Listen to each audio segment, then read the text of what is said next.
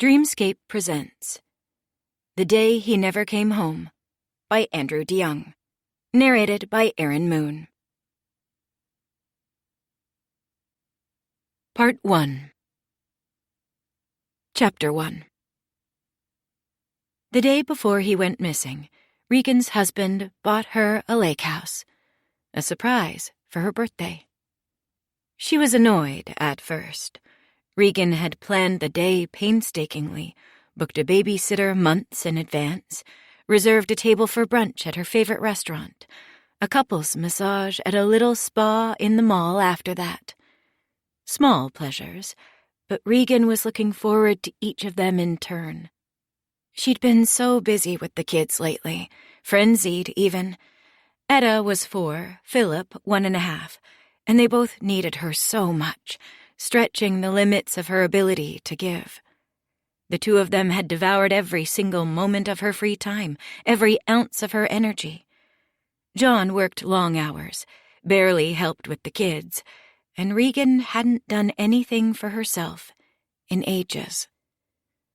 So yeah, she was a little irritated when, kid-free for the first time in what seemed like forever, John took a wrong turn away from the brunch place and pointed the car toward Lake Minnetonka. "John," she said as he navigated the car down a twisting road, lakeside mansions rising up on one side of them, a grove of trees huddled thick on the other. "What the fuck?" "Just a little detour," he said. "You'll like it, I promise." She crossed her arms, sighing as the car reached the end of the winding lane and the Edina Realty sign came into view. This was something she and John used to do together, in the early days of their marriage. They'd go to an open house in a rich part of town, walk around some huge home pretending like they had a chance in hell of owning it, and dream together about what might be someday. But times had changed. She wasn't interested in reliving their old days, wasn't interested in dreaming. They were in their 30s now, their late 30s. They had little kids. She hadn't had an uninterrupted night's sleep in months. She didn't want to waste time walking through a house they couldn't afford. She wanted French toast, a mimosa. She wanted to close her eyes and lie face down on a table while someone put their hands on her body and made her feel good. But then, as they walked up to the house, the front door opened and a real estate agent stood inside. She knew John's name, and he knew hers, Diane. And inside, there was nothing. No other people, not even furniture. "This isn't an open house," Regan said, looking between John and the agent, her annoyance morphing through confusion to a kind of free-falling giddiness. "What's happening?" John's lips were pressed together. He looked like a little boy, one who had a secret he wanted to share, bursting with it. Then his face cracked open in a smile, and God, he was beautiful when he smiled. Regan had almost forgotten. They'd both been so busy, him with work, her with the kids, that sometimes they went days, weeks even, without really noticing each other. She couldn't remember the last time she'd looked at his face, really looked at it, and saw him looking back at her with adoration in his eyes, as he was now. "It's ours," he said. Regan felt dizzy. She put a hand to her chest, reached the other behind her to brace against a wall. John went to her, but she waved him away. She was fine. He stepped back, the smile gone, replaced by a look of concern. "Do you want it?" Regan let out an airy laugh. "Maybe I should look around a little?" They raced together from room to room, the agent making herself scarce, giving them privacy. The house was huge, 3 stories, built into a hill sloping down to the lake. A broad deck past the kitchen and dining room on the main floor, and a walkout from the bottom level to the dock, and an empty boat lift at the water's edge. "But how?" Regan asked once she'd seen it all. "I started looking a couple months ago," John said. "I wanted it to be a surprise for your birthday. Wanted to time it just right. I did everything, made the offers, set up the financing, scheduled the appraisal and the inspection. We close in an hour." "No, not that. I mean, how? How could we? I mean, can we really?" "We can," John said. "It's been a good year, Regan. A great year. I didn't want to say anything at first in case things went bad, but they haven't. It's been 2 really good quarters now, and it doesn't look like it's a fluke.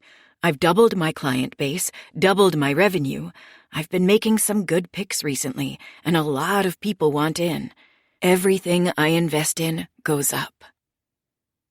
Benevolence flooded Regan's body. All the late nights, the dinner times he'd spent on the phone, ignoring her while she struggled with the kids, sleeping obliviously through Philip's midnight wakings, missing play dates, working weekends. At the time, these things had enraged her, made her feel abandoned.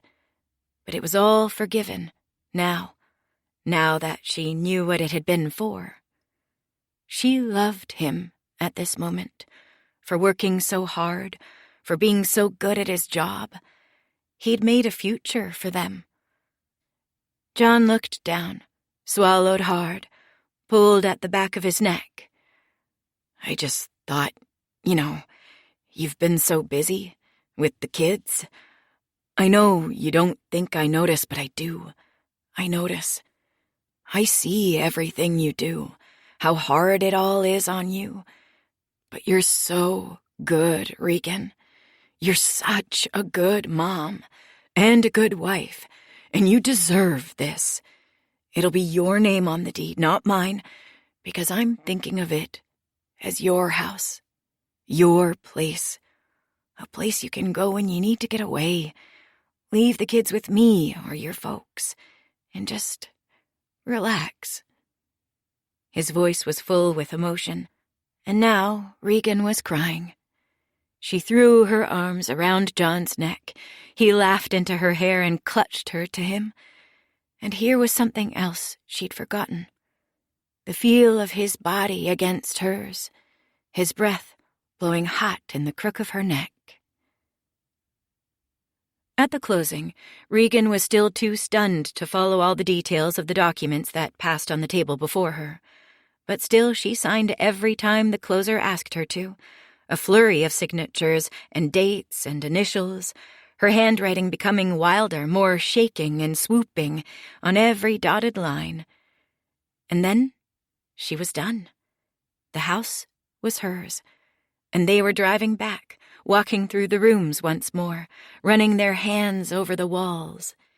In a closet, they found a left-behind duvet with its cover still on, and like a couple of horny teenagers, they brought it to the living room, stripped down to nothing, pulled the duvet over their naked bodies, and made love right there on the carpet.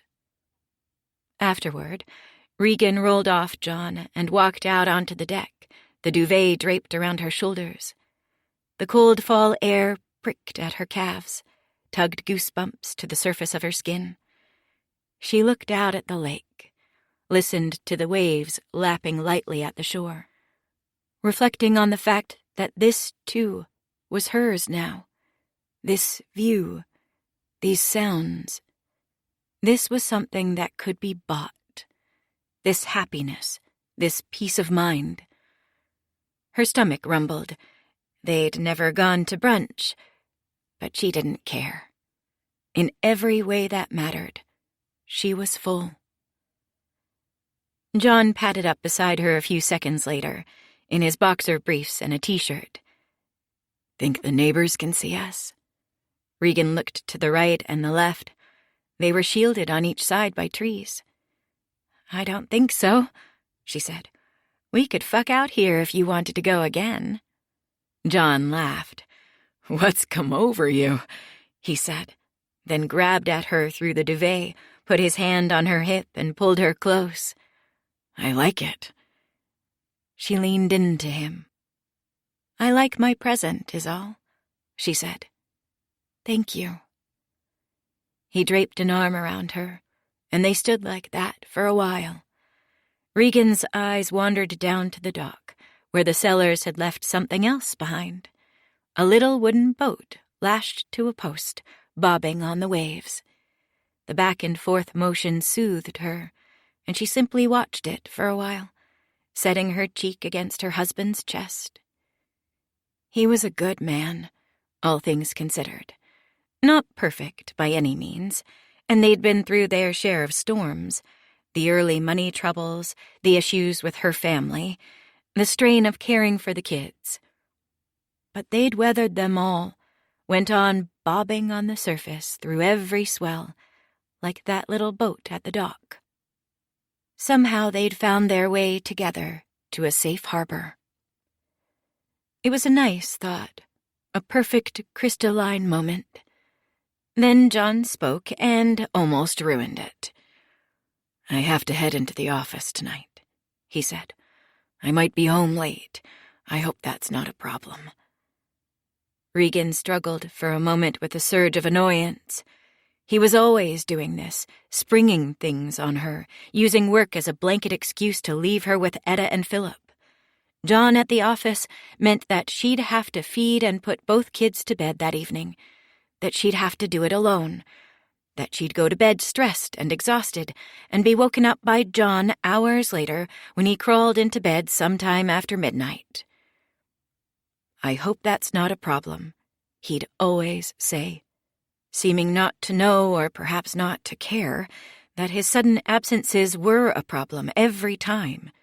She felt herself about to snap at him, felt it rising up inside her like a reflex, until she remembered where she was standing, what had happened today, and her anger sank down as quickly as it had risen, like a pot of boiling water removed from a flame. "It's fine," she said placidly. "Is it really? Or does fine mean you're angry?" "It's really fine," she said again, and was surprised to realize that she meant it. John's work took him away from her and the kids too often, left her with far more than her fair share of the parenting, but also John's work had made this possible, had brought in enough money that this house now belonged to them, to her.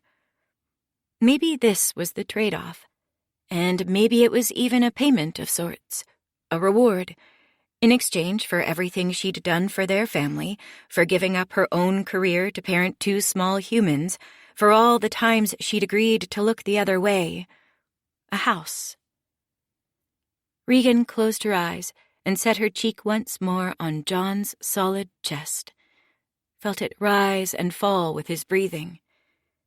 At that moment, she felt no regret, no resentment, as she thought about the choices and compromises that had led her to this. It had all been worth it. Chapter 2. Regan woke early the next morning to the voices of her children, calling to her from down the hall. "Mama! Mama!" She lifted her head from the pillow and looked to the other side of the bed to find that John was not sleeping next to her. Confused, she reached her hand over and ran it across the duvet, confirming with her hands what her eyes were already telling her. His side was completely smooth, undisturbed, and cool to the touch. She'd fallen asleep before John came home, expecting him to crawl into bed late. But now it appeared that he hadn't come home at all. She immediately imagined the possibilities, all bad. John, sleep-deprived, had crashed his car on the way home. He'd had a heart attack at the office. Or he was having an affair, holed up with a girlfriend somewhere.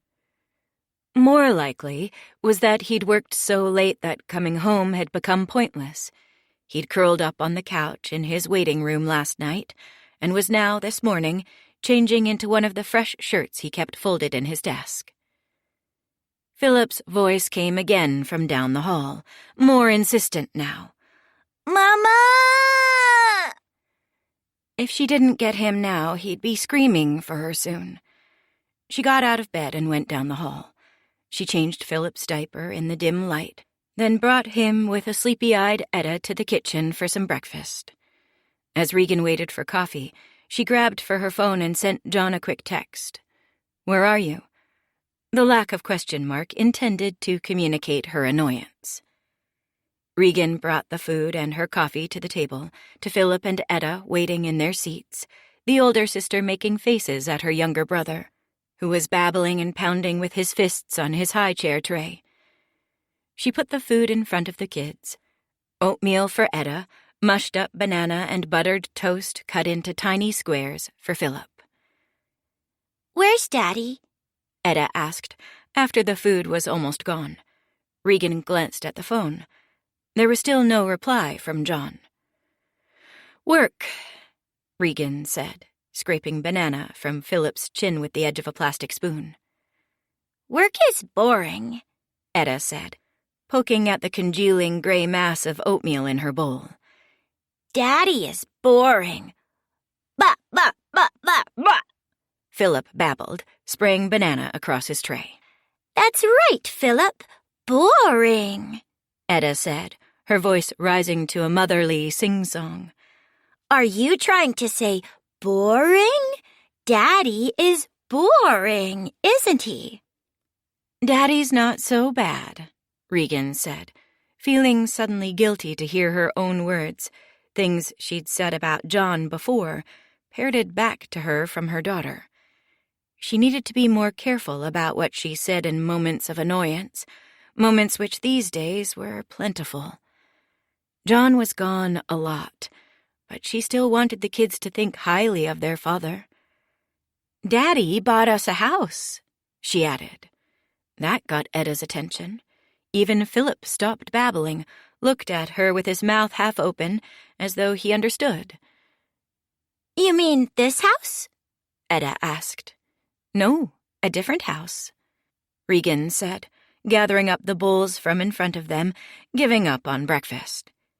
She brought the dishes to the kitchen, dropped them in the sink, then came back with 2 dampened cloths for faces and hands. "By a lake." Etta blinked, her eyes huge. "Can we go to it?" Regan smeared the damp cloth across Philip's mouth, then wrapped it around his fingers and pulled as he protested. "Not today," she said. "It doesn't have any furniture, no toys." Etta began to whine, the sound like an ice pick to Regan's ears. "Please, please, can we go to the house Daddy bought us by the lake?" "Wipe off your face," Regan said, handing the other dampened cloth to Etta. She watched her daughter calm, focus coming to her eyes as she carefully dabbed the cloth to her lips, her chin, her cheeks, her nose. Regan took Philip from the high chair, propped him against her hip, then reached out for the cloth. "Maybe," she said as Etta placed it in her hand, cheeks ready with scrubbing. "After naps, if you're good." But they weren't good, either of them. It turned out to be a day like any other, of screaming and crying and hitting, of stubbed toes and toys on the carpet and spilled milk on the couch cushions. Philip seemed to need her at every waking moment, and Etta compensated for the attention her brother was getting by clinging to Regan's leg, grabbing her constantly, whining for Regan to notice her. They wanted every piece of her, it seemed, until there was nothing left of her for herself, and by midday she'd practically forgotten John's absence last night, the still unanswered text. He was probably busy, in meetings with clients, and simply hadn't thought to respond to her. The madness of the morning even made it difficult for Regan to recall the events of the day before, the house, the lake, her hysterical giggles at closing, sex on the empty living room floor. Impossible to believe it could ever have been real. But it was real, and through lunch she held the house in her mind as a kind of reward, something to pull her through the screams and the messes, Philip throwing his pears, and Etta babbling through a mouthful of half-chewed macaroni and cheese. Regan closed her eyes. She was a mother, yes, and some days mother seemed like the worst and most difficult thing in the world a person could be. But she was also a woman who owned a house on Lake Minnetonka, the wife of a wealthy man, it seemed. And if they were rich, then couldn't they afford a nanny? Someone to help her with the kids from time to time? Yes, of course they could. It had been a while since Regan had looked at their accounts. John handled all that. But it stood to reason that if they could buy a house that expensive, then they could also afford to pay some college girl to look after Etta and Philip for a few measly hours a week. What use was the lake house, after all, if she couldn't get away to actually enjoy it? She'd been slow to put Etta and Philip in childcare, but they were getting older now, and maybe it was time. She'd start looking at nannies right away, daycares, too, she thought, as she put the kids down for a nap. Philip first, then Etta, who protested that she was too big for naps and not even sleepy, but finally agreed to stay in her bedroom with a few toys, and the door closed until Regan told her it was time to come out. Then, finally, the house was silent, and Regan could hear herself think. She came down the hall, down the stairs, surveying the wreckage, the toy-strewn living room, the mess from lunch still slopped across the dining room table. By the time she was done cleaning, the kids would almost be done napping. "Fuck it," she whispered to herself. She tiptoed through the chaos toward the kitchen, poured herself a glass of wine from a half-empty bottle of Chenin Blanc she'd opened a few nights ago. Then she grabbed her laptop off the counter and stepped through the sliding door to the deck and sat in one of the deck chairs, curling her bare feet beneath her thighs. She spared herself a brief glance to the horizon. The day was clear and bright, but their suburban neighborhood offered her little to look at, aside from a smattering of other houses that looked a lot like theirs. Roofs angled toward the sun, dotted down a long, gentle slope to a frontage road and freeway whose constant, gentle roar of traffic was like the sound of waves lapping against a shore. Waves. Shore. The thought led her back to the computer screen, where she put the lake house's address into her search bar to find the original listing with staged photos of the interior. Then she brought up other browser tabs, Pinterest, Instagram, a few style blogs. She began trolling through photos of furniture, wall colors, carpets, tiles, kitchens, and bathrooms. The photos soothed her, the stress of the morning beginning to melt away. Looking at wallpaper patterns, she felt her breathing calm. This had been her thing once, interior design. As a student, she'd gone to the prestigious Minneapolis College of Art and Design, studying graphic design and studio art. But designing spaces had always been Regan's core interest, the thing she wanted to do if her artistic parents hadn't thought it frivolous. Out of school and before John, she'd done a couple years as a junior art director at one of the city's ad agencies, not enjoying the work very much. It was only after she started seeing John, in her mid-20s, that she'd gathered the courage to speak aloud her dream of becoming an interior designer. He'd encouraged her, and after they got married and his business started to take off, she'd actually tried it for a few years, quit the agency job, and got a few clients of her own. Rich friends of friends of friends who had so much money, so many houses, that they needed help filling all the different rooms they owned.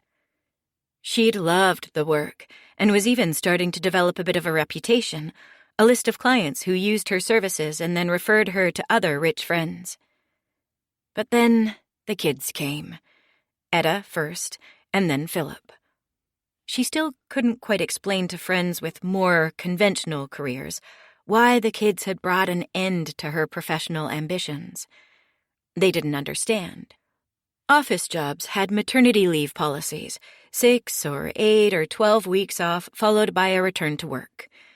But when you were your own boss, as Regan had been, there was no such structure, and the business required a certain amount of momentum, the pursuing and signing of clients, one job leading to another, momentum that dissipated completely after Etta's birth, more than 4 years ago now. Returning to work after as little as 3 months at home with a newborn, 3 months of recovery from childbirth, of sore nipples and midnight feedings, of seemingly endless doctor's visits and weigh-ins, felt so much like starting over that she simply didn't go back, and didn't go back, and didn't go back, until the months had become years and she was suddenly pregnant again with Philip. And so John's career had taken off, while Regan's had stagnated, as if by some unspoken arrangement Regan hadn't actually agreed to. You make the money, I'll take care of the kids. Well, it was time to change the arrangement. John had become someone, built a successful business. Now it was her turn. As Regan flagged photos she liked, beginning to build a mood board, she resolved that this would not just be a new house, but a new beginning, a return to the person that she was before the kids, a coming home to her true self. She'd get that nanny, restart the interior design business, maybe even get John to shell out some seed money for an office space, a design studio, a couple assistants to do her daily bidding. She'd start with a design-focused Instagram account or interior decorating blog, something to build an online following, an audience, starting with photos of her beautiful new home on the lake. The thought made her realize that she hadn't told anyone yet. Not her family, not her friends. She'd gotten the usual parade of birthday wishes on Facebook, encouragements to enjoy the day and do something fun. But nobody knew about the house yet. Nobody but her and John. Her friends would be so happy for her. Happy and jealous. Envious of her and her perfect life and perfect kids and perfect rich husband. The thought gave her a jolt of pleasure, and she was just thinking about how to do it, a Facebook post, an Instagram photo of the house, when the doorbell rang. The chime was clear all the way back to the deck, and it startled her, made her jump. She stood, left the computer and the wine on the deck table as she went back into the house, past the mess on the dining room table, stepped carefully through the chaos of the living room, and came to the front door. She opened it. "Mrs. Peters," said the man on the stoop. "Regan Peters." He was strikingly handsome, and at first Regan smiled politely, thinking he might be a door-to-door businessman selling siding or maybe a volunteer, an activist type seeking signatures for something or other. Then she saw the yellow letters on the breast of his dark blue jacket. FBI. "Yes?" she said, clutching at the door. "I'm Agent Armstrong, with the FBI," he said, "and this is Agent Torres." He swept his arm to the side, drawing Regan's attention to a woman who stood at the bottom of the front steps, average height, impassive face, the same blue coat, same yellow letters. Past her, on the street, were a pair of black SUVs, unmarked, and a smattering of other agents leaning against the fenders or milling about on the grass, eyeing her sharply as they leaned in to mutter to each other. A couple of the agents walked around the side of her house on either side to the back, and Regan thought absurdly of the laptop and the glass of wine she'd left on the deck. They'd see it. They'd know she'd been drinking in the middle of the day, alone with the kids, and the house a mess. "What are they doing?" Regan asked, panicking, her voice rising. "Can they do that? Are they allowed to—" "We need to come inside, ma'am," Agent Armstrong said. "I don't know," Regan said. "It's a real mess in here. I have kids. It's been a tough day." Agent Torres cleared her throat, and Agent Armstrong winced, as though he was sorry for what he'd say next. And at that moment, Regan realized that this, whatever this was very bad. I'm afraid, ma'am, said Agent Armstrong, that we're not asking. We have a warrant, and our orders are to execute it. They moved toward the door, Armstrong and Torres, and Regan felt herself stepping back, pulling the door open wide for them, and once they were inside, she hated herself. She was always such a pushover, with the kids, with her parents, with John. She gave herself over to people too easily, let herself be swept up in their thoughts and preferences and desires, only thinking to be angry after she'd already given in. Like now. Letting FBI agents into her home without a peep of protest. She was angry now at herself. She should have fought. Closed the door in their faces, made them break it down if they wanted in so badly, though she supposed that would have caused a scene, caused the neighbors to notice. And for what? Okay, then at least she should have asked them to show some identification first, let her look at the warrant, before letting them in. She could do it now. All they were doing was standing there, surveying the wreckage of her living room, but she felt foolish, timid. The time to push would have been outside on the stoop. Is your husband home, ma'am? Agent Armstrong asked. He's not, Regan said. He's at work. He's a financial advisor. I can give you the address for his office if you want it. Agent Torres turned. There was no warmth in her eyes, no forgiveness, no mercy. He's not there, she said. We just came from his office. We raided it. There was nothing, no people, no documents. It was cleaned out completely. Regan struggled with the words, hearing them and not hearing them at the same time. Raided? She asked, picturing a SWAT team, cops in full body gear and assault weapons, taking down the door with a battering ram. Things she'd seen on TV, in movies. She felt a little bit as though she was being raided now. The invasion of her home felt akin to an invasion of her own body, a similar kind of violation. The two agents who'd gone around the side of the house were now coming through the back door and stepping heavily through the kitchen. All around her, footfalls sounded heavy on the floor as more agents poured through the front door, peered down halls and up the stairs. "What's happening?" Regan asked, her voice not merely alarmed but panicky now. Her heart pounded, but the adrenaline was bringing her a kind of clarity, a sharpness of focus. "What is this? I need to see your badges. I need to see your warrant. I need someone to tell me exactly what the fuck is going on." Some wordless exchange passed between Armstrong and Torres. Messages passed back and forth with their eyes. Ultimately, Torres shrugged and moved away, and Armstrong was the one to step forward and speak. "I'm sorry to tell you this, ma'am," he said, "but we have a warrant to search your house and the surrounding premises, and another warrant." "Another one?" Regan repeated. "To do what?" "To arrest your husband for fraud." Chapter 3. What was surprising, at first, was how unsurprised she was. The words, "to arrest your husband for fraud," bringing not an immediate sense of wrongness or inner objection, but clarity, even a sort of acquiescence. It wasn't precisely that Regan had ever expected John to be arrested, though the thought that he might have cut some legal corners in his business had occurred to her once or twice over the years. More that word, fraud, summoned no feeling of disjunction in her mind when she applied it mentally to her husband.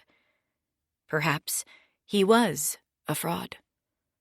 John was, after all, a man of secrets, of long absences and hidden depths. Regan knew very little about his past, had never met nor knew the name of any family member or old friend, hadn't seen a single baby picture or awkward yearbook photo of her husband. John claimed that there was very little worth knowing about him, hinting at a painful past he would rather not talk about. and Regan, in their early days together, had decided not to pry any further. She knew this was strange. Everyone had a past. Everyone had people. And it was impossible to fully understand anyone until you knew what they'd come from, what they'd survived, even what they'd escaped. But every marriage had its secret price, its unspoken agreements, and this had been theirs, hers and John's. In exchange for the life he worked long hours to give her and the kids, she'd do him the favor of never asking him about his childhood, his family, his friends, his past. Regan became aware that she'd gone a while without speaking, only a few seconds, perhaps, but still too long. The FBI agents were watching her, looking for her reaction. Their faces had taken on expressions of interested puzzlement, maybe even suspicion. Seeing their eyes on her, Regan realized how strange her reaction was. The news of John's being wanted for arrest had caused her not to lose her composure, not to burst into tears, but instead to grow calm, to tunnel inside herself, to think. "He's innocent," she said. "He didn't do it." The two FBI agents shared a look, and then Torres turned back to Regan, the side of her mouth turned up. "But we haven't told you what he did yet." Shit. Regan realized her mistake at once. All they'd told her was that they were here to arrest John for fraud. But there were different kinds of fraud, and by protesting without asking the details, Regan had implied that she knew the details of his crime, that he was guilty, and that she might be part of it. An accomplice. "I just know my husband, and I know that he could never have done anything wrong," Regan said. "Well, we have evidence that suggests otherwise," Torres said. Regan's eyes narrowed. If they had all the evidence they needed, then why were their agents swarming over her house right now? She could hear them upstairs, her footsteps creaking on the floorboards, drawers opening and closing. A door opened, and Philip started crying. "God damn it," Regan said. "He's supposed to be napping. He's only been going a half hour. He'll be a mess for the rest of the day. You see what you're doing to my family?" "I'm sorry, but our guys need to search every room," Armstrong said. "I'm sure no one meant to." But Regan was already gone, up the stairs and into Philip's room to whisk him out of the crib. She fetched Etta, too, who wasn't sleeping, only looking at a book on her big kid bed and babbling some nonsense to herself. Regan grabbed the girl by the hand and yanked her, whimpering, back down the hall and the stairs, glaring at every FBI agent she passed. Glad that both kids were crying. They should see the full impact of what they were doing, should see that they were turning a family upside down, traumatizing kids. John was the one she should have been mad at, she supposed, not the FBI agents. But he was gone, and these men were here. Men who looked a little like John, some of them, and who were currently ruining her day in real and tangible ways. So they seemed a good place for her anger to rest, for now. She brought the kids down and got them settled on the floor with toys, popped the pacifier from the floor into Philip's mouth. Etta clambered onto the couch and clung to Regan's side, afraid of the strangers in the house. Regan glared at Armstrong and Torres. "You see?" Armstrong sat in a chair across from her. "Mrs. Peters, I'm sorry this is happening, but we need you to help us right now. We need you to tell us where your husband is." "I don't know," Regan said. "If he's not at work, I don't know. Maybe he's on a client meeting somewhere. He doesn't give me his schedule." "Does he have family nearby?" Torres asked, still standing. "Anyone he might go to?" Regan closed her eyes and shook her head. "No family." Torres squinted. "What do you mean, no family?" "I mean, John's got no family. His mother and father are dead, no siblings. I've never met any cousins, aunts, uncles, nothing. John has never talked about a single living family member in all the time we've been together. No visits, no phone calls, no Christmas letters, nothing. Doesn't that seem a little strange to you? Torres asked. Everyone has family. Regan put her hands up in a gesture of helplessness. Of course it was strange. But every life, every marriage, had things that looked odd from the perspective of an outsider. This was a strangeness she'd learned to live with, so much so that she no longer knew how to explain it to others. Okay, Torres said, regrouping. How about friends? No friends either, she said. I mean, he's polite with my friends' husbands, but he'd never call them up for anything, and he'd certainly never hide out from the FBI with any of them. I doubt he even knows where any of them live. He works, that's it. Long hours, he works, and he comes home, and then he goes back to work, and he comes home. Armstrong and Torres were silent, their looks communicating disbelief.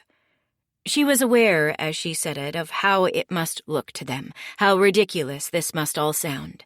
She must have seemed colossally stupid to the FBI agents, to have married John in spite of knowing next to nothing about him, in spite of his having hidden so many pieces of who he was.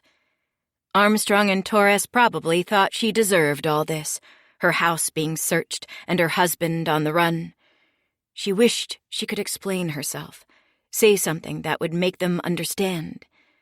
Their relationship, hers and John's, wasn't really so different from any other married couples when you thought about it. What was any relationship but a careful weighing of good and bad, the strengths and flaws of a potential spouse? Who went into their wedding day knowing everything about the person they were marrying? A marriage was always a calculated risk, an investment, a long-term bet that the good would outweigh the bad, the known overpower the unknown. She hadn't known everything about John when she'd married him, it was true, but she'd known what she believed then to be the most important thing. He loved her, and would do anything, to provide a good life for her. But how could she explain any of this? She couldn't. Not now. Any time before this morning, it might have made sense. The risk she'd taken with John would have looked like it had paid off, with dividends. But not now. Not anymore. Not with FBI agents crawling over her house with a warrant for her husband's arrest. Not with a word like fraud hanging in the air. So, she stayed silent, seething under Armstrong and Torres's disapproval, her ears turning red as she began to realize what a fool she'd been all those years ago when she'd said yes to John, and every moment since as she'd been building a life with him. Armstrong leaned forward in his chair, spread out his hands. Okay, let's get a little more creative here. Does John have any favorite vacation spots or— No, Regan interrupted now, holding up a hand. I'm sorry, Agent Armstrong. I'm not going to cooperate until you tell me exactly what John has done, what you think he's done. There's a rule, isn't there? A law or some sort of constitutional thing. You can't make me testify against my own spouse or something. I'm not saying anything until you tell me what he's done. Armstrong hesitated. This is an ongoing case. We can't tell you all the details, but we can give you some broad strokes. Okay, Regan said. So tell me. Armstrong nodded at Etta, whose face was still half buried in Regan's side. You're sure you want your kids to hear this? Oh, for fuck's sake, Regan muttered, too loud. What did you say, Mama? Etta asked. There was a tablet and headphones on the glass coffee table. Regan grabbed for it and shoved it in the girl's hands. You're going to watch something for a while, she said. You want to put on Encanto? Etta slipped on the headphones, her eyes going glassy, as Regan found the movie. Go ahead, Regan told the FBI agents after she was done.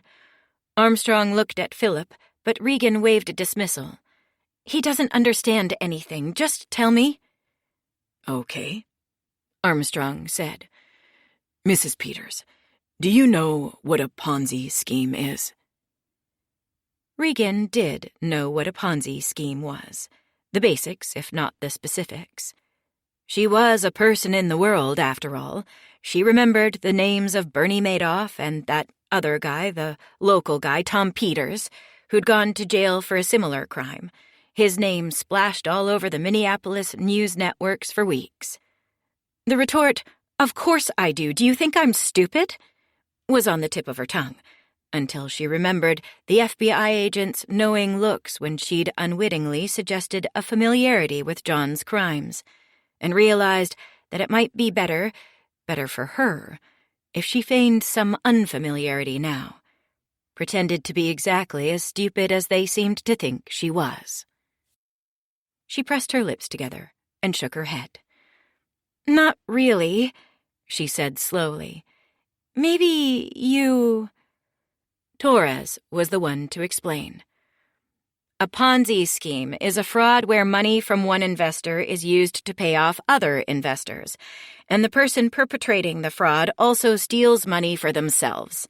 Ponzi schemes fall apart when there's not enough new money coming in, and when that happens, the fraudster will often disappear with the cash. Your husband, John Peters, is a financial advisor. Several of his clients have accused him of refusing to give their money back when they attempted to withdraw from their funds. We've looked at client statements, and a large percentage of them appear to be falsified. And looking at you and your husband's joint financial records— "You've been looking at our financial records?" Regan cut in. "Of course," Torres said. "We have reason to believe that your husband stole his client's money. His crimes are financial, so we've been looking at your shared finances." "What happens?" Regan began, then swallowed and started again. "What happens to—" "The assets you shared with your husband will be subject to possible forfeiture and seizure. That means property and financial assets. Anything that is owned solely by you will be able to keep, unless it is determined that you have been an accomplice to your husband's fraud, in which case your assets will be subject to seizure as well, and you will be subject to prosecution, just like your husband." Regan was dizzy. Yellow spots floated in front of her eyes.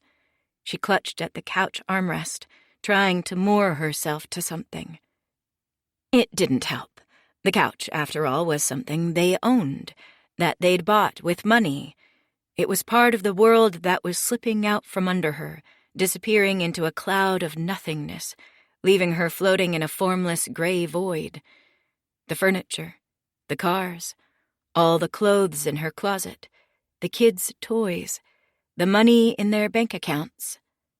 The house. The house. Oh, God. Thinking of the house suddenly reminded her of the other house, the lake house, and her hand darted up to her mouth. "What is it?" Armstrong asked. "Did you think of something? Have an idea where John might be?" "No," Regan said, her mind racing for an excuse to cover up her involuntary reaction. "Nothing. It's just a lot. What she was saying." She nodded toward Torres. "You really think I'm a part of this? That I had any idea—" Armstrong shook his head. "We're not seriously considering that currently. No one thinks you're part of this, Mrs. Peters. Fraudulent businessmen lie to everyone, including their own families.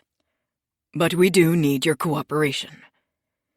Regan nodded and then was quiet. She wondered at herself, wondered why she'd lied to Armstrong just now when he'd asked if she'd thought of anything.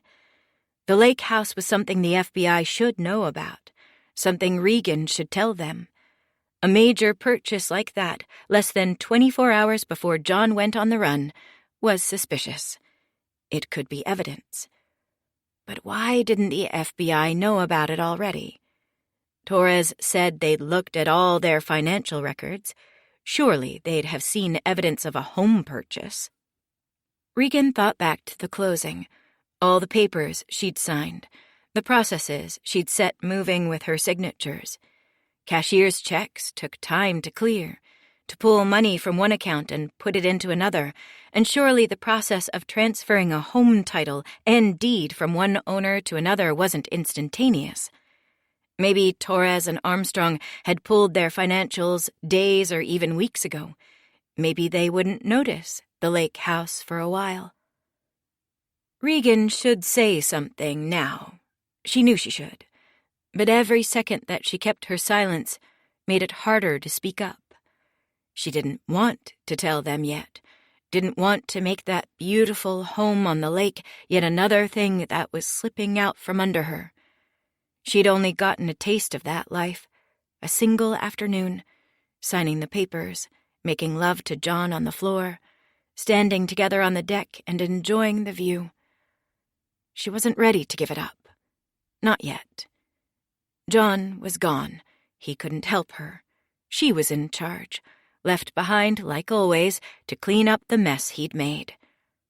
She had to be smart, protect herself, protect the kids, hold on for dear life to whatever was left, whatever could be saved. Keep as much of it to herself as she possibly could. Suddenly, another thought hit her, a certainty. John was hiding at the lake house.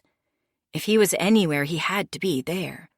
Another reason that she should speak up and say something now. Except she wanted to get there first, wanted to find John herself, talk to him, and try to clear this up before the FBI caught up with him and put him in cuffs. Maybe this was all a big misunderstanding, a matter of some paperwork that John had been careless with, some document he'd neglected to file. A miscommunication between him and a few clients. Maybe they could fix it, come up with a plan, make some kind of a deal. All Regan needed was time.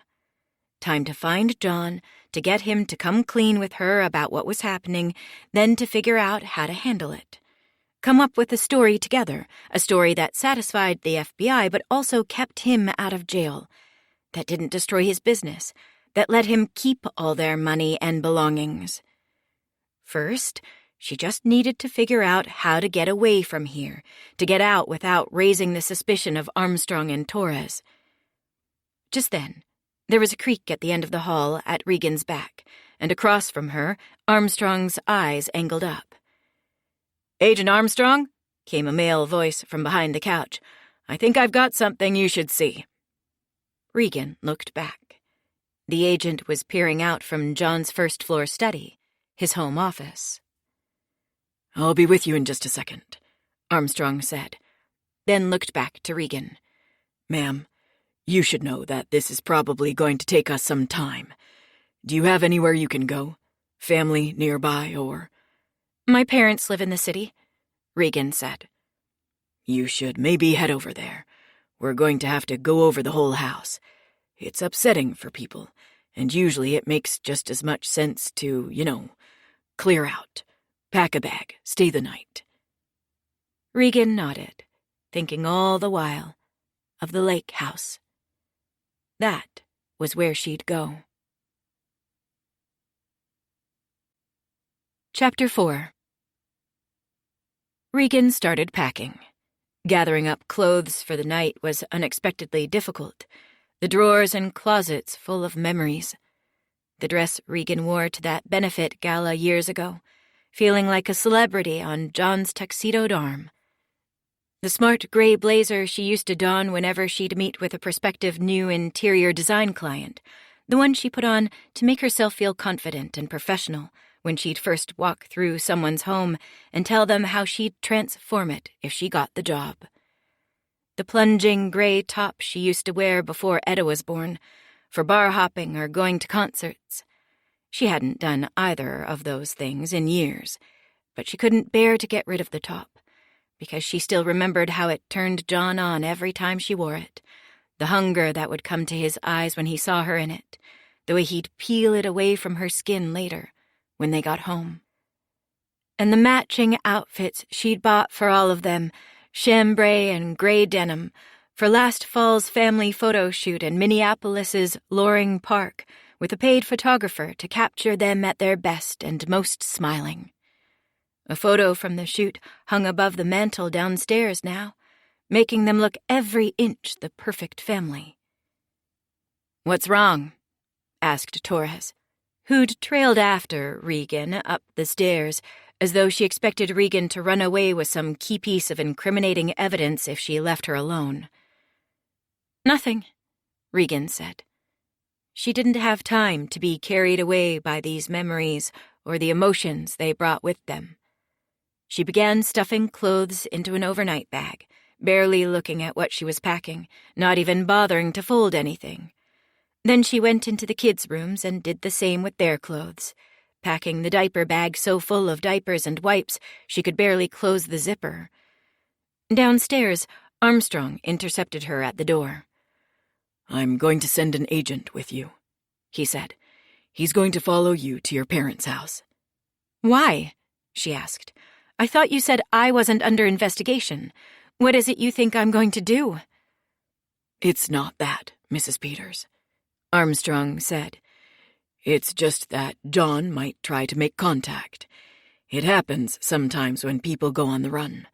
They come back for one last look and get caught. Just until tonight. I'll pull him later." Regan suddenly wanted to cry, realizing that she couldn't go back to the lake house as she'd planned.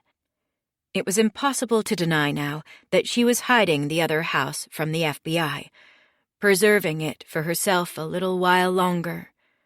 She thought again that she should probably say something. It still wasn't too late. She could tell them that she'd simply forgotten about it in the overwhelm of the past hour. But again, the moment passed, and she said nothing. Instead, she went wordlessly out the door, practically fleeing, the muscles of her arms burning as she lugged Philip and the bags to the minivan, tugging Etta along behind. She wrestled the kids into their seats and then climbed in herself, threw the minivan into reverse, and flew out of the driveway. As she paused in the middle of the street to put the car in drive, she saw the crowd that had gathered outside. Dawn and Gloria, busybody retirees who lived in the house opposite, were gaping from their lawn. Sydney, the housewife who kept inviting Regan to parties for her multi-level marketing company selling dubious health supplements and drinks for gut health, stood on her front stoop with her fingers flattened over her mouth. And further down the street, oh God, was a TV van from a local news station, a cameraman at the curb hefting his camera to his shoulder just in time to catch Regan screeching away, her eyes burning, a hand shielding her face from view. In the rear view, a black sedan slid out from the curb and followed her. The FBI agent Armstrong had assigned to babysit her. On the freeway, Regan finally let go and cried, squinting through her tears to see the road. She tried her best to cry silently, but Etta called out shrilly from the back seat nonetheless. "Mama, what's wrong?" "Nothing, sweetie," she said, pulling herself together. "Mama just has something in her eyes." "Oh," the girl said, sitting back in her car seat. Catching her eyes in the rear view, Regan knew that Etta didn't believe her. Kids always know more than adults gave them credit for. Even Philip was absorbing something from the events of the day. It would all come out sooner or later, in the hours and days ahead, and years later, too, in the expensive therapy sessions that were surely in their future.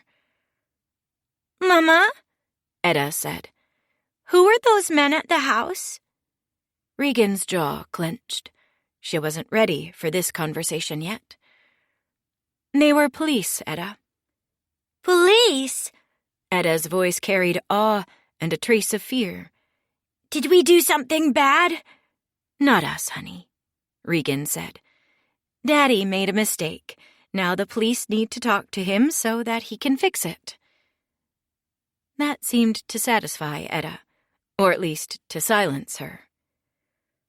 In the quiet that followed, Regan wondered if she could believe what she'd said herself, if there was any world in which her explanation could possibly be true. How big a mistake had John really made? Was it something he could fix? Something she could fix? Some errors couldn't be recovered, and her mind looped ahead to all the possible consequences of the things John was alleged to have done. Jail, divorce, public humiliation, bankruptcy, poverty. Her thoughts turned to the explanation she'd have to give her parents when she arrived at their house in Minneapolis. She hadn't really told them anything, only tapped out a text to her mother that they were on their way for an unexpected visit, that they needed to stay the night. Her mother had come back with a row of question marks, and Regan hadn't responded after that. As she drove, Regan imagined the humiliating conversation she was about to have, ran through the different ways it could go. But she couldn't come up with anything, not as she slid off the freeway into Minneapolis's historic Prospect Park neighborhood, the streets huddled dense with stately Victorian homes, not as she pulled into the gravel driveway off the alley, not even as she walked with the children up the steps into the back entry. And so, when her mother met them in the hall and demanded to know what was going on, Regan put both hands over her face and said the first thing that came to her mind, the words escaping through clenched fingers. "John's gone. He's wanted for fraud." There was a moment of silence, and when Regan peeked out between her fingers, her mother had a small smile on her face. "Of course he is." "I knew it," her mother said later, in the living room. Philip was down for a nap, and Etta was off playing somewhere with some old toys of Regan's. Regan was relieved to have the kids occupied, but for a flashing moment she wished they were close, filling the room with their play, their noise. The kids being elsewhere deprived her of a distraction, a buffer between her and her parents. More specifically, between her and her mother. "Mom, Jesus Christ," Regan said. "Could you not, just for today?" Isabel Cartwright, Regan's mother, put her hands up, the loose sleeves on her flowing linen top sliding to her elbows. "I'm sorry," she said. "I don't want to say I told you so." Except that saying she didn't want to say it was the same as saying it, wasn't it? Her mother was always going on about what she didn't want to say when actually she meant the opposite. She wanted to. She was dying to. And what was it that Isabel was supposed to have told her anyway? That John was a liar, a criminal, a fraud? Nonsense. There was no way she could have known any of that. All her mother had ever said to Regan, first when she and John started dating, and then again later when they were engaged, was that she just wasn't sure if John was good enough for her. More nonsense. What her mother had meant, Regan was pretty sure, was that John wasn't good enough for Isabel. That having him as a son-in-law wouldn't reflect well on her. Whether John was good enough for her daughter was beside the point. Isabel had never thought that highly of Regan. Never cared about her. Not really. Regan thought all this, but didn't say it. This was the way it was with family, the air always thick with the things you couldn't say aloud. "It just makes sense, doesn't it?" Regan's mother continued. "This is what happens when all you care about is money." Regan looked down and tried to breathe slowly. "Not everyone can be like you, Mother." "What's that supposed to mean?" her mother asked. "Like me how?" Instead of answering, Regan reached past the arm of the antique sofa she was sitting on and made a show of adjusting a doily on the side table, as if at that moment she couldn't possibly focus on anything else. The two houses, hers and her parents', were opposites in every imaginable way. The house she'd bought with John, the first house, not the lake house, was a suburban McMansion with the kind of open-concept floor plan and minimalist modern design that homeowners were always drooling over on HGTV. But her parents' house was old, a rambling bungalow built in the 1920s, designed in an arts and crafts style, with rooms the size of postage stamps. It was a beautiful old house, repaired and added to over the years, and Regan had loved it growing up, but it felt claustrophobic to her now. She wanted to escape, but there was nowhere to escape to. When she looked back up at her mother, Isabel was giving her a hard look, demanding an answer to her question. "Not everyone can be like me. How, Regan?" Regan shrugged, waved a hand. "Oh, an artist." Regan's mother seemed satisfied with that answer, but it wasn't actually what Regan had meant. Not entirely. Yes, Regan's mother was an artist, a sculptor of some minor renown, with pieces installed in museums and sculpture gardens and public spaces around the country. But Isabel had also come from money. Her father was an executive at General Mills who'd retired with a healthy nest egg, and then done Isabel, his only child, the favor of dying before he could spend much of it. The money had bankrolled the beginning of Isabel's career, bought the huge 3-story in Prospect Park with an expensive 1-story addition for an art studio.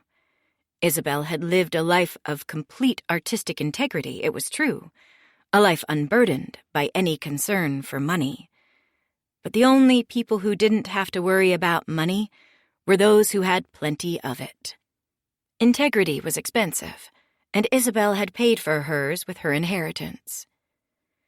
An inheritance that was, by Regan's calculation, rapidly dwindling. Isabel Cartwright may have been a name known by art critics and sculpture aficionados, but Isabel's meager artistic fame brought in far less money than she spent. The grants and commissions she won often barely paid the cost of materials and fabrication, which she mostly contracted to others after she'd done the concepting and design.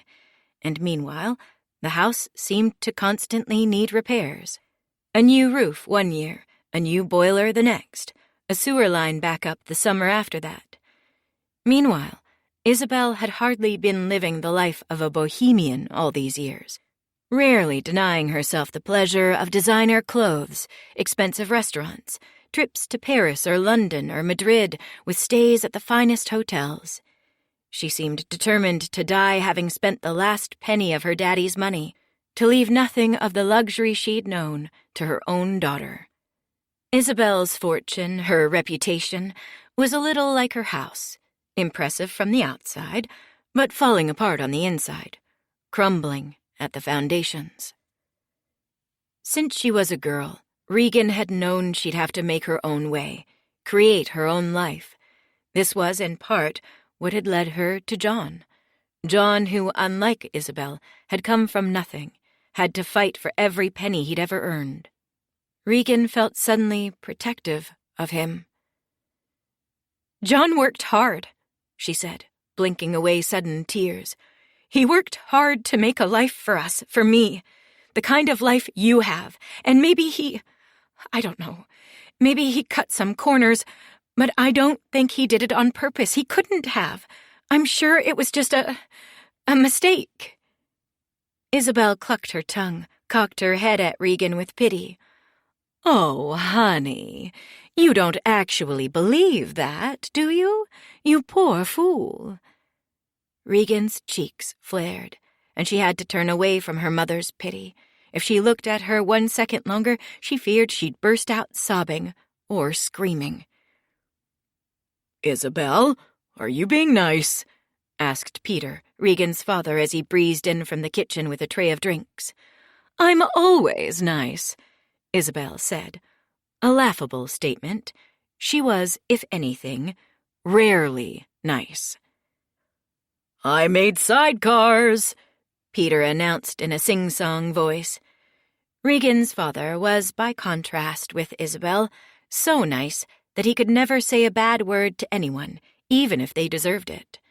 In rooms where tensions were high, he'd perform complex social contortions to make sure everyone around him was happy all the time, constantly asking if everyone was comfortable, if anyone needed anything, if there was anything he could be doing to help. Generally, his remedy was to push alcohol, which he regarded as an emotional cure-all. At the moment, he was shakily lowering the tray in front of Regan's face, revealing 3 frosted coupe glasses with liquid sloshing over the lips and down the stems. "Sweetheart?" he asked. "Want one?" Regan did want one. In fact, it was only 3 in the afternoon, but she deserved the drink. She'd had a rough day. The worst day. "Thank you, Daddy," Regan said, grabbing a half-full glass and bringing it to her lips for a desperate pull.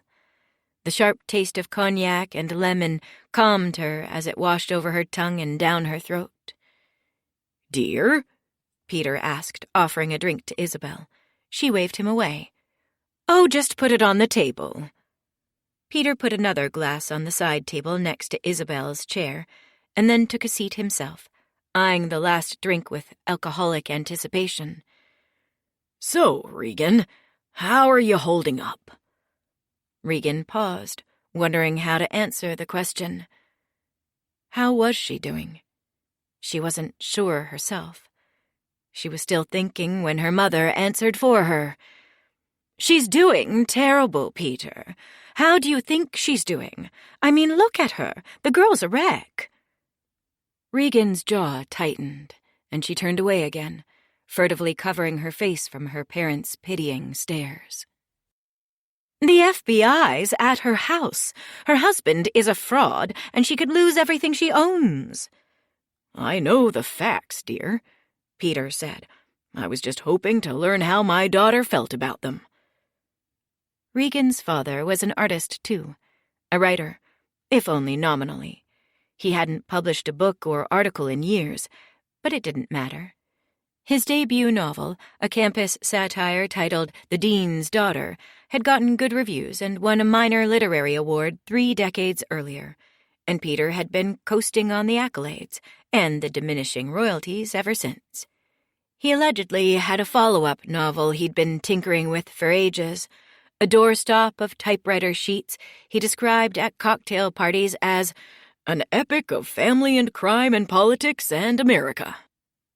In reality, the pages were moldering in his study and had been for years. The manuscript would go untouched for months at a time, but once in a great while, Peter would march into his study, leaf through the stack of loose sheets, change a comma or strike a few words, and call it a day. The rest of his time he spent teaching literature courses at the University of Minnesota and drinking. Of the two, Regan's mother and father, he'd always been the weaker party. "If your mother says so," was his most commonly uttered phrase. Regan sometimes joked to friends and therapists that it should be carved on his headstone when he died. Still, Regan loved her father. If he was ineffectual, he was also kind. Her mother was formidable, impressive, scary. But her father, for all his faults, was a teddy bear. He was staring at her now, eyes wide and glistening, like he might be about to cry in vicarious sadness at what she was going through. "You're okay, Regan?" "Really, Daddy," Regan assured him. "I'm fine." "I called Claire, by the way," he said. "She sends her love, wishes she could be here, but she has a new show." Regan bit back a surge of anger. "That's kind of her," she said. She'd wondered how long it would take for one of them to mention Claire, her younger sister. Claire was the favorite daughter, and everyone knew it, barely took the trouble to deny it when Regan made joking reference to the fact. Like her parents, Claire had grown up to be an artist, an award-winning playwright, specifically. A fact that, in terms of parental pride, mostly accrued to Peter, playwriting being closer to his art than to Isabel's.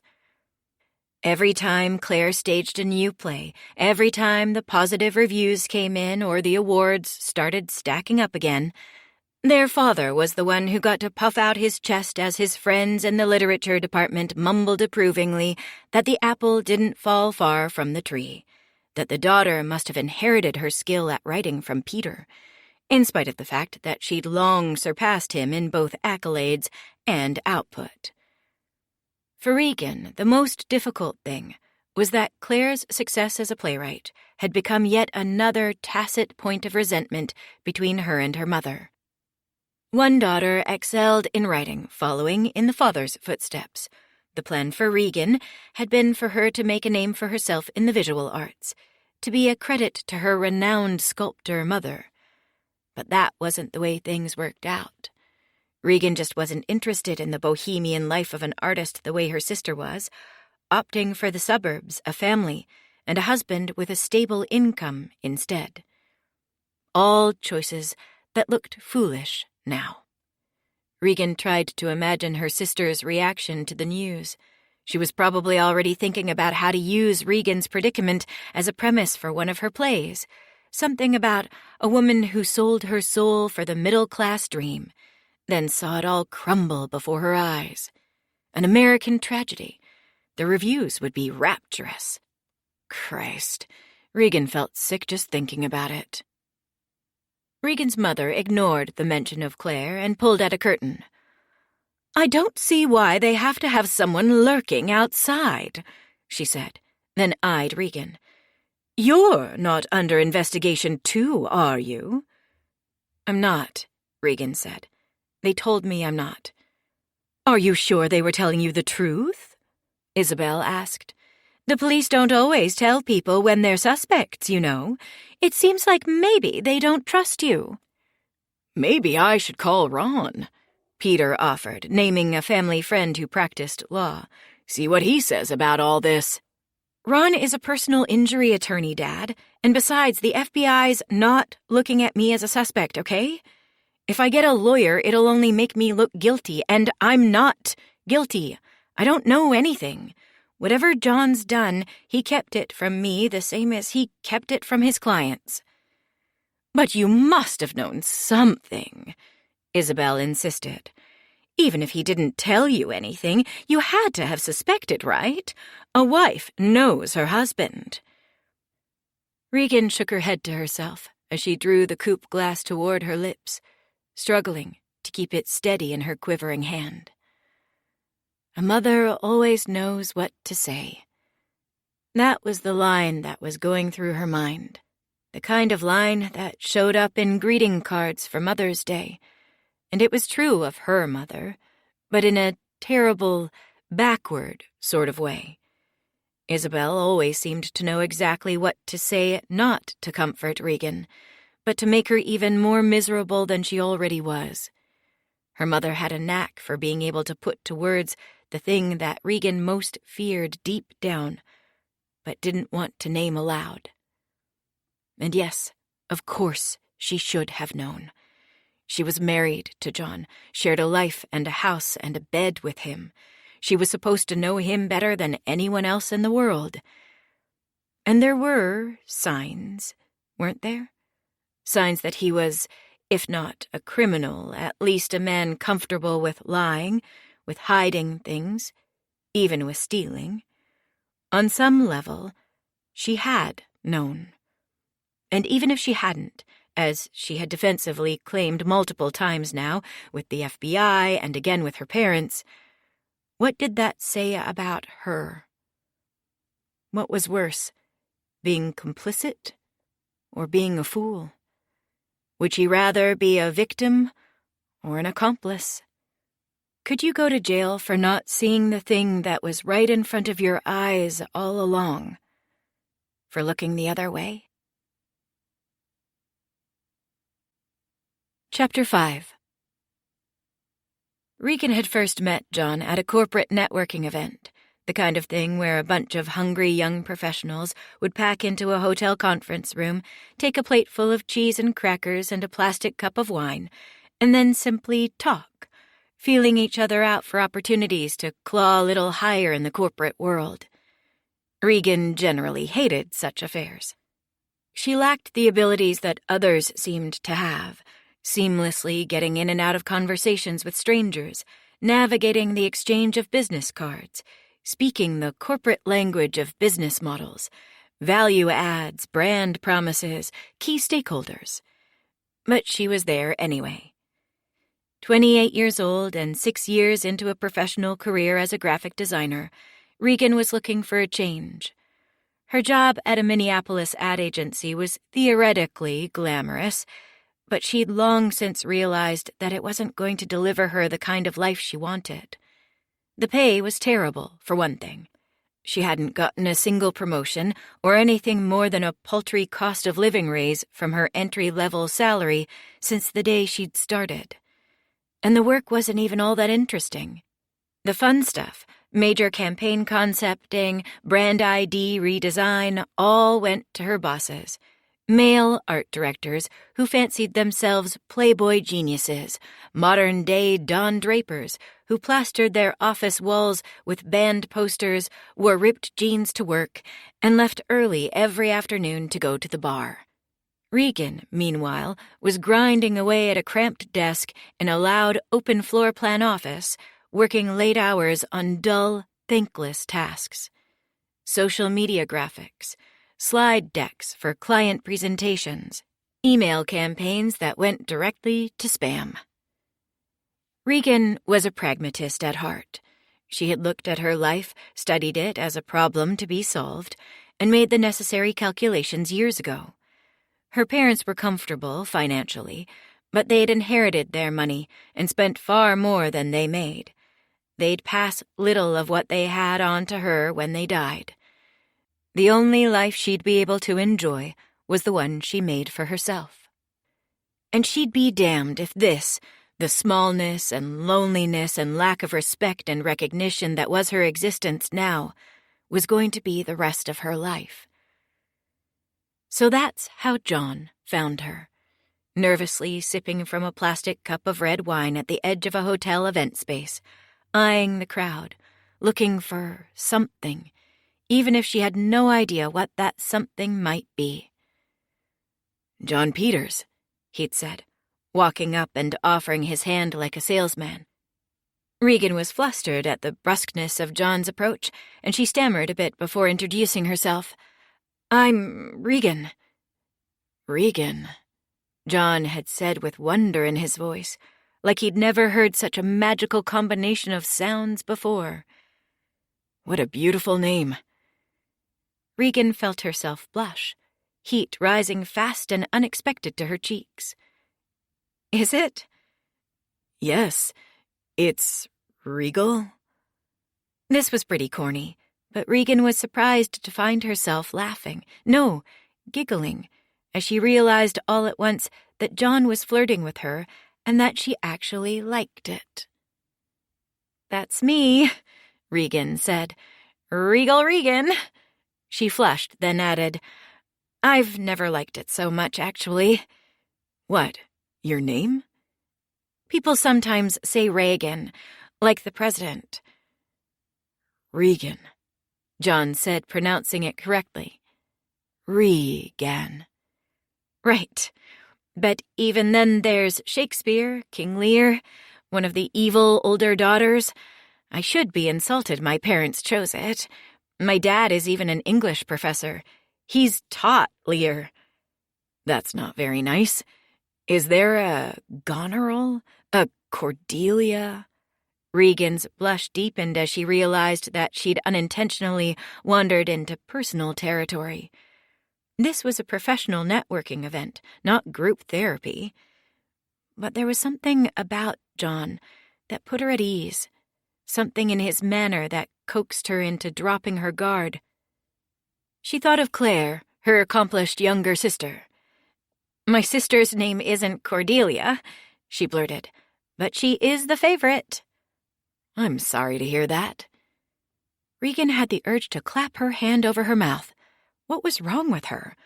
A kind of drunken feeling had come over her, a carelessness. She brought the plastic cup to her lips and drank the rest of the bad Merlot in a single gulp, hoping the flood of alcohol would wash away her awkwardness. After she'd swallowed it down, she made a halting apology for burdening John, this guy she had only met, with her personal problems.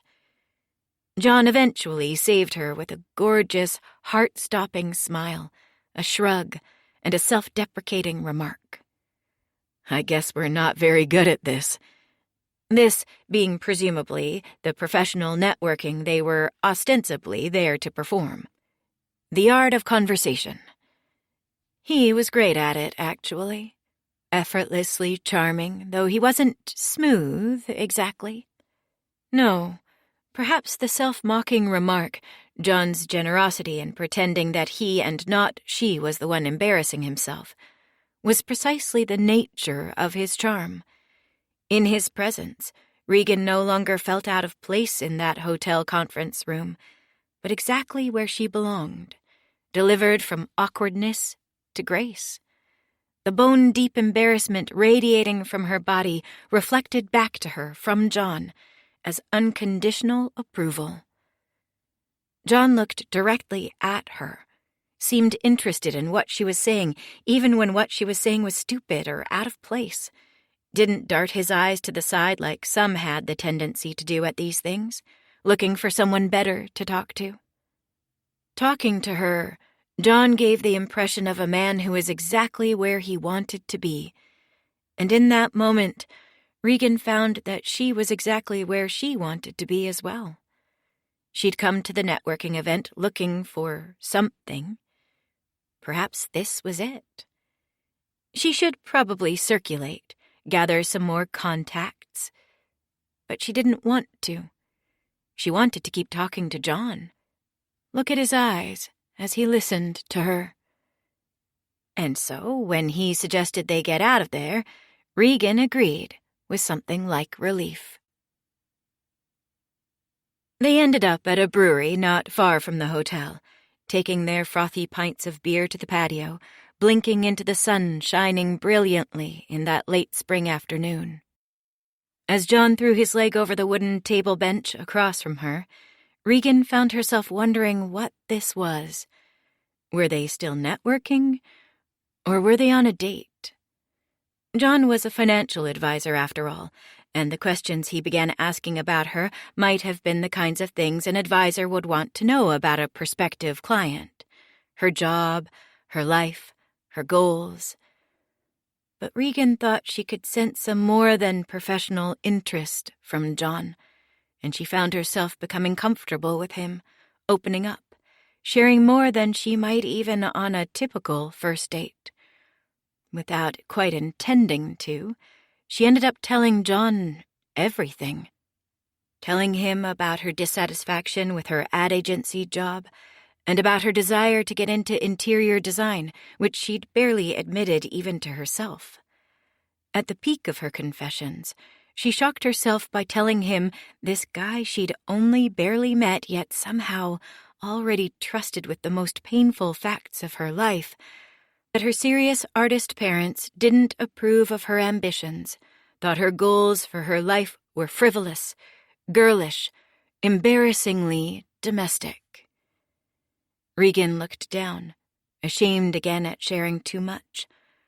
But then she felt the weight of John's hand on hers, and she looked up to find him staring urgently into her eyes. Oh, this was definitely a date. "Is it your dream?" John asked. "I guess," Regan admitted after a pause. "You guess?" Regan sat up taller, drew her shoulders back. "It is." "Then who cares what anyone else thinks? You should be able to go after what you want." Regan was moved almost to tears herself by John's concern for her, by his encouragement. It was something she never seemed to get from anyone else in her life, not from her mother, not from her sister, certainly not from herself. It was an amazing feeling, being encouraged, feeling that there was someone in the world who truly saw you and thought that what they saw was good. She could get used to it. But what about John? What did he want? She apologized for talking so much, tried to turn the conversation toward him, but he only deflected. The thing about being a financial advisor is that it's about making other people's dreams come true, John said. So I guess that's my goal, to help other people reach their goals. The thing that makes me happy is making other people happy. Oh, he was good. He may have been young, early in his career as a financial advisor, trying to build his client base, but Regan could tell that John Peters was going to be successful at what he did. Regan leaned over the table, aware that all traces of coyness, all her reserve, had fallen away. She was openly coming on to John now, and perhaps he'd been coming on to her, selling her, all along. "What about me?" she asked. "How would you make me happy?" She watched as understanding spread across John's face, a wry smile coming to his lips. "I'm sure I could think of something." Regan knew at that moment that this was far from over, that she'd make John fulfill his promise very soon, maybe even that very night. John did make Regan happy in the weeks and months that followed. In bed, he was attentive, generous, even patient, not just getting his dick in her and pounding away like so many of the other young guys she'd dated over the years, but actually taking the time to find out what she liked, exploring her body, making sure she came every time they had sex, using his fingers, his mouth. They went on dates every weekend, and there was rarely a single day that passed where she didn't get some kind of communication, a text or a phone call, from him to let her know that he was thinking about her. They never officially moved in together, but they may as well have, John spending so many nights at her one bedroom in Uptown rather than his studio in St. Paul, that he basically lived there. Regan thought about complaining, considered wondering aloud at breakfast some morning whether they were moving too fast, spending too much time together, whether John should maybe spend a few days at his place, except that it was so nice to have him around. His things barely took up any space, and he cleaned up after himself, cleaned up after Regan, too, wiping down counters, sinks, doing the laundry without being asked. Some days, she'd come home late from work at the ad agency and find John in the kitchen making dinner, pasta, a big salad, once a whole roast chicken with garlic roasted potatoes, a salad, and white wine. The only problem in those early days of their relationship was something that had charmed Regan in their first meeting, but which had begun to grate as time wore on. John was keenly interested in Regan, in learning everything he could about her, but rarely, almost never, shared anything about himself. This was hard to notice at first, in part because the experience of being under John's gaze, being the object of his curiosity, was so intoxicating. When she was with John, Regan felt herself to be interesting and important, worthy of all the attention she was receiving, a celebrity to a fan base of one. Under the glare of John's adoration, it was hard to notice or care that he'd pull away and deflect any time a question turned to him. He'd dance around and turn the conversation back toward her whenever she ventured to ask about his family, where he'd grown up, if he had any siblings, or what he was like as a kid, loud or quiet, silly or serious. Not that John didn't have answers to these questions, only that the answers he gave concealed more than they revealed, and cut off further inquiry. When Regan asked where he was from, "Oh, just some shithole town up north. I've worked hard to forget it." Or when Regan asked about his parents, "They died. You don't have to be sorry. We weren't close." As time went on, 6 months, 9 months, a year, Regan became more insistent in her questions. As a kind of challenge to John, she began to expose more of herself, laying out her life in all its detail. She answered every question John had, even told him things he hadn't asked about. And one day in the fall, she brought him home to meet her parents, far earlier than she might have otherwise.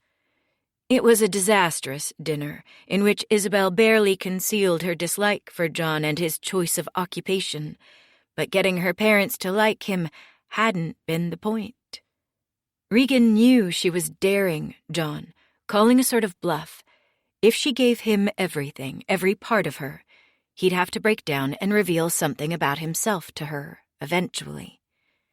And he did, though not in the way she'd anticipated. This was when the cons began. It started on a Saturday morning in spring, almost a year after they'd first met and started dating. They already had patterns by this time, as habit-bound as an elderly couple. Normally they'd sleep in late, let the sun creep into the bedroom. John would wake first and go to make the coffee, then Regan would rise later with the smell, and find him in her kitchen frying eggs or making pancakes. Slowly they'd enter the day, lazing for hours around the apartment before venturing out for a late afternoon happy hour, dinner, maybe a movie. On this day, though, John came into the bedroom and shook her from sleep with coffee in a steel tumbler. "Get up," he said. "I want to go out." Regan looked at the clock. It was 9:30, a time she'd regard as impossibly late after the kids were born, but which by the standards of her late 20s was still early on a weekend. "Now?" "Yeah," he said. "We're going to open houses." Open houses? Regan thought she'd heard John wrong. But then, after she'd had some breakfast, he packed her in the car and brought her to a succession of homes in the city with real estate signs pounded into the dirt at the curb. Huge, beautiful homes, in some of the Twin Cities' most coveted neighborhoods. Lake of the Isles, Linden Hills, Summit Avenue, the price tags seeming to climb with each home they saw. Regan had a few $1,000s in a checking account, almost $10,000 in savings, some money in a 401k that she never checked. She didn't think she'd ever be able to afford homes like these. $735,000, $859,000, $919,000. Palatial living rooms, gleaming kitchens, master bedrooms as big as her entire apartment, with their own bathrooms and balconies. She didn't know how much money John had squirreled away, but she guessed he couldn't come close to putting a down payment on any of these places either, not by the evidence of his shabby studio apartment in St. Paul. The real estate agents at the open houses sensed it as well, seeming to smell John and Regan's lack of money as they came in the door. The agents would turn up their noses as they spoke to them, perfunctorily asking them how long they'd been in the market, what they were looking for, then suggestively mention that they had some other properties they might be interested in looking at. Smaller properties. The implication was clear. John and Regan didn't belong here. "John, what the hell are we doing?" Regan asked after the third house, as John drove them onto the interstate, north toward the suburbs. "Just having some fun," John said. "This isn't my definition of fun." "Don't you like to dream?" "Dream about what?" "About what might be someday, about where we could end up." "John, come on, we'll never be able to afford a house like the ones we've been looking at." "You never know," John said. "Anything's possible." He drove them to North Oaks, a loose suburb of golf courses and lakes, rambling mansions on winding roads set amid evergreen trees. They drove up to one such mansion, a white house with a porch that ran the entire length of the facade and wrapped around to the back, panes of glass vaulting above all the way to the eaves. Inside, They took off their shoes and walked to the kitchen, where Regan picked up a flyer. Something caught in her throat.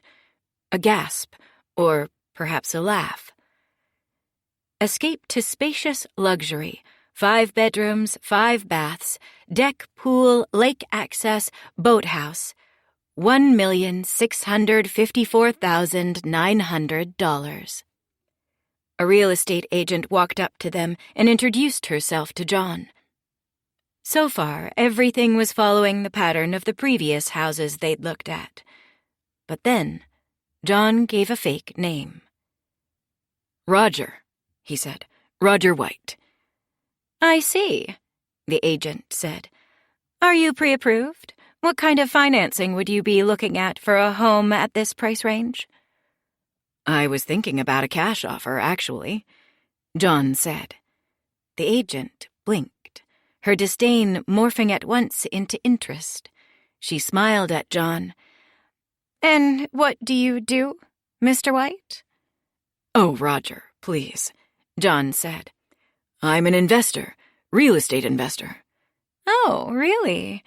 You're looking at this place as an investment?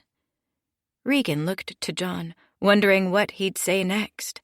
She realized she'd been holding her breath. She let air out of her lungs slowly, trying not to draw any attention. No, John said, to live in. I'm looking at a number of properties in the city, and I need a base of operations. What kind of properties, Mr. White? John frowned at the agent. Now, what did I just say? The agent laughed. Roger, then. Her cheeks flushed red. Regan looked at her and wondered if that was what she looked like back when she'd first met John. He'd made her laugh, too. That's better, John said. Luxury apartments, mostly. A few old houses in the city I intend to convert to fourplexes and sell. Maybe a few empty lots for development. Are you looking for partners? The woman asked. John smiled, and with a stab of hurt, Regan realized that he was flirting with the agent. She'd thought he only used that look with her, but here it was, pointed at another woman, and she found herself wondering how many women John flirted with, how many he turned on the charm for. Was it something he did often? To get clients? Oh, always, he said. The agent seemed too overcome to speak. She turned to Regan. And you are? Yes, dear, John said. Introduce yourself. I'm Veronica, Regan stammered. They walked through the rest of the house, but Regan couldn't see the rooms. She kept thinking about what had happened in the kitchen. Why had John lied? On the way out, the agent stopped them, gave John her business card. In case you need to get in touch, she said. Then, at the car, an older man in a gray sport coat stopped them. He'd overheard them talking and he wanted in. He wanted to invest. I'm afraid we're not looking for small investors right now, John said. Anything less than $500,000, it's just not worth my time. I've got it, the man said, a trace of desperation in his voice. I can get it. I just need to move some things around. John sighed. We were just about to leave. He was projecting impatience, but Regan could tell that he was scared. Panic came to the man's eyes. He reached into his breast pocket and came out with a checkbook. How much do you need now to know I'm serious? 5,000? 10 at least, John said. The man clicked a pen and opened the checkbook on the roof of their car, somehow not noticing that the Hyundai hatchback John drove was hardly the car of a real estate investor. He started scribbling. Regan looked over his shoulder as he wrote a 1. Her panic boiled over as he added the zeros. "John!" she shouted. The man's head snapped up. Wait, John? I thought your name was... John shoved Regan into the car, then leapt into the driver's seat and peeled away. More dates followed. More cons. outings in which John again made up a character on the spot and forced Regan to play along. After the open house in North Oaks, there was a swank millionaire's wedding they bluffed their way into, John pretending to be a distant cousin to the bride and becoming loudly offended when the poor event coordinator with a clipboard at the gate couldn't find their name on the list. She'd finally let them in, and Regan and John spent the rest of the night enjoying the lavish party, gaping at the expensive clothes and decorations, eating catered steaks with the rest of the guests, drinking from the open bar, and walking away at the end of the night with party favors. A whole gift basket full of expensive hand lotions, bath salts, and face creams that Regan used in the bathroom for weeks to come. After that came the pinnacle of their cons, a night at a dance club downtown where John targeted some trust fund kids who were high out of their minds on Molly. He concocted some story about a bag full of drug money locked up at the bus station, claiming that they couldn't get at it because the cops were staking out the place and knew their faces, but that the kids could have the key for $1,000 and walk away with $15,000 clean. Regan figured that if John's marks had been sober, they wouldn't have gone for it. But they weren't sober, and they did go for it, searched their wallets and went to an ATM and shelled out 10 crisp hundreds in exchange for a key that John had found at the bottom of a junk drawer, when he admitted later he didn't even know what it was for. A padlock to a locker at an old gym he used to go to, maybe? He chattered about the con all the way home. Can you believe it? I didn't think they'd go for it, but they did. They fucking did. While Regan silently held the money in the palm of her hand, looked at it in the intermittent glow of streetlights. When they got back to Regan's place, she finally spoke up and told him the cons had to stop. I don't want to do this anymore. I'm done. John's mouth closed.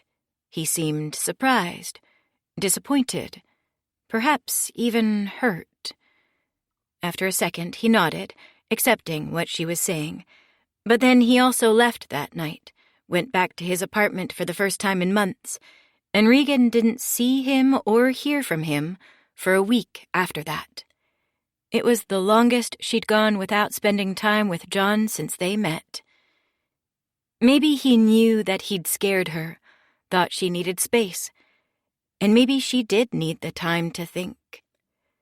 They'd been scary, these dates, these cons, John had called them, but exciting, too. Regan couldn't deny the thrill of pretending to be someone else, of lying.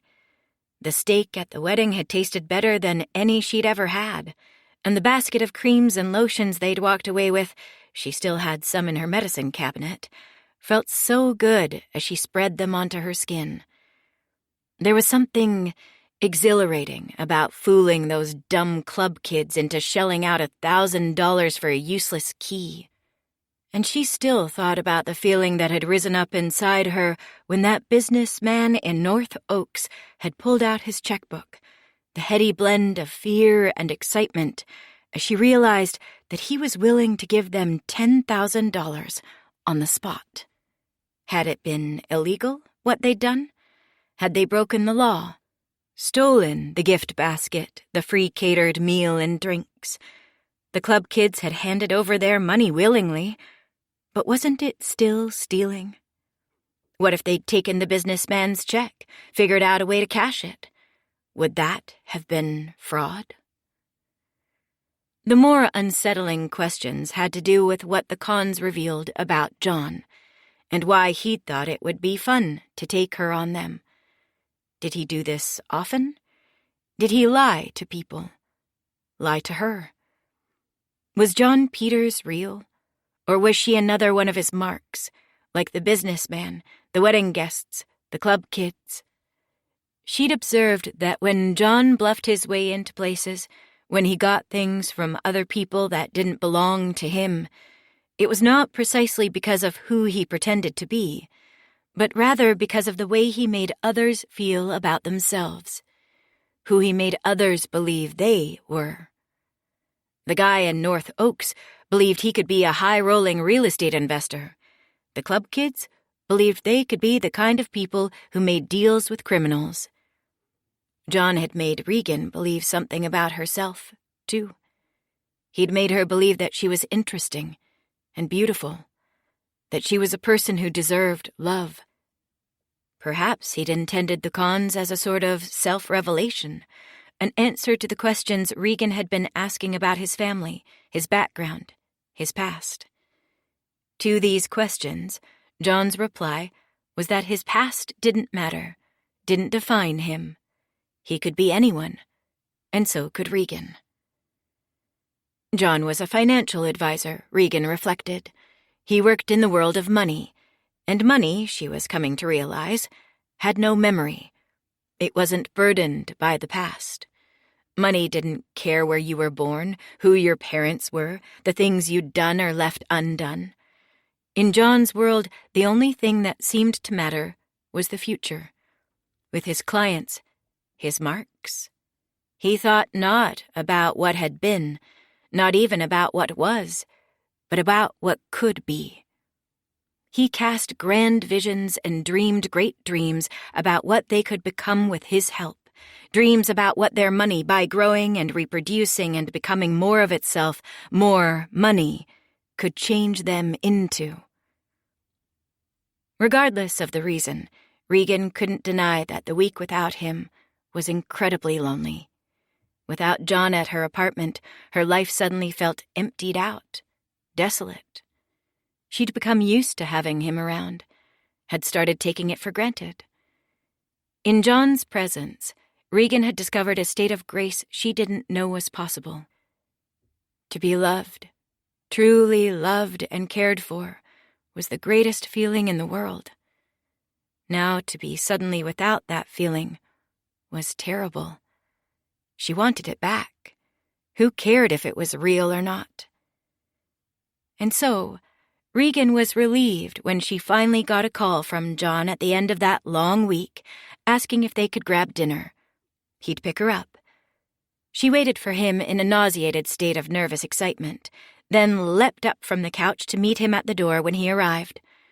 As soon as he stepped into the apartment, he sank to his knees and opened a jewelry box. "Regan," John said, "I love you. I'll be whoever you want, whoever you need me to be to make you happy. Marry me." Regan looked at the ring, the gleaming diamond jutting up from the platinum band like the pistil in the center of a flower, enclosed in the petals of the velvet jewelry box and John's sturdy hands. What he was offering her, she knew, was the opportunity to be someone new with him, to see what people they might become together. He was leading her away from the past and into the future. "Yes," she said. Chapter 6. Regan watched the FBI car parked at the curb for the rest of the evening and into the night, waiting for it to leave so she could escape to the lake house. She watched it out the window through an awkward, mostly silent dinner with her parents, watched it as she put the kids down for bed. Philip in the study, Etta in her old bedroom. "Is Daddy going to say goodnight to me, Mama?" Etta asked as she laid down her head, arms wrapped around one of Regan's old stuffed bears. A tightness came to Regan's stomach. John would often sneak in and say goodnight to the kids when he worked late. Regan didn't know how to explain to Etta that it wouldn't be happening tonight, or maybe ever again. "I don't think so, sweetheart." "He's working late?" Regan paused. She'd have to explain eventually, but not now. There'd be too many questions she didn't yet know how to answer.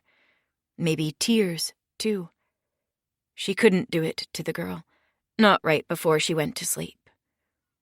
"Something like that," Regan said. "Really, really late." Etta's eyes narrowed.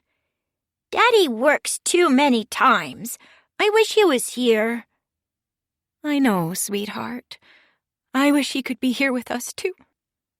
She began to choke on the last words and wrapped Etta in a sudden hug to hide her tears. Good night, my girl, she whispered into Etta's ear, then gave her a kiss on the cheek and left the room. In the hallway, she leaned against the wall and took a breath, trying to calm herself, her hands balled to fists at her side.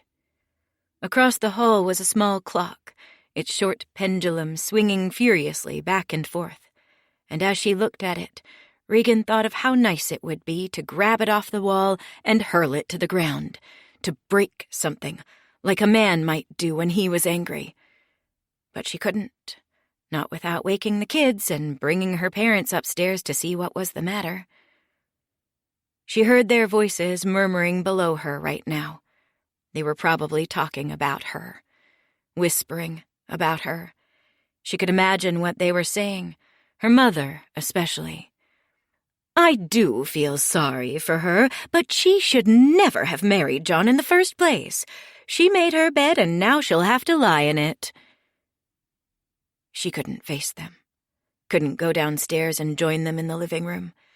Instead, she leaned up against the wall and sank down to the floor of the hallway, settled there with her legs stretched out in front of her and crossed at the ankle.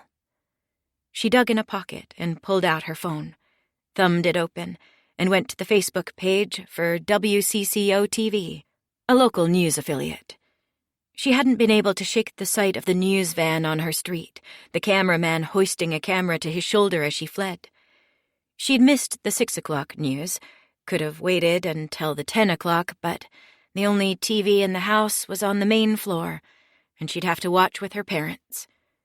Regan couldn't imagine the humiliation of a story about John's crimes coming on while Peter and Isabel sat next to her. She scrolled through the WCCO feed, each post providing a link to a different story, a different segment. State senators arguing about the budget at the Capitol, layoffs at a local factory, a girl raising money for the homeless with a curbside lemonade stand. And then, there it was. Twin Cities financial advisor accused of stealing clients' money. Regan heard her own pulse in her ears as the video loaded. She frantically thumbed the volume down low enough that her parents wouldn't be able to hear downstairs. On the screen, a female anchor looked gravely into the camera. A quiet neighborhood in the western suburbs was turned upside down today when FBI agents raided the house of a... The anchorwoman must have gone on talking, perhaps handing things off to a reporter at the scene. But Regan suddenly couldn't hear anything anymore, because there on the screen was her street. There was her house, her blue siding, her white awnings, her red front door and cement stoop, and now, oh God, there was her neighbor Gloria, the retired busybody, looking red-faced and upset as she talked into a microphone, and Regan suddenly felt as though she was sinking into the floor, the carpet and the slats of hardwood yawning open to swallow her whole. Regan had to put a hand on the floor to steady herself. The phone fell out of her other hand and clattered down. Regan blinked, gave her head a shake to push away the vertigo, and snatched up the phone again. No idea, Gloria was saying. They seemed like such nice people, but you never know who someone really is, I guess. They. Gloria had said, they, not he. Confirming Regan's fears. John had been the one to commit a crime, but the world would hold both of them responsible. And now there was John's picture as well, the professional photo he used on the website for his business. The photo looked sinister, his smile put on and fake, his eyes empty.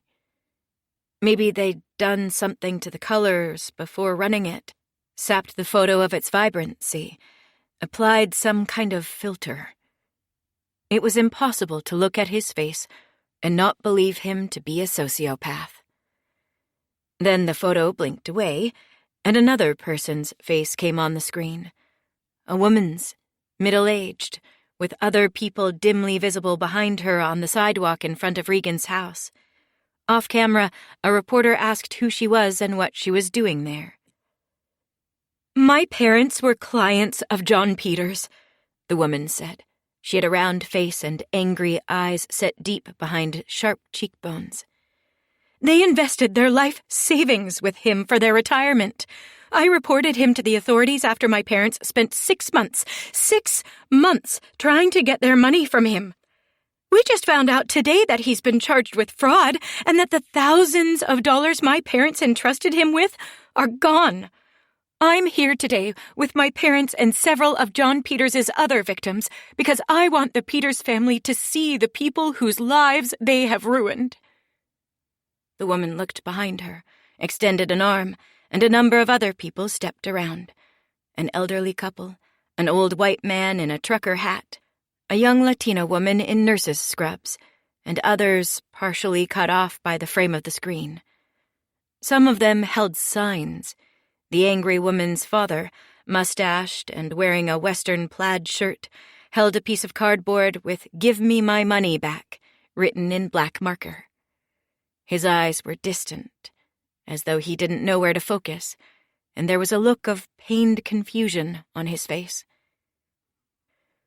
Regan held a hand over her mouth as the picture changed again, and she suddenly saw herself, recorded in profile through the window of her car, holding a hand up to the side of her face as she screeched away. She looked guilty. It was impossible to look innocent while running away. "This is Mr. Peters' spouse, Regan Peters, abruptly leaving the scene earlier today. No word from the FBI yet on whether or not she was involved in this financial scheme with her husband." Regan pushed herself up and lurched to the bathroom. In the darkness, she scrambled on her knees to the toilet and lifted the seat. She waited. She'd thought she might throw up, but now that she was here, the feeling had passed, and all she did was breathe slowly into the bowl, smelling the water and the scrubbed porcelain, a smell she associated with shame, with late nights and one too many drinks. After a while, she stood up, flipped on the bathroom light, then slowly washed her hands, staring at her reflection in the mirror. Earlier on the news segment, she'd barely recognized her husband's image. Now, she hardly recognized hers. She felt as though she'd aged a decade in the last several hours. There were dark half-moons under her eyes, and her cheeks looked sunken and haggard. After she was done in the bathroom, she went back into the hall, walked to the window at the end and looked down at the street. The FBI car was gone. Finally. She checked in on the kids. Both were sleeping soundly. She crept down the back steps to the side entrance, then walked softly to her car.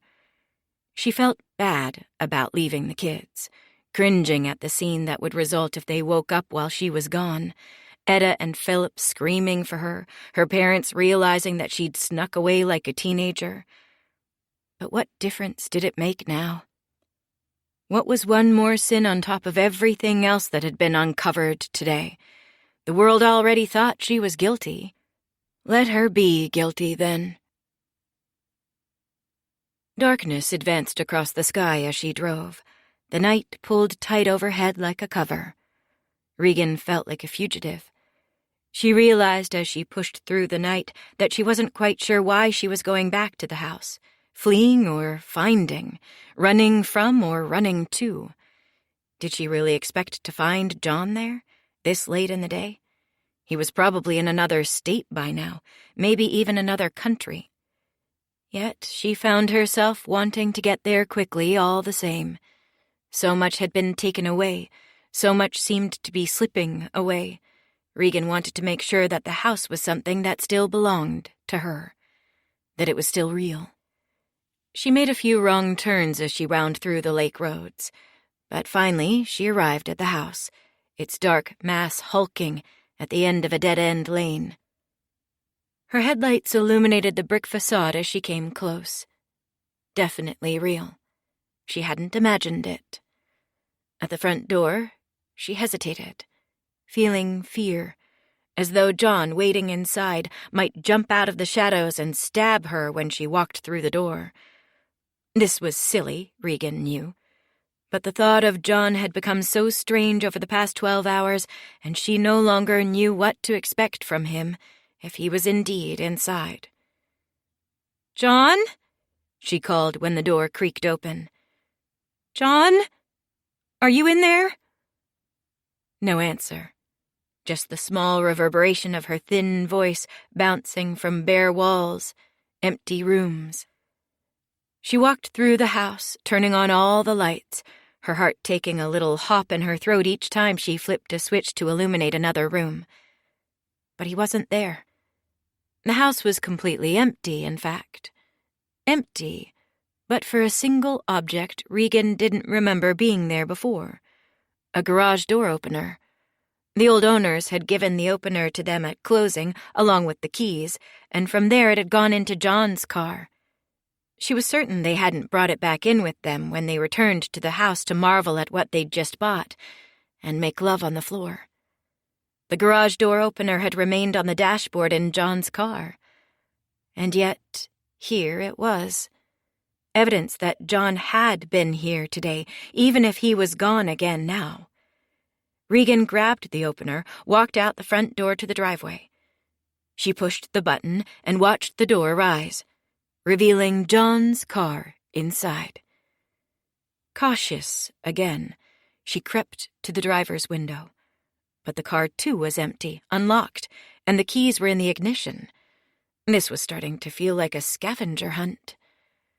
First the opener, then the car, now the keys. What did John want her to find? She scanned both front seats, then the back seat, and then she went to the trunk. Inside was a cream-colored leather travel bag with tan straps. It took Regan a moment to recognize it as something of hers, a gift from John for last year's birthday.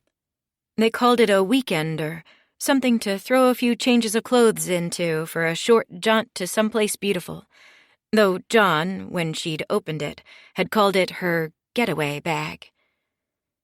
"You could use it for a girls' trip sometime," he'd said, smiling, pleased with his thoughtfulness. "You know, get away from me and the kids for a bit." Regan hadn't liked it. Philip was only 6 months old at the time, still not sleeping through the night, and John was putting in long hours at the office. She couldn't imagine getting away for an afternoon, let alone for a girls' weekend with similarly busy mom friends she hadn't even seen in months.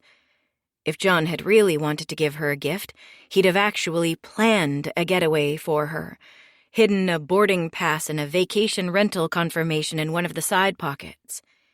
Instead, the empty bag had gone in the back of her closet. She hadn't used it once. It was packed full now, though, bulging and lumpy. Regan reached for the bag and gave it a heave to test its weight. She could barely lift it. Next, she eased the zipper open, holding her breath, somehow certain of what would be inside even before she saw it. Money. Piles of it. Stacks of it. The back of Regan's neck tingled, and she closed the garage door behind her, imagining a neighbor, some night owl, up late, spying on her from down the street. Then she hefted the bag out and carried it into the house. Inside, she took one look at all the windows in the kitchen, dining room, and living room, then turned off the lights and went down the hallway. A bathroom was the first room she found where she couldn't be seen from the outside. She emptied the bag out onto the tile floor, then settled herself down and began counting the money. The cash was in stacks of bills, bound with rubber bands. Most of the bills were hundreds, some 50s, nothing smaller than a 20. It took her almost an hour to count it all, unbinding the stacks, counting out the cash onto the floor, then wrapping each pile in the rubber band again and going on to the next. As she reached the end of her counting, she thought of the man at the open house from their first con, the one who'd tried to write him a check. All those zeros. There were more zeros now. $1 million. and more. $1,010,550 to be exact. More money than she'd ever seen in one place, more money than she imagined she'd ever have, though she knew dimly that John had been saving money for them over the years, had it spread over different accounts, mutual funds and bonds and money markets and certificates of deposit and high-yield savings. That was electronic money, though, numbers on a screen. Besides, the FBI knew about all those accounts and had their plans to take them from her, every last cent, to pay for John's crimes. This money was physical. It was real. It was laid out on the floor before her, and it was, for now, hers. As she thought it, she knew it wasn't true. This money surely belonged to John's clients, the ones he'd stolen from. Regular people, people like the ones she'd seen on the news story gathered outside her house to protest, to express their rage. The middle-aged woman with lines spidering out from her eyes, the man in the western shirt, the young woman wearing nurse's scrubs. She should return it to them. But then she thought of the bag, the gift from John she hadn't liked at the time. Her getaway bag. John was obviously trying to tell her something by putting dirty money in a bag that had originally been a gift for her, the bag itself hidden in the house that had been his latest and most outlandish gift. He wanted her to keep the money, to use it as an escape, a getaway. There were also the kids to think of, their future, their clothes, their food, where they'd live. Summer camps, braces, college funds. John was gone. She was the provider now. It was all on her shoulders. She thought once more of the cons, of what John had been trying to tell her with them. She'd always thought his point had been that he could be anyone he wanted to be, and so she should stop asking him about who he was, who he'd been. But maybe there'd been another message as well, that she could be anyone too. She wondered now if she could become the kind of person who could keep the money laid out in front of her. Someone like John, unencumbered by the past, unafraid to lie, to steal. Someone with a plan. Regan stayed in the empty house and thought about it for 5 minutes, 10, paced the narrow bathroom floor, looking at the money, playing out the scenarios. She could call the FBI right now, tell them where she was, what she was looking at. She should, probably. But then there'd be questions, unpleasant ones. They'd wonder why she didn't tell them about the house in the first place, why she didn't bring them along to discover the money with her. She couldn't face it, not tonight. Ultimately, Regan decided it would be easier to hide the money, to give herself more time to figure out what to do with it. Regan drove back to her parents' house with the bag in the passenger seat next to her. She glanced over at it every so often as the car passed in and out of the orange glow of street lamps, as if to make sure it was safe and real. On her parents' street, she pulled into the alley and rolled quietly to the detached garage. She keyed in the code to open the door, then heaved the bag inside, past her parents' car, to a ladder at the back wall. The ladder led to a small wooden platform in the rafters. Her father used the loft for storage, Christmas decorations, some yard tools, a few tarps. But when she was a girl, Regan had used the loft as a place to escape, to hide. A place to read a book, to put her thoughts in a diary, to lean her back against the wall and simply close her eyes, imagining herself tucked away from the demands of the world. She hauled the bag up the ladder, her feet uneasy on the rungs. It was still open, the place she used to sit. A smooth patch of unfinished boards between a box of old photo albums and some folded-up drop cloths. A small spot, but she'd felt safe there when she was young. The box and cloths pressing against her shoulders, making her feel held. Now she heaved the bag up, placed it on the platform, and shoved it toward the spot. The FBI would never look for it here, and her parents scarcely went up the ladder anymore. Regan had been safe in the loft. The money would be too. Regan closed the garage door and snuck to the house, coming in the back way. She turned the knob gingerly, careful not to make noise, but her mother was awake, waiting for her in the hallway, eyes wild with anger. "Where have you been?" Regan glanced at the clock on the wall.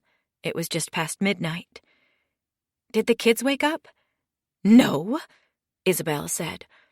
"I'm the only one who noticed you were gone." "Good," Regan said. There was a moment of quiet. Then Isabel asked, "Well, did you find him?"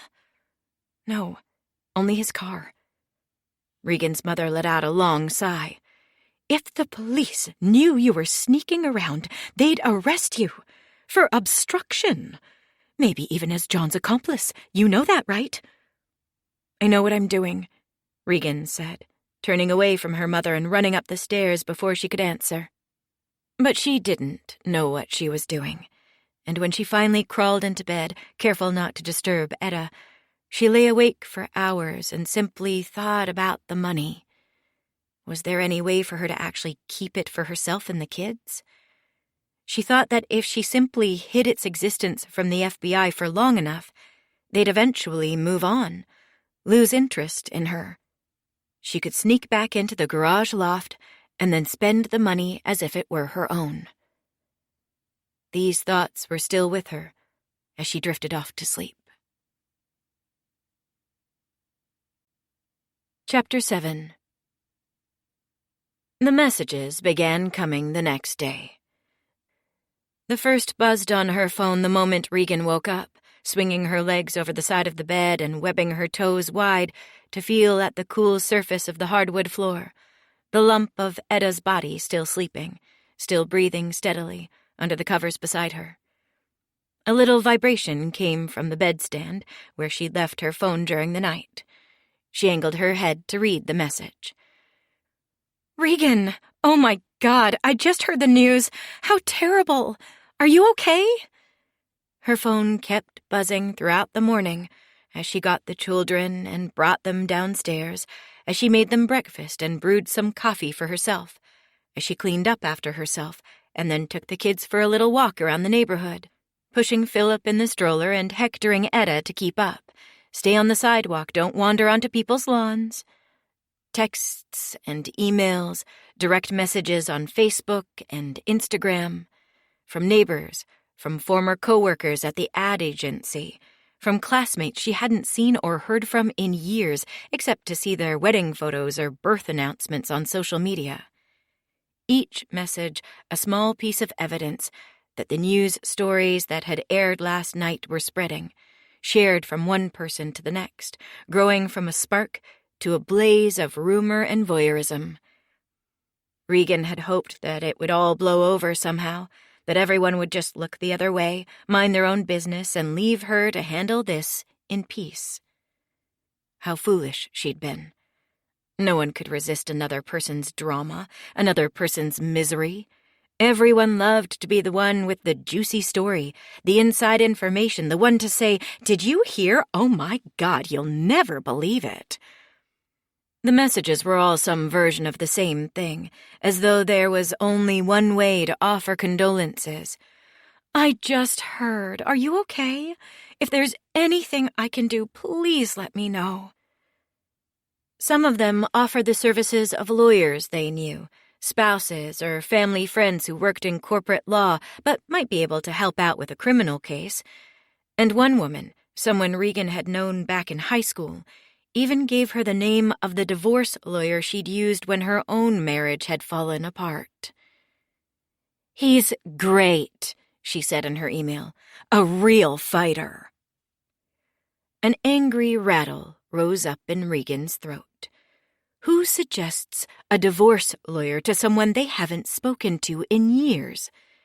She shoved the phone back into her pocket, kept on walking down the sidewalk, pushing the stroller a little faster over broken concrete. "Henrietta Jane?" she snapped at Etta, who'd paused a few steps back to look at a purple flower on someone's front lawn, bending over to stick her nose in its petals. "Keep up!" Etta ran to catch up, her cheeks reddened and her eyes wide at Regan's scolding. Regan immediately regretted yelling. Etta hadn't done anything wrong. Let her stop and smell flowers if she wanted to. Let her be carefree as long as she possibly could. It wasn't her fault that people were nosy and meddlesome, and maybe Regan should have been thinking about hiring a divorce lawyer. She hadn't thought about it until just then, reading her old classmate's email. But her marriage was over, wasn't it? John was gone, and once the FBI caught up with him, he'd be in jail. What marriage could survive that? They said you had to work on your marriage, fight for it, but there was nothing left for her to fight for. Nothing but the money, her fair share of everything that was left over. She was thinking about whether she should get a lawyer. Maybe a lawyer could work with the FBI to let Regan keep some of John's money, or even talk to the press, make it clear to everyone that John was to blame here, not her. When the phone buzzed in her pocket yet again. "Oh, Jesus Christ," she muttered too loudly. "What the fuck is it now?" "What did you say, Mama?" Etta asked, her voice high and fearful. "Did I do something bad?" "No, baby, it's okay, don't worry." Regan looked at her phone and saw a message from an unknown number. No text. Just a picture. Regan squinted at it, unable to make out the fuzzy details in the thumbnail. She tapped on the notification, then entered her security code to look closer. The photo appeared on the screen and seared itself into her brain. Regan screamed and dropped the phone to the ground. "What is it, Mama?" Etta asked, her voice gone high and shrill. In the stroller, Philip began to cry. "It's nothing," Regan said, willing herself to be calm for the sake of the children, knowing she was scaring them. "I just dropped my phone by accident." She leaned over and picked it off the concrete, the screen still lit up. Etta clambered over and tried to take a look, but Regan clutched the phone to herself, hiding it from the girl's eyes. "Can I see?" Etta asked, pulling at Regan's pant leg. "Stop it!" Regan snapped. "Just be quiet!" Etta stood back and joined Philip in crying. But Regan blocked out the sound as her attention tunneled into the phone in her hands. The photo was in black and white, a little grainy, but its details were still clear enough once Regan looked closely. It showed a woman and a man having sex in what could have been a hotel bed. The angle was from above, as though the camera had been mounted on the wall near the ceiling. The woman was on top, her bare back to the camera, dark hair cascading down over her shoulders as she rode atop the man. He lay flat on the mattress, head thrown back, eyes closed, but his face was still clearly visible. It was John, her husband, fucking another woman. The emotions she felt upon looking at the photo and understanding what she was looking at, the betrayal the image represented, veered wildly across a spectrum from moment to moment. First, there was the horror, the reflexive disgust like a gag reaction that had made her throw the phone to the ground. Then there was the shame, which she was feeling now. A shame so deep that it was indistinguishable from a desire to die, to disappear, to burrow deep inside herself and never come back out. She'd do anything to prevent anyone from seeing the photo, from knowing that John had cheated on her, not just Etta, but every other human being in the world. The third emotion, which followed quickly after, was anger. Why should she be the one to feel bad? She'd done nothing wrong, and yet she was somehow the one who felt guilty, the one who felt she had something to hide, the one making a scene on a city street, snapping at her kids, making them cry. Then her eyes fell on the woman. Her back was to the camera, her face not visible, but Regan didn't need to see her face. She'd know that shoulder-length hair anywhere, jet black, gleaming even in the limited light of the gray photograph. Tamara, John's secretary. John had had a string of secretaries over the years, assistants to help him with the mountains of paperwork that being a financial advisor entailed. They were almost always young women in their 20s, and attractive, which Regan never liked. Just once he'd hired an older woman, named Linda, semi-retired, and Regan had breathed a sigh of relief to think of the two of them in the office together, or rather, not to have to think of them. Linda was a grandmother. She'd shared pictures of her grandkids with Regan the first time they met. John could work as late as he wanted, and nothing would ever happen with her. But before even a year had passed, Linda's semi-retirement had become actual retirement, and John had hired Tamara next. She was 24, black hair that shimmered in light, smoky gray eyes, a perfect body. She was friendly enough, bubbly even, smiling too widely when Regan would walk into the office with the kids, falling into a sing-song voice with Etta, offering Regan coffee while she waited for John to get off the phone. She'd even had them over for dinner once, right after John had hired her. She must have read some article, something about the importance of building a good relationship with your boss. She lived in a 2-story townhome along the river in a hip part of the city, a neighborhood with lots of bars and restaurants. John and Regan got a sitter for Etta. There was only her then, though Philip wouldn't be too far behind. The dinner was awkward. Halting conversation under the light of a dangling pendant lamp. John was Tamara's boss, but she seemed to spend most of the night trying to impress Regan, constantly refilling her wine glass, asking her questions about the baby, about her home, about her work, acting all impressed when Regan told her about the defunct interior design business. "That's so great," Tamara had chirped. "You should definitely start that up again." "I've got no time," Regan said. She was a little buzzed from all the wine. She'd probably had more than half a bottle, while John and Tamara had barely finished a glass between them. "Tell your boss to come home more. Then maybe I could get the business up again. Until then, I'm too busy being a mom." Tamara gave John a panicked glance and then darted her eyes back at Regan, her plastered-on smile barely dimming. "There's daycare, isn't there?" Regan felt John tense in the chair next to hers. They'd been arguing about daycare recently. John thought it would be easiest to send Etta 5 days a week, but Regan thought she was still too young and insisted that so many days of her baby in someone else's arms, wouldn't be necessary if John spent less time in the office. None of this was Tamara's business, though, and Regan acted as if nothing was wrong. "Maybe when Etta's a little older," she said. "I hope so," Tamara said, the worry in her eyes easing now that Regan had let her off the hook for her misstep. "It's such a shame when talented women drop out of the workforce. I bet you could do a lot with this space, couldn't you? I bet you could give me a lot of decorating tips." Regan had smiled wanly, accepting the compliment, even though Tamara didn't know anything about her work, had never seen photos of a space she'd designed, and had no way of knowing if she was truly good at it or not. It was only later, after the wine buzz had worn off, after she woke up the next day and took 2 ibuprofen for the pounding headache she'd been left with, that she realized what felt so off about the evening. The whole thing had seemed staged for her benefit. Tamara's deference toward her had been overeager, practically cloying.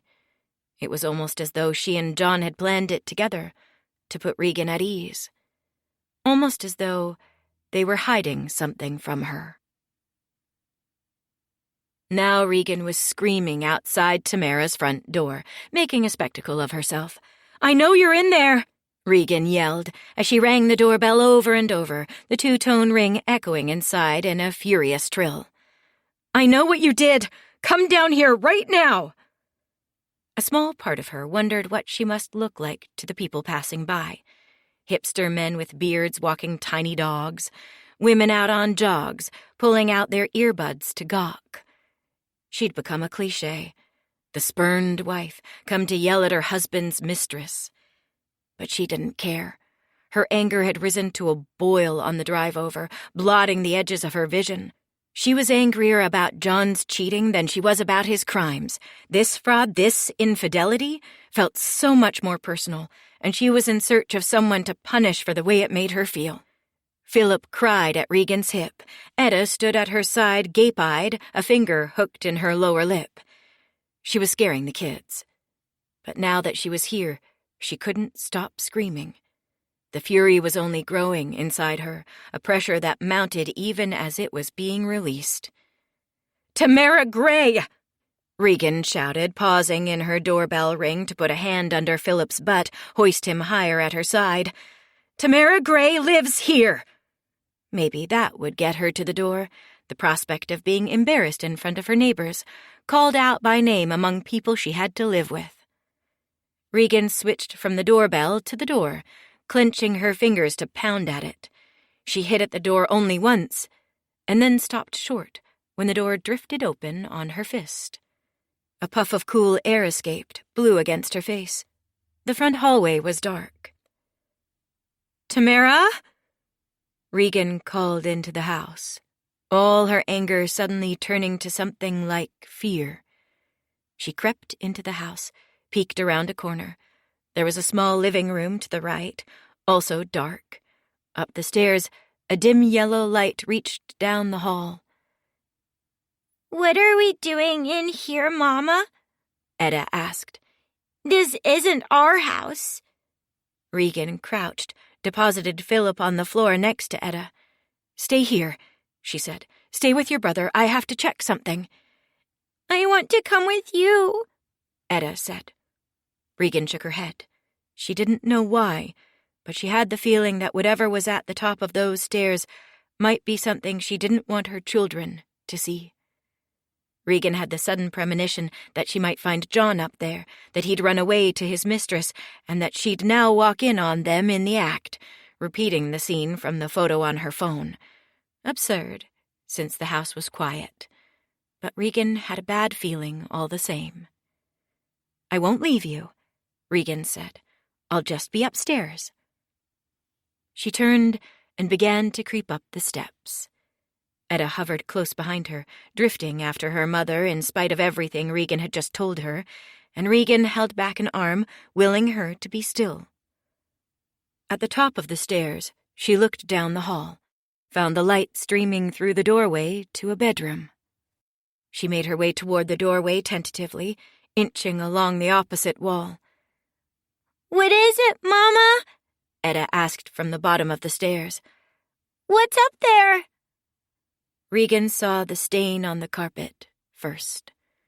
Bright red, seeping into the off-white plush, almost reaching to the hallway. She saw the body next, lying face down in the center of the red puddle. A deep gash in the back of the head, a flash of white skull visible beneath strands of black hair. Tamara had taken her shirt off, the black of a bra strap cutting across the pale expanse of her back. She must have been getting dressed to go out when someone hit her from behind. Clothes were laid across the bed, still on their hangers. The face wasn't visible, but the body was unmistakably Tamara.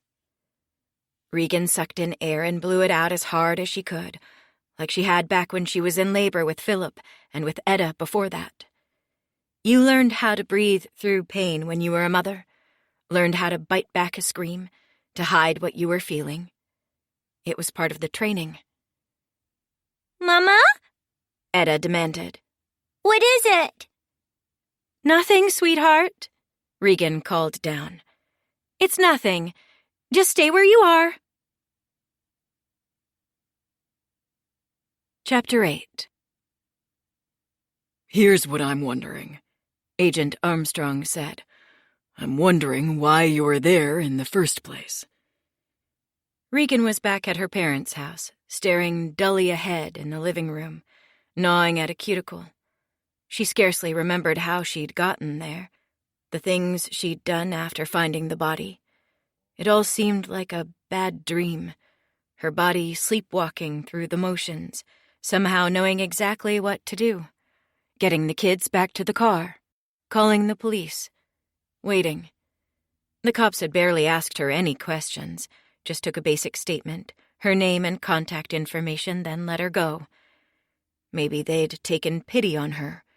She was with her kids, after all, and Philip had begun to scream, tired and hungry, absolutely at the end of his rope. And Etta, poor Etta, peed her pants and started crying too, drenched in humiliation. Regan had driven them back to her parents' house in a daze, then let her mom instincts take over, changing Etta's clothes and Philip's sopping diaper, brushing off Isabel's frantic questions about where they'd been, what had happened. Then she'd called the FBI. Mrs. Peters, Armstrong prodded now. Do you have an explanation? I told you already, Regan said calmly. I was just checking up on her. Tamara was John's secretary. I just wanted to see how she was doing with all this. Is that against the law? Checking on a friend? Armstrong sighed. He turned to Torres, who'd been silent through Armstrong's initial questions. Icily calm. Regan, Torres said now, and Regan noted the difference between the way the two agents were talking to her. Armstrong was using her last name, still calling her Mrs. Peters, but Torres had begun to call her by her first name, like Torres was a friend, calling Regan out, pleading with her to drop the bullshit. We know that's not true, Torres continued. The police have questioned the victim's neighbors.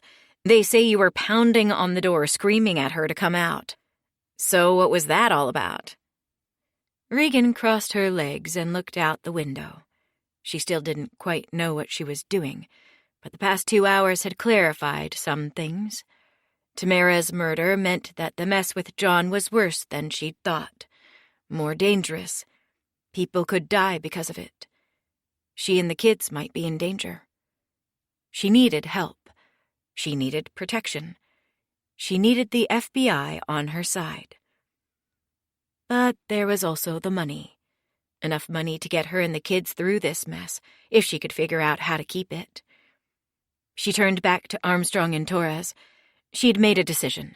She'd tell the truth. Some of it. Okay, she said. You're right. I didn't go to Tamara's place to check on her. Armstrong let out a breath. Thank you. Now we're getting somewhere. Why, then? Regan's phone was on the coffee table. She reached for it, tapped her way to the photo, then held out the phone toward the FBI agents. They squinted at the screen. Holy shit, Armstrong said, his professional composure cracking for the first time since Regan had met him. That's John. Regan nodded as the phone slid from her hand into Armstrong's. And Tamara. Torres moved close to Armstrong, looked over his shoulder. Blackmail? Armstrong shook his head. No, a threat. What do you mean? Regan asked, her voice rising. Whoever sent this to you, they wanted you to find Tamara's body, Armstrong said. They knew you'd see the picture and go to her house and find her there dead. They led you right to her, to let you know what they were capable of, to let you know they could kill. Who? Regan asked. One of John's clients? Someone he stole money from? No. Someone else. Armstrong turned to Torres. Let's show her. Maybe she knows something. Torres nodded, then reached inside a leather briefcase leaning against the foot of her chair and placed a photo on the table. Regan leaned over to look at it. Do you recognize this man? The photo looked like a mugshot. The man in the photo was white, with unkempt hair, hard eyes, a salt and pepper beard. I don't, she said, telling the truth. Look closely, Torres prodded. I want you to be sure. I'm telling you, I've never seen him before. Does the name Arnold Scoville mean anything to you? Armstrong asked. No, Regan said. Should it? It's him, Armstrong said, pointing at the photo. He's one of your husband's associates. Regan winced. Associates. The words sounded so dirty, so grimy. Businessmen had clients, partners, service providers. But associates? Only criminals had associates. I don't understand. This guy helped John run the Ponzi scheme? This is a little bigger than that, Armstrong said. Mrs. Peters, it's time we told you everything. Your husband is wanted for running a Ponzi scheme, yes, but we also believe that he's mixed up with this man, Arnold Scoville. He's a local businessman, officially a construction contractor, who's suspected of being involved in various criminal enterprises. Identity theft scams, illegal loans, armed robbery, drug trafficking. Stop, Regan said, holding out a hand. What could John have to do with any of this? Well, an illegal enterprise like this, organized crime, it creates a lot of money that has to be accounted for, and we believe that your husband was laundering it for Scoville, cleaning it so it looked legit and couldn't be tracked to any criminal activity. How do you know? Torres stepped in. Because Tamara Gray told us. Regan's mouth clicked shut, the gears turning in her head. So that's why Tamara had been murdered. Regan had thought it might be a disgruntled client, someone who'd lost money in John's scheme, killing the secretary because he couldn't find the boss. But now she knew. Tamara had been killed because she talked to the FBI. Maybe, the thought made her sick, brought a nauseous heat to the back of her throat. John had even been the one to kill her. She shook her head, pushing the thought away. She couldn't go there. She couldn't believe John capable of killing. He may have been a liar, may have been a fraud, but he wasn't that kind of man. Not a murderer. Regan, Agent Torres continued, we really need to know what you know about Arnold Scoville. This is serious. Someone has died. But I told you, Regan said. I don't know anything. She gestured toward the photo, still on the table. I've never seen this man's face before. I've never heard his name. Torres squinted at Regan, seeming to take a moment to decide something for herself. I don't believe you. Regan breathed out with exasperation, unsure of what to say. I don't know what to tell you. I can't win. Nothing I do is right to you. Armstrong stepped in. You see, Mrs. Peters, the thing is, he began, slowly, in a tone that suggested a man who regretted having to say what he was about to say. The thing is, we've been looking at your financial records, yours and John's, and we've found some things. What? Well, partly what we expected to find in the books of someone running a Ponzi scheme. He gets money from his clients, and then he sort of moves it around, uses it to pay himself, to pay other clients making withdrawals. The business records are completely falsified, full of stock and mutual fund transactions that never happened. Then there are some larger cash infusions. We think that's the money from Scoville, which gets recorded as an investment from an LLC. John fabricates some capital gains, and it comes out clean. It's not exactly sophisticated. But there's something else? Regan asked. There is, Torres said. It has to do with your own investments. Let me guess, Regan said, bracing herself. They're fake, too. I'm broke. Not quite, Torres said. We're still untangling what is real and fake. but the majority of your personal holdings seem to be legitimate. What then? Armstrong was the one to explain. Mrs. Peters, in the weeks leading up to his disappearance, your husband made some changes to your personal investments. What he seems to have done was he took out all the assets you shared, the joint accounts, the stocks and bonds, even your house, it would appear, and he took his name off of them. He made you the sole owner of all your wealth. Regan looked down as it all came together in her mind. What it meant, and what it must look like to Armstrong and Torres. John must have known that everything was falling apart, that he'd be arrested soon, and so he put everything in Regan's name to make it harder for the feds to seize. To anyone looking at it from the outside, it would look like Regan was part of it all, an accomplice from the beginning. Regan thought of what John had said to her, the day of the lake house, the last day. It'll be your name on the deed, not mine, because I'm thinking of it as your house, your place. What a fool she'd been to think this wouldn't come for her eventually, that the eyes of the world wouldn't eventually turn to her and find her to blame. There always had to be a woman at fault. John had fled, left her with the consequences of his actions. Now she'd be punished in his stead. Regan, Torres said solemnly, that let's get real tone back in her voice. You need help. You're in over your head. Scoville is a bad man, and he thinks you know something. That's why he sent you this threat. He's already killed one person. What if he comes for you next? What if he comes after the kids? We can help you. We can protect you. We can even arrange for you to be able to keep some of your assets, the house, some of the money. We can do that for you. But you have to tell us what you know. It's not you we're after. Even John isn't our primary target. Scoville's the one we want. Regan was silent, thinking. Armstrong and Torres were offering her a deal, an exchange. If Regan helped them get this Scoville guy, they'd go easy on her. Maybe they'd even let her keep some of her money, the money John had put in her name.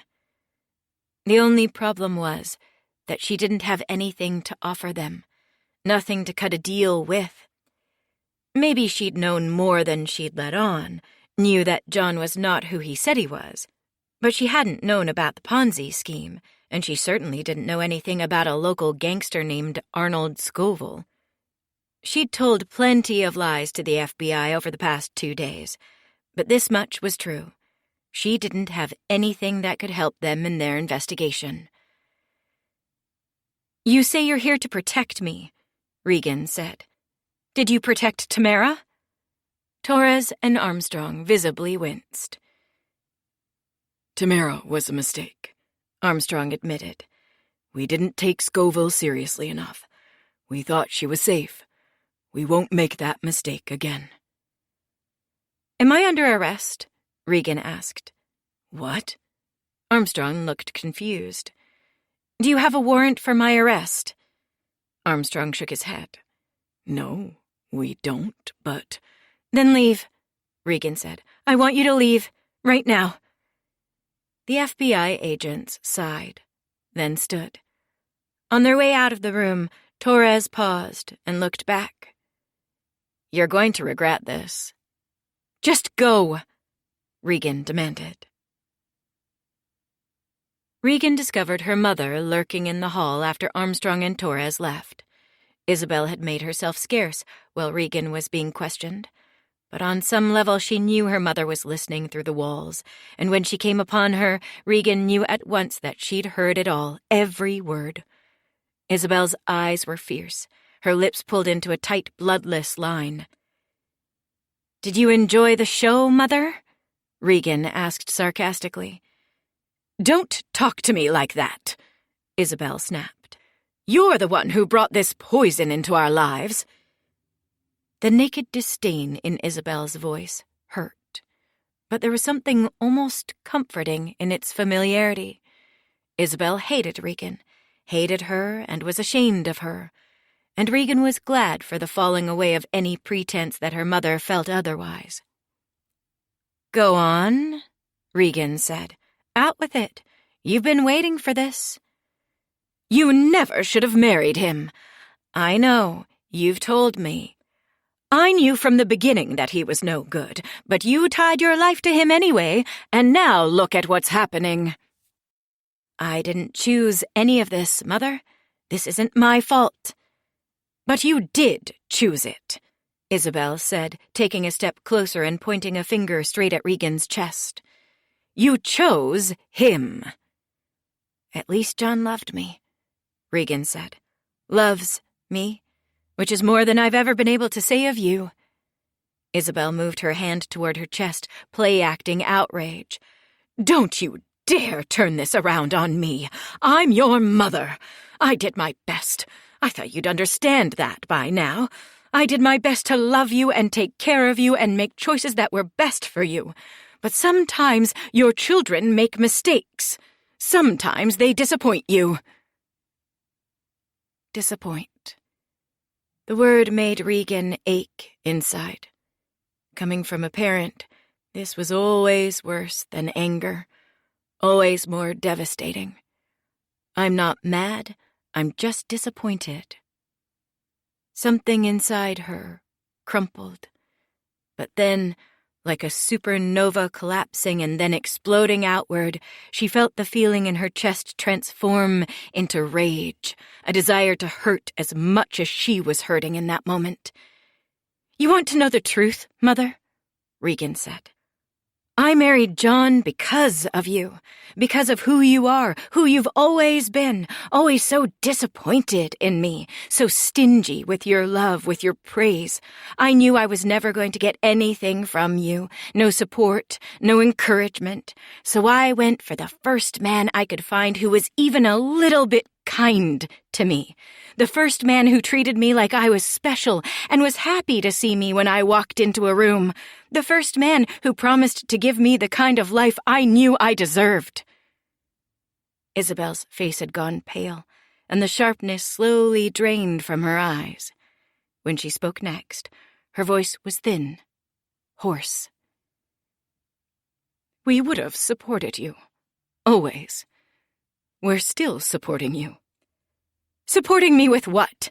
With Grandpa's money? It's quite a luxury, isn't it, inheriting money? You think I don't notice? I see you and Daddy wasting it, living like fat cats, spending double what you make. I always knew you'd never pass anything on to me. Some people have to work for a living, you know? People like John. He made some mistakes. God knows he made mistakes. But he did what he had to do to support us." Isabel's jaw bulged at the hinge, and Regan knew that her mother was regrouping, finding her anger again. "You're just like him," Isabel said. "You're guilty, just as guilty as he is." Regan searched for a comeback, but found none. She was exhausted, sick of fighting. She was ready to give in to the thing she'd been avoiding since the FBI knocked on her door. The truth, at last. "You're guilty."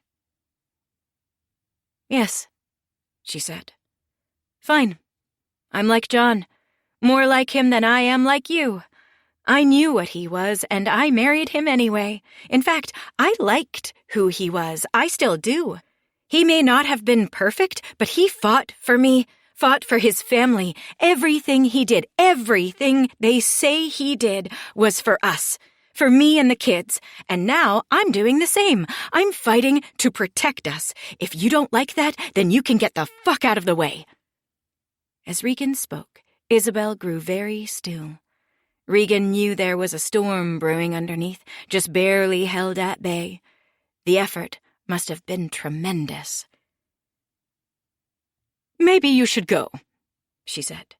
"Back to your house. If you really feel this way about me, about my help, my advice, it's probably best for you to go back where you belong."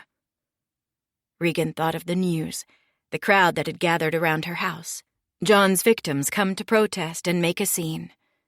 She didn't want to go there, but she quickly realized that subjecting herself to that would be better than staying in this, that she preferred the blind hatred of strangers to the all-too-familiar contempt of her own mother.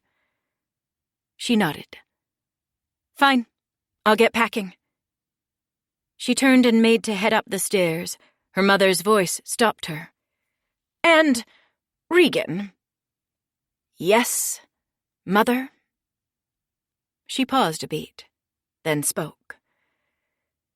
"Maybe you shouldn't come back for a while." Perhaps this was it, then. The end of her relationship with her mother. Good riddance.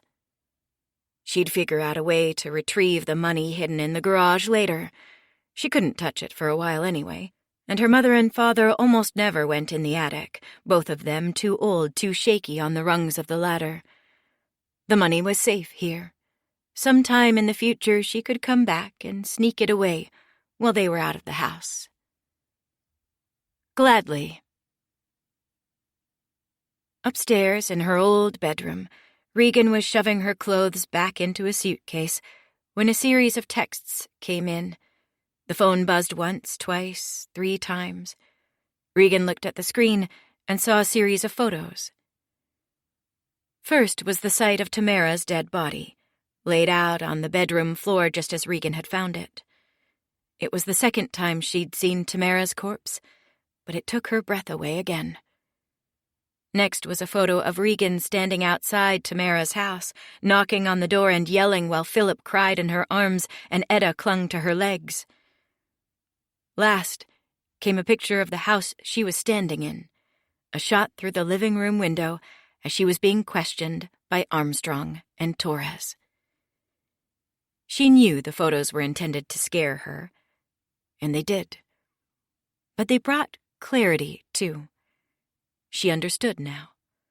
The messages were from Scoville, or someone working with Scoville, and he was letting her know that he was having her followed, that he knew her every move. The next message to come in was a text. "You have something that belongs to me." The cash. The leather bag. That had to be what this was all about. Money. John had stolen it from Scoville, left it for Regan, but now Scoville wanted it back. This was bad, but Regan found herself becoming unexpectedly less scared.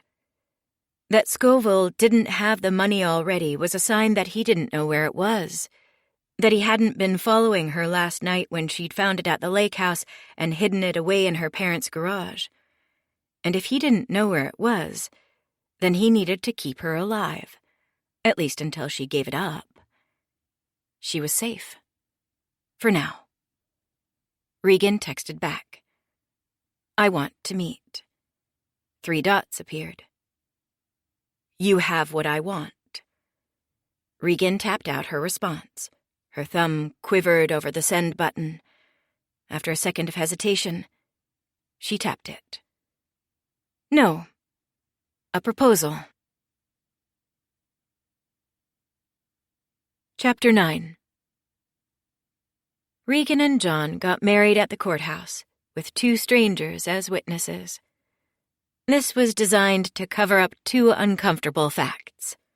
First, that if they'd had a traditional wedding with a guest list, Regan's side of the ceremony would have been full of family and friends, while John's was virtually empty. And second, that Regan's parents didn't like the groom very much. They didn't go so far as to object to the wedding, but neither of them cared for John, and they obviously couldn't hide it. In spite of all this, Regan was happy on their wedding day. Ecstatic, even. She and John had moved in together for the duration of their year-long engagement, combined their finances, and just a day before they signed the marriage license and made it official, John told her what she'd already been noticing. The money he was bringing in from his financial advisor business had been increasing by quite a bit, and if she wanted to, she could probably quit her job, which she still hated, and give the interior design idea a try.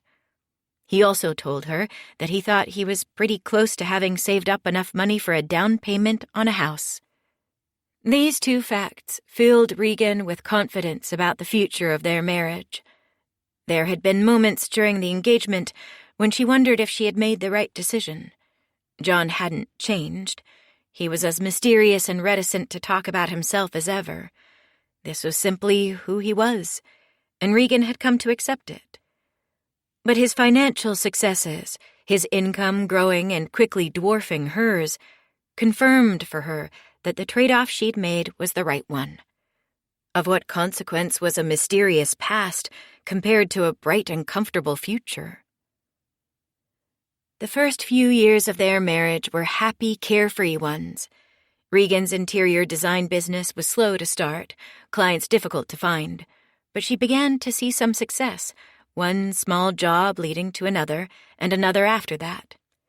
The time between the hours she didn't work were her own, and there was a luxury to having free time. She shopped, she ate out with friends, she went to yoga classes. During those long hours, she imagined herself a woman of leisure, and she didn't mind it at all. John's long hours at the office began to increase as his business heated up, but Regan didn't mind being alone, and when John did come home, she had his undivided attention, there being no one else in his life except for her. It wasn't so different than when they were dating. They went to restaurants, to concerts, to museums. They went on day trips to nature parks, spent the whole day hiking, packed picnics. They took selfies, and Regan put them on social media to collect likes and comments. So cute! Fun! Beautiful couple. Regan loved being married, loved the feeling of being held and cared for by another person. She loved their home together, the house they bought in the suburbs, their furniture, their bed. She loved waiting for John to come home at night, the jostling of the mattress when he crawled into bed, then rolling to him and asking him to stay awake a little longer, to put his hands on her body, to make her feel good. Above all, she loved having a husband. The very words, my husband, feeling like a sort of passcode to an elite club, the happily married. What began to destabilize their marriage was having children. Regan always knew that she wanted to be a mother. She wasn't exactly one of those women who ached to have babies, who cooed over newborns and romanticized the state of being pregnant. It was simply that when she closed her eyes and imagined the future, there were always children there. Probably 2, maybe 3. When she told John she wanted to start trying to get pregnant, he reflexively acquiesced the same way he did any time she said she wanted something, blandly expressing his enthusiasm. Sounds great, he said, like he always did. Whatever you want. She got pregnant quickly, more quickly than she'd anticipated. She took the home test one night when John was working late, and then when the 2 pink lines appeared, she waited up for him, sitting with her legs curled next to her on the couch by the front door. Oh, he said when he finally came through the front door after 10, the sun having set long ago. I thought you'd be in bed. Is something wrong? In lieu of a response, she simply walked up to him and handed him the test, then watched as he looked at it and understood. Wow, he said, his voice bland and affectless. Wow? Regan repeated. That's all? I'm adjusting to the information. Aren't you happy? Regan asked. John blinked. Of course I am. But he wasn't happy, and Regan could tell. What he seemed to be feeling more than anything else was befuddlement, as if their impending parenthood was something he didn't quite understand and didn't expect, even though they'd talked about it. And his air of bemused confusion persisted through the entirety of the pregnancy, through the doctor visits and scans, through the shopping trips for baby supplies, through the preparation of a nursery. As Regan grew larger and larger and the day loomed closer and closer, John went on acting as though all this had nothing to do with him, as if he hadn't had a hand in bringing it to pass. He was useless during the delivery. Perhaps all men are. What did they have to do, after all, but stand there and impotently encourage the person who was doing all the work? Regan remembered little of the process of birth, except for a feeling of being all alone in her pain. John and the nurses and the midwife and doula seeming to fall away as she tunneled deeper inside herself until there was only her, Regan, and the thing that was happening to her body, this overwhelming task that she and only she could perform. The pressure building and the pain, and then suddenly there was a sort of break, a sudden release, and it was all over. Everyone in the room telling her that she did great, she was beautiful, and there was a baby on her chest, and she was crying from happiness and relief.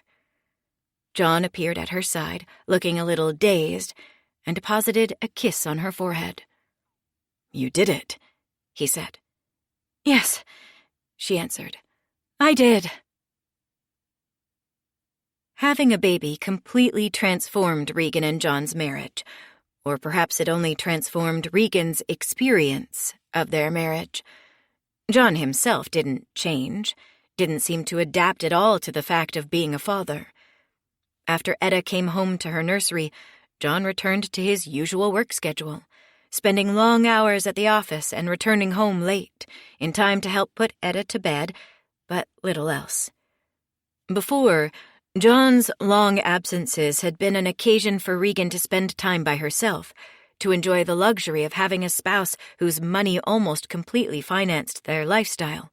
But now, with a baby in the house, she merely felt exhausted and abandoned and resentful of the man who'd done his part in getting her pregnant but couldn't be bothered, it seemed, to help care for his child. John changed a few diapers when he was home, sometimes gave Etta a bottle, played with her on the floor, but he tired of the work of parenting quickly, and mostly left everything to Regan, even in the rare moments when he was around. Making things even worse for Regan was Etta's obvious joy whenever she saw John, brightness breaking across her face every time he walked through the door. John was good with her when he actually slowed down and took the time. He was sweet and gentle. He rocked her and sang her to sleep at night, and was the first one to get a giggle, a real laugh out of her by making a silly face. And she loved him, seeming to know him by instinct, to know that he was a part of her. Seeing these moments filled Regan with grief at what could have been if he'd just taken more time with her. How could he stay away from his daughter for so long? How could he stand to be separated from her? The connection between Etta and John only highlighted for Regan an almost sociopathic coldness, a distance in the man she'd chosen to marry. She stewed, too, on the unfairness of it all, casting herself into the future and hating what she saw. John, who was barely around, would get to be the clown, the fun one, while she, who was always present, would be the administrator, the humorless and hated disciplinarian. "This isn't fair," Regan said one evening, confronting John after suffering through a particularly difficult day at home. "I'm doing everything." "That's not true," John said. "You're not doing everything. I'm the one making all the money." "That's not what I mean, and you know it," Regan said. "With Etta, I'm doing all the parenting." "Regan, come on," John said. "You're doing all the parenting. I'm home by 6 most nights, and I put in time with her on the weekends." Regan's jaw tightened. John always did this whenever she tried to talk to him about something important, especially when it was something he didn't want to hear. He'd poke at the edges of what she was trying to say, argue technicalities, turn her words around until the meaning was gone, and even she wasn't sure what she wanted to say anymore. "Don't fucking do that! Listen to what I'm telling you." John sighed, looked at his lap, and Regan hated this, too. The way he'd act like she was the one being unreasonable, like she was the silly woman and he was the rational man. "I'm listening. You're doing more of the work with Etta than I am. I acknowledge that. But there's reasons for it, you know? I'm working. You're not. So work less." You know I can't do that. What if I lose clients? How would we pay the mortgage? You think I like working long hours? It's for you, you know? You and Etta." The edges of Regan's vision blurred with anger at the absurdity of his logic. He was staying away for them. He ignored them because he loved them. "Why don't you just put her in daycare?" John said. "You could start working again, you know? That would make things more equal." Regan did put Etta in daycare for a time, 2 days a week, but she didn't start working again, and she wasn't exactly sure why. In part, this was because restarting her career simply felt too difficult. Unlike many of her peers who took leave and then returned to their 9-to-5s, Regan didn't have a stable job to return to. She'd quit her job, in fact, left behind a steady paycheck for the risk and reward of running her own business. But the prospect of getting the interior design business going after months away, the frustrating work of generating leads and pitching potential clients before money even began coming in, was simply too daunting to contemplate. Even on the days when Etta was away, she felt so exhausted, so emptied out by the work of being a mother, that all she could seem to do was sit, read a book, watch some TV, maybe clean up a bit around the house before it was suddenly time to pick the girl up again. Eventually, it got to be humiliating, sending Etta to daycare twice a week but not managing to do anything productive with the time she was away. At least, nothing John would recognize as productive. "Why are we spending all this money on daycare if you're not bringing anything in?" John asked one day. "I thought the point was for you to start working again." Regan could have killed him in that moment. He thought it was so easy. Send the baby away, get back to your life. He didn't understand what it felt like, carrying another being inside you, being taken over by concern for them and their well-being. Thinking of Etta all the time, even when she was gone, especially then. She couldn't explain it to him. John had no trouble forgetting about both of them, Regan and Etta, when he went away. Regan quietly pulled Etta out of daycare. She could have done the opposite, sent Etta to be taken care of 5 days a week instead of just 2, but she didn't want to do that. It felt too much like letting John win, assenting to his logic of loving more by being together less. John seemed to think that the problem was not that he wasn't involved enough, but that Regan was too involved, that she cared too much, that she could be a better parent by being more neglectful, more like him. She couldn't allow this absurd argument to prevail. Regan remembered what it felt like to have a mother who cared more for herself than for her daughter, remembered what it was like to know she'd always come second to her parents' ambitions. That wasn't what she wanted for her daughter, even if, in her more honest moments, she knew that her mother's creative fulfillment was what she wanted for herself. The problem was John. If he was home more, maybe did 4-day weeks to give her a bit more time to herself, then she could have it all, motherhood and a career.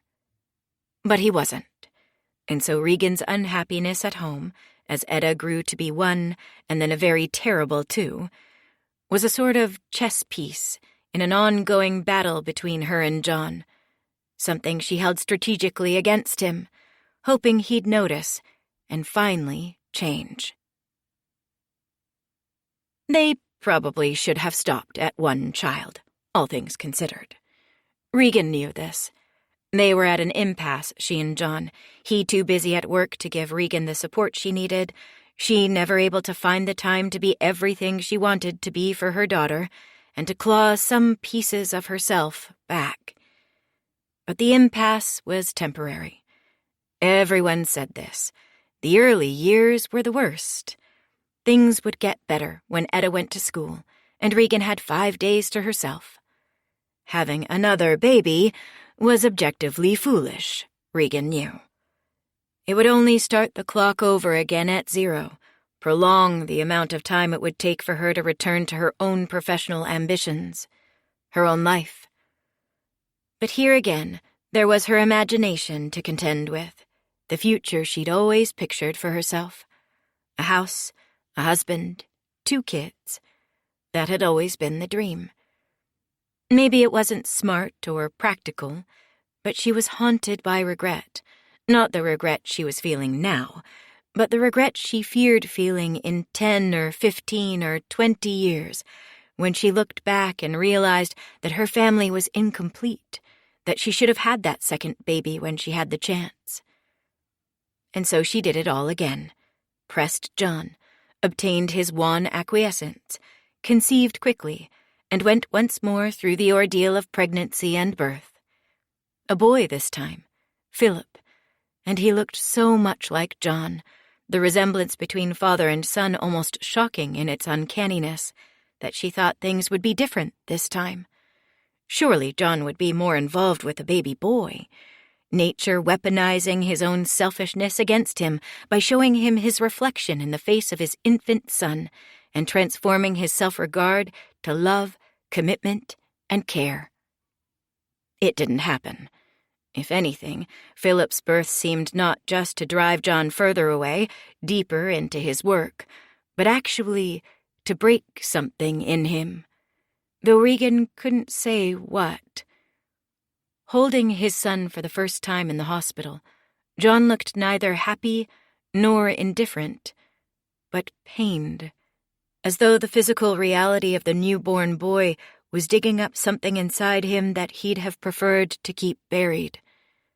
After a paltry 4 days at home during which John pretended to be helping out, he positively fled to the office, leaving behind a Regan still sore, still bleeding, barely mobile after the trauma of birth. Regan experienced this abandonment as a betrayal so fundamental, so raw, that she barely spoke to him for the next few months. Had she been less stressed herself, less overwhelmed by the demands of motherhood, she might have found her way to wondering what was wrong with John, even to pitying him. She received a hint that John's absence was about more than simple male selfishness and laziness late one night, 4 months after Philip was born, when after a midnight feeding, Regan returned to bed to find John awake and silently crying, his shoulders shaking with sobbing. Any other time, and Regan would have been shocked. She'd never seen John cry. But she was exhausted, sleep-deprived, her left breast in pain from a plugged milk duct that she was pretty sure was turning into mastitis, a miserable infection she'd had twice with Etta and feared getting again.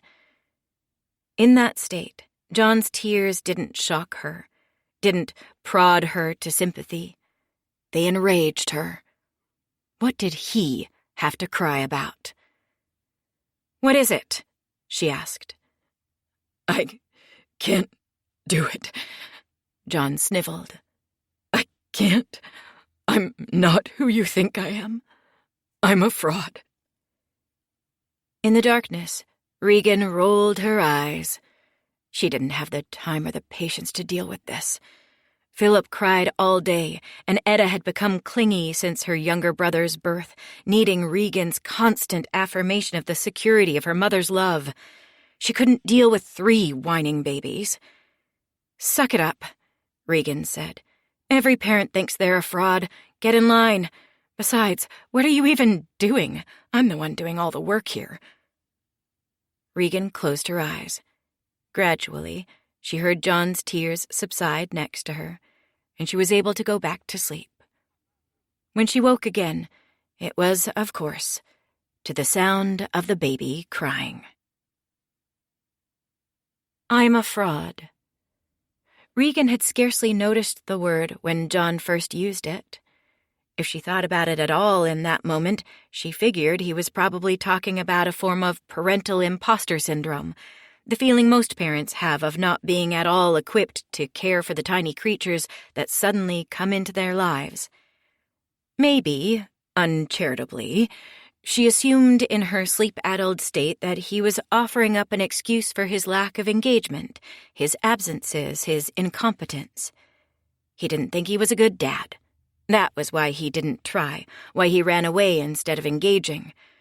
Perhaps he even hoped she'd comfort him, solace him for abandoning her. But as the days wore on, she came back to the word over and over again. Fraud. Fraud. Fraud. Was that really what he had said, or had she dreamed it?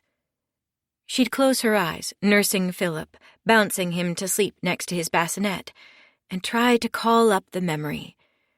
Each time the sentences came back to her the same. I'm not who you think I am. I'm a fraud. Then she opened her eyes, thinking of everything that had given her pause about John from the beginning.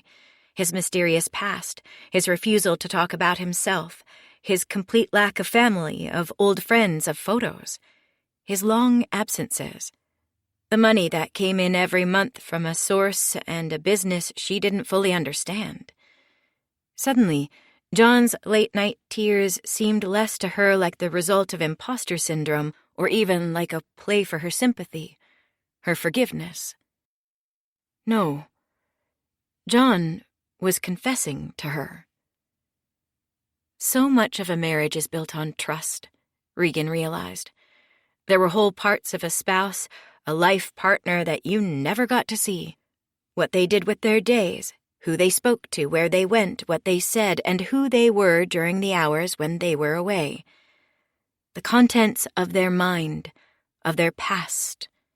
So much that was simply taken on blind faith, never verified, never checked up on. One simply took it for granted that they were who they said they were. But what if they weren't?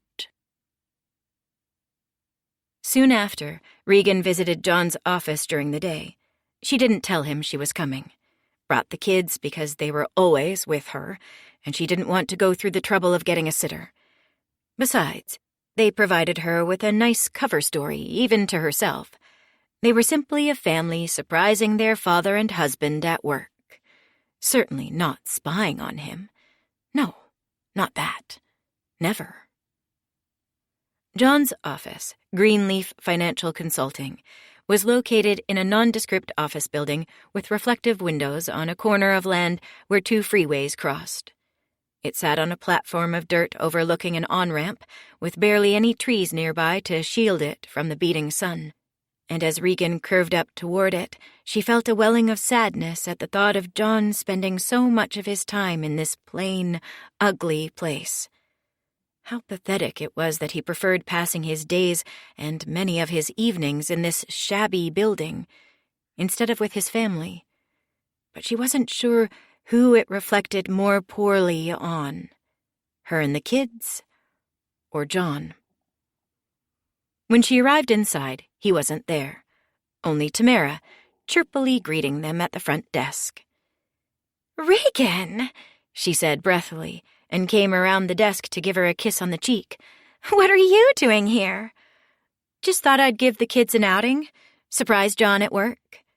Tamara pressed her lips together and cocked her head in an "isn't that sweet" look. "What a great idea!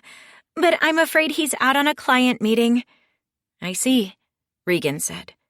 She felt foolish in front of Tamara, ridiculously encumbered. She was pushing a stroller, one that carried both Etta in front and Philip's baby carrier in back, and a diaper bag was slung over her shoulder. The strap slipped down her shoulder and she pulled it back up, thinking about why she'd come here. It wasn't really to see John. "I was wondering," Regan said, "if I could see the books for the business." Tamara's blank smile dimmed into confusion. "The books?" "Right, the records. John and I talk about the business sometimes. I was just hoping I could check on something." She didn't know what she was expecting. She wasn't sure she'd be able to understand the business's books, even if Tamara showed them to her. Okay, Tamara said, still sounding hesitant. which ones do you want to see?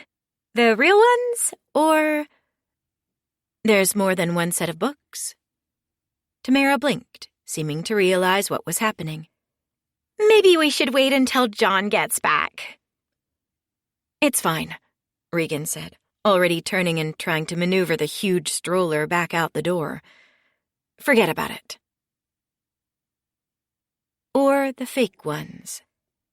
That was what Tamara had been about to say, before she caught herself.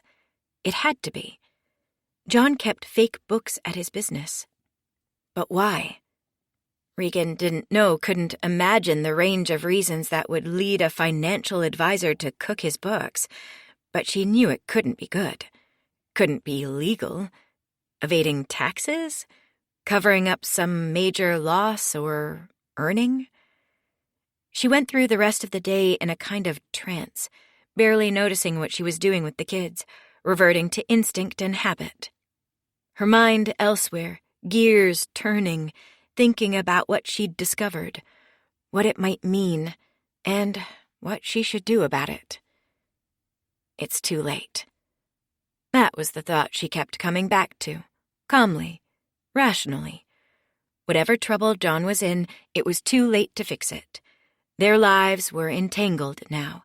They had a house, 2 kids.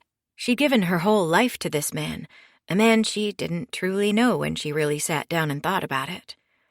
What good was knowing now when knowing could only bring her own life crashing down with his?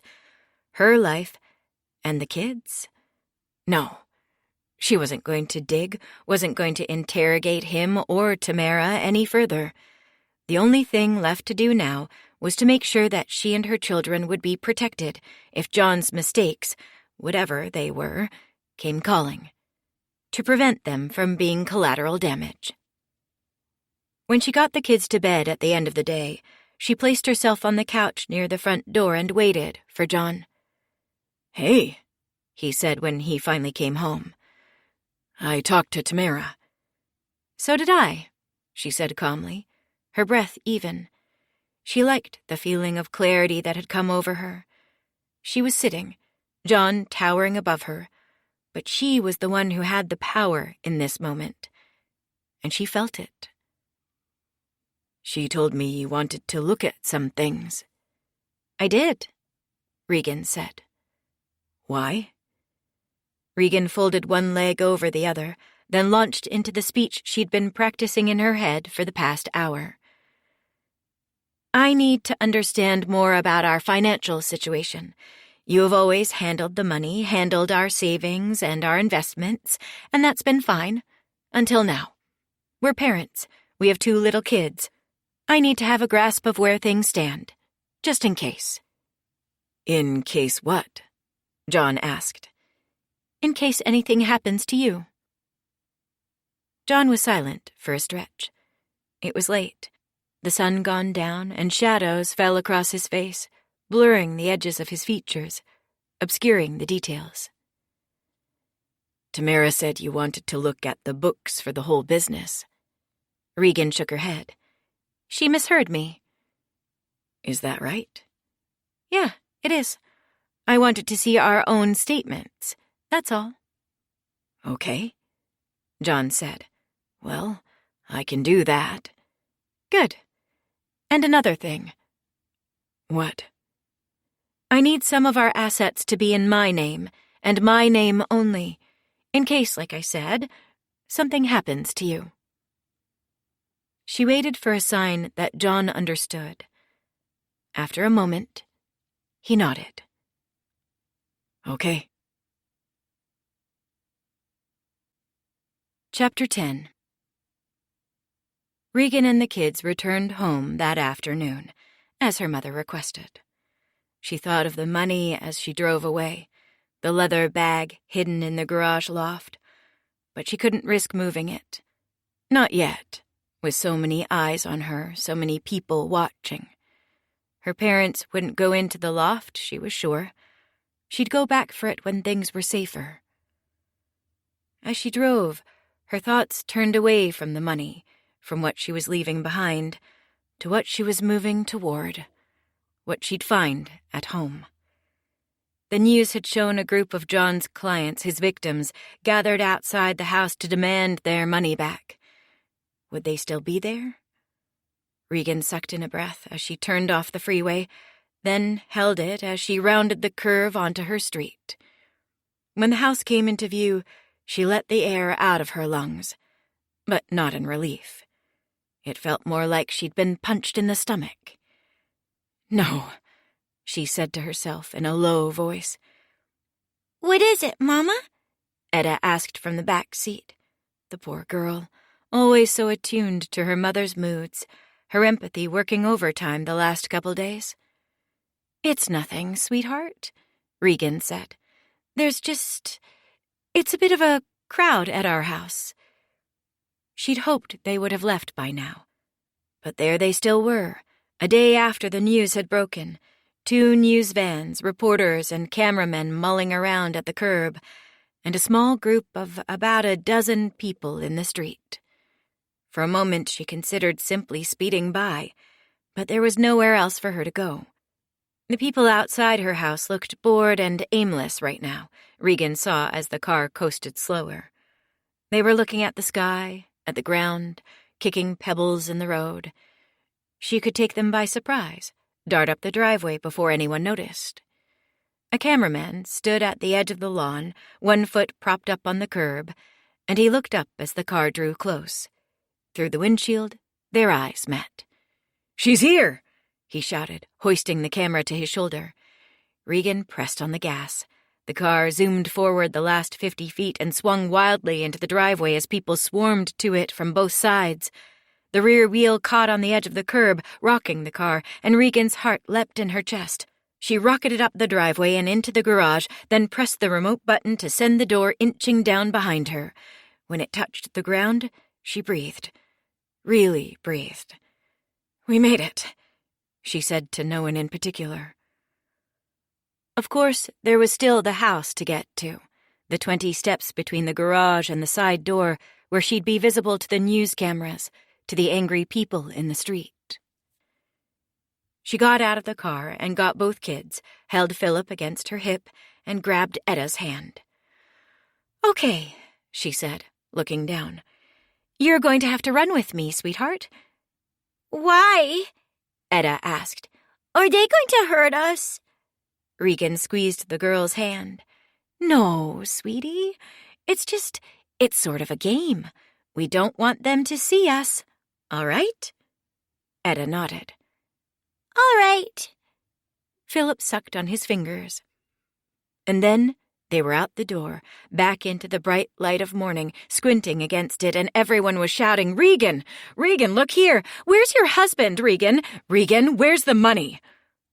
Regan dashed to the side door, fumbled with the key, and then finally, they were inside. The air inside the house had that stale, musty smell it always got when they were gone for more than a day, and there was a slight stink of rotting garbage coming from the kitchen. Philip clambered down and toddled away, almost immediately finding a plastic truck on the living room floor. Etta stayed close. "Why are those people yelling?" "They're angry," Regan said. "Someone took their money." Etta thought about that for a second. "Did we take their money?" "No, sweetheart," Regan said, the decision coming to her all at once. She'd have to explain sooner or later, and now was as good a time as any. "Daddy did." "Oh," Etta said, absorbing the information. "Why are they yelling at us if Daddy did it?" Regan sank to one knee on the kitchen tile and held Etta by the shoulders. "It's not fair," she said. "It's not fair that people are mad at us for something that Daddy did. But they just have to be mad at someone, and Daddy's not here. They're mad at us because we're here for them to be mad at. You understand?" Etta blinked, her eyes huge, her lashes long and curled like a doll's. "Daddy shouldn't have done that," she said. "He should come back and say he's sorry." Something in the girl's words pulled at Regan, plucked her to attention. There was clarity in what Etta was saying, in the simple moral judgment of a child. John had done something wrong. He should apologize. It gave her an idea. Regan had been planning on the way over, mapping out her moves as she drove the miles back to the house, or perhaps even before that. Regan wondered how long. Since finding Tamara's body? Since the FBI first came to her door? Earlier, even? When she'd gotten married, perhaps. When she first knew John wasn't who he said he was. Either way, her first move was clear. She had to deal with the crowd outside, with the public. She had to make herself innocent in their eyes, get them on her side. As if summoned by her thinking of them, there came a sharp knock on the door. "Who is that, Mama?" Etta asked, her voice rising. "Is it the angry people? Do they want to come in and yell at us some more?" Philip went on playing obliviously on the floor, banging the plastic truck on the carpet, drool running down his chin. At the door, the pounding went on, the shouting. A woman's voice. "I know you're in there. Come out and answer for what you've done." A resolve began to form in Regan's mind. She thought of Etta's words. Daddy shouldn't have done that. He should come back and say he's sorry. Clarity. And here, too, in the rage of the woman on the other side of the door, was clarity. She was right. They did deserve an explanation. They all did. Regan, too. They were all victims. Regan stepped forward, and before she knew quite what she was doing, she grabbed the knob and whipped the door open. Air from outside whooshed into the house. The woman on the other side looked stunned, her fist still raised in the air, ready to pound a door that was no longer in front of her. "Yes," Regan said. "Here I am. I'm ready to hear what you have to say to me. I want to hear it." The woman let her fist drop to her side. She licked her lips. She looked as though she hadn't been quite prepared for Regan to actually answer the door, didn't know how to start now that it was open. Behind her, on the sidewalk, stood the reporters and the cameramen. They'd come up the walk when Regan had opened the door and now huddled close on the lawn, microphones out, ready to capture whatever would happen next. Further back on the sidewalk and the street were the others, John's other victims, some old, some young, some angry and suspicious with their arms crossed, others looking sad and bereft, confused, as though they didn't know how they'd gotten here. Regan looked once more to the woman. She looked young, late 20s, maybe early 30s. Her hair was brown, swooping across her forehead and cropped at the ears. She wore a white t-shirt and an unbuttoned blue denim jacket. Her eyes were sharp on Regan's face, but cautious, too, as though she sensed a trap. She'd fallen back a few feet, stepped down off the stoop, and was looking up at Regan from a lower level. "Go ahead," Regan said. "I'm listening." "My name is Ana Herrera," the woman said. "My parents are David and Marta. They're regular people, not rich. They worked hard for everything they had. My father worked as a car mechanic. My mother cleaned houses and worked as a part-time bookkeeper. They put me through school, through college. All they wanted was a good life for me and a little left over for themselves so they could retire and not be a burden." The words sounded rehearsed to Regan's ears. Ana Herrera had been practicing, working on her statement for the cameras. "My parents gave money to your husband because he told them he could turn their little bit of money into a lot of money. Over 5 years, they gave him $75,000, their whole life savings. Your husband told them that he turned this money into more than $500,000. He sent them statements in the mail that told them this, with charts and graphs showing how their money had grown. But it was all a lie. Not only is there no $500,000 for my parents' retirement, your husband has refused to even give them the $75,000 they gave him at the beginning. Now my father—" The woman, Anna, looked down, her voice cracking. Regan stepped outside and went down the stoop to her, held her by the forearms and propped her up. Anna's eyes lifted. There were tears there. "Go on," Regan said, conscious of the camera lenses pointed at them, the hush that had come to the air. Everyone was listening. "My father is so ashamed," Anna said, a sob in her voice barely held at bay. "Your husband has made him a fool. And last night he tried to end his own life. My mother doesn't sleep well. She takes pills at night. He swallowed a whole bottle of her pills, and that's why my parents aren't here today. They're at the hospital.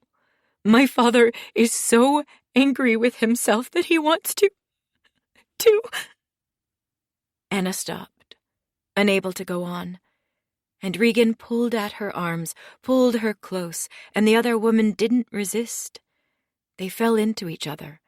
Regan put her arms around Anna's shoulders, felt the rough denim of the woman's jacket against her hands. Anna didn't return the embrace, only sobbed against Regan's chest, her body quaking. "Shh," Regan whispered. "It's going to be okay." This was something she knew how to do, to listen, to comfort, to be a mother. After a few seconds, Regan withdrew from the embrace and softly turned Anna around, faced her toward the cameras so that they were standing side by side.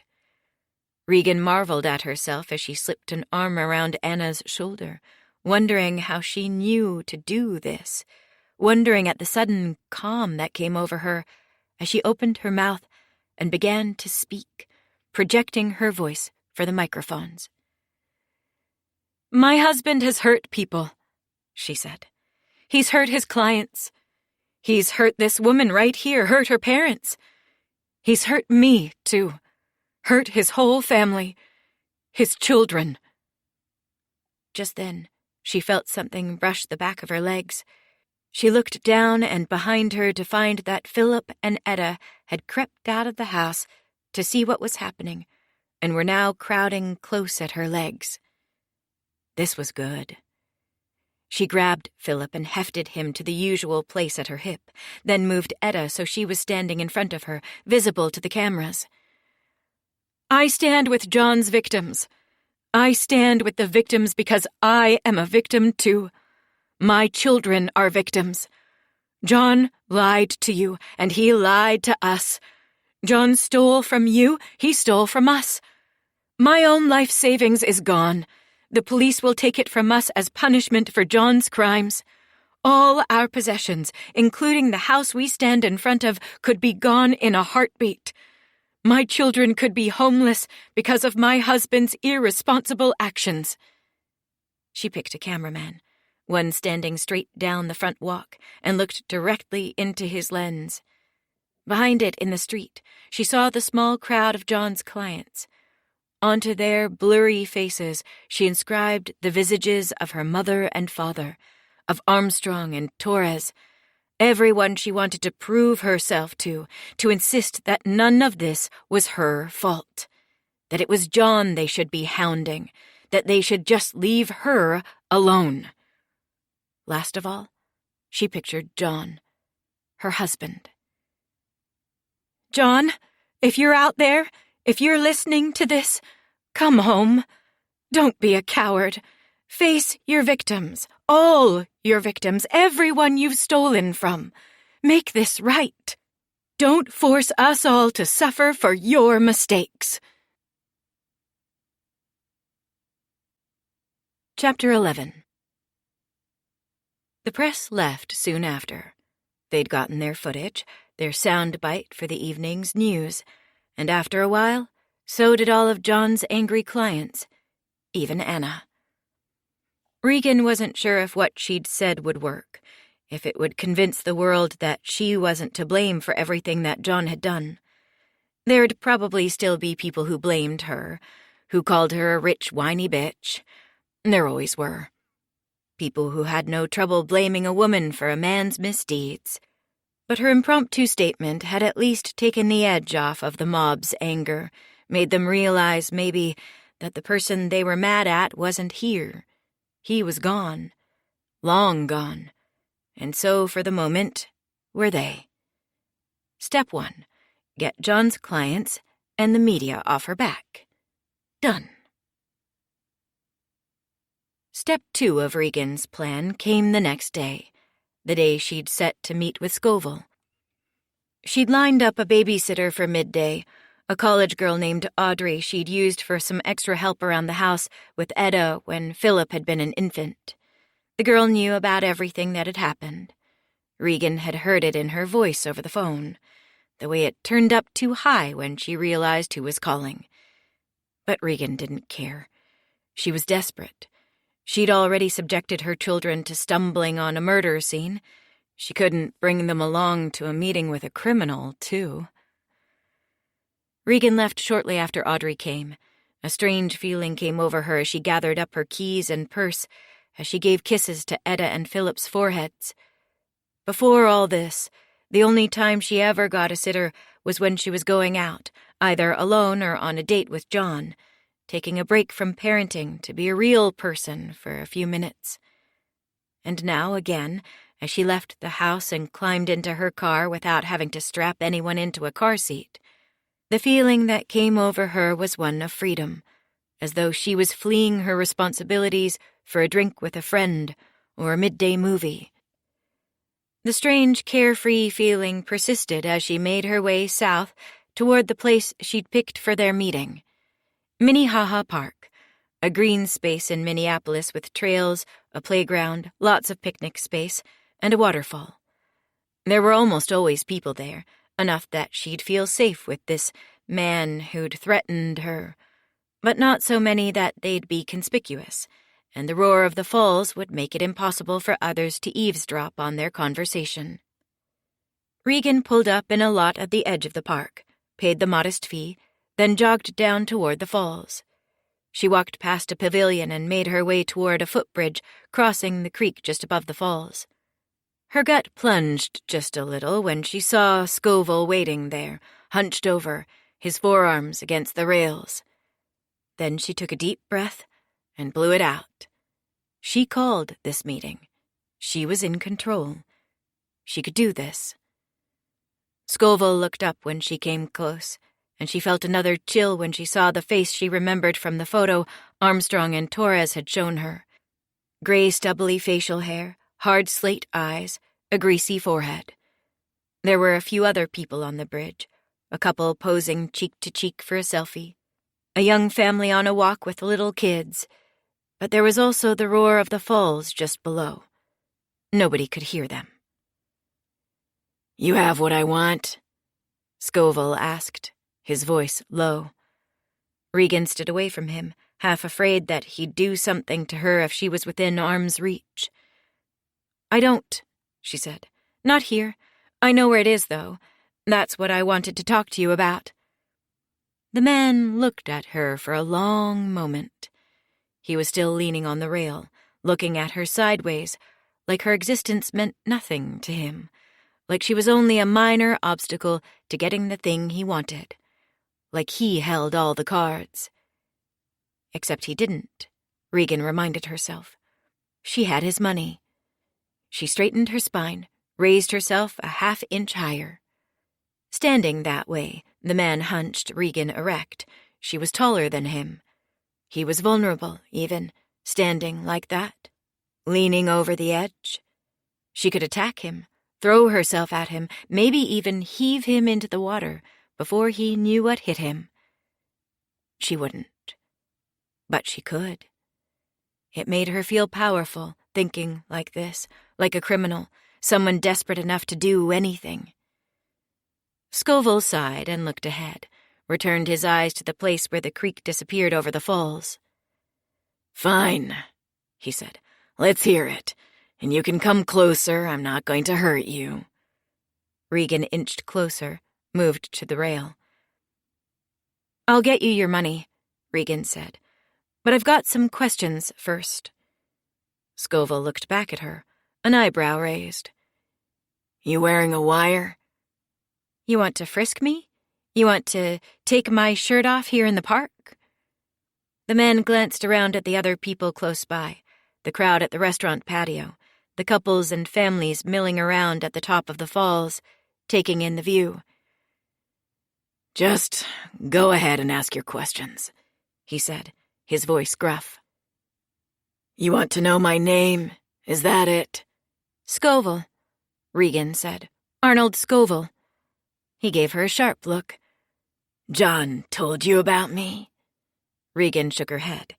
"No, the FBI. They know all about you." The man chuckled. "You think that scares me? They don't have shit on me. Nothing they can prove." "Just thought you might like to know." "Well, thanks. Anything else?" Regan's mind reeled with all the things she wanted to know. She should have written her questions down, read them off a notepad. "Did you kill Tamara?" "I'm not answering that," Scoville said. That was as good as an admission, Regan thought. If the answer was no, he would have said it, whether she was wearing a wire or not. "You were following me, though," Regan said. "You had pictures of me, at Tamara's house, and then pictures of me being questioned by the FBI. "What makes you think it was me?" Scoville asked. "I'm an important man. I've got employees, the same as any other businessmen." "That's what I want to know about," Regan said. "I want to know about John. I want to know what he was doing for you." "Look," Scoville said, "this is going to be a frustrating conversation for you." Regan sighed, squinted out over the falls. The brilliant midday sunshine combined with the mist to make rainbows at the edge of her field of vision. "How about this?" she said. "I'll just tell you what I think." "You can talk all you want," Scoville said. "I don't know what you're trying to accomplish." "Just listen," Regan said. "John was laundering money for you, right? I know he was. He was already running a fraudulent investment scheme, moving imaginary amounts of money through his clients' accounts. It would have been hard for him to add you to his client rolls. You make money from, I don't know, whatever illegal thing it is you do. You hand it over to John. He logs an investment in his books, manufactures a false gain or dividend. Then you walk away with the money clean as a capital gain. Am I close?" Scoville spread his hands on the rail, made a show of examining his fingernails. "Just keep yapping," he said. "You're so intent on it." "Okay," Regan said, taking the non-denial as confirmation that what she was saying was true. "So, the $1 million. I figured that was a new pile of money you gave to John, but I think he hadn't laundered it yet before he disappeared. And you figured he ran off with it, had some scheme to keep it all for himself, which is why you came after me.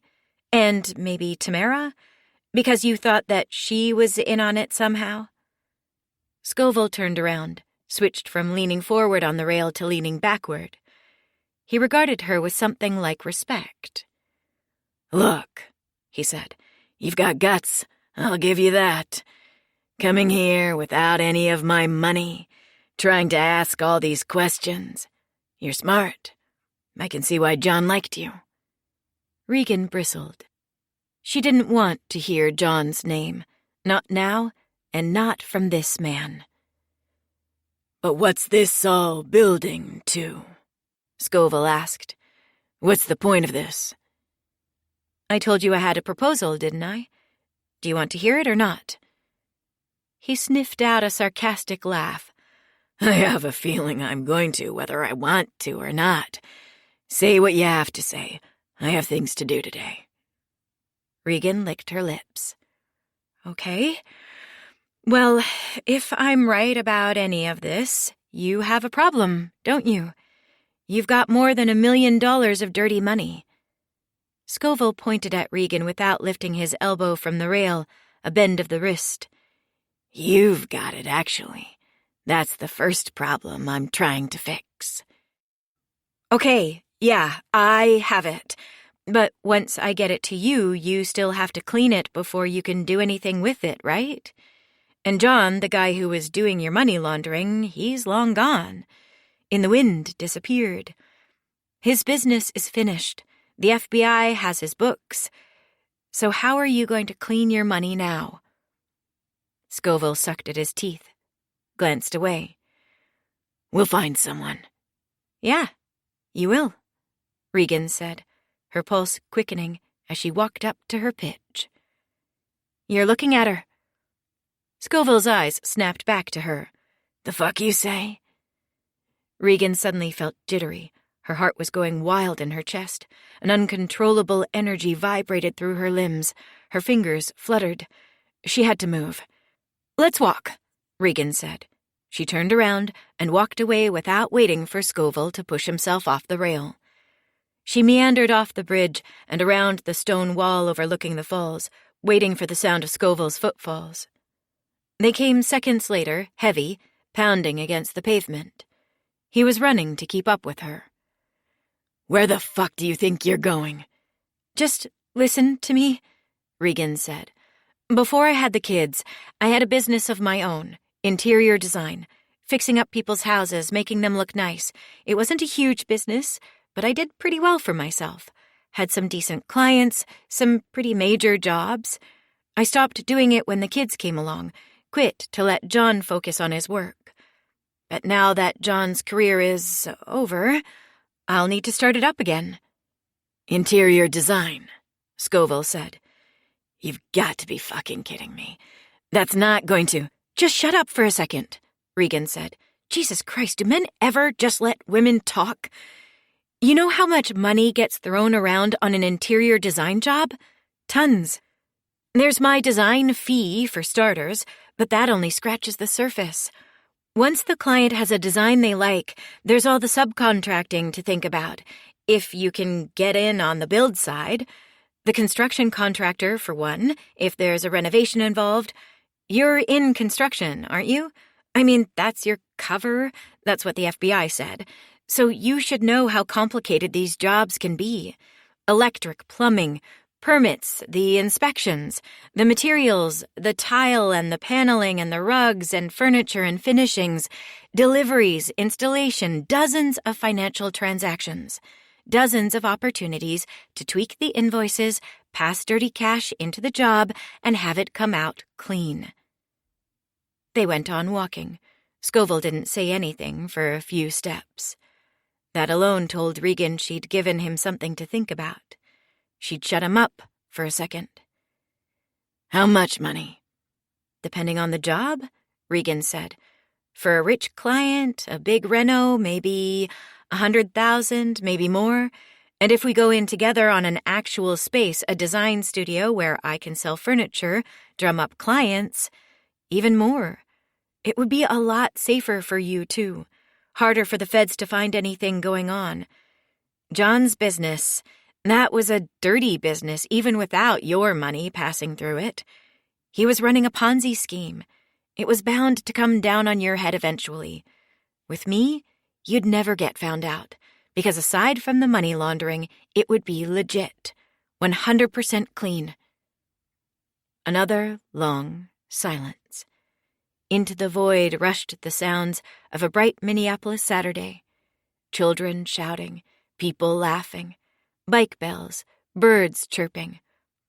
And all around, the rush of water, the roar still of the falls, the mist cool on Regan's face. Let's say I find this proposal. Let's say I find it interesting, Scoville said. Why should I trust you? Why did you trust John? Because he was already dirty, Scoville said, and because I had something on him. Regan's stomach clenched. The photo. Of course. Scoville had shown it to her as a threat, to lead her to Tamara and show her what he was capable of. But before that, the photo was blackmail, Scoville's leverage over John. If you don't cooperate, I can ruin your marriage. Maybe you can trust me because John screwed me over too, Regan said. He left you with a pile of money you can't do anything with, and he left me without a livelihood, without a future. The FBI is going to take most of my money, I know they are. The rest of it, whatever they keep, I figure that's probably gone too, to lawsuits and legal fees. John's victims, they're going to sue me for everything I'm worth. We need each other, you see. You need me to clean your money, and I need you to help me relaunch my business, get it off the ground, so I can keep my house and feed my kids even after this thing that John's done burns my whole life to the ground. Scoville didn't say anything for a while. He did that, Regan had noticed. Let silences draw out. Made her wonder what he was thinking as she waited for what he'd say next. Finally, he laughed. A real laugh, slightly cruel, perhaps, but with real amusement in it. God damn, lady, he said, and Regan felt a whir of anger. Don't call me lady, asshole. But she kept her tongue. I have to admit, Scoville continued, I'm impressed. John was a scheming son of a bitch, but you put him to shame. Maybe we should have been working with you from the beginning. I'll take it as a compliment, Regan said. Now, let me tell you something, Scoville said. He drew up to a stone wall overlooking the falls, a jagged gorge, and the thread of the creek below as it continued on from the plunge of the falls to feed into the Mississippi River. He pointed to the bridge they had been standing on. You see that guy over there? The one in the red cap? Regan saw him, a young guy whose face was not quite visible under the shade of his hat brim. He's one of mine. I had him come along with me to keep an eye on things. Make sure you didn't bring any cops with you. And back there, Scoville continued, pointing in the other direction toward the pavilion. By the trees, dark hair, sunglasses, black polo shirt, see him? She did. Heavy-set, threatening, leaning cross-armed against a tree. He's with me too, Scoville said. Why are you telling me this? Regan said. You want to enter into a business partnership with me? Well then, we need to put all our cards on the table. You need to know, you try to fuck with me, I can fuck with you too. I know, Regan said. You've made that abundantly clear. Well, consider this a reminder then, Scoville said. John forgot, and look at him now. I'll remember. Okay then, Scoville said. So, how do we do this? How quickly can you start? I've got past clients, Regan said. I could use them for referrals, maybe get a job in 2 weeks, and I can start moving the money after that. She wasn't exactly sure that she could pull this off. She'd been out of the business for a while, and she wasn't sure if she'd be able to get a big client this quickly, let alone several of them, enough to move Scoville's $1 million. Besides which, she wasn't sure if the FBI would even let her move the money around, the legitimate money, to start the business again in the first place. She'd have to get a lawyer to argue on her behalf that she should be allowed to start earning money for herself, make an income, since John was gone. But all those details could wait.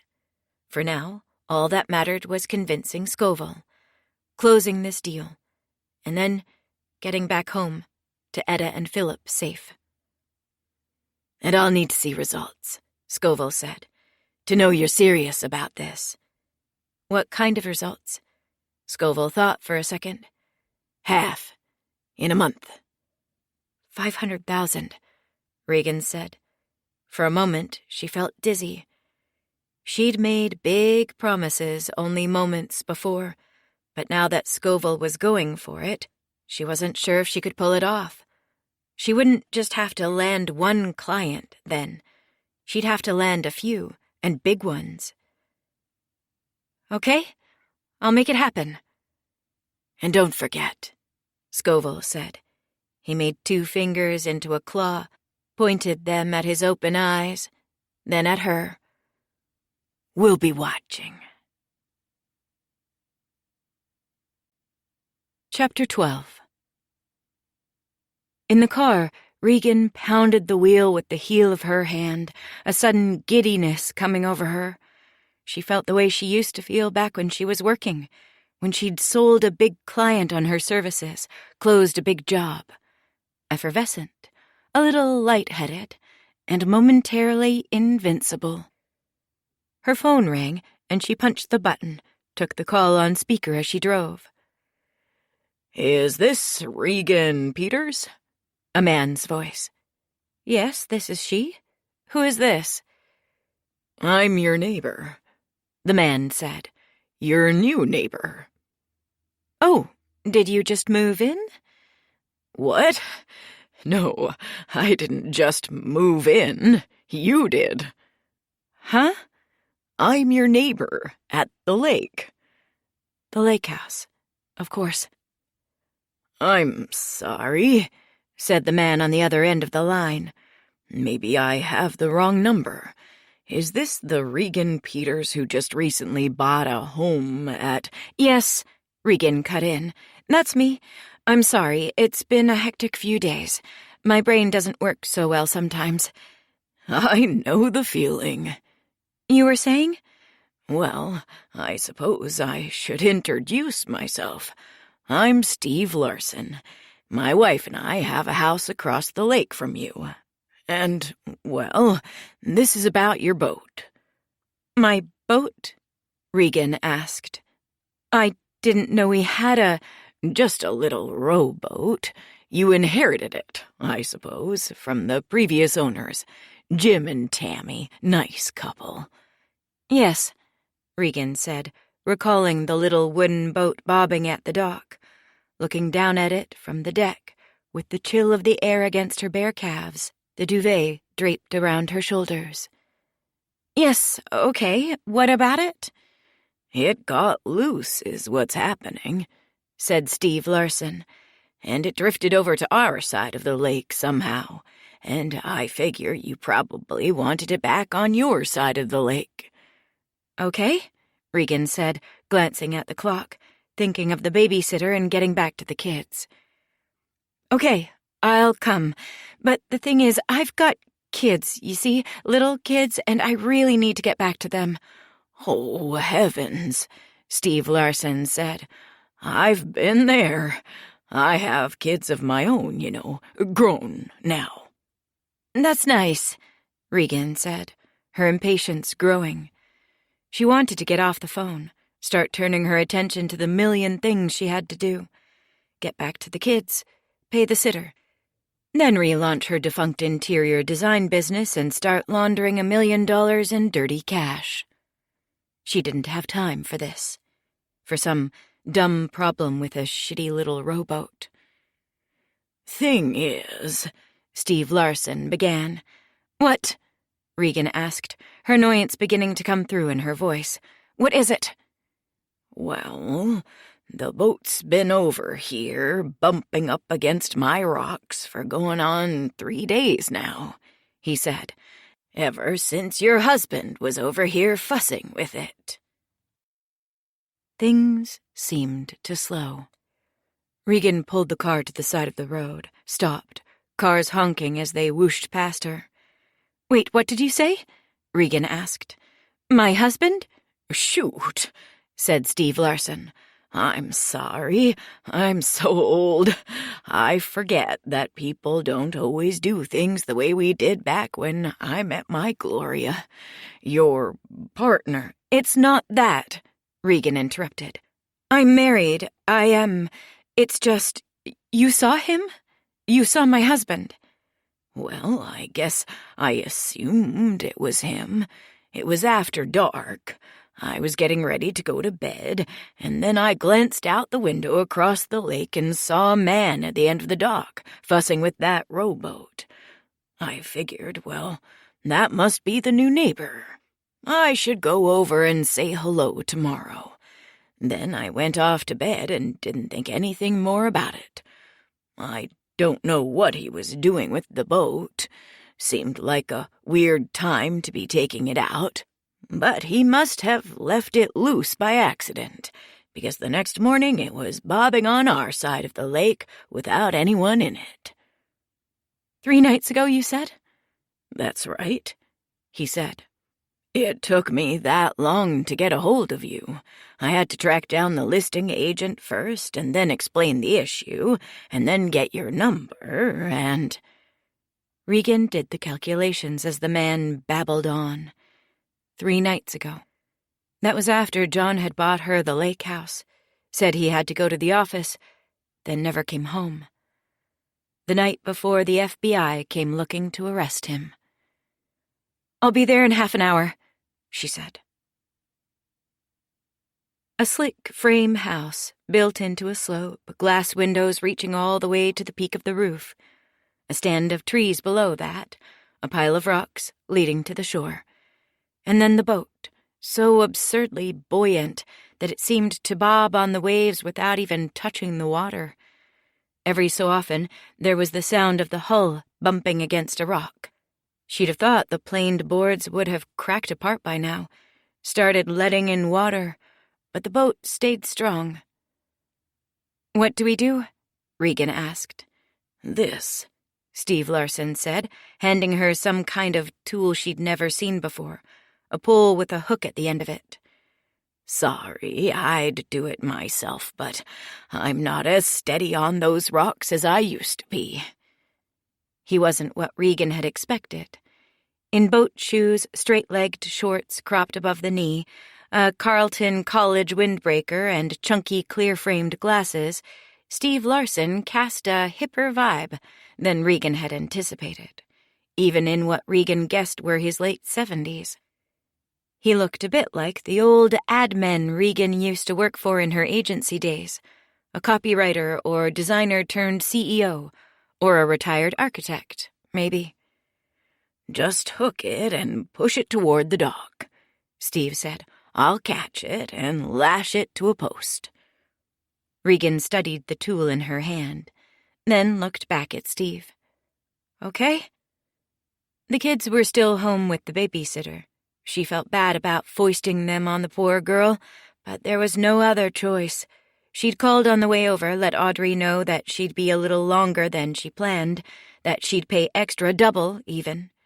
The sitter insisted it was okay, but still Regan wanted to get this done with as quickly as possible. See what John had left in the boat, if anything, and then get out of there. Steve walked toward the dock, and Regan inched down toward the water. She wobbled on the rocks, put down a hand to keep herself from falling. Careful, Steve said. Thanks a lot, she muttered under her breath, too soft for him to hear. Be careful, hadn't thought of that. Near the edge of the water, Regan could see into the boat. It didn't look like anything was inside, but John could have stowed something under the bench. Just hook it, Steve called, around the edge, then push it this way. Regan threw the hook out, nearly losing her balance again. The hook splashed in the water. Almost, Steve said. Just reach a little farther. You do it, Regan muttered, if you know so much. Huh? Steve asked, his voice nasal. Nothing, Regan said. Just waiting for it to come back in. Some low waves were coming in. They carried the boat back toward the shore. Regan waited until it was close, waited for the sound of the hull knocking against the rocks again. Then she threw the hook out once more, flung her arm out as far as it could reach without losing the rod. "There you go," Steve shouted. "Now bring it this way." Keeping the hook looped around the edge of the boat, Regan walked carefully along the rocks toward the dock, then gave the hook a shove. The vessel wobbled on the waves, riding the light momentum Regan had given it toward the dock. Steve crouched. The dock creaked under his knees. He reached out. Almost got it." Regan climbed back up the bank as Steve worked with a length of rope, looping it around the cleats at the boat's side and one of the posts of the dock. "Is there anything in there?" Regan asked as she stepped onto the dock. "I don't see anything," Steve said. "Just the oars." "Under the benches?" "Nope," Steve said. "Were you expecting something?" Regan didn't know what to say. What had John been doing with the boat, then, if not hiding something there? "Hang on," Regan said. "What's that?" She pointed. There was a smear of something brownish-red on the whale. Dried liquid, and a bit of matter. Something globby and knotted. Steve hissed in a breath. "Looks like—" He didn't finish, but he didn't need to. Blood. It looked like blood. An hour later, Regan was across the lake in the empty house, waiting while the police dragged the lake. Regan stood at the sliding glass door, watching divers fall backward off a police boat, while 2 more officers watched from the shore, muttering to each other and leaning against the hood of a cruiser parked on the grass. Regan glanced down at her phone, thumbed the screen bright, and looked at the time. She thought again of the kids, of the babysitter, still at the house more than an hour after Regan had said she'd be home. She should really get back, but the cops had told her to wait until someone could come and take her statement. She was expecting Armstrong and Torres any minute now, with their questions, their suspicions. She needed to find someone else to sit with the kids, but she only had one option, and she was dreading the phone call. She stabbed at the phone, hit the name on the screen like she was attacking it, then held her breath as it rang. "Regan," came the voice on the other end, cold, withdrawn. Her mother. "What is it?" "I'm sorry," Regan began, immediately hating herself for apologizing when it was Isabel who should have been saying sorry to her. "I wouldn't be calling if it wasn't important." "Yes?" "I need someone to go to the house and sit with the kids," Regan said. "They're with a sitter, but I need to let her go and I'm stuck somewhere. It's John. They think they may have found him. Found his... Silence on the other end of the line. Isabel was going to make her say it. "His body." Finally, her mother's voice came back, hushed, softened. "Regan, oh my God." "Yeah," Regan said, her voice catching. She cleared her throat. "So if you could just head over to the house and let the sitter go. I'm not sure when I'll be back, and I know this is so inconvenient, but it's fine," her mother cut in. "Don't worry about it. I'll be with them as long as you need." Regan breathed out, a tightness in her unwinding. She felt tears rising to her eyes, blinked them back. Isabel would never apologize to her, Regan knew. Never own up to all the ways her coldness, her subtle disapproval and withholding of love had unmade Regan psychologically, damaged her since childhood. Regan knew not to expect that from her. But a mother was still there for you when you needed her most. the same way she'd be there for her own children until the day she died. When the call ended, she looked up, back to the lake. A diver came back to the surface, made some hand signal to the men on the boat, and then he went down again, continued his search of those dark waters. Regan turned away from the window and wandered around the house, running her hands along the walls. Here was the kitchen, with the huge center island where she'd imagined making elaborate meals. Here was the dining room, where they could have hosted friends for dinner parties. Here was the living room, where she'd have liked to sit reading a book while a fire crackled in the hearth. The house full not of memories, but of possibilities, a future that would never be. All except that corner in the den, where the old left-behind duvet still sat in a lump. The spot on the floor where she and John had fucked like horny kids after the closing. Their last time ever. Now, they'd never make love again. And Regan would never be as happy, as hopeful about the future as she'd been in that moment. The doorbell rang, and she walked to answer it. It was Agent Torres. "It's you," Regan said. She stepped away from the door and walked back inside. "Come in, I guess." "Sorry to be bothering you," Torres said. Somehow all the usual sharpness had gone out of her voice. "I suppose you want to ask me some questions," Regan said, coming back to the sliding glass door. Outside, she saw that Armstrong had walked around to the house to join the two cops by the shore, watching the divers. "The usual, I suppose," Torres said. "I didn't realize you had a lake house." "I didn't keep it from you on purpose," Regan lied. "I honestly forgot about it. We closed 3 days ago. John hadn't even told me about it until that day, and when all this mess happened, it was like it just got knocked out of my head. I hadn't had a chance to get used to it yet. I'm honestly surprised you didn't already know about it. Haven't you been looking at all our assets?" "Looks like John paid in cash, so there was no mortgage application, and since you hadn't closed yet," Torres said. "It's in your name, isn't it?" Torres asked. "Like the rest of your assets." Regan sighed. "It was a gift. For my birthday. John said—" Regan cut herself short, sensing some commotion outside. Torres stepped to the sliding glass door next to Regan.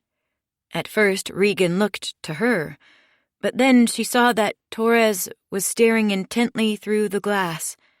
Regan followed her gaze. "What is it?" Regan's heart sped up.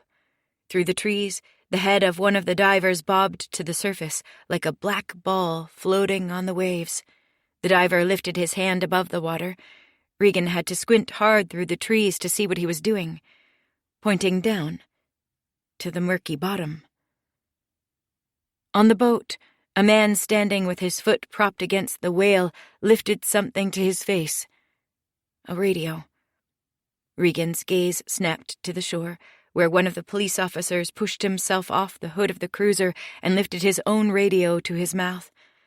The two men talked for a few seconds. Then he turned to Armstrong, and Armstrong turned toward the house. "What's happening?"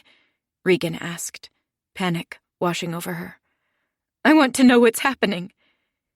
Torres rapped her knuckles on the glass of the sliding doors, and Armstrong's eyes came up to find them. He nodded at Torres, then made a little cutting motion with the flat of his hand close to his throat. Regan turned to Torres, who was already looking at her, waiting. "Mrs. Peters," she said, "I'm so sorry." Torres went on talking, but Regan could no longer hear her. She saw the FBI agent's mouth moving, but it seemed that no sounds were coming out. It was as if Torres was speaking to her from a long distance, as if they were underwater. doesn't look like him," Regan said. The young medical examiner's assistant, holding the sheet, flinched, looked confused. He looked down at the body on the metal slab and blinked. They stood opposite each other in a harshly lit room, fluorescence buzzing overhead from a drop ceiling, stone floors, a wall of square steel doors. The assistant scanned the doors now, perhaps wondering if he'd opened the wrong slot, pulled the wrong corpse. "It's him," Regan rushed to clarify. "I know it's him. It's just—" How to explain? The body before her had to be John's. There was no doubt about that. And yet it wasn't John. Her husband was still gone, still missing in some crucial way. She'd never see him again. All that was left of him was this thing, this lump of meat. The face puffier than that of the man she remembered, more swollen, and half gone besides, covered with weeping red sores of some kind. "It's the water," the assistant explained. "Bodies puff up after a couple days in the water." "And the—" Regan trailed off and waved her hand in front of her face. "Oh, that," the assistant said, seemingly embarrassed. "The fish got at him. I'm sorry. I know it's disturbing, but the police wanted to get the ID out of the way for the file." "It's fine," Regan said. "I understand." The assistant put the sheet back over John's face.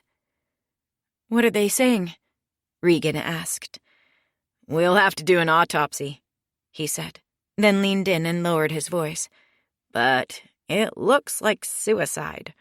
He'd tied his ankle to a cinder block, put it over the edge." "Oh," Regan said. "What about the blood?" "Blood?" "On the boat. There was some blood on the edge of it." "He's got a knock on his head," the assistant replied. "The M.E. thought maybe he hit it on the way down, as the cinder block pulled him out of the boat. It's possible he went in the water unconscious. The autopsy will tell us that. There will be a full report soon." "I see," Regan said, wondering if there was something she was supposed to be doing, some way she was supposed to be acting.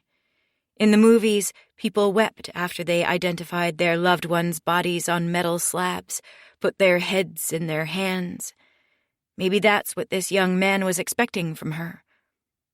But she couldn't manage it. Her eyes were completely dry. She searched inside herself, dug down all the way to the core of her, searching for some emotion she could drag to the surface. But she couldn't find anything.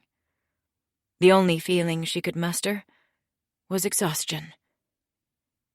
"Is that all?" Regan said. "That's it," the young man said. "You're free to go." Chapter 13. By the time Regan arrived back home, it was late afternoon. She opened the door to find Philip and Etta playing on the carpet with their toys, her mother on the couch above them, with her legs folded up next to her. Isabel rose at once when she saw Regan. "Is it?" she began, then cut herself off and began again. "Is he—" Regan nodded, and Isabel crossed the room to her. "Regan," she said, "I'm so sorry." Regan received her mother's hug, but didn't return it. Isabel held her stiffly for a moment, then withdrew. "Do you want to talk?" Isabel asked. "Not really," Regan said. "Not right now." She declined to speak the sentence her mind added. "Not with you." Regan was grateful for her mother's help, and maybe she even needed Isabel's support now that John was officially gone for good and she was a single mother. but she was determined not to let her mother back into her life so easily, not without boundaries, not without being able to set her own terms. She was done putting everyone else first. It was time to think about herself for a change. "I guess I'll go then," Isabel said. Silence descended. Regan glanced toward the children, who'd paused in their play and were looking up at their mother and grandmother, seeming to sense something in the air. "Did you tell them anything?" Regan asked in a low voice. "No," Isabel said. "I didn't know what to say." Regan sighed. "I'll talk to them." Isabel left, and the children went on staring at Regan. Regan sat in a chair in the living room and stared out the front window. She thought about what she had to say to the children, thought about how to tell it to them.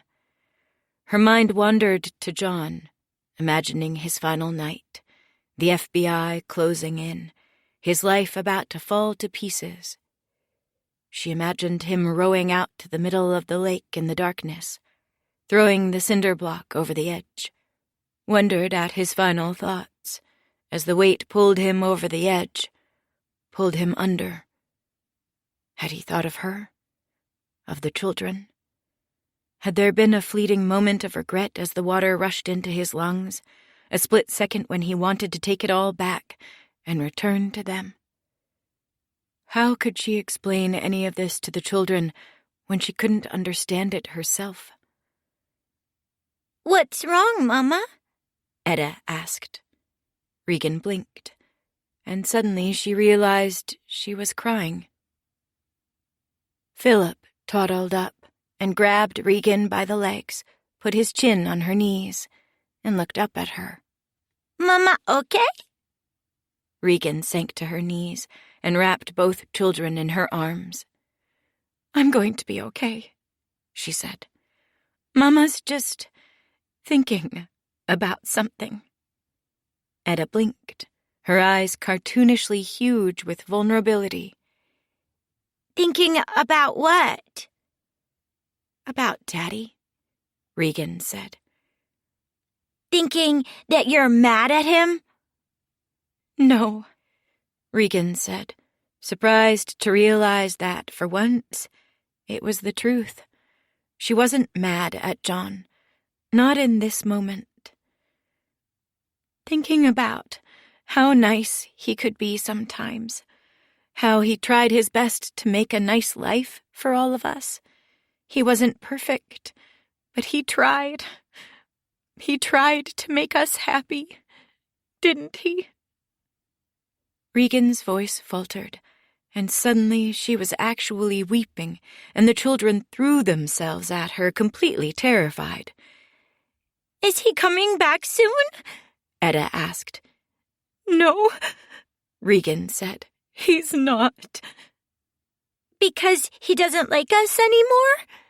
"No," Regan said, her heart seeming to pull apart in her chest.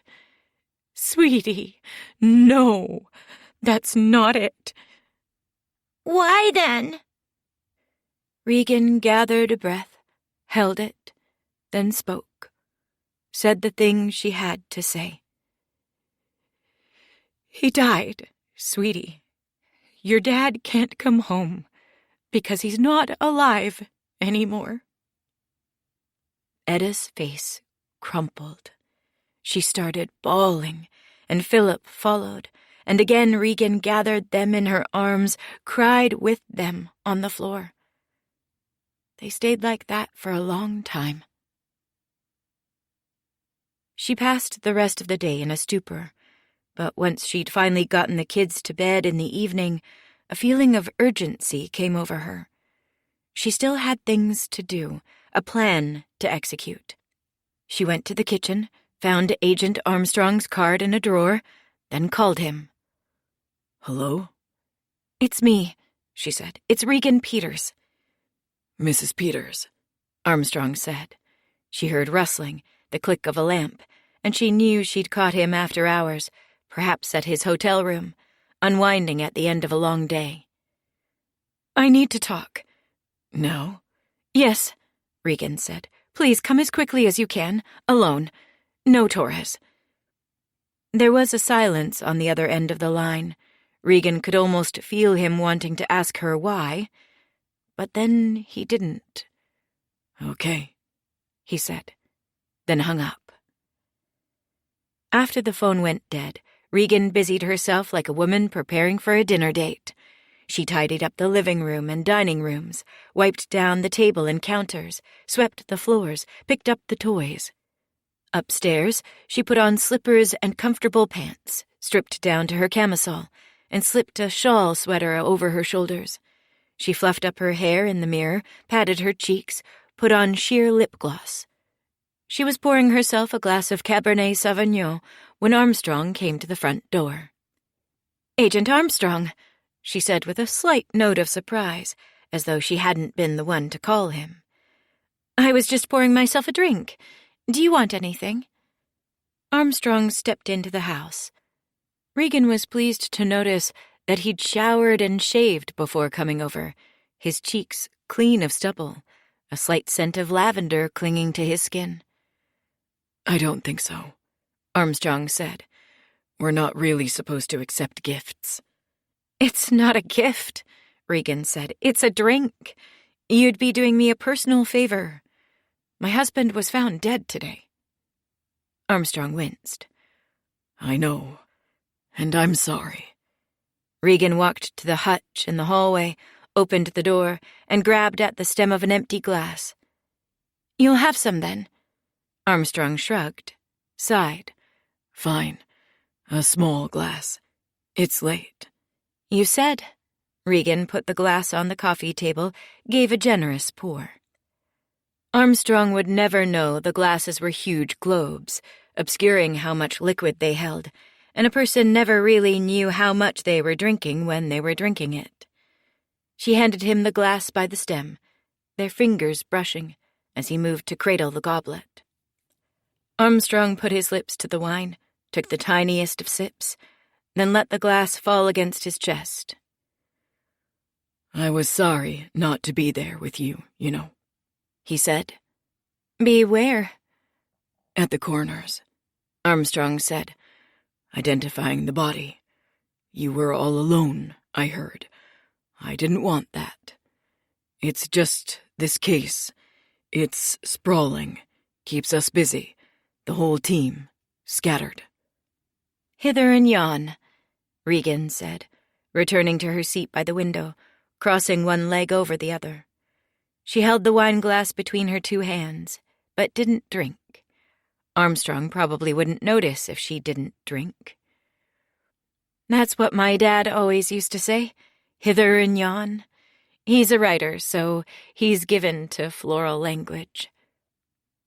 Armstrong was in the midst of another sip, a larger one this time.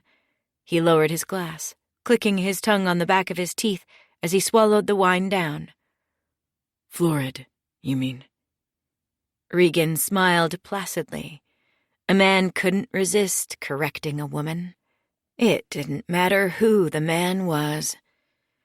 "I'm sure you're right," Regan said. "So, what was it that scattered you hither and yon? That's making the case sprawl?" "Oh, I don't know if I could." "It's about Scoville, isn't it? You don't care about John anymore now that he's dead. You want his associates now, whoever he was mixed up with." Armstrong took yet another drink of wine, then held it in his mouth, grimacing. He seemed to like it a lot for a guy who protested at first, which was good, because it had cost Regan more than $50 at Haskell's, and she wanted to get her money's worth. "It's really nothing you have any reason to know about," Armstrong said. "But yes, actually, now that you mention it, your husband was tied up in a large criminal network, and we're trying to untangle it." "Any arrests?" Armstrong gave her a patronizing smile, the kind of smile that said she'd already pushed things far enough and wasn't going to get anything more out of him.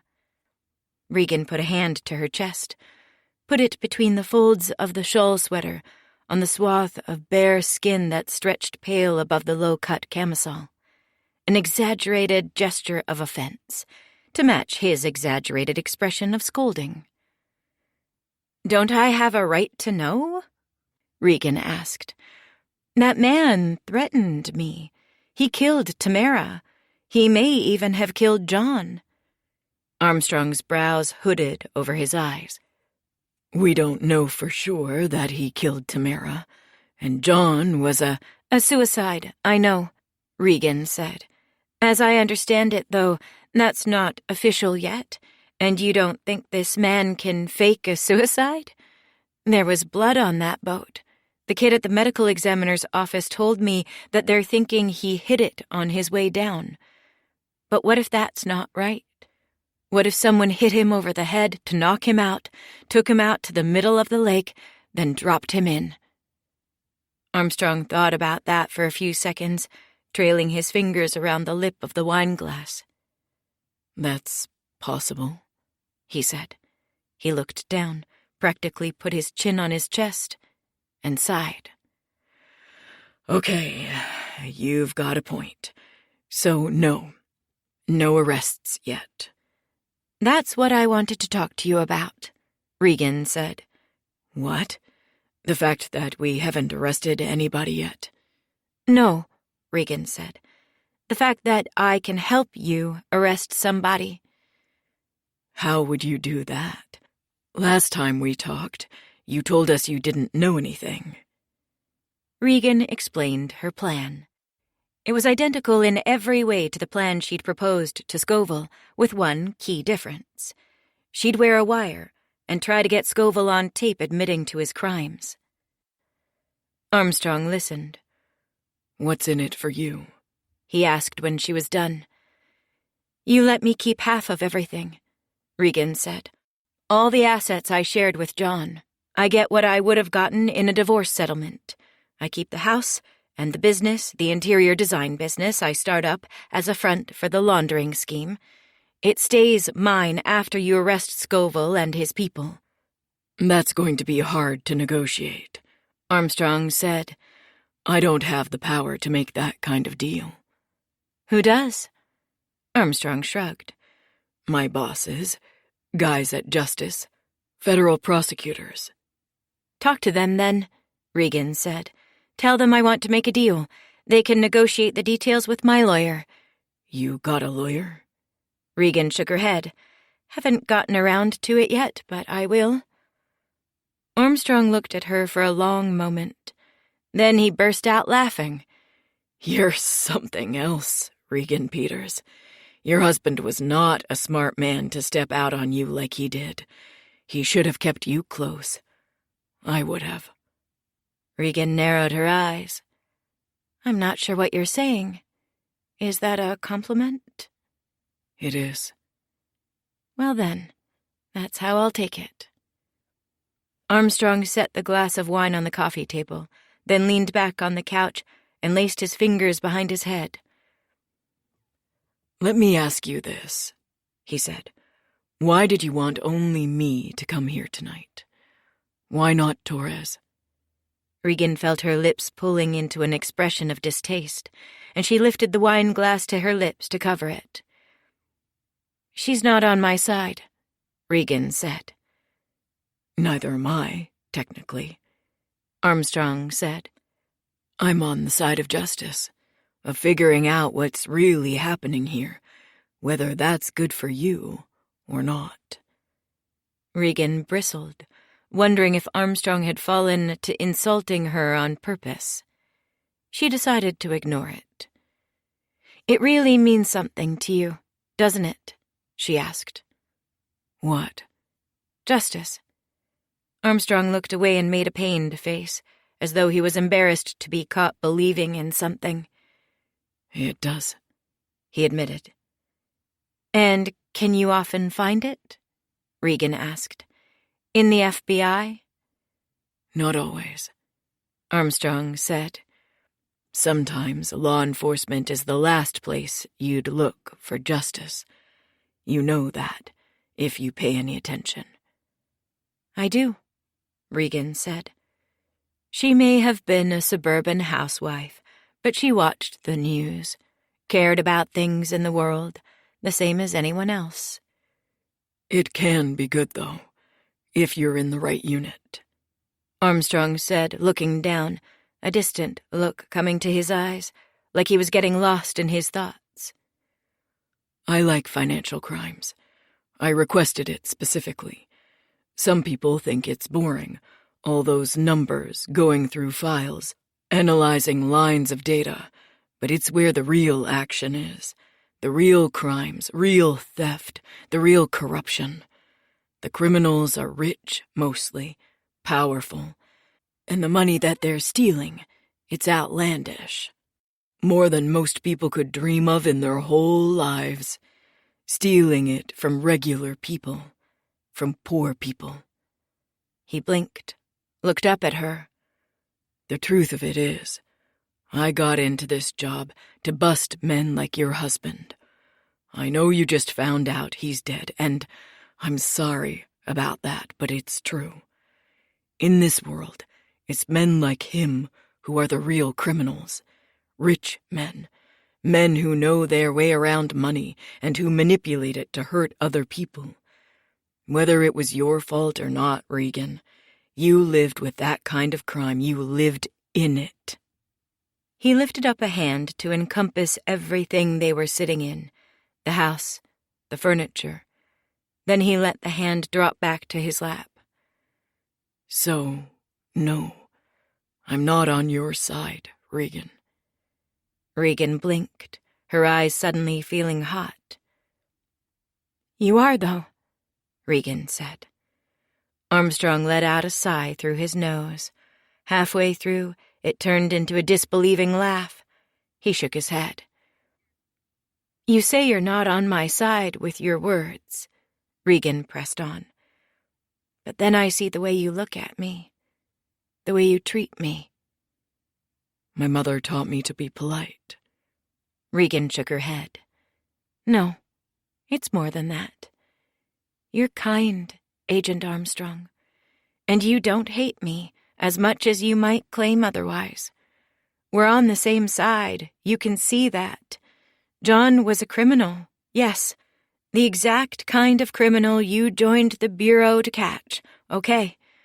And I'm one of his victims. I am. He lied to me. He drew me in, made me love him. He built our lives around his lies and made me a part of them. He conned me, made me a mark. That's the kind of victim I am. And now I'm trying. You see? I'm trying to make it right. To get my soul back.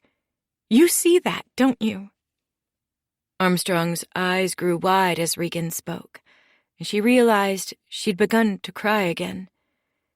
These felt different than the tears she'd shed for John, the tears she'd cried with Etta and Philip. She found herself wondering how she looked, if the tears would appear real or fake to Armstrong. She bent over at the waist, covered her face, and went on crying.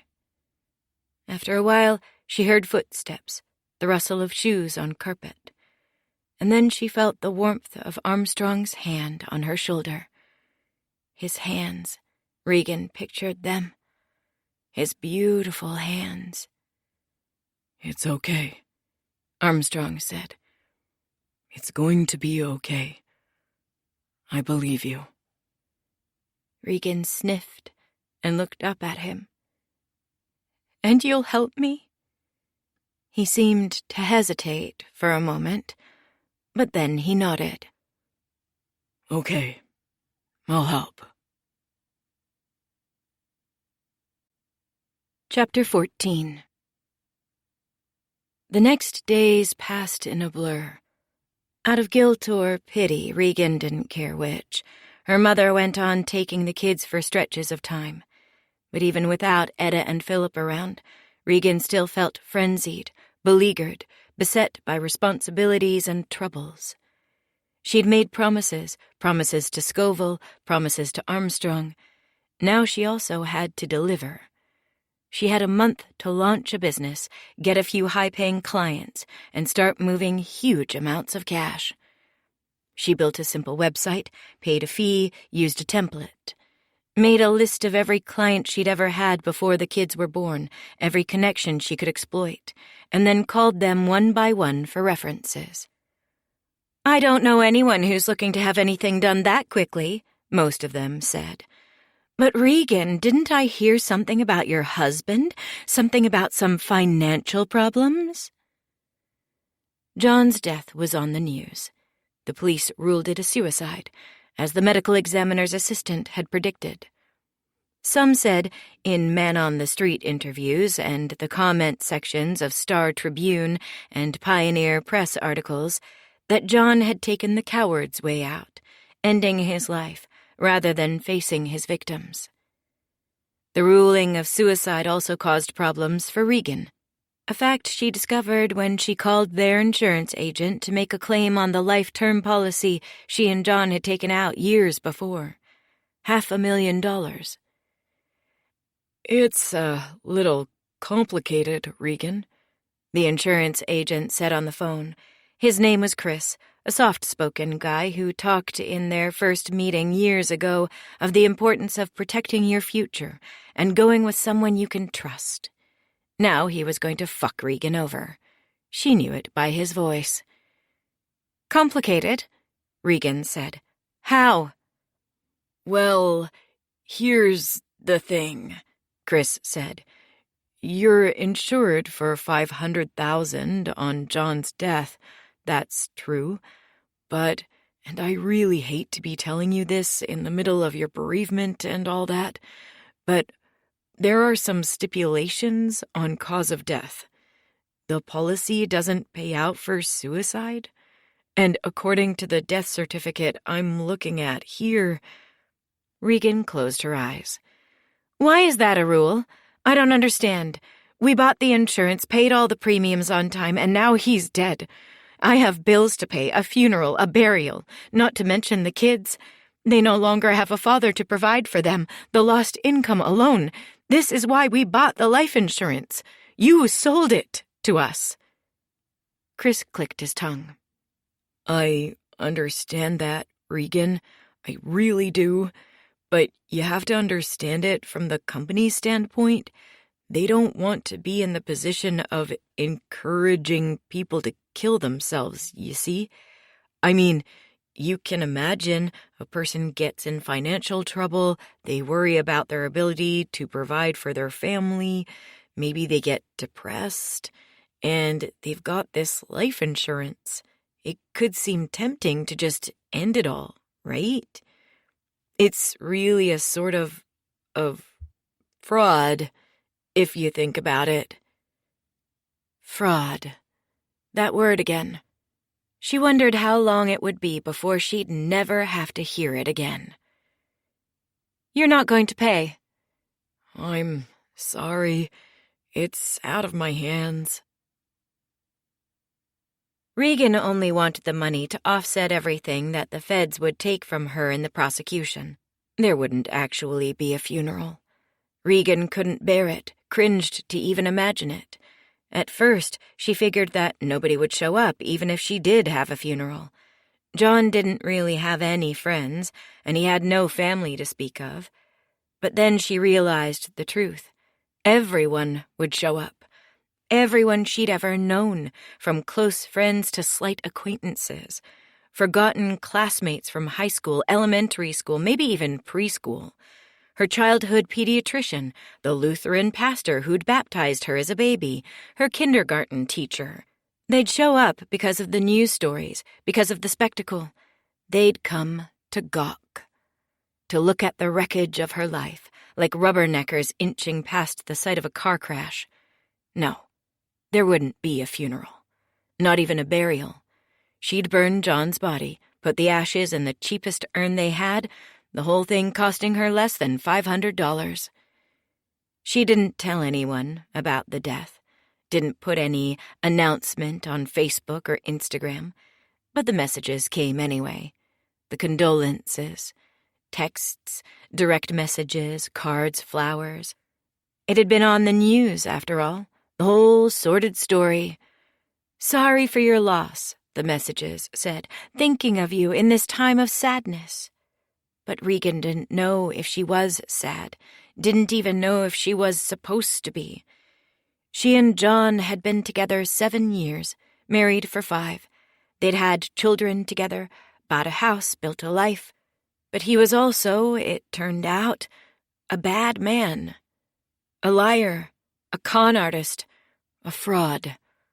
Did you grieve a man like that? Did you cry for his death? Or did you only mourn what he'd done to you, the sad joke he'd made of your existence, and celebrate the fact that he was gone? Regan probably should have gone to therapy to talk about it, and one day she even did some research, looked at some local grief counselors online. But then she shook her head, closed the laptop, put it away. A therapist would only tell her something like, "There's no right way to grieve," or "Feel your feelings." Why pay for something like that? She didn't want to feel her feelings. She wanted to be done with them as quickly as possible, wanted to rush through this horrible chapter of her life and get on to the next thing. She got a lawyer to help her cut a deal with the feds and figure out the money side of things.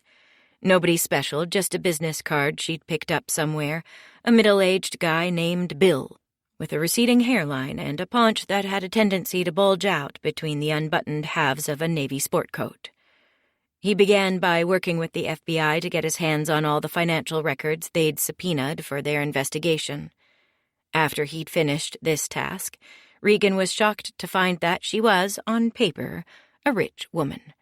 Almost $1 million in savings and investments, and she owned both homes, the house and the lake house, outright, with no debt. That made sense, she supposed. John was alleged to have stolen more than $10 million from his clients and had reported $30 million in false capital gains. That money had to have gone somewhere. Not all of it was liquid, though. She couldn't spend it. Much of the savings was in retirement accounts, so she couldn't get her hands on it until she was almost 60, even if the FBI let her keep any of it. The savings accounts amounted to a couple $100,000. She could also sell the houses or take out a mortgage on the equity to pay off legal bills if she had to.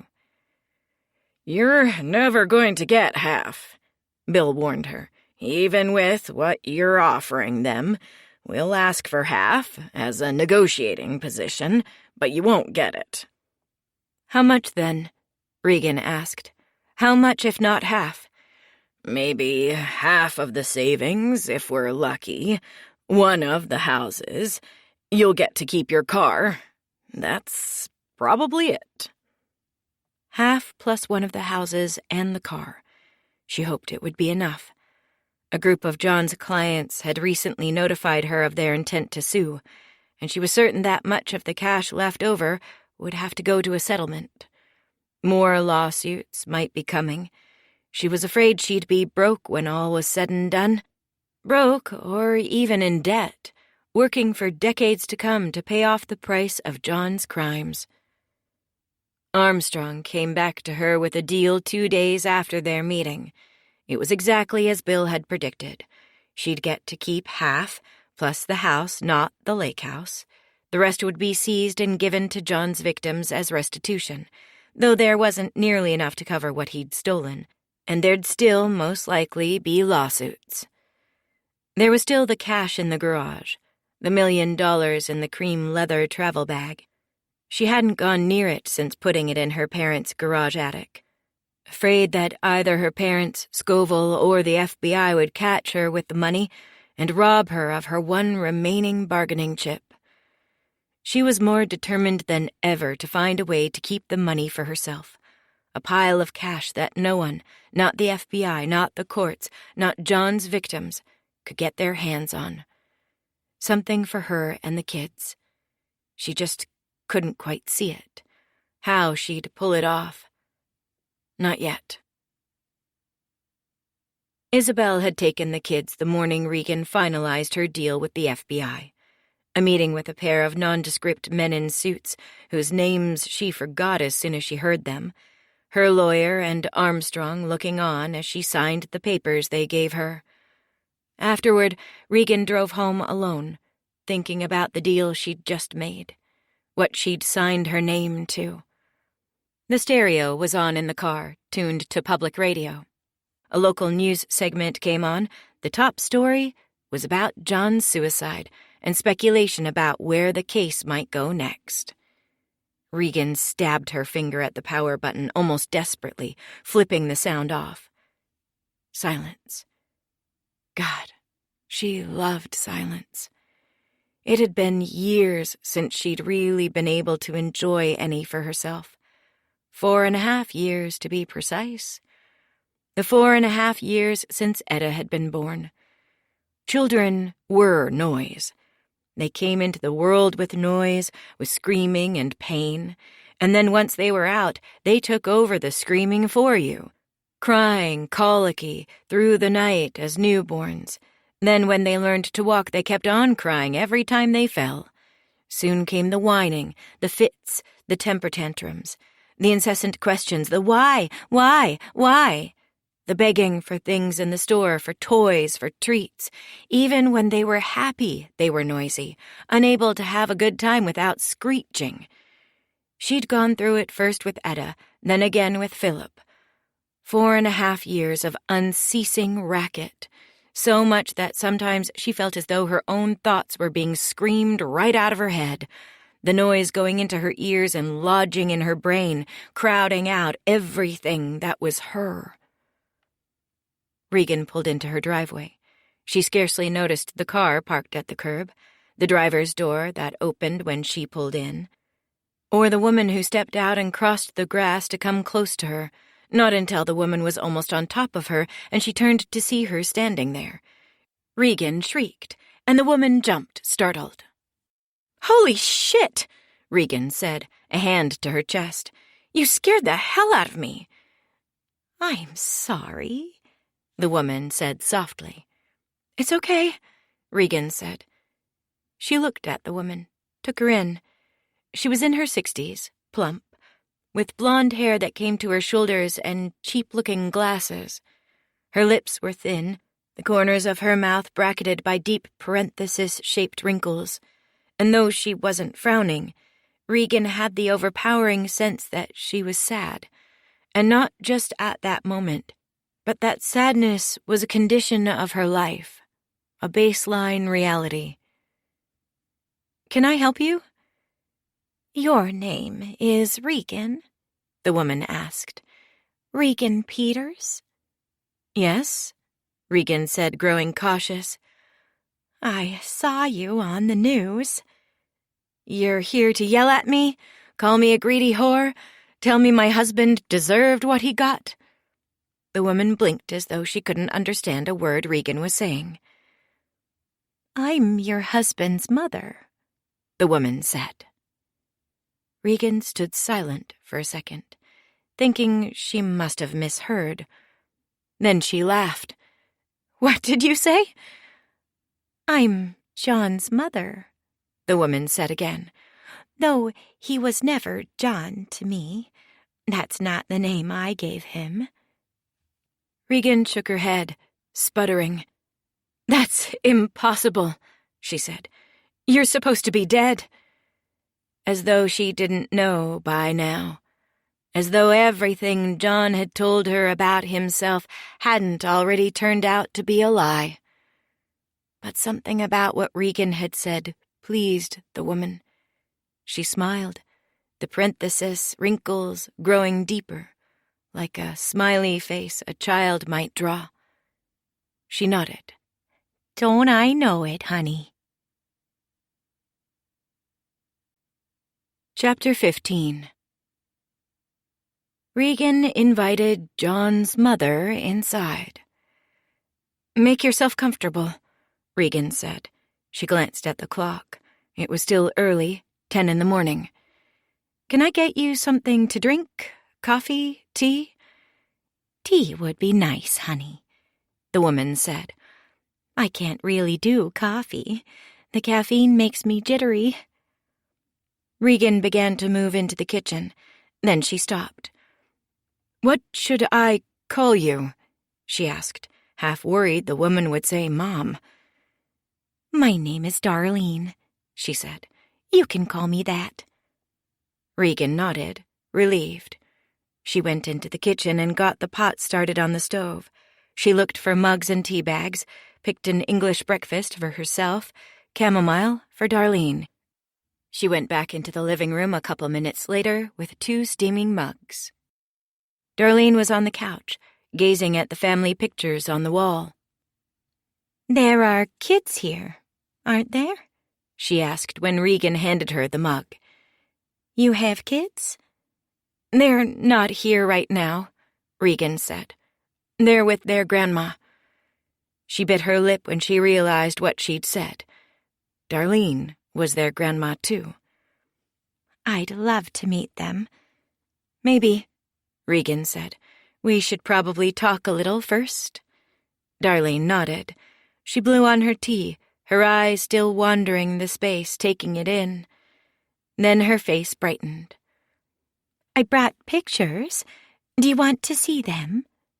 Sure, Regan said. Darlene reached into her purse and came out with a pile of postcard-sized photographs held together by a rubber band. She pulled off the rubber band, then began shuffling the photos. These are of John? Regan asked. She felt off balance, not sure what to call her husband in Darlene's presence. Well, I know him as Casey, Darlene said. Casey. Regan gave her head a tiny shake. It didn't seem right. The name didn't seem to match her husband. Didn't fit the man she'd known. Here's one of him as a baby, Darlene said, slapping a photo face down on the coffee table and sliding it toward Regan. And one of him when he was, maybe 3 or 4, sometime in elementary school and high school. She sent more photos across the table. Regan picked them up one by one and flipped through them. The baby picture was taken in the hospital with John no more than a few hours old, sleeping, swaddled tightly in a blanket. The picture could have been of anyone, the newborn features still unformed, squishy and shapeless, and yet there was something in the mouth that reminded Regan of her husband. The next photograph of John as a toddler showed him in the snow, knee-deep wearing a burgundy-red bodysuit with attached mittens and a matching stocking cap. His cheeks were rosy, his eyes squinting against the sun reflecting off the brilliant white, and he was not smiling. The next photos of John in elementary school and high school showed a boy taking shape into a man, the man she knew. He could have been anywhere from 7 to 9 years old in the first, ratty blue jeans, a navy blue t-shirt with horizontal stripes, a bit of baby fat. In the second, the boy had become a brooding preteen, sitting on a rusted lawn chair, slouching low, legs stretched out and crossed at the ankle, floppy hair parted down the middle and falling into his eyes. Again, he smiled in neither picture, and Regan found herself wondering if he'd ever smiled throughout his childhood, if the sadness she'd sensed in Darlene had made itself a part of his life, too, and if that melancholy was what he'd run away from. "Where were these taken?" Regan asked. "Where are you from?" You ever been to Grand Marais? Darlene asked. Up on the Superior shore? Once or twice, Regan said. Lake Superior's North Shore was a bit of a vacation destination for people in southern Minnesota, and she'd vacationed there a couple times with her family before John, who never seemed interested in going there when she suggested a trip up north. "You're from there?" Not quite, Darlene said. A little bit further north from there, almost to Canada. A couple of houses, an old resort on the shore, and a general store. Some maps don't even have it. She added the last bit as a sort of wry aside, almost as though it was a point of pride. That's where John grew up, Regan said. Try as she might, she could not bring herself to say the name Casey. He'd always be John to her. That's right, Darlene said. Edge of nowhere. Pretty rough place. Abandoned. I ran the general store, inherited it from my daddy, but it wasn't much of a business. Not many people stop there. Not since the resort closed down. Nobody but the hardcore outdoor types. Half of them are hippies. The other half are anti-government crazies. And truckers. We lived pretty much on the edge of poverty. Regan looked at the photos again. New details popping out at her. The snowsuit John was wearing in the preschool-aged picture, for instance. It was old, tearing at the seams, white batting oozing out at the shoulders, the knees. In the elementary school picture, she suddenly saw the dirt smudged on John's young face, the baby-fat gut hanging below the too-short T-shirt, the patches on the knees of his jeans. And in the high school picture, John was sitting on the lawn next to a house with peeling white siding, a crazily angled back stoop. And suddenly, it was all rushing out of her, everything she'd been trying to hold back the past few days since John had turned up dead, all the sadness, all the grief. It didn't have to be like this. He could have talked to her. He could have told her the truth about what he'd come from, about who he was. She wouldn't have judged him for it, wouldn't have stopped loving him. If anything, it would have made her love him more, knowing what he'd fought to escape, how far he'd come to be what he was today. Regan thought about what it must have been like for him to lie for all those years, to lie and lie and lie, and then, when the lies began unraveling, to think that there was no way out but to end it all. To leave behind a wife and children. To leave them with a bag of money and then to row out into the lake in the dead of night, tie a cinder block to his ankle, and then drop it in the water. "Oh, honey," Darlene said, "you're crying." "I'm okay," Regan said, drawing the back of her wrist across her eyes. "I am." "Do you need a tissue?" Darlene dug through her purse once more, but Regan waved away the offer. "Who's we?" she asked. Darlene blinked, putting down her purse. "Sorry?" "You said we lived on the edge of poverty. Who's we?" "Oh, me and Casey and his brother Randy." "And John's father?" Regan asked. Darlene made a pained expression. "Casey didn't really know his daddy. He wasn't around much. One of those truckers. He'd stop through sometimes on a haul, stay a night, give us some money, bounce the boys on his knee. We'd see him twice, 3 times a year. He stopped coming when Casey was about 2. I'm ashamed to say we weren't married, their daddy and me. My boys were born out of wedlock, which could be a point of gossip up there, where we were from. But they have the same daddy, Randy and Casey do. I can say that, at least. And I found the Lord since those bad days. I've asked forgiveness for my sins. Praise God for that. You and Casey, are you believers? Are my grandbabies baptized?" Regan ignored the question, not so much because she didn't want to answer. Etta and Philip had been baptized Lutheran, though they went to church only twice a year, at Christmas and Easter, but because she was growing dizzy, disoriented with all the information Darlene was giving her. What she now knew of John's life felt like little more than points on a blank piece of paper. She knew that he had been a boy named Casey, growing up impoverished in the middle of nowhere, that he'd shown up in her life as a struggling young financial advisor named John Peters. But she couldn't gather these bits of data into a coherent story, couldn't draw an arc between these dots that had led to the man she'd known. "When did he leave?" Regan asked. "He didn't exactly leave," Darlene said. "Well, he did, but it wasn't a send-off with a big tearful goodbye or anything. He just sort of disappeared. It's a bit of a story, actually." "I'm listening," Regan said. Darlene was quiet before she began, settling herself where she sat. She set down her purse by her feet, then reached for the steaming mug on the coffee table. She grabbed at the paper tab of the tea bag, lifted the bag in and out of the water a couple times, then set it on the saucer Regan had brought out with the mugs. Darlene brought the tea to her chest and settled back against the cushions, sank deep into them.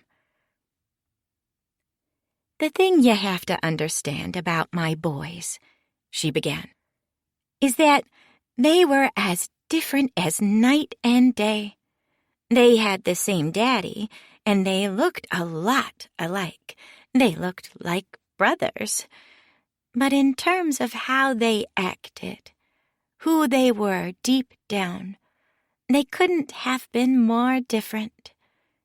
Casey was a pleaser, the kind of kid who always liked to be on good terms with everybody, who'd get real upset if he thought that anyone was angry with him. He followed all the rules, made sure that whatever he did, it was just right, just what people wanted him to be doing. Whether that was me or his teachers at school, he almost never misbehaved. But oh, if he ever did something wrong, it would suddenly be, 'I'm sorry, I'm sorry, I'm sorry. Don't be mad at me,' crying and crying until you were the one apologizing to him just to get the poor kid to stop beating himself up. I never had to punish Casey, never had to whoop him, never had to send him to his room, because he always punished himself." "And your other son?" Regan asked. "Randy?" "Randy was my wild one," Darlene said. "Always pushing the limits. Anything I said, he did the opposite. Little things at first, kid things, not eating his supper, not doing his chores, getting into things he wasn't supposed to be in, breaking things. But then, when he was about 8 or 9 years old, it started to be more serious with Randy. I barely saw him anymore. He'd disappear from the house for days. I wouldn't even know where he was sleeping. And then someone would drag him into the store by the scruff of his neck, tell me they caught him doing something or other, stealing, usually. A trucker, a tourist, a hiker, or a camper, going through their stuff looking for money, for valuables, things he could sell. A lot of the time he got caught, and without much law enforcement up there, the people he was trying to steal from would just take care of things themselves. Bring him in to me sometimes, or rough him up a little themselves. Try to teach him a lesson." "They'd beat up a child?" Regan asked. "It's a lot of rough folks who end up there, like I said. People with old-fashioned ways of handling things. Besides, a lot of what I'm talking about, he was getting to be not so much of a child anymore. It was hard for me to keep track of Randy, like I said, but I'd hear rumors. Gas stations or liquor stores a ways down south getting robbed, houses broken into, and I'd wonder, maybe that's Randy. He'd come back sometimes, every couple of weeks or so every month, and he'd sometimes bring stuff with him. Money, or things, lamps, watches, pieces of jewelry. He'd tell me to sell them second-hand, or pawn them the next time I got down as far as Duluth. I am a little ashamed to say I took them. I needed the help, needed the money to keep from going hungry, to keep feeding Casey, to keep the heat on. It gets plenty cold up there, you know. I had my reasons, but I'm still not proud of it. It's another thing I've had to ask forgiveness for, from the Lord, supporting Randy's sins like that, letting him stray. God, help me, I've made some mistakes. She lifted a hand, raised her eyes to the ceiling. And John's disappearance? Regan asked, prodding Darlene on. Yes, Darlene said, her gaze dropping again. I don't know everything about that night. Nobody does, really. But Casey left the house one day looking for his brother. Darlene paused to take a sip of tea. Regan felt her hand quiver, her heartbeat pulse in her wrists. Her breaths were shallow, almost as though she was afraid to make any sound. Casey looked up to Randy, you see. He was the older brother, only by a year, but still. Casey was a homebody, a goody-goody, a kid who played it safe. But Randy was the risk-taker, the macho one. And I suppose Casey might have wished that he was a little more like Randy, that he was brave, like his big brother was. What happened? Regan asked, her voice barely above a whisper. It seems that Randy got it in his head to stick up a store, Darlene said. A little place along the highway catering to tourists, gifts and camping supplies and, smoked fish and whatnot. You know, the kind of everything but the kitchen sink store you get in a tourist area. But they only took cash, and Randy must have known they'd be flush with it around closing time, and he took his little brother along with him as a kind of test, to toughen him up, you know, the way boys do. Randy was 18. Casey was 17. Boys, still. Darlene shook her head, heaved the kind of sigh that Regan recognized, a sigh of motherly disappointment, of a woman who just can't believe what her children have done, that they could be so stupid. Randy had a gun, Darlene said. And I guess it went off. Nobody knows how.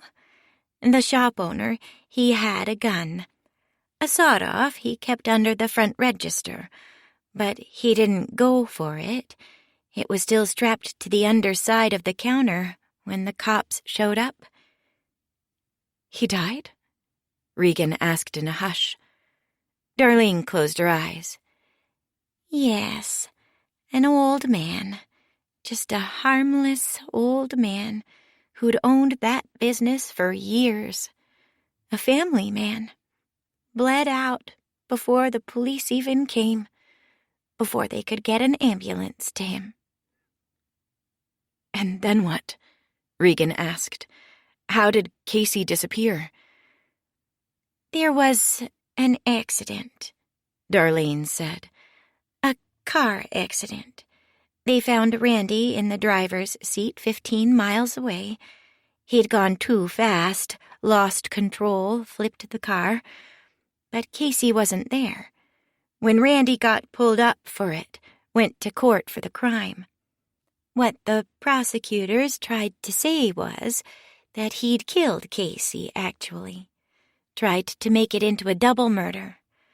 Their theory was that Casey threatened to tell what Randy had done, and then Randy shot him, dumped his body in the woods, maybe even buried it, then flipped the car in the getaway. But they couldn't make it stick. They couldn't find a body. So Randy went up for killing the old man, and that was it. Did they list Casey as a missing person? Regan asked. I suppose maybe they did, Darlene said, but nobody seemed to look for him too hard. I think everyone thought he was dead somewhere. Besides, who cares about some poor kid from out of nowhere? And I didn't have any money to hire a private investigator. Some people suggested it, some of my friends, but I couldn't afford it. I could barely afford to keep myself alive, what with Randy and Casey no longer bringing in any money. Casey earned money too? Regan asked. She noted with a bit of surprise that she'd fallen into calling him by his real name, Casey, instead of John. He worked part-time at a resort about a half-hour down the shore, Darlene said.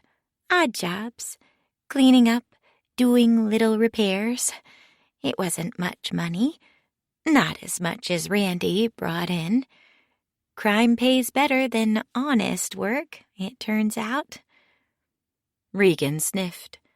Maybe it did. If so, it was a lesson John had learned a little too well. Randy got out recently, actually, Darlene said. About a year ago.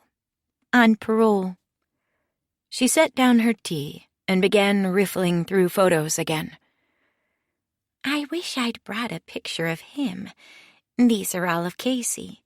I figured those were the ones you'd want to see. And the kids, those grandbabies, I thought they'd want to see their daddy as a boy. I still wouldn't mind meeting them, you know. Oh, wait, here's one. A picture of Randy. Darlene flipped it down onto the table, pushed it across with her index finger. It's of both of them, actually. Randy and Casey.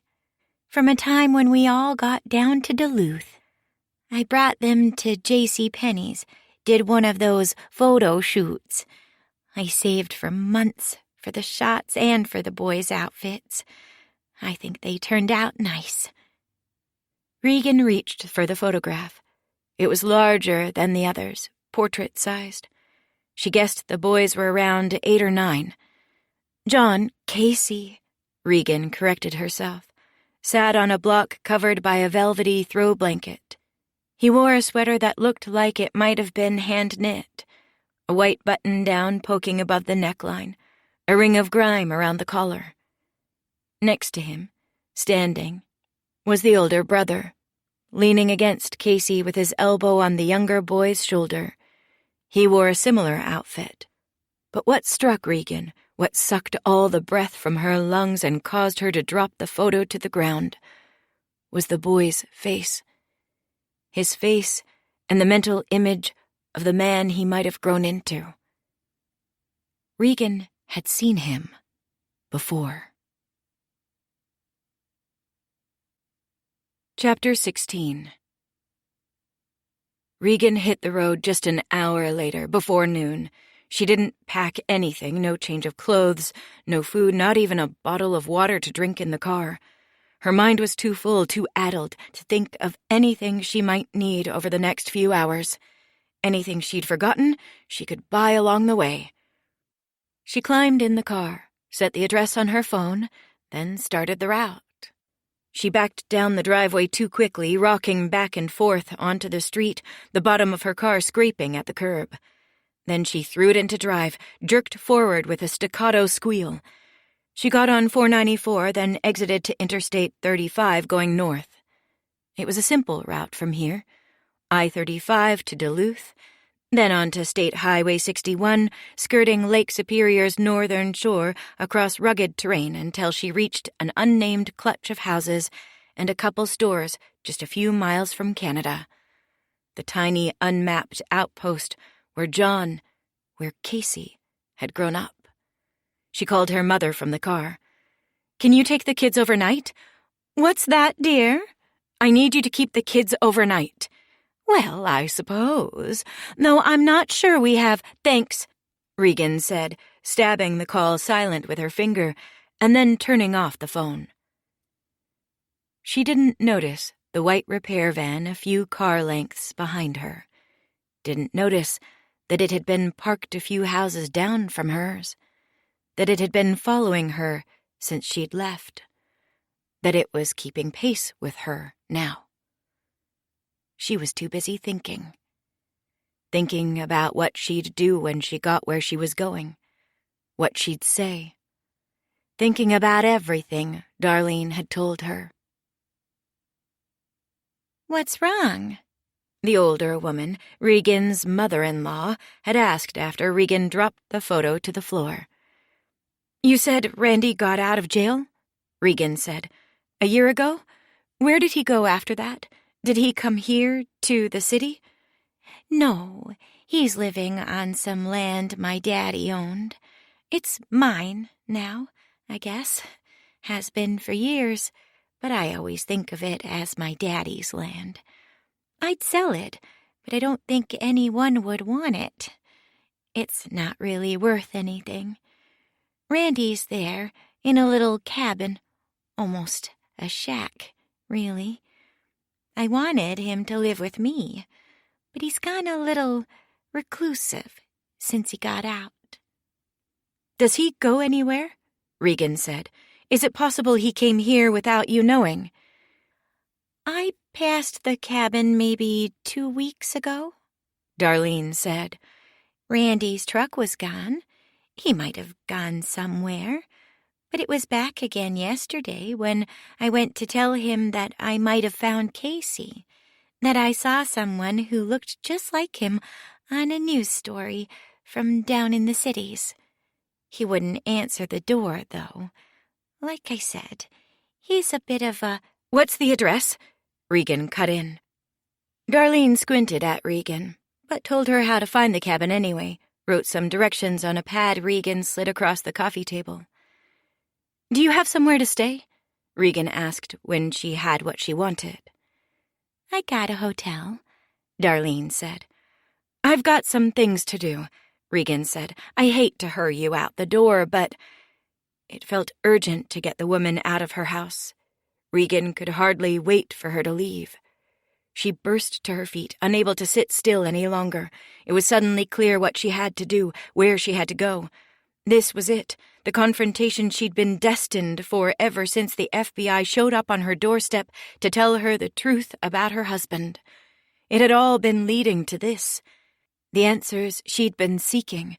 Who John was, what he'd done, what had really happened on the lake and on a dark abandoned road 2 decades ago.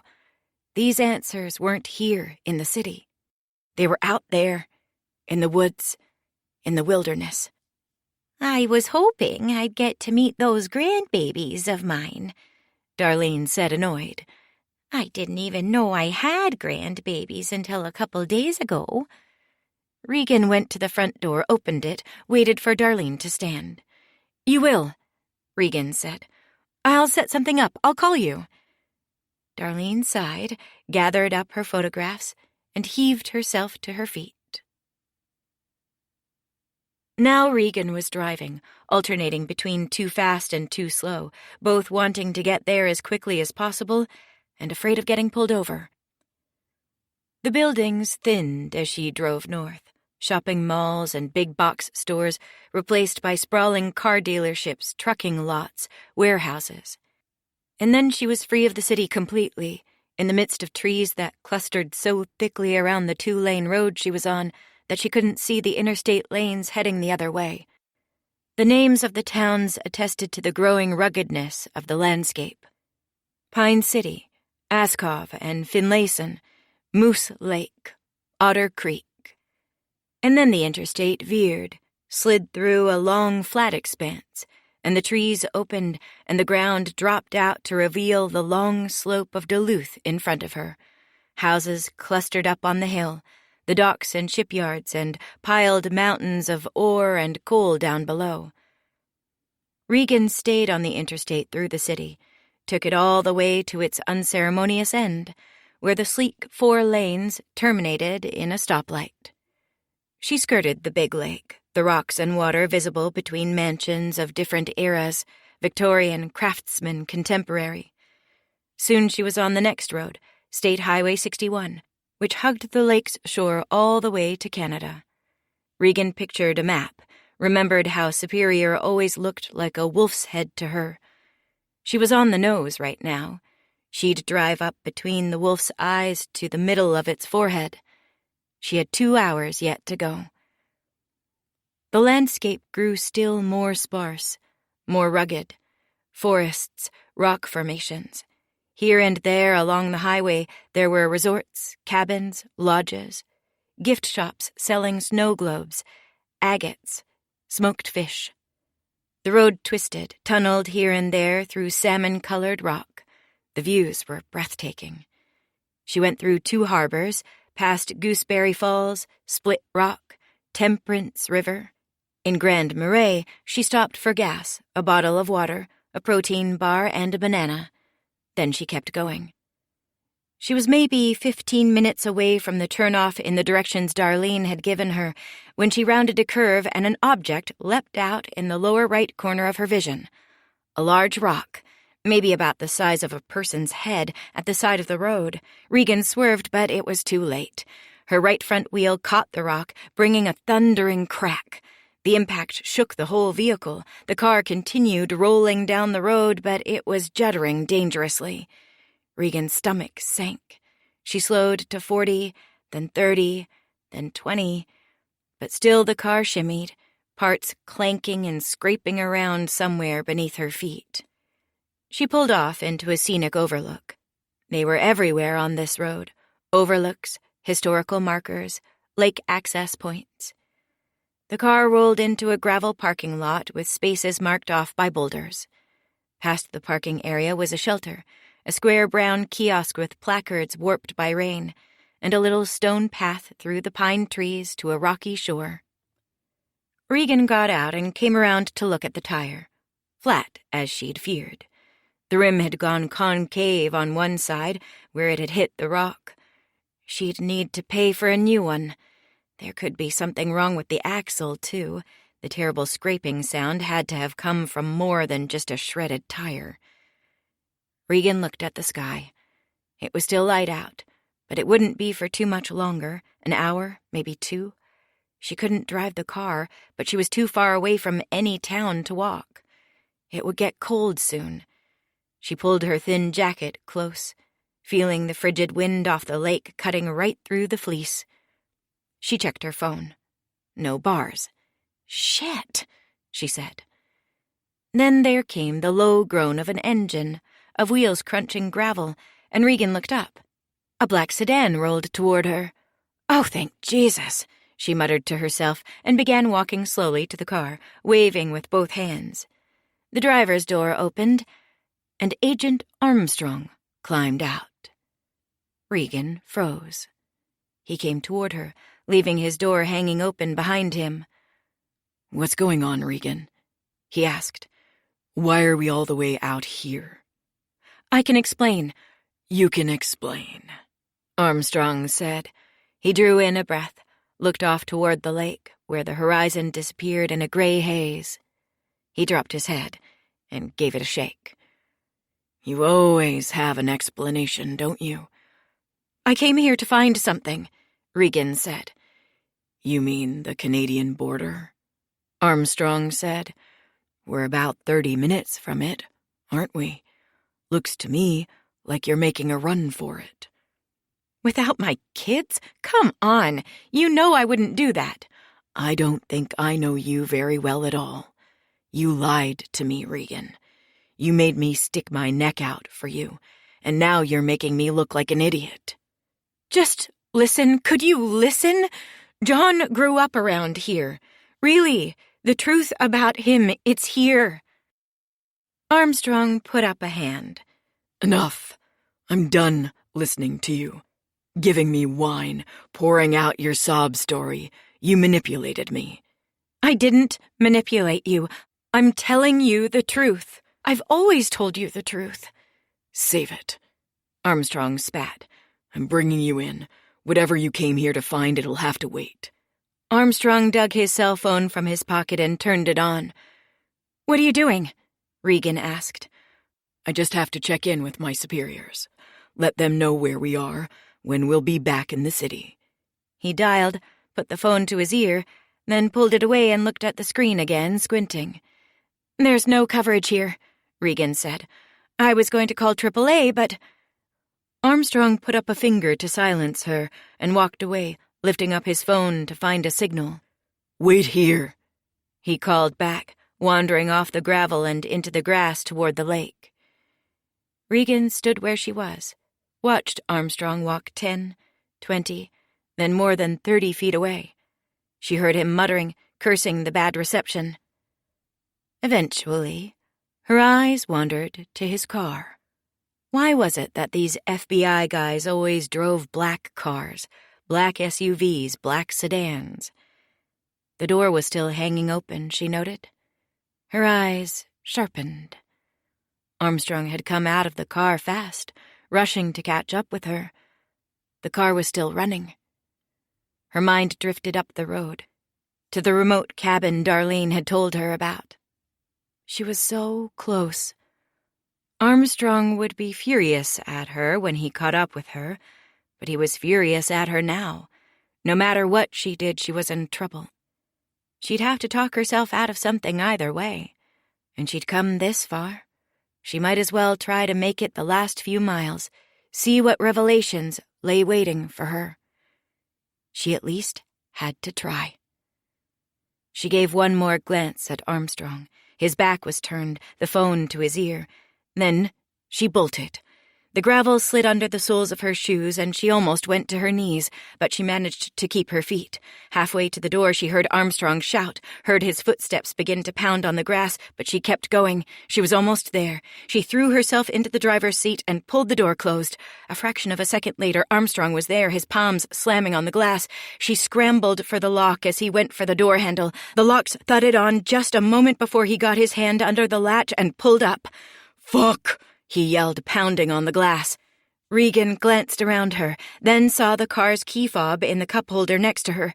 He'd left it behind, just as she'd hoped. "Regan!" Armstrong said, his voice muffled. "Don't do this. Be smart, Regan. Don't make it worse for yourself." She backed the car into the lot, gravel crunching under the tires. Armstrong advanced, keeping himself in front of the front bumper, waving his arms, preventing her from moving forward and getting out of the parking lot. Instead, she gunned it even further in reverse, to the back entrance of the parking lot, then threw the car into drive and turned sharply to the left, exiting the lot through the entrance before Armstrong could run to reach her. She saw him in the rear view as she pulled onto the highway, running toward the road, then slowing as she gained speed. He stood and watched her go. Then the road curved, brought the car around the other side of a rock face, and the next time she looked in the mirror, Armstrong was gone. She was alone again. She'd left her phone in her car, which meant no more GPS, but she remembered the directions that Darlene had given her. She passed slowly through the outpost John had grown up in. Darlene had been right. It wasn't much to look at. A couple warehouses and squat commercial buildings, a half-dozen ramshackle houses, each either neglected or abandoned. One house had a square little shop attached in a single-story wing, a gas pump outside. That must have been the general store. John's house. Or Casey's. He'd never lived there as John. John had been the man he'd created to get out of this place. A mile out of town, she made a turn onto an unmarked gravel road. She drove for a while, trees so close on either side that there were times she feared the road would simply disappear, and she'd be driving in the forest, unable to find her way out. But then the trees opened up into a little open space, and she saw it. The cabin. It was a shack, really. A brown rectangle slapped together and elevated off the ground on cinder blocks. Angles not quite right, sagging in the middle. 3 crooked steps leading up to a scratched white door. Outside the shack was a truck so rusted Regan couldn't say with any certainty what its original color had been. She pulled Armstrong's black sedan up next to the truck, then got out of the car, taking the keys with her. She paused for a second, considering whether this was a good idea, whether she should just get back in the car and drive away, face the consequences with Armstrong, never know the truth. Then she walked up the steps and knocked 3 times on the door. "Hello? Is anyone home?" No answer, not even movement. She knocked again. "It's me, Regan. Oh, just answer the door. Just talk to me. I know you're in there." She waited, listened. After a couple seconds' silence, she heard something. A rustle, creaking footsteps, a hand on the doorknob. The door opened, and there he was, alive. "Hello, John," she said. Part 2. Chapter 17. People always said they looked like twins. Travelers would come off the road, tourists looking for gifts for the folks back home, truckers looking for coffee or caffeine pills to keep them awake on a long midnight haul, campers or hikers looking for replacement supplies, a lantern or a compass or a pocket knife. They'd scan the general store's shelves, looking disappointed by the paltry selection, and then sometimes their eyes would fall on the boys, Randy and Casey. Half feral, greasy hair mussed up, dirt around their ears, holes in their shirts and blue jeans. They'd frown. "They look so alike," they'd say, then turn to Darlene. "Are they twins?" "Yes," Darlene would say, "the Irish kind." And then she'd laugh. Casey hated the joke, cringed every time she made it. The joke reminded him of sex, of the fact that his mother was having it, which no boy wanted to think about. It made him think about the strange men off the road who sometimes came to his mother's room, of the creaking and moaning sounds that came through the thin walls at night, of the groceries that filled the fridge and cupboards the next day. "Fucking," Randy told him on one of those creaking, moaning nights. "That's what it's called." Casey was only 10 months younger than his big brother, and he knew exactly how that happened. Their dad, a trucker who hauled timber from Canada to paper mills in Wisconsin, paid extra to fuck Darlene without a condom. Then, not even a month after Randy was born, he came through on another haul and paid to fuck her again. That was his story. The story of how he came into the world. He hated it. Casey also hated the fact that people could confuse him and Randy, that people could think them anything alike. Casey was quiet, thoughtful, even, he thought and his teachers said, special. He liked to read, to draw, to ponder, imagine, and dream. Randy was the opposite. Brash where Casey was shy, rough where Casey was soft. He spent most of his time outside, fishing, hunting, breaking windows, playing with matches, slicing open roadkill and poking at the entrails, scattering roofing nails on the highway and hiding in the ditch to watch the blowouts, tying toads to M90 firecrackers and lighting the fuse. Randy's word for Casey was pussy. He used it more than he used Casey's name. Randy got into even rougher activities as he grew, fighting and stealing and getting blackout drunk, even as Casey threw himself into school, into books, hitching rides to the community library, where he'd spend hours at a time just sitting, reading, surfing the internet. Anything to keep from going home. But because he and Randy looked so much alike, it was as though Casey had a shadow self roaming around in the wilderness outside, a doppelganger, sowing chaos while wearing a face that looked almost identical to his own.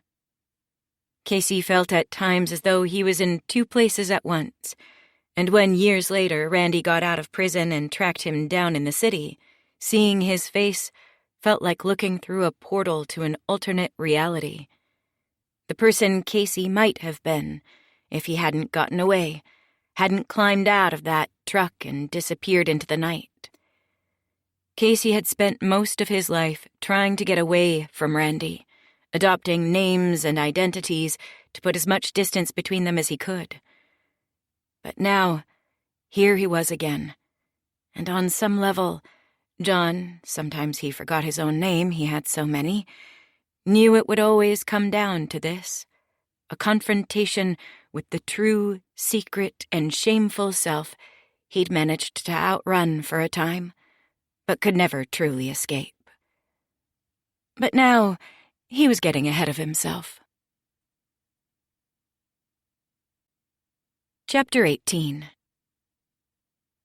As a boy, Casey stocked shelves in the general store, worked the front register, swept the floors. But as soon as he was old enough, he took a job that took him out of the house, down the road a couple miles to a small resort with boxy little cabins tucked into the rocks along the shore. In the summers, Casey would walk to work each day, his shoes crunching in the gravel of the highway shoulder, trucks whipping by just 5 feet away.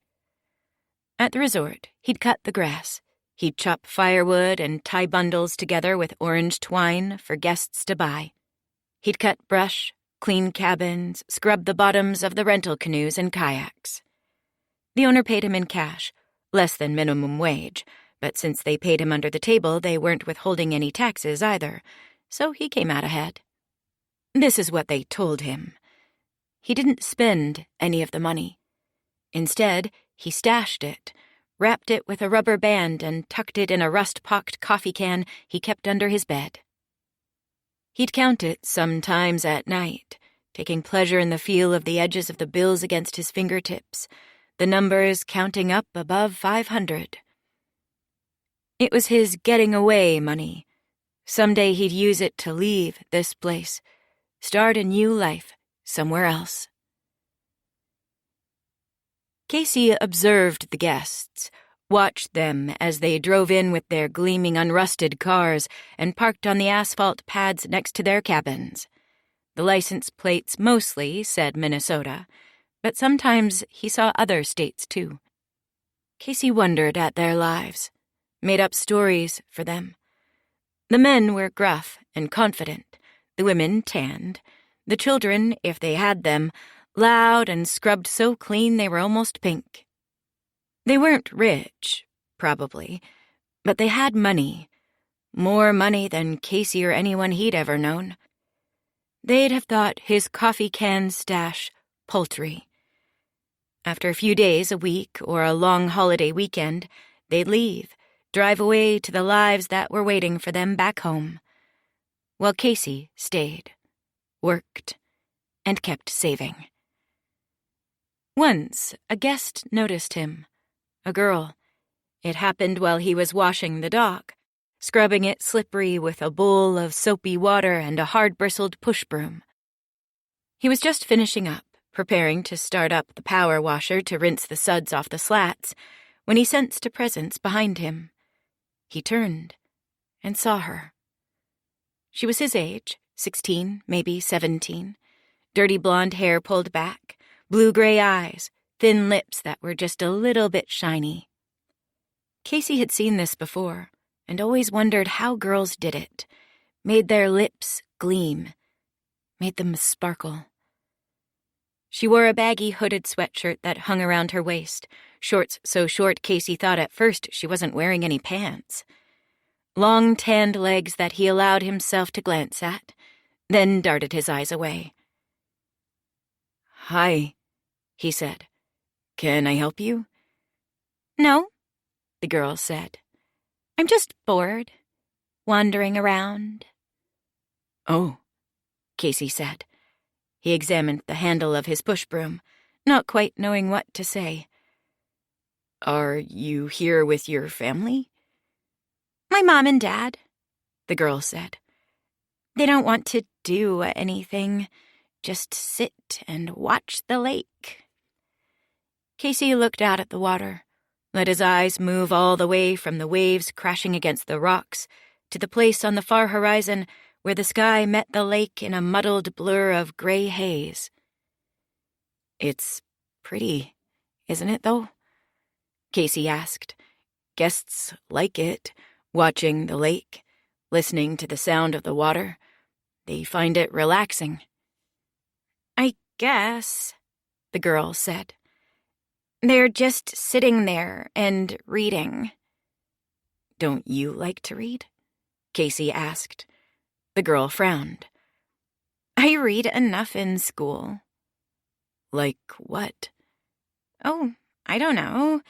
To Kill a Mockingbird, The Great Gatsby. I read those, Casey said. He'd been enchanted by The Great Gatsby, sympathizing with Gatsby's plight, with the gleaming, untouchable life he'd wanted to build for himself in that house at the edge of the water. He'd even cried a little at his ultimate fate, and at the last line. Boats against the current, borne back ceaselessly into the past. His teacher had challenged him, asked him if Gatsby was really a character worth looking up to, and in the end she'd told him about another book that he later looked up in the community library, The Talented Mr. Ripley, about a man who lied and stole and killed his way into a life of unimaginable luxury. Casey understood. Jay Gatsby wasn't necessarily a tragic hero. Looked at a different way, he was a villain, like Tom Ripley. That was his teacher's point, the reason she'd recommended the book. It could be dangerous, running away from who you were, because there was no telling what you'd become in the process. Still, Casey couldn't help but admire these men, Gatsby and even Ripley, who'd escaped poverty and humiliation for a better life of money and parties and traveling the world. I'm Trisha, by the way, the girl said. Casey. He set down the push broom and began rinsing off the dock, using the low setting on the power washer so they could still hear each other, so they could still talk. Is there anything to do around here? Trisha asked, speaking just a little bit louder over the sound of the washer. Casey flicked his wrist back and forth, rinsing the bubbles off the dock and into the water, thinking.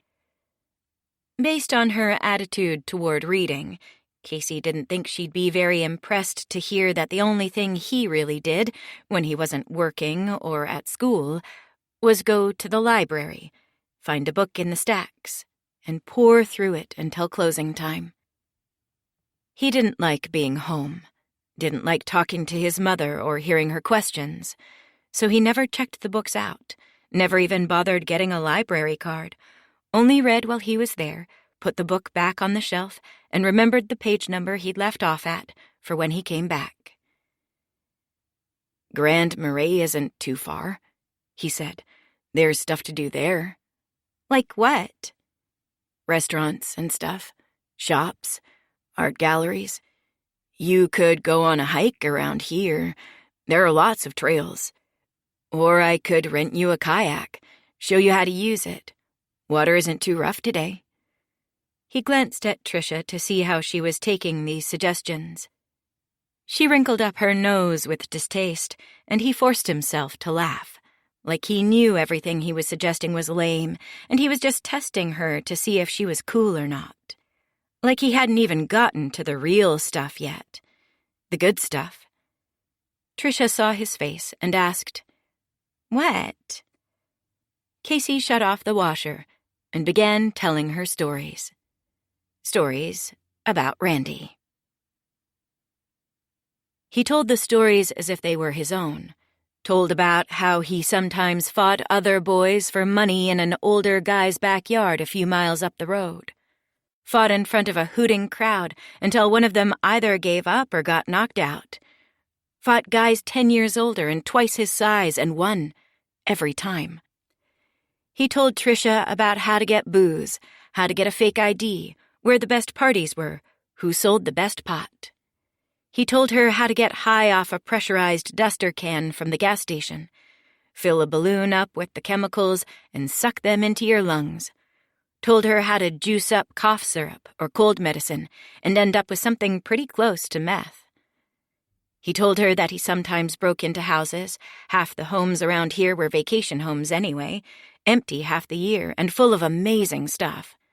Told her how you can just live in them for weeks at a time, sleep on their 1,000 thread count sheets, drink their fancy booze, then bug out with all their TVs and pawnable jewelry. "Don't tell," Casey said. "I'll kill you if you tell." And then he laughed, like it was just a joke, and Tricia laughed too, light and airy, and he could tell he was scaring her a little bit, scaring her and impressing her, which was what he wanted. They didn't do any of the things he suggested that day. Didn't go walk on a bridge railing blindfolded, didn't hotwire a car and take it joyriding, flipping the headlights on and off as they hurtled through the darkness. But over the next few days, Tricia kept coming back, kept appearing over his shoulder as he worked around the resort, and each time she did, he gave her another of Randy's stories, presented it as though it was something that had happened to him. Sometimes he'd ask Tricia about what it was like back home. She was from Minneapolis.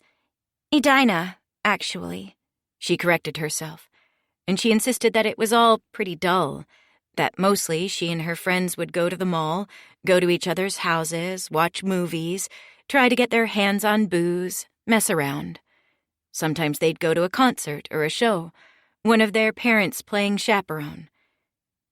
It sounded amazing to him, but Tricia insisted it was boring.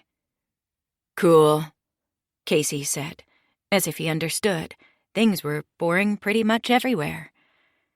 When the whole world was yours for the taking, you had the luxury of thinking it was boring. Cool.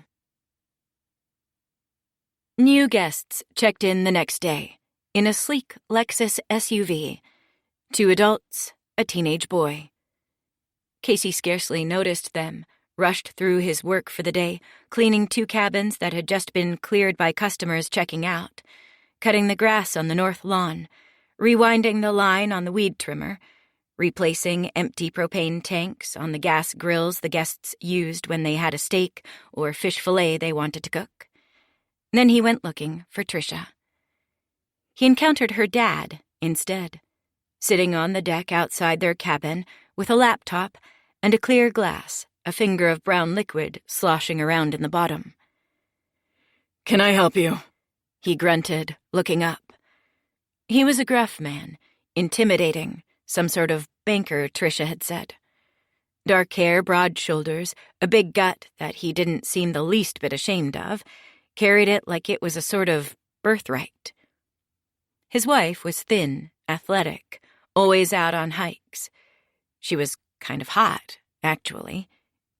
Casey saw where Tricia had gotten her looks from, and he was awed by this man's ability to keep his wife while evidently letting himself go, a plump monarch in a kingdom of beautiful women. "I was looking for Tricia," Casey said. He and Tricia's father hadn't spoken before. Casey had only overheard the man speaking to the owner, his boss, demanding this and that amenity for their cabin. "What do you want with Tricia?" the man asked, narrowing his eyes. "She asked me a question," Casey said. "About some trails. I found a map for her." The man sat back in his chair. "You just missed her. She went off with that boy who just checked in. Paul, I think his name was." He turned back to his computer. He was probably answering work emails, Casey thought. An important man. He lifted a finger without looking up from his screen and gestured vaguely toward the woods. That way. Casey walked, skirted the rocks leading down to the shore, then made for the trees. He didn't have to go very far. They'd only barely walked out of sight of the cabins. Tricia was on her back, the boy on top of her, kissing her. His hand slid up the inside of those long, tanned legs, right to the top of her inner thigh. At first, Casey thought she was in trouble, that she didn't want what was happening, and his blood surged in his veins. But then he saw that Tricia's hands were up around the boy's neck, pulling his mouth against hers. He stopped. A twig broke underneath his feet. The boy's head snapped back toward him. The fuck, bro? The boy asked, his eyes sharp with the quick fury of an adolescent male interrupted while hormones raged through his body. Tricia's shoulders came off the ground. She propped herself up on her elbows. Her ponytail was undone, the hair mussed, leaves and twigs tangled in the strands.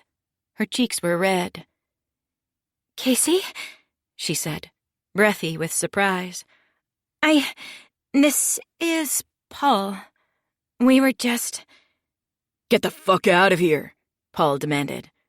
I'm sorry, Casey said, backing away. As he walked away, he heard light laughter coming from the trees, murmuring, rustling, then silence. Casey walked home, cursing his stupidity. It was a 4-mile walk, 45 minutes on foot most days, but it seemed to go faster today. He kept picturing it, the sight of Tricia on her back with Paul on top of her, the hand curled up on the inside of her thigh, so casual, like he'd done it dozens of times before. Tricia's surprise in seeing Casey, the speed with which they'd gotten rid of him. And then he looked up, and there was the town. There was the general store, the attached house. He walked around to the back, not wanting to see his mother behind the register inside, and went to his bedroom. He lay on the bed, laced his hands behind his head. What hurt the most in retrospect was how quickly it had happened. Paul and his family had checked in, 2 hours earlier? 3? And yet it had taken him and Tricia no time at all to find each other, to go to a spot in the woods to start making out. Maybe they'd even had sex by now, if Paul had convinced Tricia to do it outside. And if they didn't, they would soon. They'd find a room, a bed, a stretch of time when his family or hers wasn't in their cabin. Whereas Casey had spent days talking to Tricia, telling her stories. God, those fucking stories. He cringed thinking of them now. Wanted to die so he'd never have to remember the things he'd said. He couldn't believe how foolish he had been, thinking that the stories would impress her, that he'd ever be anything more than a curiosity to her. With a kind of involuntary movement, he lurched to the side of the bed, reached underneath, and grabbed for the coffee can. Payday wasn't until next week. The money would be the same as it was the last time he counted it, $783. He wanted to count it anyway. It calmed him to have the bills in his hand, to feel the pile growing, the day of his escape coming nearer and nearer. He knew something was wrong the moment he laid his hand on the coffee can. The weight of it was different. He snatched it up to the top of the bed, ripped the plastic lid off, and looked inside. It was empty. His mind raced. Randy was the first person he thought of, but that couldn't be right. Randy hadn't been home in days, weeks even, which only left one other person. Mom! He shouted as he stomped into the general store from the side door, the one that connected from the house. Darlene startled at the front register. She'd been reading a People magazine, elbows propped on the counter. There were no customers. Where the fuck is my money?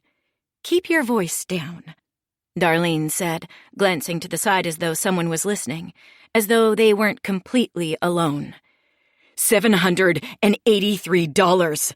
Casey demanded, practically crying. "I want it back. That's my money, Mom. I earned it. I worked hard for it. It's not yours.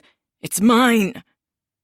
Darlene slumped, sighed with what sounded like real regret, real guilt, which only made Casey angrier. "I needed it, Case," she said. "I needed it to stock up the store and to pay the electric. I'll pay you back. I swear I will. As soon as business picks up." "As soon as business picks up, Mom?" Casey yelled, his rage growing until it felt bigger than his body. He raised up his hands and looked around at the empty store, at the sparse shelves. She couldn't even afford to stock the business properly. "It's the height of tourist season. When is business going to pick up? When winter comes and we fucking freeze?" Darlene reached for him across the counter. "I'll think of something." Casey snatched his arm away. "You'll spread your legs is what you'll do, right? That's what you do when you need money, isn't it?"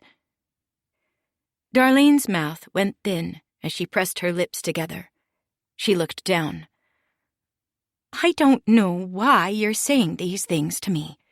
"Except they're not coming anymore, are they?" Casey said. "Nobody wants you anymore. Now that you're old." Darlene lifted a hand, shielded her face from Casey. "Are you trying to hurt me? Are you trying to hurt your mother?" Casey couldn't see her eyes, but from the way she talked, he knew she was crying. Good. He went out the front, let the door slam behind him. In the parking lot, he paused, deciding what to do next. Then he crossed the highway and walked into the woods. He was looking for Randy, his big brother. For the first time in his life, Casey actually wanted to find him. Randy would know what to do. Chapter 19.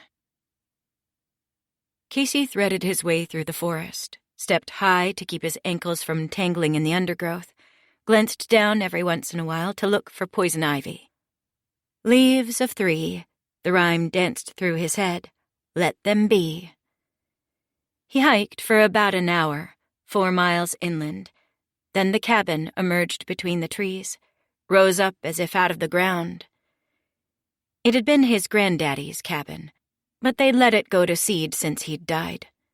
The rocky patch of land it sat on was basically worthless, and the cabin wasn't much more than 4 clapboard walls slapped together. Randy was hard to find most days, went weeks at a time without coming home, but if he was anywhere, Casey knew he was here. Casey pounded on the door. "It's me," he yelled, then walked in without waiting for an answer. The smell was the first thing to hit him. Must and shit and damp.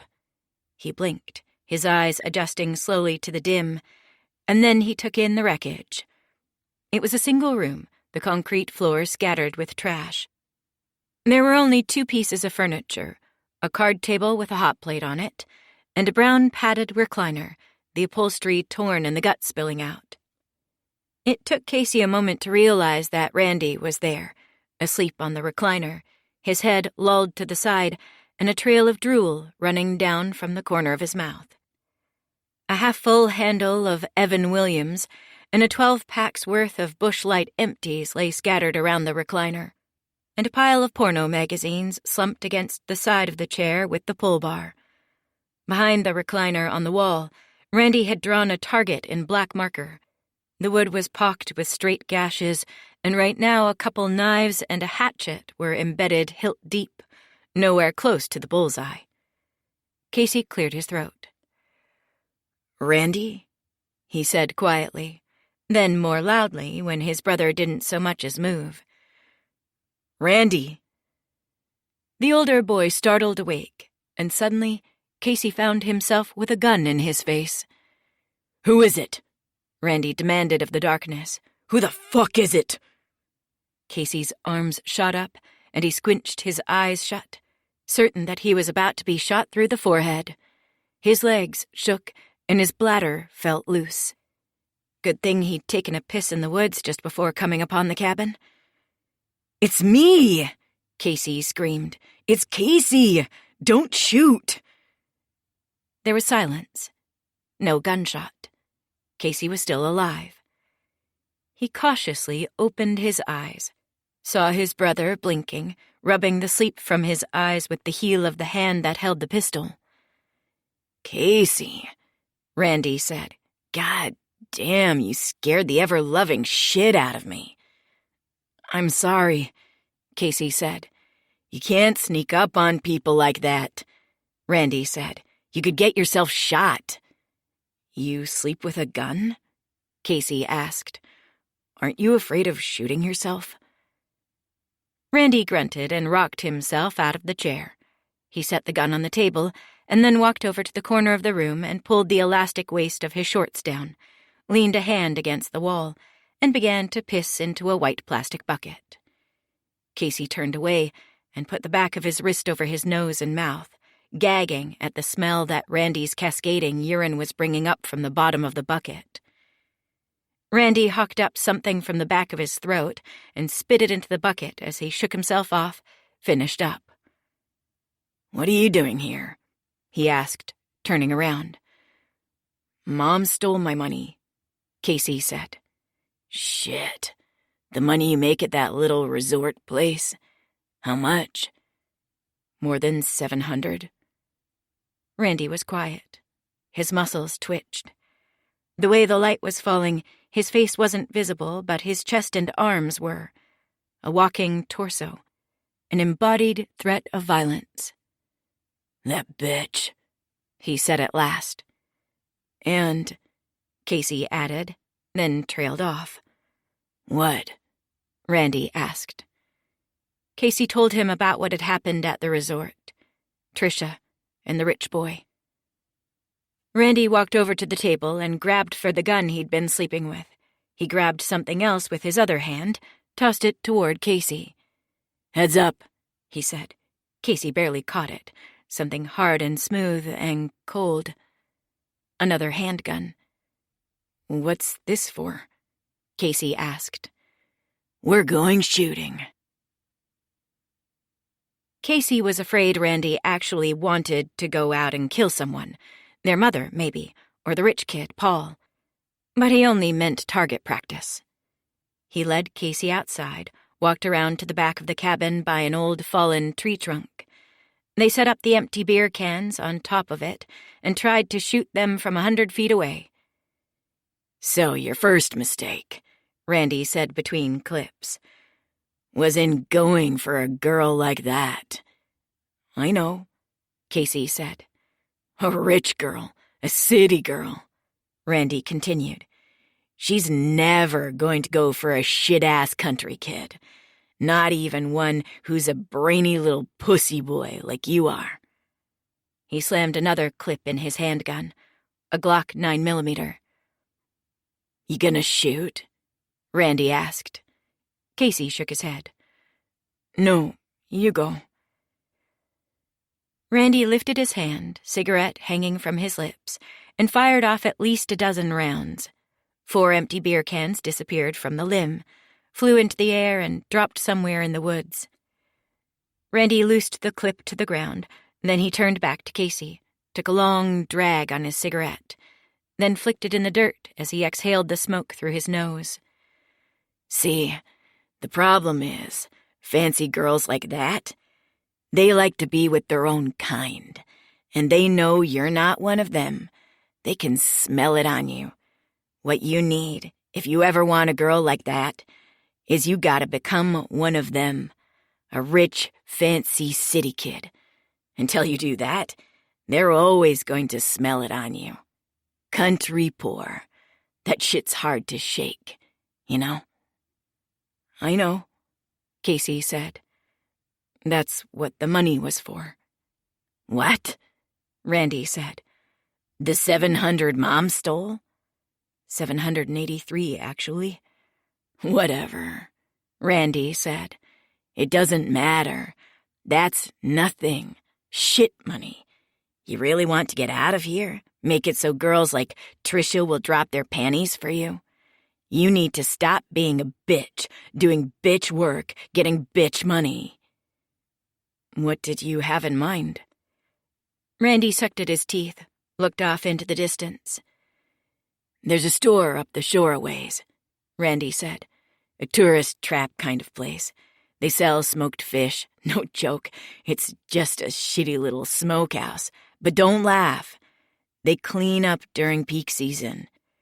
And they don't take credit cards, see? Cash only. I've been keeping an eye on the place a few weeks, and I swear they've got to clear 700, 1,000 in a single day. Bring the money to the bank once a week, so the rest of the time it's just sitting there, piling up in the safe. And here's the thing. They make the bank run tonight. Tomorrow, they start over again at 0. Tonight's the night when they've got the most cash in the building." "How much?" Casey asked. "I don't know exactly. 5,000, maybe more." 5,000, 2,500 for each of them. "So, how come you haven't done it already?" Casey asked. "You've hit plenty of places before." Randy grimaced. "It's a little busy around there is the problem. Lots of cars, people passing by even at closing time. If we hit it, it needs to be fast. You see?" Casey blinked, shook his head. "I'm not really. I need a driver," Randy said. "A driver," Casey repeated. "Yeah, someone who's ready to hit the pedal as soon as I jump in."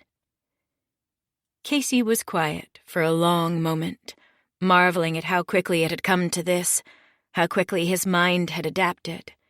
He felt like a different person than who he'd been that morning. What's more, it didn't even scare him. What he was contemplating, what Randy was laying out for him, didn't seem outlandish. On the contrary, it seemed necessary, logical, even right. "Okay," Casey said. "I can do that." He cocked his gun, stretched out his arm, and fired toward the tree trunk. One of the beer cans disappeared, rocketed into the woods. Casey didn't see where it landed. They took Randy's pickup, an old Chevy Beater he'd once bought off someone in 2 Harbors for less than $500. Dark fell as they hurtled down Highway 61, and as the sky changed, so did Casey's mood. Suddenly, he was regretting everything, and the truck's cab felt like a prison. As Randy slowed down to make a turn onto a winding, smaller road, Casey eyed the door latch and wondered what would happen if he jumped out right now. He stayed in the car, too afraid to move, to run. They reached the store a few minutes later, a single-story wood building with a roof that sloped in one direction, neon beer signs in the window, ice freezer out front, a gravel parking lot stretching all the way to the road. A car was pulling out as they pulled in. "They're closing," Randy said. He glanced at the time on the truck radio. "Right on time. Now the guy will take a few minutes to clean up. He'll empty the safe, put all the cash and change in a bag, then lock up and leave for the bank drop. That's when you need to go in. After he's opened the safe, that's when you'll be able to get in and out the fastest." Unease dropped into Casey's stomach like a sugar pill and spread through his body. "What did you say?" "You're going in." Randy reached across him, went for the glove box and dug out a ski mask. "Put that on." Casey's arms and legs went cold. "You said you needed a driver." "It's time, brother. Time to pop your cherry." Casey shook his head. "That wasn't the deal." Randy nodded toward the store. "There he is. See him? Just a pathetic old man." Casey looked, saw the man through the windowed front of the store. An old man, like Randy had said, maybe in his 70s, wiping down the counter. "You want to be a pussy your whole life?" Randy asked. "You want girls to step out on you like you're nothing? You want your mommy to keep stealing your money because she knows she can, because you won't do a damn thing about it? Or do you want to be the one who takes? The one who takes what he wants and doesn't fucking apologize for it?" Casey's body felt distant. It was as though his senses had dropped out, all but his hearing and his sight. He blinked and saw his vision go blurry. He was practically crying. I don't... Let your mind drift gently with the melody, as if carried by a soft breeze across a quiet night.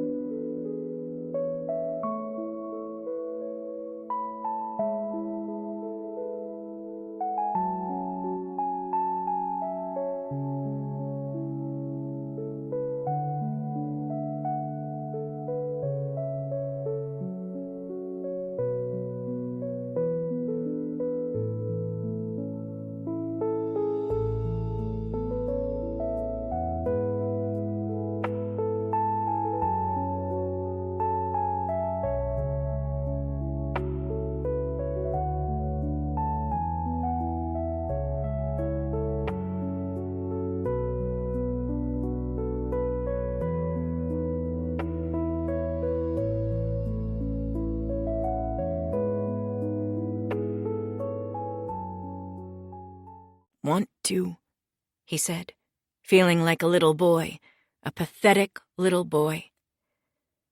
Randy had always forced him to do things he didn't want to do, for as long as he could remember, sat on his chest and punched his shoulder until he said something embarrassing like, "I eat farts," forced him to touch the carcasses of squirrels and raccoons and deer on the side of the highway, pressed a shoplifted bag of potato chips or a bottle of soda into his hands and made him carry it out of the Dollar General in his hoodie pouch.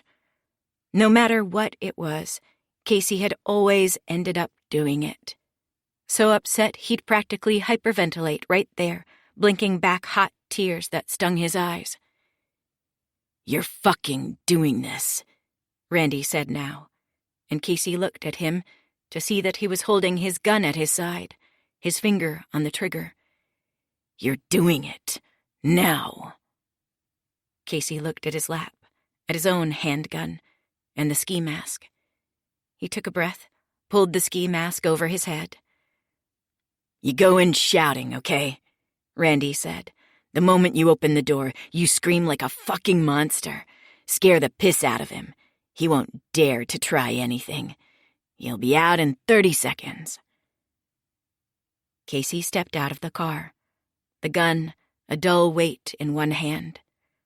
He walked toward the store, the movement feeling odd, sitting wrong in his body.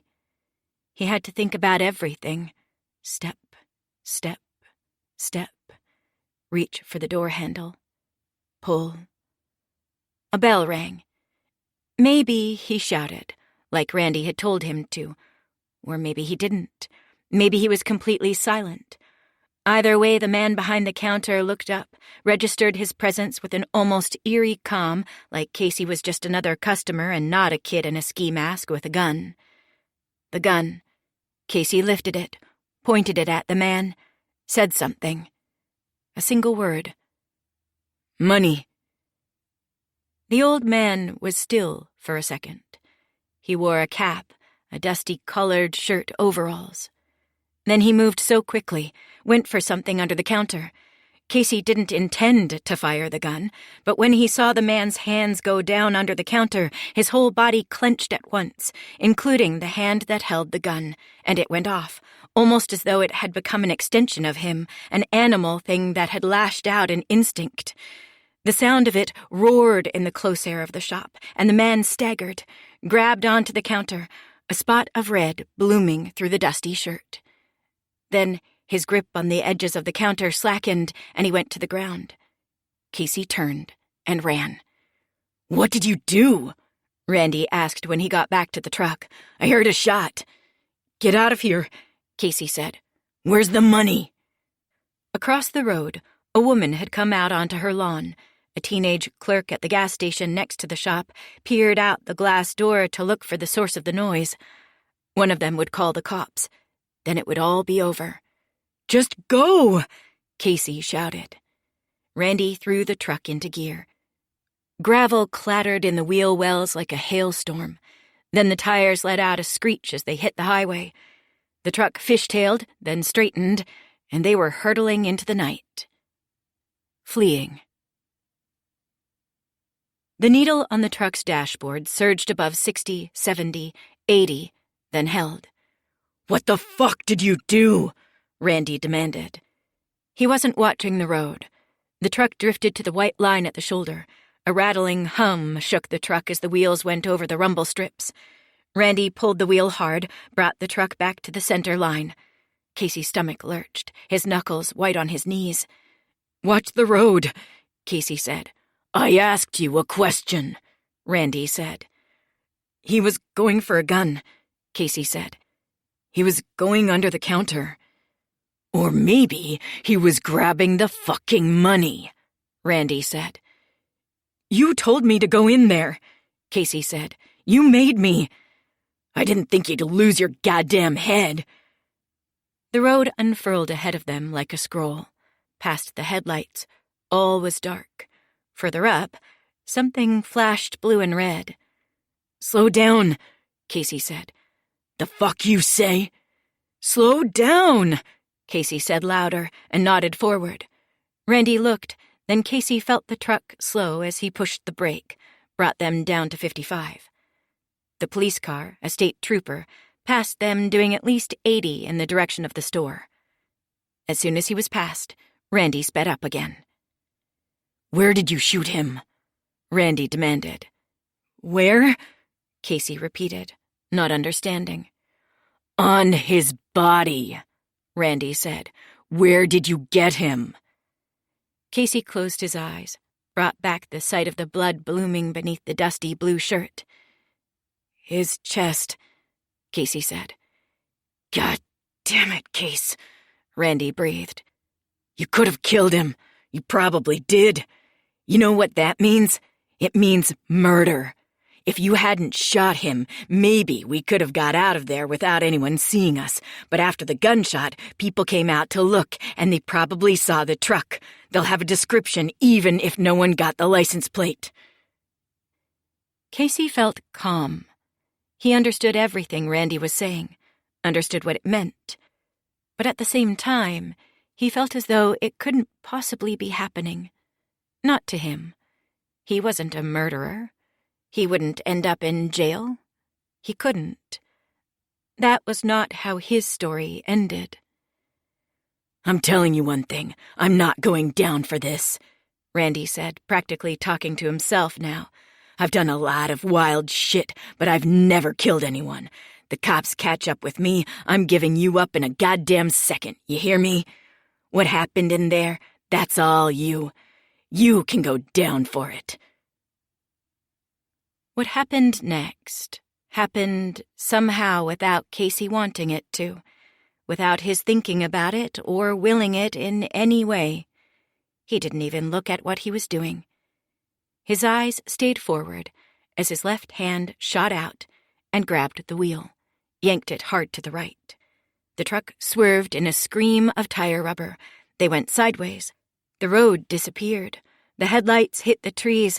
The truck pitched left, and there came a giddy, free-falling moment when no part of the vehicle seemed to be touching the ground. Then the truck slammed back down onto its side, the left side, the side Randy was sitting on, and a sudden chaos of noise and pain blotted out Casey's consciousness. He woke up in agony. His spine lit up white-hot, and there was a bone-deep ache in his shoulder. It took him a minute to realize that he was upside down, that the pain in his collarbone was from the seatbelt holding him in place. He wiggled his fingers, moved his arms, testing each bone and muscle separately. Then he unlatched the seatbelt. He tumbled out of his seat onto the roof, screaming in pain when he hit it, his body crumpling where it landed. The pain passed over him in a wave, blotting everything else out. Then receded, and he found that he could move. He curled straight, reached his arms through the shattered side window, and pulled himself out by his fingertips. Then he stood, finding that both his legs worked.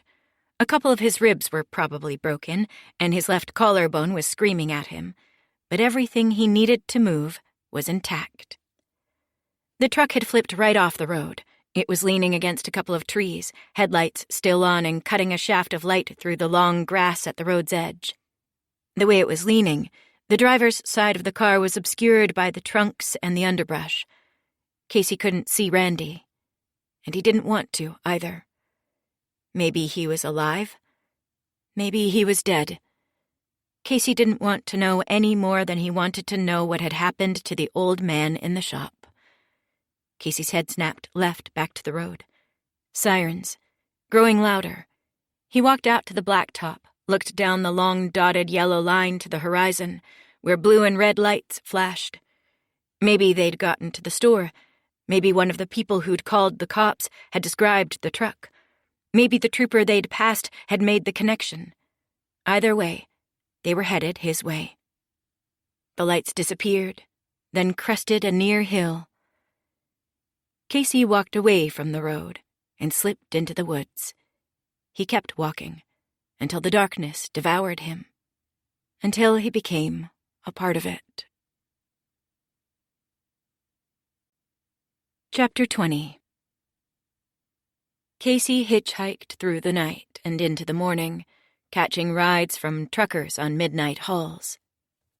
They looked at him funny the first time he climbed into the cab, seeing the cuts and bruises on his face, but they didn't ask questions. Casey slept as well as he could, awakened through the night by the lights of towns he'd heard of but never been to.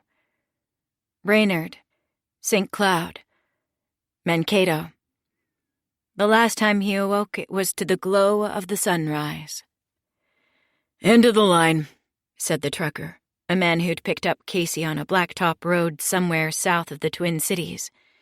"This is where I stop." Casey blinked, sat up. The inside of his mouth was fuzzy and foul-tasting, and his stomach ached with hunger. "Where are we?" he asked, sniffing. There was a smell of sulfur in the cabin from a chemical plant at the edge of town. As they rumbled in on a 4-lane road, they passed a chain-linked lot lined with propane tanks, a scrapyard, general stores and hardware stores, and bars in low-slung plywood buildings. The road curved, and the trucker pulled into the driveway of a big machine plant. "This is Wyndham," the trucker said. Casey'd never gotten his name. "Minnesota?" "Yep. Iowa's about a half-hour farther that way." "Where are you going after you unload?" "Home," the trucker said. "In St. James, it's up the road." Casey blinked, thinking about what to do next. Through the windshield, the morning sun was coming down gray and harsh. The darkness had been kind, made Casey believe that he could actually escape somewhere, let himself be swallowed by all that blackness. But the light showed this to be a foolish delusion. Outside, a man had come out of the plant and was waving the truck in. Past the machine plant lot, across the border of a chain-link fence, small houses lay spaced far apart. The land was flat here. It was farm country. Nowhere to hide. "Could I maybe come with?" Casey began, but the trucker cut him off. "Sorry," he said. "This is as far as we come together. I picked you up because you obviously needed to get away from something. Someone beat you up pretty bad, I see." Casey looked away, pointed his face in the other direction. The man didn't need to know that these marks were from a car crash, not a fight, and from a car crash he'd caused. That he'd shot a man, maybe killed his own brother. No one ever needed to know. "I got you away from whoever did that to you," the man continued. "But that's all I can do. I've got a wife, kids of my own. Our house is small. No, I can't take you in. Here on out, you're on your own. Okay? Casey nodded, still not meeting the man's eyes. He opened the door and climbed down. Town's that way, the man said, pointing. There's a grocery store, McDonald's, gas stations, more highway, too, if you want to keep hitching. Thank you, Casey said, and began walking. The grocery store wasn't open. The McDonald's was. People just passed the windows unwrapping breakfast sandwiches and taking the plastic tops off cups of coffee to let them cool. He caught a whiff of hash browns, of potatoes, and hot fryer oil, but he kept walking. He didn't have any money. Not 24 hours ago, he'd had more than $700 to his name. He'd even briefly had a line on thousands from the smokehouse. But now he had nothing. The clothes on his back, a body that ached. That was all. He crossed the street to a gas station. There was no one by the pumps, just a dark blue truck parked at a careless angle just outside the front doors. He walked inside. Just past the doors, a man stood speaking to a young woman behind the counter. The man must have been telling a joke as Casey opened the door, because the young woman had her head thrown back, laughing, brown curls dangling down. They went quiet when the bell rang. They looked at him. Casey saw in their faces how bad he looked. The man nodded at him gravely, but the young woman made no greeting, only lifted her fingers to her mouth, pressed them flat against her lips. Casey turned away and went to the back, looking for a bathroom. He used the toilet, washed his hands, checked himself in the mirror. His cheeks and forehead were covered in little cuts from all the broken glass. Both his eyes were puffy and encircled in blackened half-moons. He hadn't hit his face, he thought, but perhaps the accident had rattled his body hard enough to burst blood vessels. There'd be more marks under his clothes, he knew. More bruises. He wiped the water off his hands, dropped the paper towel into the trash, then walked back out. The man and the young woman were still at the front, talking in low voices. Casey walked the aisles, keeping away from their eyes, looking at the food on the shelves. Doritos, and Slim Jims, and Funyuns, little sleeves of salted nuts, butter crackers with cheese, snack cakes. All of it so cheap, 99 cents, a couple bucks at most. But he couldn't afford any of it. He wandered to the front to smell the hot food, breakfast sandwiches under heat lamps. He felt eyes on him. Do you need help, kid? The man asked. You don't look so hot. Casey half turned to get the man in his field of vision, but kept facing away, toward the food. I was thinking, Casey said, shame and desperation washing over him in equal measure. I was thinking I might like to buy some breakfast, except I can't really. What do you want? The man asked. One of those breakfast sandwiches? A donut? Yeah, Casey said softly, hoping he'd end up with both. The man and the young woman exchanged glances, nods, and she moved toward the food cases. One of those biscuits, the man said, with egg and sausage and cheese. The young woman took it from under the heat lamp with tongs, put it in a paper bag. Saliva rushed into Casey's mouth. His stomach groaned with anticipation. Donuts too, Leah, the man said in a low voice. Make it a few. She added donuts to the bag, glazed chocolate, vanilla with sprinkles. She rang up the food, then looked from Casey to the man. I got it, Leah, the man said, putting some money down. He took the bag off the counter and handed it to Casey. To take it, Casey turned toward him and really looked at him for the first time. He had paint-splattered hands, dark facial hair, a dusty cap on his head. He winked. There you go, kid. Thank you, Casey said, his voice a thin croak. Tears came to his eyes, made the man and the young woman blurry. He willed himself not to cry. "You going to eat it?" the man said. Casey opened the paper bag, took out a donut. "Nah," the man said. "You gotta eat the sandwich first. It'll get cold." Casey put the donut back, unwrapped the sandwich, began eating it.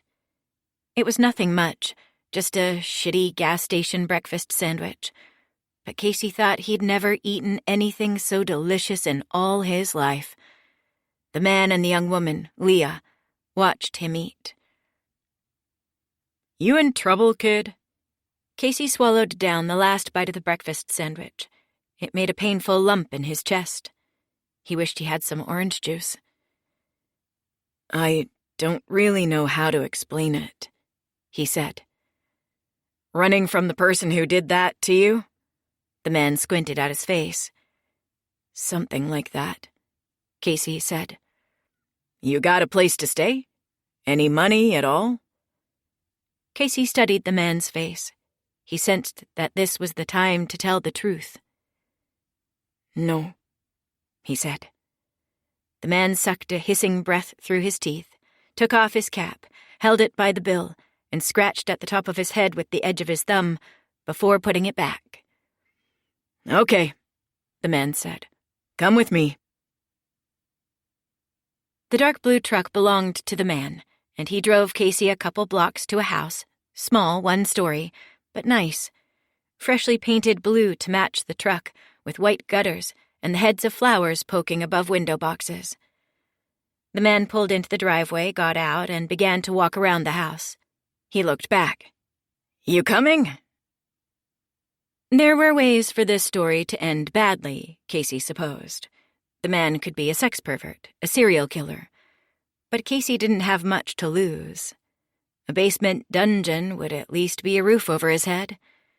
He got out of the truck and followed the man. They went down a narrow walkway around the side of the house. In the back was a square of scraggly lawn, a stone patio with a table and chairs, and cement steps leading down into the ground toward a basement door. The man went down the steps, fussed with a ring of keys, then opened the door. Casey went down after him and found a small apartment. A stove and sink and mini-fridge, a small sitting area with a shabby coffee table, couch, and chairs, and through a small doorway, a narrow twin bed. "It's vacant," the man said. "There's linens and blankets in the dresser. Shower and toilet behind that curtain back there." "I can't pay you," Casey said. "I don't have any." The man waved him silent. "Save it. I've got jobs today." With that, he disappeared, went back up the stairs to the lawn, and Casey was alone. The shower was little more than a spigot jutting from the wall and a drain in the floor, but Casey washed off anyway, relishing the feel of the hot water against his skin, the warmth that curled its way into his aching muscles. As he'd expected, his body was covered with bruises. He toweled off gingerly, put his clothes back on, then made the bed and crawled in, asleep almost before his face hit the pillow. He awoke hours later to a banging on the back door. He rolled out of bed, trudged to the door, and opened it. There was the man again, looking the same, but for a fine layer of white dust on his hands, his shoulders, his beard, his face. The sky was dark. Casey had slept through the whole day. "What is it?" Casey asked.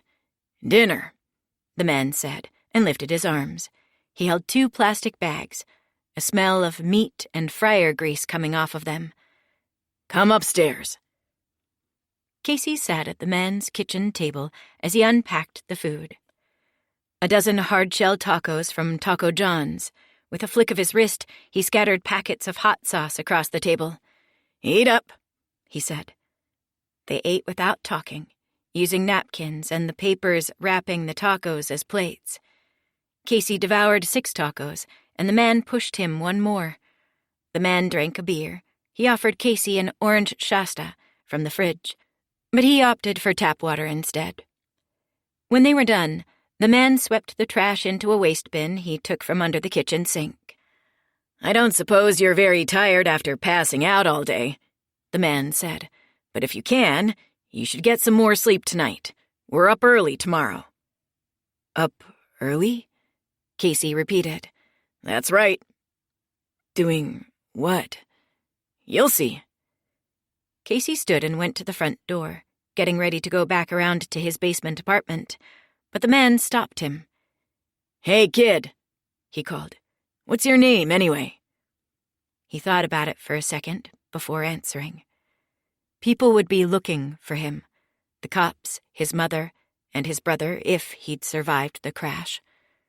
His name might be in the news already. His face. Missing. Or maybe wanted.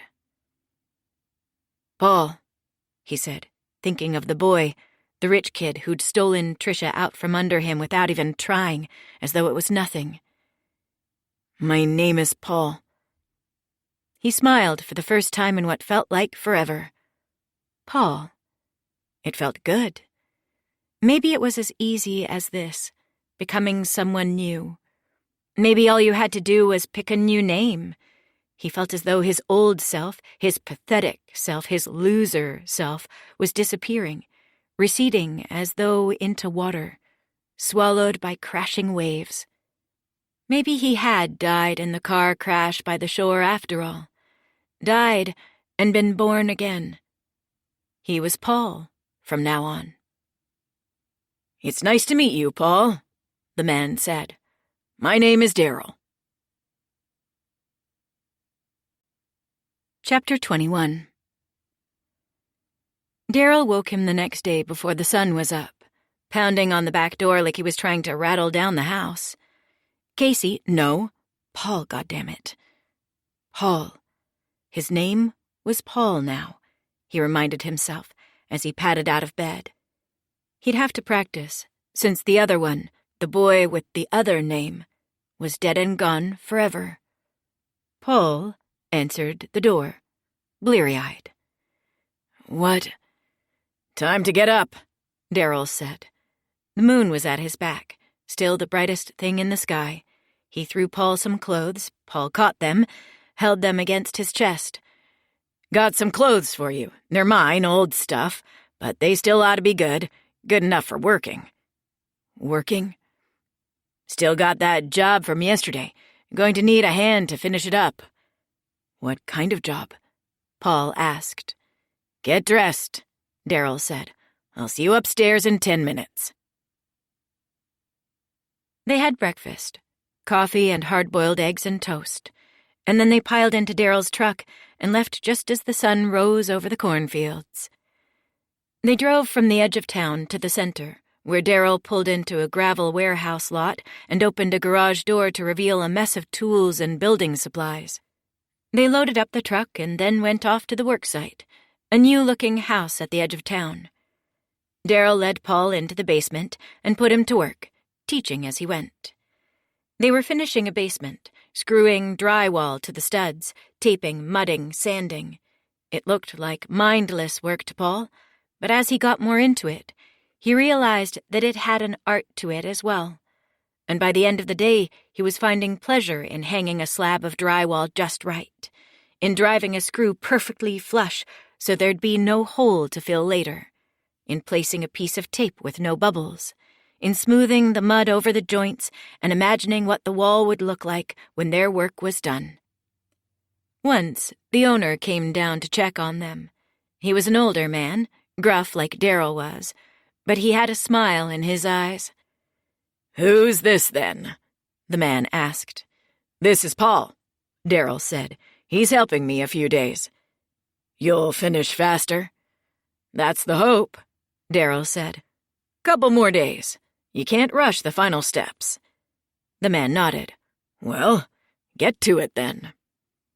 They finished for the day, had another dozen tacos and 2 pounds of fried potatoes that evening, then came back the next 3 days. Mud and sand, mud and sand. Then came the painting, a couple coats, and then they were done. The owner inspected the work, nodded, handed Darryl a check. They drove to the bank. Darryl deposited the money, but kept some cash back. He counted it out and handed it across to Paul. Paul counted the money. $300. "That's your share," Darryl said, "minus rent and what you owe me for all the food I've been feeding you." "Rent?" Paul asked. "You mean, I've got another job starting tomorrow. Baseboards and door moldings." "I'll be there," Paul said. "We leave early?" Darryl nodded.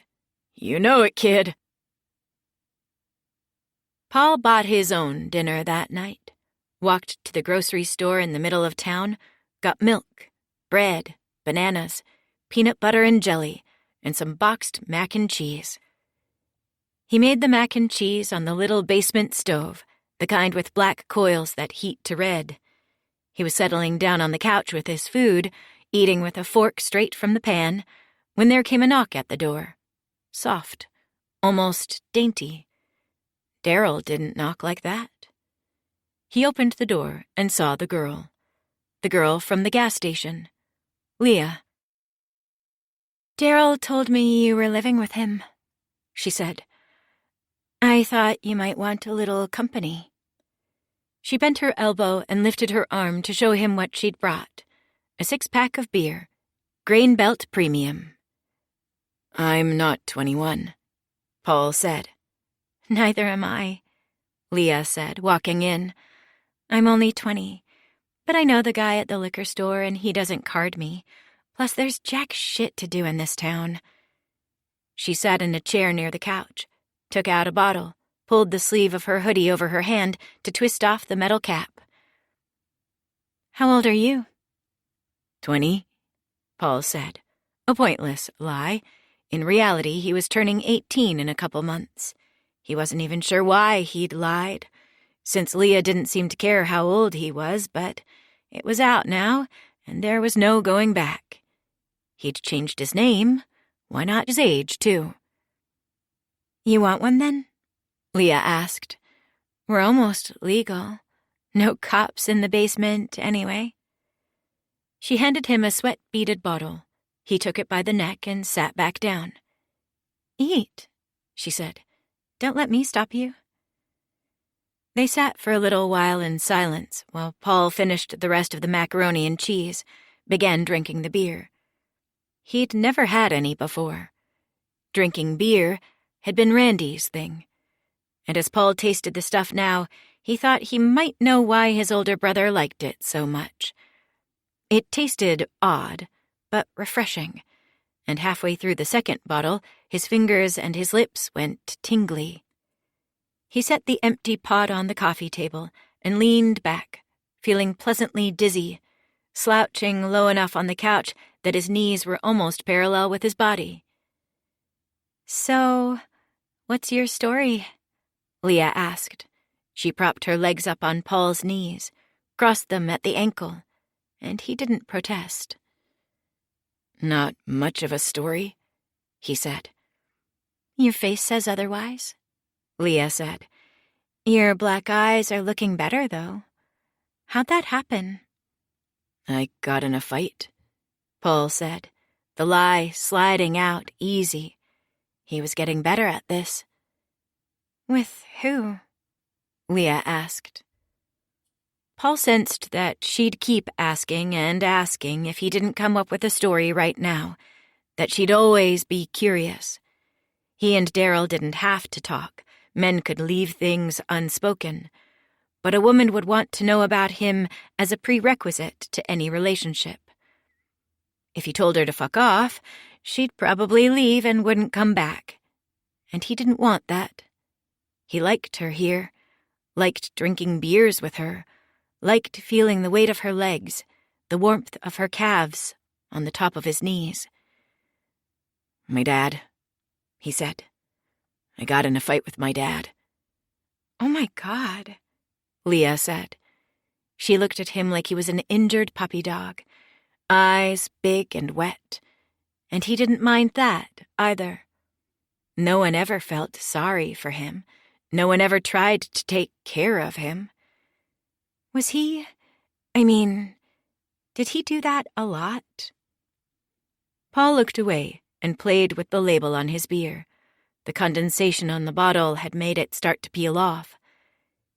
He's a bastard, Paul said, the blanket condemnation meant to close off further discussion. The truth was that he didn't know his father. There was one picture of him and his dad together from when he was maybe 2 years old, but after that, the man, he didn't even know his name, had gotten a different job, a different trucking route, in a different part of the country, and from then on they didn't see him again. "How about your mom?" Leah asked. "What's she like?" Paul thought about Darlene, the pathetic, failing store, the money stolen from the coffee can, the moaning sounds that came through the bedroom walls sometimes at night. He was in a better place now in this tiny town, in this small basement apartment. When you came from that, anything was an improvement. My mother is dead, Paul said. 6 months passed more or less like that.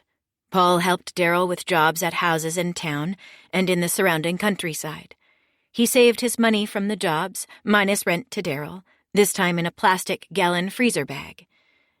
Daryl told him he should probably put it somewhere safer, like a bank, but Paul didn't know how to start a savings account, not without a driver's license or a social security number or any of the things you needed to be a person in this world. Sometimes he'd walk to the library in town, sign up for an hour at one of the computers, and search for anything related to his old name, his old self. Every time there was nothing. Somehow he'd disappeared without a trace, made it through 18 years of life without making a single mark in the world.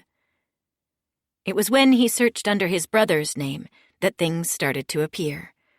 News stories out of Duluth about the robbery, the shooting. The old man behind the counter had died. They were trying to pin the murder on Randy. Paul wondered sometimes why his old name didn't come up in these stories, why no one was looking for him. Maybe no one had seen that there were 2 people, not one, in the getaway truck. Maybe Randy was trying to tell the cops that his brother was the one who'd done it, but they all thought it was bullshit. Maybe even his mother thought he'd simply run away to start his own life. She was probably too busy just trying to survive to look for him. He was almost 18, after all, an adult in the eyes of the law. Maybe she was even glad that he was gone. One less mouth to feed. Leah kept visiting at night, after her shifts at the Speedway ended, and they started having sex pretty quickly, the 3rd or 4th time she came by. It was Paul's first time, but he lied and said he'd been with other girls before. If he was supposed to be 20 years old, which Leah still believed, it was too embarrassing to be a virgin. Soon they were a couple, of sorts, though they never went out, never went to restaurants or to movies or did any of the other things that couples did. They only sat in the basement of Daryl's house, talking languidly over beers or day-old donuts Leah brought from the gas station. They went to bed when they ran out of conversation. That usually happened fast. Not much happened to them. They didn't have much to talk about. It wasn't much of a life, Paul realized, this thing he'd run away to. But it was better than what he'd left behind. And it was enough. For now. Chapter 22. The events that eventually drove Paul away from Wyndham and into another life, a third life, as a husband, father, and crooked financial advisor in the Twin Cities, began when Daryl landed a job in the spring, a couple miles outside of town. It was a huge house, being built from the ground up, at the top of what passed in that flat part of the state for a hill, with a view of gently swelling crop fields stretching for miles. The owner was a man in his 50s, with dark hair and nice clothes, who stalked around the grounds with the imperious ease that came from having more money than he could spend. He had an army of workers piecing together the house, Landscapers smoothing and grading, planting shrubs and rolling out sod. Electricians installing wires and outlets. Plumbers putting in pipes and sinks and toilets. Heating and cooling guys putting in the vents and pushing thick, downy slabs of insulation between the studs. Last came Daryl and Paul and a few other guys they'd pulled together for the job, rushing in to finish each room with drywall and paint and baseboards after the guts had been laid in the walls. There were, Paul counted, 6 bedrooms, 3 full bathrooms, an office, a game room, and a basement den with a massive flat screen laid into the wall behind a pocket door that slid back like a curtain at a vaudeville show or an old-timey movie theater. They worked on the house for 2 weeks, the last crew to leave. The owner would pop his head in every now and then to check on their progress, ask them how it was going. Daryl would always do the talking. He was in charge of the relationship with the client, while Paul's job was to keep his head down and do the work with the rest of the grunts. But Paul couldn't help staring at the man every time he showed himself. Look at his tanned, lightly weathered face. Observe the ease with which he took command of every space he entered, and wonder at what he'd done to get all this for himself. He'd seen mansions before, of course. There were rich people on the North Shore, folks who took the money they'd made from other places and took it to the edge of the water to build their castles. But he'd never been inside one before. He'd never seen one up close. He understood now why Randy had sometimes broken into the rich people's vacation homes, squatted in them. Just being close to that kind of luxury made you feel a certain way. Like anything was possible. Like you could be good, too, if you had all this. If you could only find a way to get some of it, even a slice of it, for yourself. Paul stayed quiet throughout the job, let Daryl do all the talking. Until the last day. Paul waited by the truck as he watched the owner pay up, cut Daryl the last check. Then the man walked with Daryl to the truck, shook his hand. Paul stayed outside as Daryl climbed in. He stepped close to the man and offered his hand, too. The man blinked with surprise, but grabbed Paul's hand and pumped it. "Son," he said, "thanks for the work." "It's a beautiful house," Paul said. "Yes, it is," the man said, turning to look at it. "I've worked hard for it. I believe I've earned it." "What do you do, anyway?" Paul asked. The man turned back to him. There was a crooked smile on his face. He reached into a back pocket, came out with a sleek metal case. He opened it and slid out a business card, put it into Paul's hand. Donald Bell, founder, Bell Financial Partners. "What does that mean?" Paul asked. "I take people's money," the man, Donald Bell, told him, "and turn it into more money." Paul found the office on Main Street. It was a small storefront with a red awning and the name of the business etched on the front window. He'd passed it dozens of times before without noticing it, paying more attention to the other businesses, the Ben Franklin General Store, the hardware store, the bakery. But now he saw other small, nondescript offices just like it. A State Farm Insurance Agency, another for Farmers Insurance. Robert Oden, Accounting Services. Johnson Mortgage. Birch and Holloway, Attorneys at Law. Paul wandered past the doorways and wondered if a rich man sat inside each of them. A man with enough money in the bank to build a mansion from the ground up. A man whose life was warm and spacious and easy.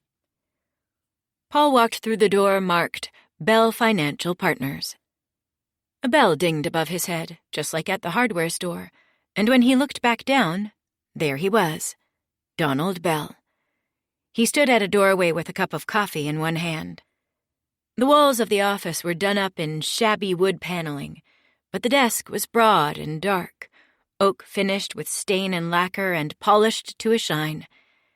Bell crossed to it and sat down, setting his coffee on a brass coaster. "You're the kid from the house," Belle said. "You were part of the drywall crew." "I have money," Paul said.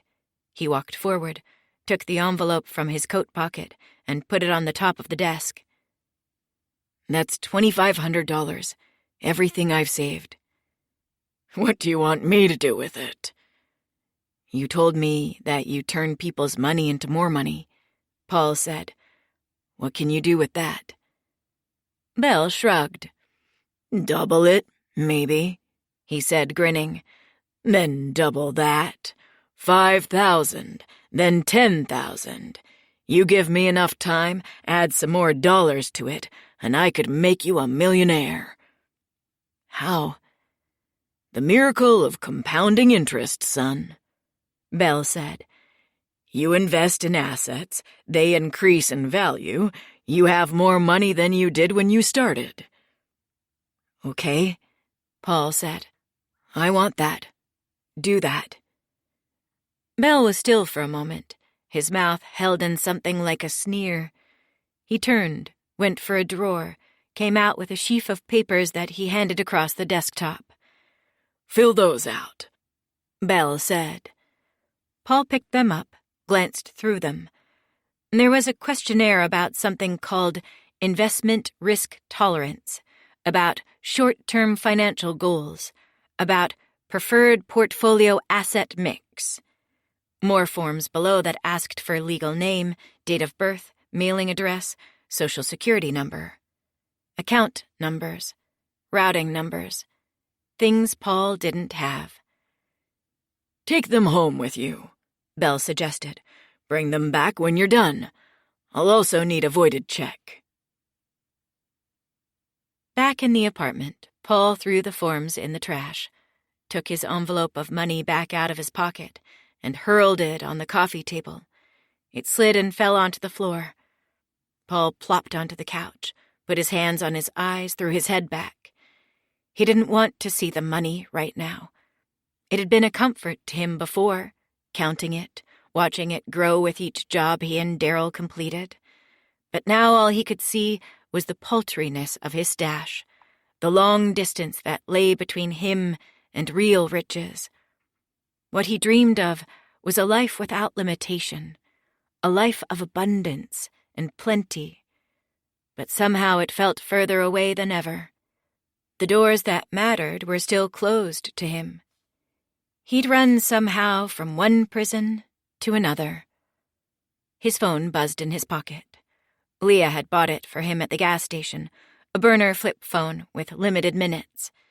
It didn't matter since he didn't call anyone, didn't talk to anyone. It was only so that Leah could contact him, see if he was home, if he wanted to do anything. It was her. It was always her.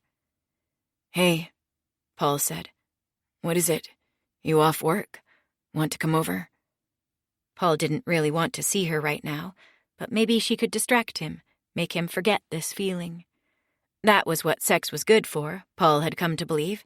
It made you feel a different way for a little while, made you forget who you were, until it was over and then you remembered again. "I don't have a shift today," Leah said. "Maybe you could come over here, actually." "I don't know," Paul said. Leah lived with her parents, and Paul had worked hard not to know them, to be such a marginal presence in their lives, a shadow at the edge of their peripheral vision, that they wouldn't want to be introduced to him or know anything about him. "My parents are gone," Leah said. "Just come over. I want to talk to you." The ceiling creaked under the weight of Daryl's footsteps. He could hear the dull murmur of the upstairs television. The walls were like cardboard. Daryl could probably hear them when they talked, even when they fucked. Maybe Leah's place wouldn't be so bad, this once. "Okay," he said. "I'll be there in the next 10 minutes. Leah and her parents lived in a white house a few blocks over from Daryl. A stone birdbath lay askew on the grass out front, with wilting hydrangeas clustering around the front stoop. Paul knocked on the front door and heard Leah's voice shouting from within. The front door was open. He found her in the living room, sitting on the couch with her feet in socks curled up around her. She wore a Vikings sweatshirt, purple and gold, and a blanket was spread on her knees. On the opposite wall, the TV was on, turned to the news, a weatherman waving at a map. Rain was coming. "Hey," Paul said, plopping down next to her. She barely seemed to notice him, eyes ahead. But she wasn't really watching the TV either, more like looking through it. She chewed at the edges of her fingernails, lost in some thought. Paul's eyes wandered back to the screen. The weatherman was gone, and the picture had gone back to the anchorman and anchorwoman at the desk, setting up a news story. The picture flipped again, showed a landscape Paul recognized. Trees, rocks, water, the North Shore. And now, there was a street Paul recognized, in Grand Marais. There was the county courthouse. Paul's body tensed, his senses sharpening to a point. The TV was old, not even a flat screen, and the volume was low, but the picture seemed crisp and hyper-real to Paul, and he could hear every word spoken. A robbery gone wrong, a murder, and now a possible case of mistaken identity, a reporter's voice said over the establishing shots. That's only scratching the surface of this case that has shocked a community here on Minnesota's North Shore and stumped authorities here in Cook County.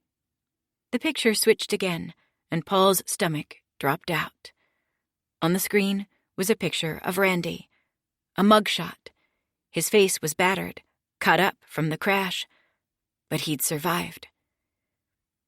It all began with the arrest of Randy Whitaker 6 months ago. Whitaker was accused of shooting and killing a store clerk in a failed robbery. He was picked up by police after fleeing the scene and losing control of his vehicle. Whitaker was known to authorities, and they were certain they had their man. But now that the case has come to trial, Whitaker and his court-appointed defense attorney say that it wasn't Randy who killed the clerk, but his brother Casey. Now, a photo of Casey came up on the screen, a school photo in which he was smiling against a matte glamour-shot background.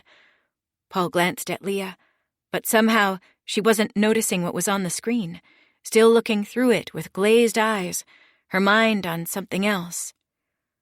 Locals say that the brothers have a strong family resemblance, and Casey's whereabouts have been unknown since the time of the robbery and shooting. However, no missing persons report was ever filed, and so far the defense has provided no additional witnesses to the younger brother's involvement in the crime. The Cook County prosecutor, meanwhile, speculates that Randy Whitaker might be responsible for his brother's disappearance, killing Casey and hiding the body due to his knowledge of Randy's crimes. But Randy Whitaker and his defense attorney insist that Casey Whitaker is still alive, and they ask anyone in the public with information relevant to his whereabouts to come forward. "Sounds like a regular murder mystery up there," the anchor said. "That's right, Tom." Paul began to breathe a little easier as the news broadcast moved on to other stories. Leah still hadn't said anything, hadn't seemed to notice. But others in town would have seen the story. Maybe they'd recognize him. "Paul," Leah said, "I have something I need to tell you." "What is it?" Paul said, only half listening. He was thinking about getting out of there, going back to the apartment, throwing some things in a bag and leaving. He was wondering if he could get his hands on a car, if the used dealership on the south end of town would take cash and let him drive something off the lot without a title transfer, when Leah's voice broke through again. "I'm pregnant." Paul was back at his apartment, throwing his few possessions into a pair of pillowcases, when Daryl appeared at the door. Paul froze. "You're leaving," Daryl said. Paul breathed out. This was one of the things he liked most about Daryl. He never asked questions, never made Paul explain anything. The most important things Daryl just seemed to know, was content to leave unsaid. "I want to thank you," Paul said, squaring up to Daryl, for putting me up, for the work, the cheap rent. He put out his hand, and Daryl accepted it. "Where are you going to go?" Daryl asked. "I don't know," Paul said. "Anywhere. Anywhere but here." "You need a plan," Daryl said. "That's the plan." Daryl half sighed, half laughed. "That's not a plan." "It's the best one I got." Daryl was silent a moment, pulling at the back of his neck with a hand. Then he let the hand drop, pulled up straight, and spoke. "Paul," he said. "What?" "You think I don't notice things," Daryl said. "But I do. I'm not stupid." "I don't know what you're talking about." Paul turned back to the bed, went on stuffing things into the pillowcases. Toothbrush, toothpaste, deodorant, shaving cream, and a disposable razor, underwear, socks, the burner phone he'd leave behind. He wanted no link with this place. No link with Leah. He should have never started anything with her. "I notice things plenty. Like, I've never seen you show a driver's license. Never seen you carry a wallet." Paul paused and listened. "I notice," Daryl went on, "how you don't open a savings account at the bank even though it would be a hell of a lot safer than putting your money in a damn freezer bag." Paul gathered the folds of the pillowcase in his two hands, tested the weight. It wasn't much. Everything he owned, and it weighed less than a couple sacks of potatoes.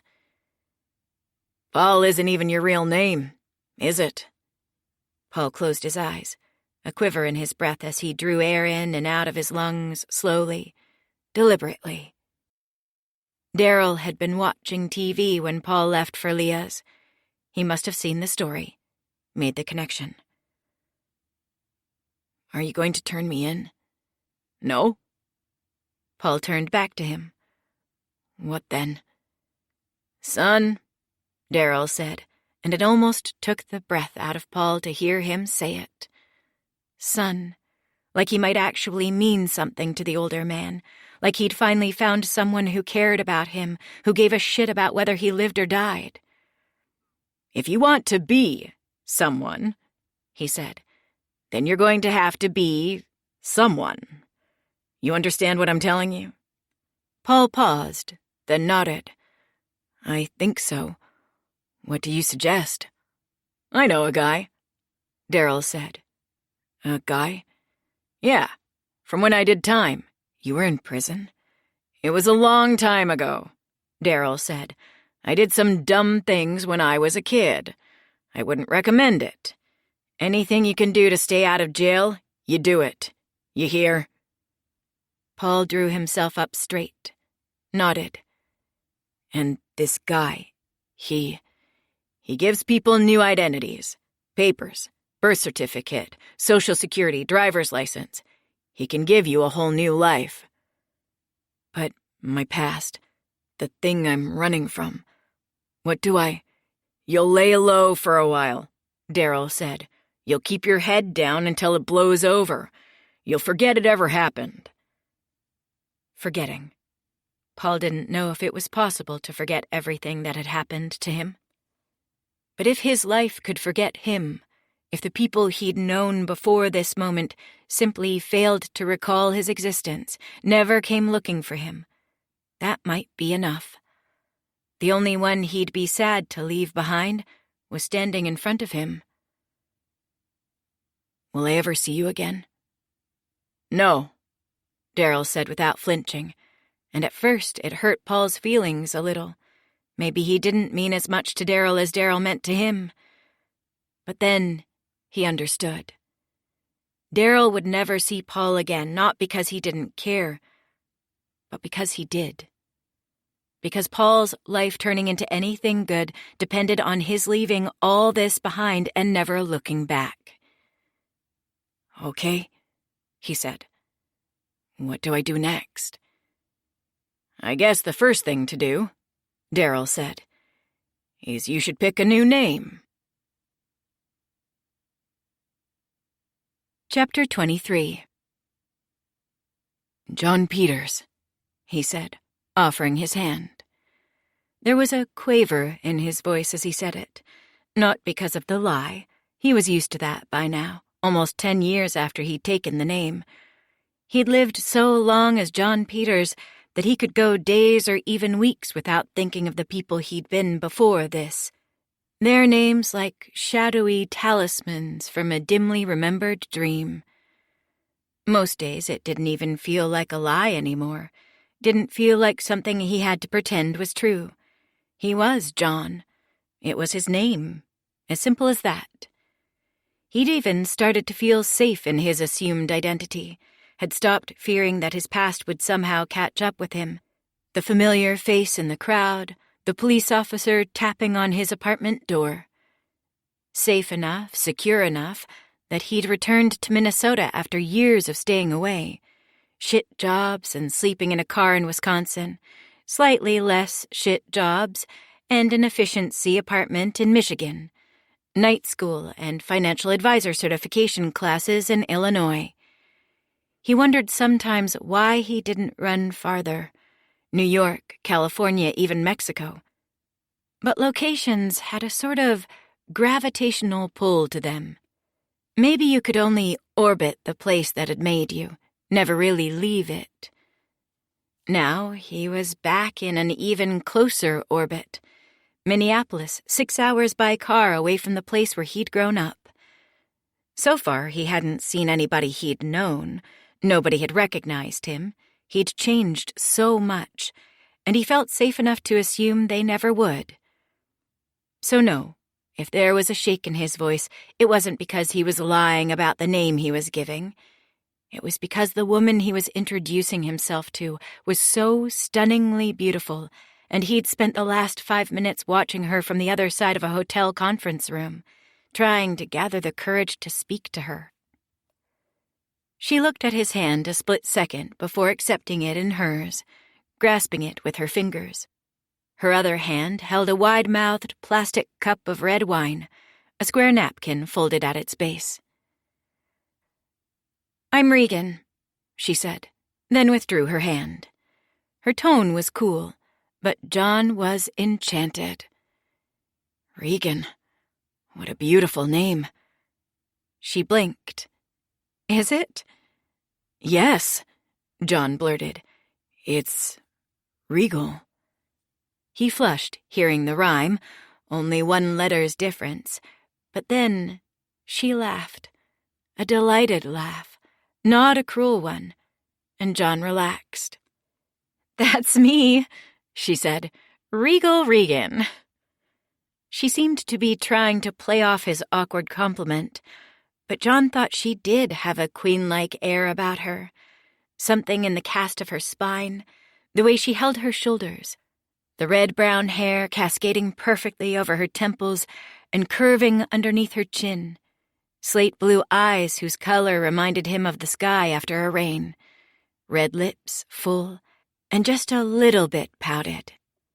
It looked to John like a face that should appear in oil paintings in museums or on the faces of coins and paper currency. "I've never liked it so much, actually," Regan said. "What?" John asked. "Your name?" He couldn't imagine that she could dislike anything about herself. He found it offensive. "People sometimes say Reagan, like the president." "Regan," John pronounced, then slower. "Regan." "Right," she said. "But even then there's Shakespeare, King Lear, one of the evil older daughters. I should be insulted my parents chose it. My dad is even an English professor. He's taught Lear." "That's not very nice," John admitted. "Is there a Goneril, a Cordelia?" Regan gave him a sharp glance, and John drew in a breath, wondering if he'd overstepped. "You know the play?" John let his silence be the answer to that. He'd read it years ago, in the library. A previous name, a previous life. "My sister's name isn't Cordelia," Regan said, "but she is the favorite." I'm sorry to hear that, John said. Regan gave a shrug and bolted the wine from her cup. Oh, don't be. Every family has their stuff. That's the truth, John said, using a somber tone he'd developed over the years that usually cut off any questions about his own family, his own past. Listen to me, Regan said, treating you like a therapist when we're supposed to be here making contacts. It was a networking event for young professionals, an under-30s thing, which John still was at 28. He'd come looking for clients, not dates, but he was finding it difficult circulating, passing out business cards, breaking off conversation with one person and transitioning effortlessly to another. That terrible moment when you were waiting outside a new circle of people who seemed to know each other, hoping to be let in. I guess we're not very good at this, John said. No, Regan said. Shall we start again? She put out her hand for another handshake. John accepted it with a chuckle, noting that her grasp was stronger this time, less hesitant, her fingers touching his palm, their thumbs interlocked all the way to the base.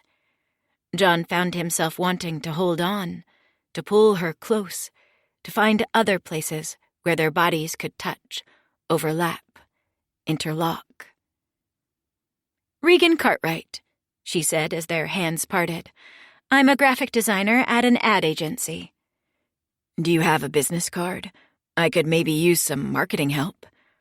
What's your business? She asked as she looked in her purse. I'm a financial advisor. She took out a metal sleeve, popped it open, and handed John a card. That's my personal card, actually. John looked at it. It was colorful, splashy, Regan's name done in hand lettering with geometrical shapes flying off the tips of the letters like sparks. I'm here more for myself, I guess, she explained. I'm trying to get out of the ad business. Too stressful. Anyway, if it's marketing help you want, our firm might not be right for you. We do larger clients, big campaigns. You probably want direct mail, flyers, referral campaigns, maybe a bus stop bench. We don't really do that. Well, John said, sliding the card into his back pocket. At least I know how to reach you, either way. Regan blushed. It was amazing. A real blush, like a cartoon character, red circles coming to her cheeks. John allowed himself to hope. Do you have one? Regan asked. What? A card. Oh, John blurted, embarrassed, realizing he'd been staring, saying nothing. Maybe he was blushing now, too. He fumbled with his card carrier, flipped out a card, and handed it to her. It wasn't as interesting as hers. Just one of the standard designs at Office Max with his details laid in. I might need some help with my branding. Maybe you could do that for me. A nice logo, a website. Maybe, Regan said. Yeah, that could be fun. Freelance. And then it came, the moment where they'd part, break off this conversation and go elsewhere in search of a new one. But they didn't. Everyone else in the room seemed to be embedded in conversations already. Or maybe John again allowed himself to hope. Regan wanted to stay close to him, didn't want to leave. This is going to sound a little forward, John said. But, yes, Regan said, leaning hard on the word, relief palpable in her voice. Please, let's go somewhere else. I think there's a brewery in this neighborhood, John said. 20 minutes later, they were sitting at a long wooden table just outside a metal garage door that had been pulled all the way up. Inside was a curving bar with bearded men pulling at tap handles, can lights hanging from the ceiling, exposed brick. On the gravel outside, John sat in front of a pint of IPA with a foamy head that stuck to the sides of the glass as he drank it slowly down to the bottom. Regan had gone for the blonde. John had paid over her objections. And now she sat hunched over the glass, elbows on the table. She'd pulled her shoulders up and curved them inward in that delicate way that women sometimes did. "You cold?" John asked. "I have a jacket in the car." "No," Regan said, looking up over the tops of the warehouse roofs to squint into the sky. "It's beautiful out." It was late April, an unreliable month in Minnesota, but that year it had tilted into an early spring. Sun and unreasonably warm temperatures blasting away the snow and plucking a shocking green up from the dirt. Everywhere, people seemed to be emerging into the light, pale and squinting, delighted but a little terrified, like animals surprised to be woken from winter sleep. John barely noticed the weather, though. He was too busy looking at Regan, her hair, her lips, those dainty shoulders angled inward, and especially, right now, her neck, long and thin and smooth. He searched for something to say. If he didn't talk, then all he'd be able to do was stare, and he'd freak Regan out. "I'm glad we came here," he said. "I hate those networking things." "Didn't you say you were a financial advisor?" Regan asked. "I thought guys like you were good at talking to people." John looked down at his beer, gave the glass a little swirl, bringing back a little foam. "Yeah, I'm supposed to be. I'm still pretty new at it, trying to build my client base." "Maybe you should go back. I'm not much of a prospect. I don't have much money to invest." "No? My parents do, but not me." John cocked his head. He always thought that having rich parents meant that you were rich. Apparently not. He recalled the hint of sadness when Regan had mentioned her family, the passing comment about her sister being the favorite, and knew not to pursue it any further. "Well, it's not about having a lot of money. Just a little bit every month can add up over time. Right now is exactly when you should be investing." "Oh, so you are trying to sell me?" Regan asked. "And here I thought you enjoyed my company." No, that's not. I do." Regan reached out and touched John's hand. His eye snapped up, surprised by the sudden warmth of it. "John," she said, "relax. I'm just teasing you." He breathed out and smiled. Regan took back her hand, but he could still feel the place where she'd touched him. "What about you?" John asked. "I don't know. What about me?" "Well, back there you told me that you're trying to get out of the ad business. Tell me about that. What are you looking for?" "Oh, I don't know," she said, angling into herself further, a hand rising up and across her body to curl around the side of her neck, her beautiful neck. "You sure about that?" John asked. "It's silly." He shook his head. "I bet it's not. Come on, tell me." "Well, so I do graphic design, right? Web, print, branding. But what I'd really like to do is interior design." John didn't understand all the build-up, didn't understand what could possibly be embarrassing about that. But on the other side of the table, Regan clapped her hand over her eyes, then peeked at John for his reaction. "Is that stupid? You think it's stupid." John shook his head, honestly bewildered. "No.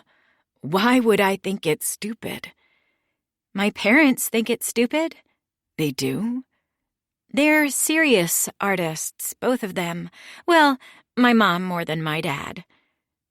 "I thought you said he was an English prof." "He wrote a novel a bunch of years ago, an important one." "I see," John said. "And they think interior design is—" "Frivolous," Regan said. They're not exactly huge fans of the ad work, selling my talents for corporations or whatever, but interior design is I don't know what they think exactly. She looked off, thinking, girly, domestic? Now John was the one to reach across the table and touch her. Just a couple fingertips, brushing against her elbow. Her gaze snapped back to him, surprise in her eyes, but he left his hand where it was. "Stop," he said. "Don't do that to yourself." "You don't think it's true?" John withdrew his hand. "Is it your dream?" Regan pressed her lips together, tilted her head back and forth, sighed through her nose. "I guess." "You guess." "It is." "Then who cares what anyone else thinks? You should be able to go after what you want." She took a dainty sip of beer, the tiniest pull. At this rate, he'd have 2 before she'd even drunk half of hers. Then set the glass off to the side and leaned forward, suddenly animated, talking with her hands. "It's really a very serious craft when you think about it," Regan said. "A lot of people think of it as just decorating, but it's so much more than that. It's form and it's function and it's experience, you know? You're designing an experience for someone, the experience of their home. It's really an intimate thing." "I bet you'd be really good at it." "You think?" Regan smiled. She laughed and gave him another touch on the arm, a joking slap, but soft enough to feel almost like a caress. They kept finding excuses to touch each other, he noted.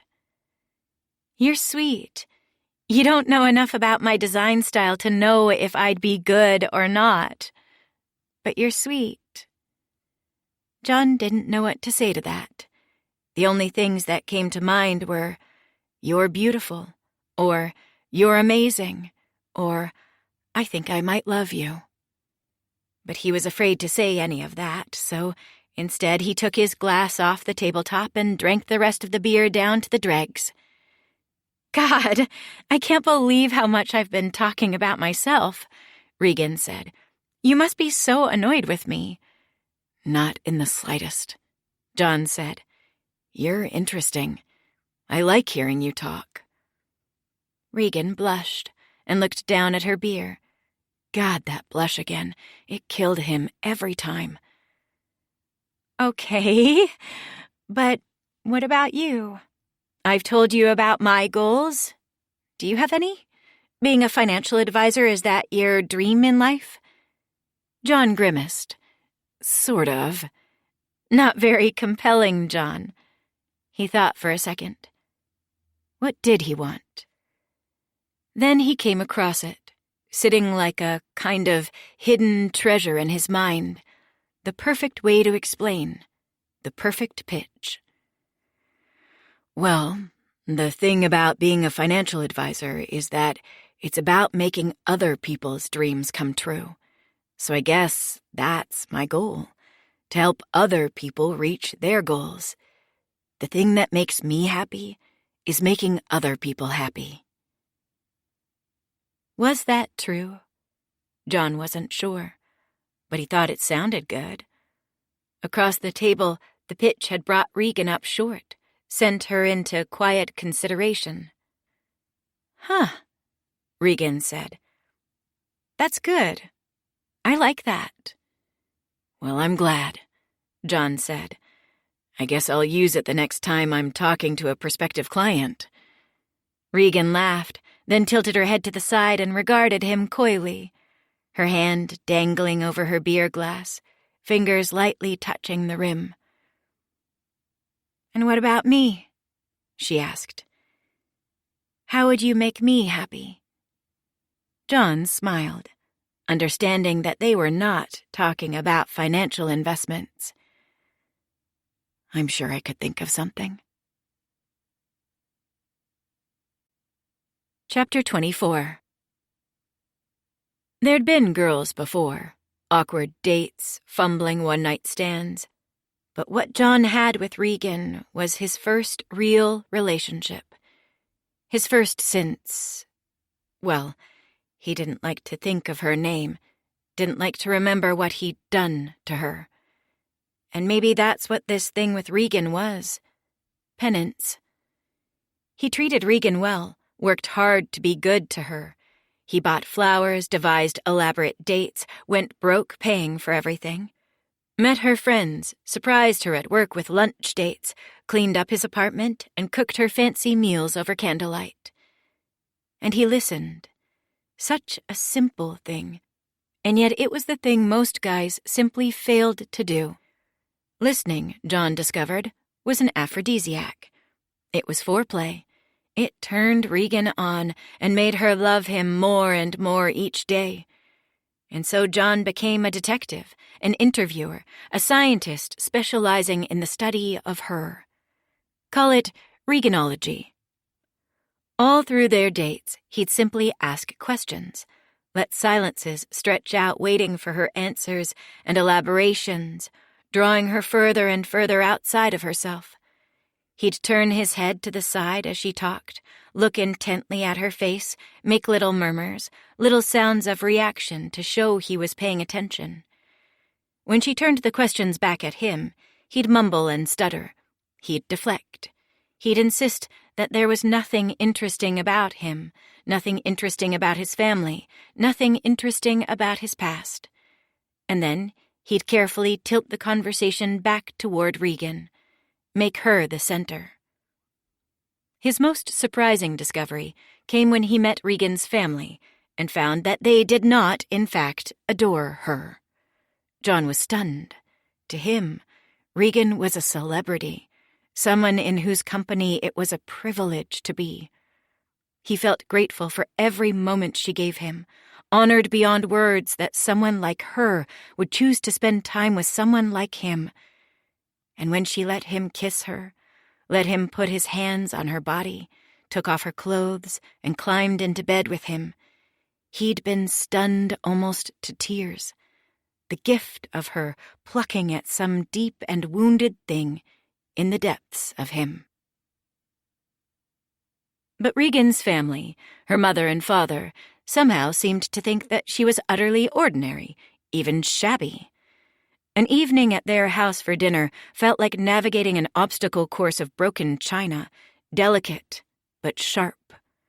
Their manner with each other was both polite and cutting. Their kindness masked cruelty.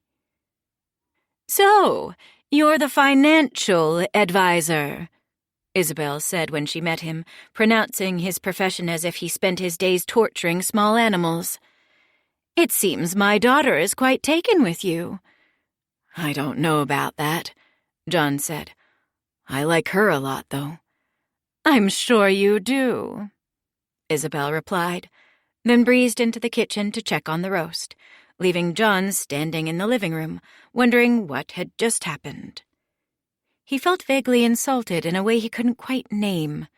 More than that, felt that Regan, the girl he was falling for, had been insulted too, and by her own mother. Nursing his drink, something brown and ridiculously strong Peter had mixed for him, John began to realize what it was. Isabel had somehow implied that Regan and John were each the best the other could do, that they were together because neither of them could expect any better. She thought he was ridiculous, Regan, too, and she looked on them both with pity and scarcely concealed derision. The realization deepened throughout the dinner that followed. Isabel made perfunctory and condescending inquiries into Regan's work at the ad agency, and how you're coming along with that little decorating idea. Peter drank and got quiet. John, after Isabel's initial inquiry, was mostly ignored. The conversation became most lively, the brightest and most effortlessly joyful, when it turned to Claire, the absent sister, who was young, barely out of college, and a couple terms into an MFA program in New York, but already an up-and-coming playwright with plays in production and commissions coming in. "You don't like them," Regan said afterward in the car. I don't know about that, John said, ever careful, always holding back some portion of himself and what he really thought. Do you? Regan looked away. Oh, I don't know. I've never really thought about it. They're my family. It doesn't really matter if I like them. It doesn't? It seemed to me like they were a little shitty to you. Oh, they were, Regan said. They can be like that. It's true. And they clearly don't like me very much. You're too straight for them, she said. Too square. Square? The financial advisor thing? Is that a problem for you? Oh, John, Regan said. You're hurt. I'm not, he said, though he was. Hurt and scared that she felt the way her family did, deep down.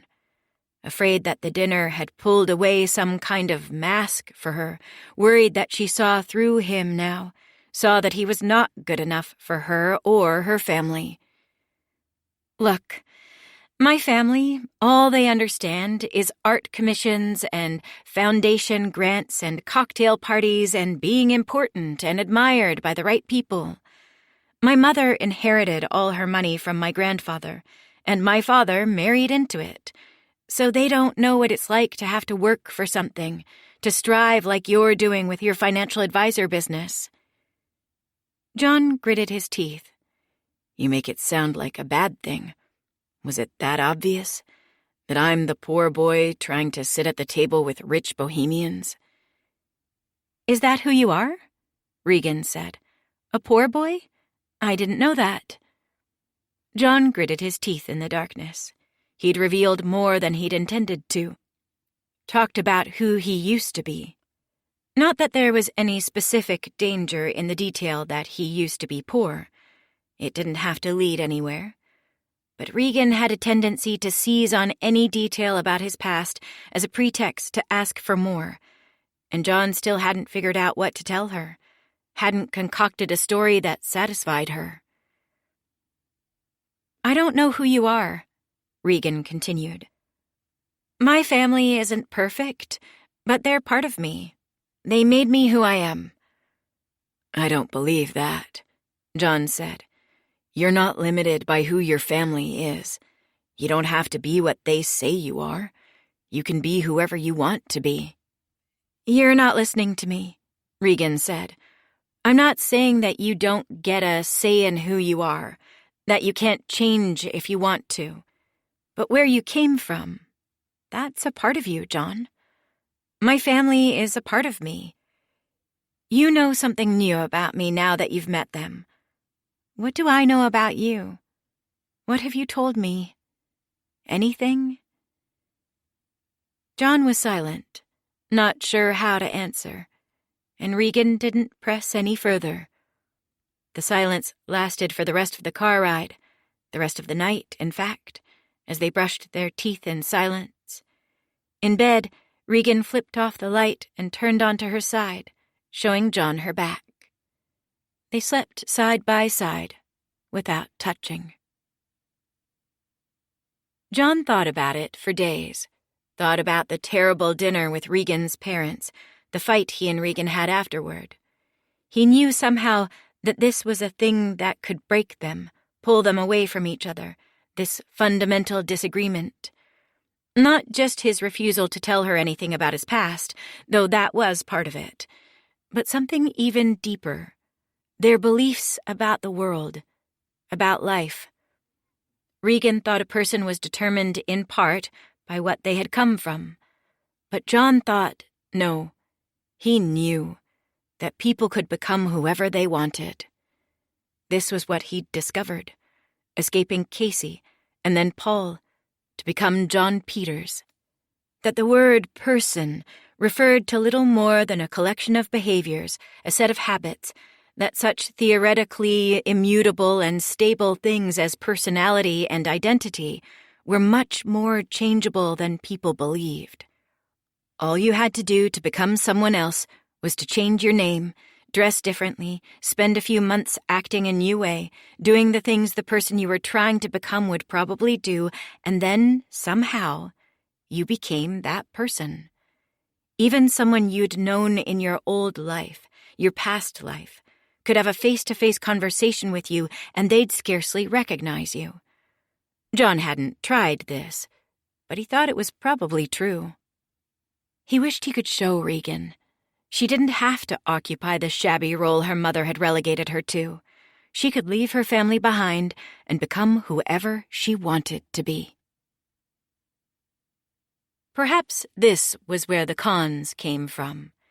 He hadn't taken her out that first day intending to lie with her, to adopt false identities. It just sort of happened.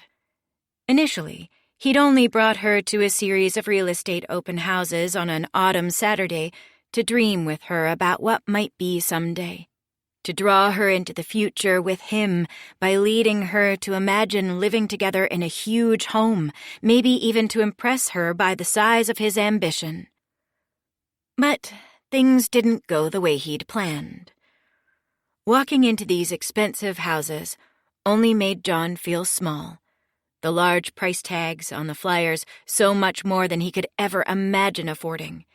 The real estate agents seeming to see immediately that he wasn't a real prospect, only a pretender. Rather than impressing Regan, he felt certain that he was diminishing himself in her eyes, that she could see right through him to the poor boy underneath, through the transparent shell of John, all the way down to Casey. At the last home they saw, a true mansion on the water in North Oaks, he felt like the help wandering into the clubhouse. The real estate agent stationed by the huge kitchen island wore pumps and pearls, and several of the older men touring the property with their tanned, fit wives had on sport coats with cufflinks.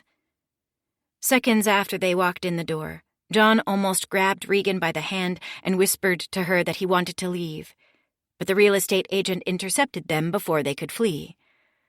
"Welcome," she said. "And you are?"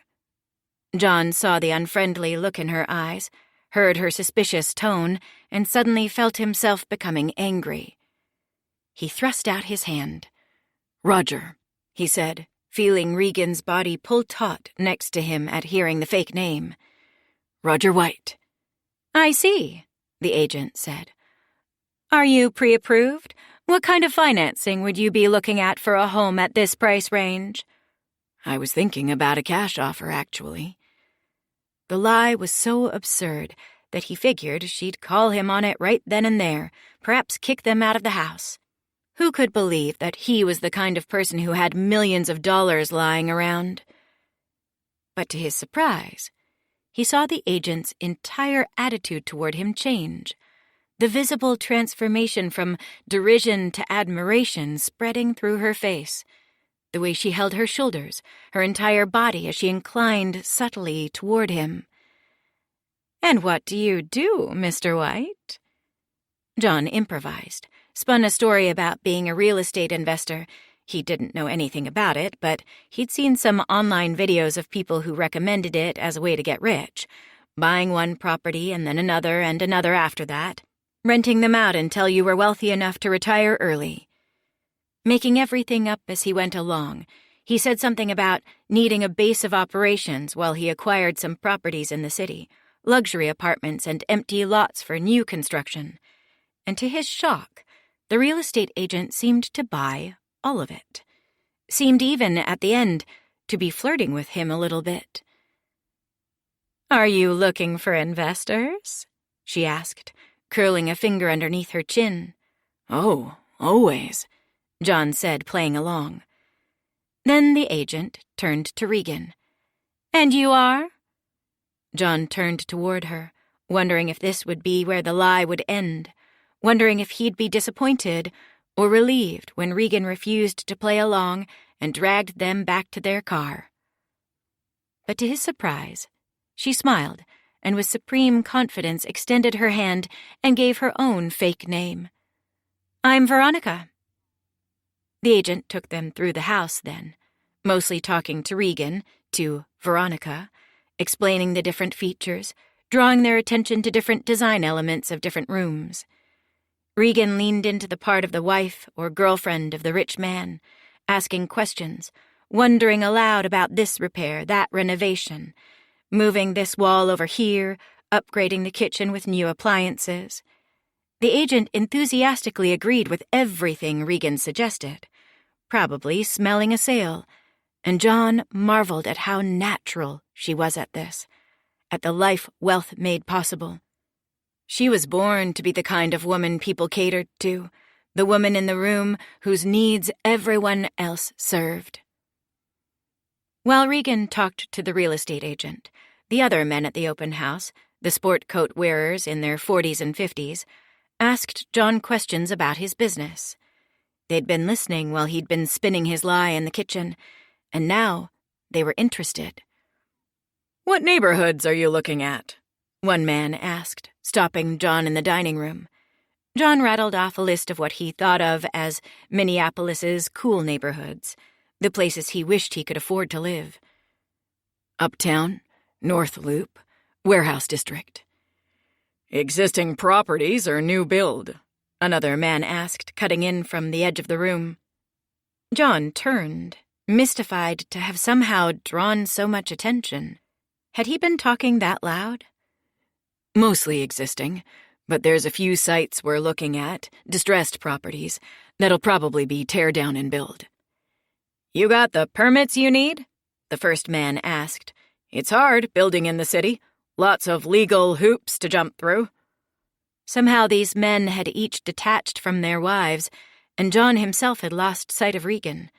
She was off somewhere, talking curtains or bathroom fixtures with the listing agent. "I've got a guy in the city planner's office," John said impatiently. "I'll be fine, if you'll excuse me." He strode out of the room, then went upstairs and found Regan, who, as he expected, was with the real estate agent, her arms out and hands framing the air in front of her as she sketched out some sort of major reconfiguration of the owner's suite. "Let's get out of here," John said. He suddenly wanted to be gone from there, wanted to be away from these people and their questions. Regan came with him reluctantly, and the agent pressed a business card in his hand as they went out the door. At the car, one of the men from the dining room was waiting for him. "I want in," he said. "I want to invest." John sighed. Couldn't these people leave him alone? The sight of John's car, a rusting Hyundai hatchback with almost 200,000 miles on it, should have tipped off the man that John's story wasn't true. Why couldn't he just let him go in peace? "We're not looking for small investors right now," John said. "Anything less than $500,000, it's just not worth my time." The man's eyes narrowed, seeming to focus on a point in the air between him and John realized why the man couldn't see the signs of his lie. Because he couldn't see anything. Nothing except the possibility of getting in on something that could make him more money. Somehow, John had awakened his greed with his story, whipped the man into a frenzy where logic and reason no longer applied. "I've got it," he said. "I can get it. I just need to move some things around." We were just about to leave. "How much do you need right now to know I'm serious? 5,000? 10 at least," John said, hoping to make him balk. But the man clicked a pen and opened a checkbook on the roof of their car. John stayed back, stunned at what was happening, but Regan moved close, watching over the man's shoulder as he wrote. And when he came to the numbers, she turned to John with a strange, fierce look in her eye. "John!" she gasped with some mixture of shock and delight. The man's eyes came up. "Wait, John? I thought your name was—" John brushed past him, pushed him away from the car, shoved Regan in the passenger's side, and then scrambled into the driver's side. When he drove away, the man was still standing at the curb, his mouth agape, pen in one hand, open checkbook in the other. When they were on the freeway, Regan laughed, her voice high and airy. "Oh my God! I couldn't believe that! He was actually writing you a check!" "I know," John said. "I mean, I saw him writing out the zeros. $10 $10,000. He was going to give you $10,000 fucking dollars. He didn't even know you. No, John said. He didn't. Could we have cashed it, you think? I don't know. Maybe. We probably could have figured something out. Regan turned toward him in her seat, reached across the gear shift. Keeping his eyes on the road, John felt her hand slide up his thigh. Would that have been like a crime? She asked, her voice suddenly low and smoky, her breath hot in his ear. If we cashed it? Probably, John said. Does that excite you? A little, Regan admitted. She slid her hand a little higher on his thigh, and he felt himself growing hard to meet her fingers where they brushed against him. John drew in a sharp breath, swerved on the highway, corrected himself. Careful, I'm driving. I thought it was really hot, Regan said. The way you took charge back there. I like to see that side of you. His foot sank on the accelerator, and he sped back to her place. As soon as they were inside, she was on him, grabbing at his clothes, pushing him toward the bedroom. She seemed ravenous for him in a way she never had before, taking him so deep into her throat that she gagged, tears leaping to her eyes. After he climaxed, she climbed on top, used her hand to get him hard again, then put him inside her and moaned as she bucked against him. I love you, she said as she came, the first time either of them had said it. And then, as she climbed off of him and slumped onto her pillow, he said it back. I love you too. She sighed and closed her eyes, blew a breath out through pursed lips, strands of hair plastered to her sweaty forehead.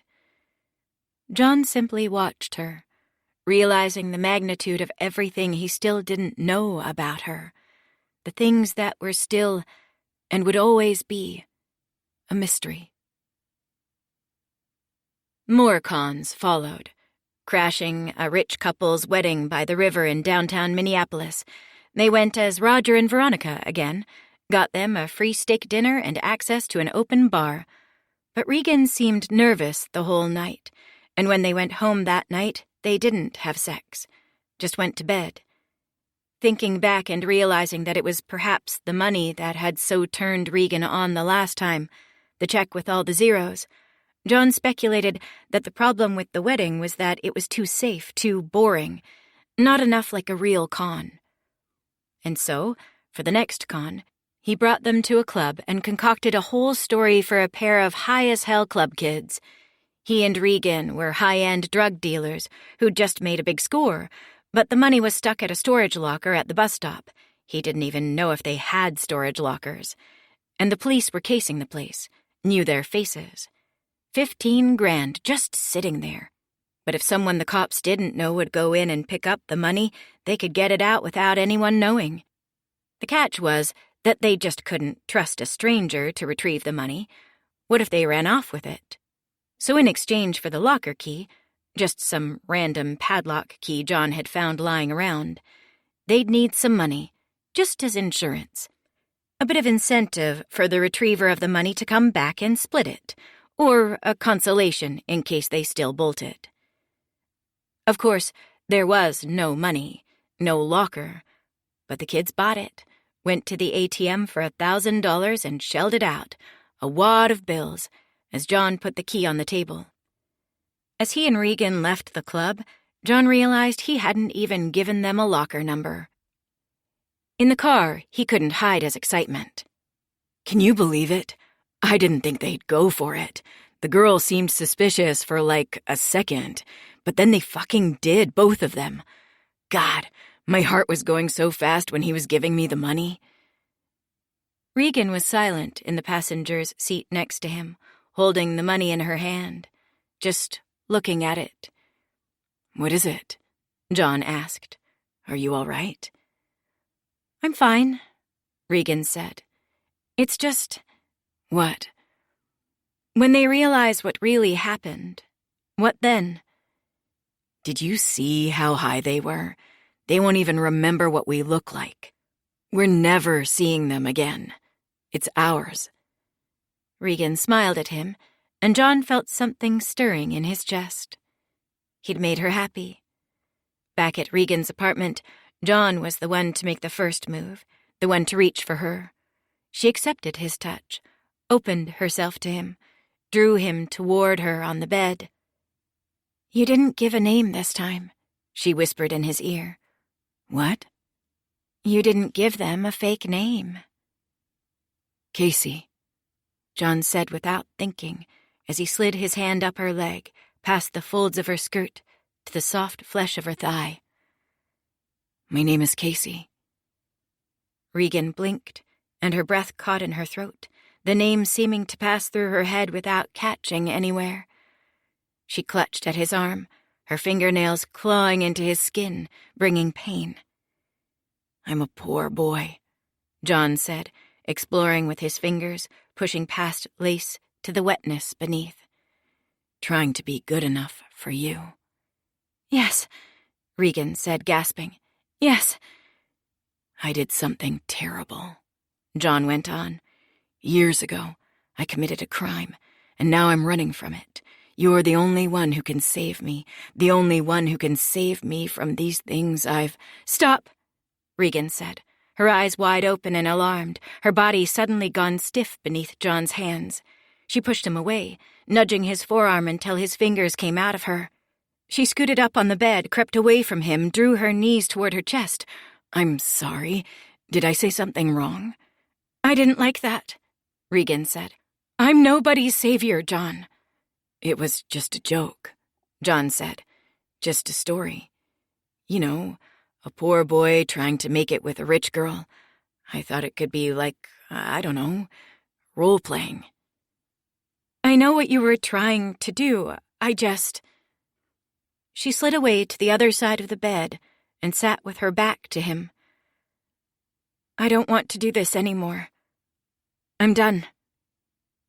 John gulped, felt the hurt spread through him as he realized belatedly what had just happened.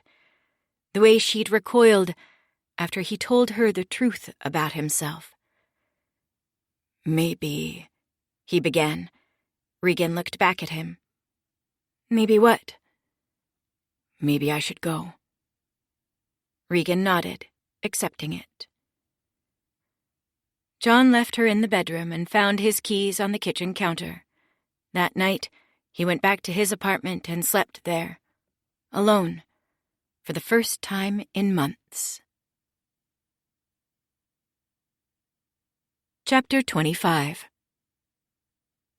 "You're the only one who can save me." The phrase came back to John many times in the long, lonely days that followed. An echo.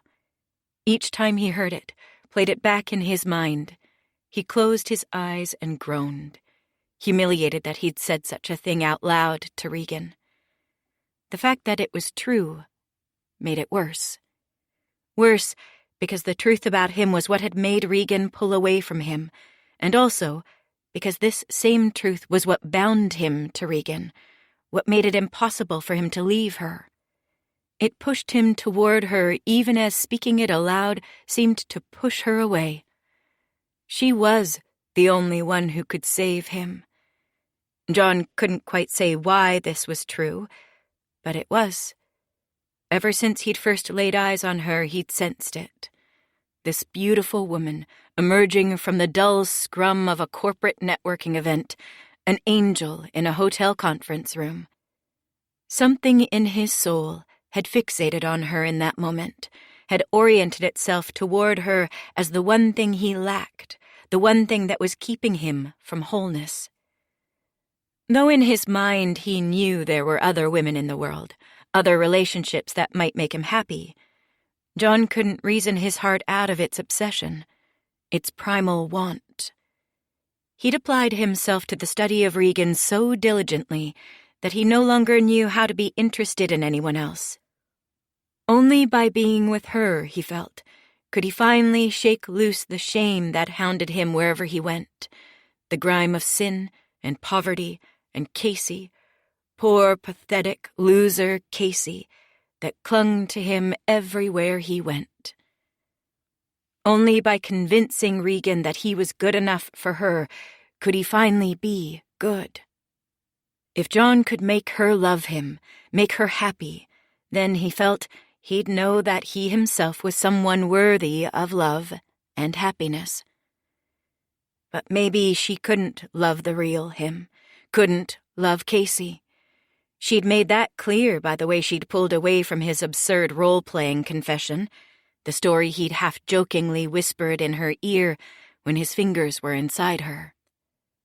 Fine. If that was the price of Regan's love, it was a price he was willing to pay. He'd be whoever she wanted. But who did she want him to be? And how could he turn himself into that thing? He thought, reflecting back on the open house in North Oaks, that who Regan wanted him to be was who he'd been, temporarily, in that lakeside mansion. The man who was in control, who convinced others to give him things, even if it came at the cost of lying. And she'd been excited, too, by the older man's willingness to write John a check for thousands of dollars, excited, John thought at the time, by how close they'd come to committing a crime. But there was crime, and then there was crime. Crime that felt like crime and crime that didn't.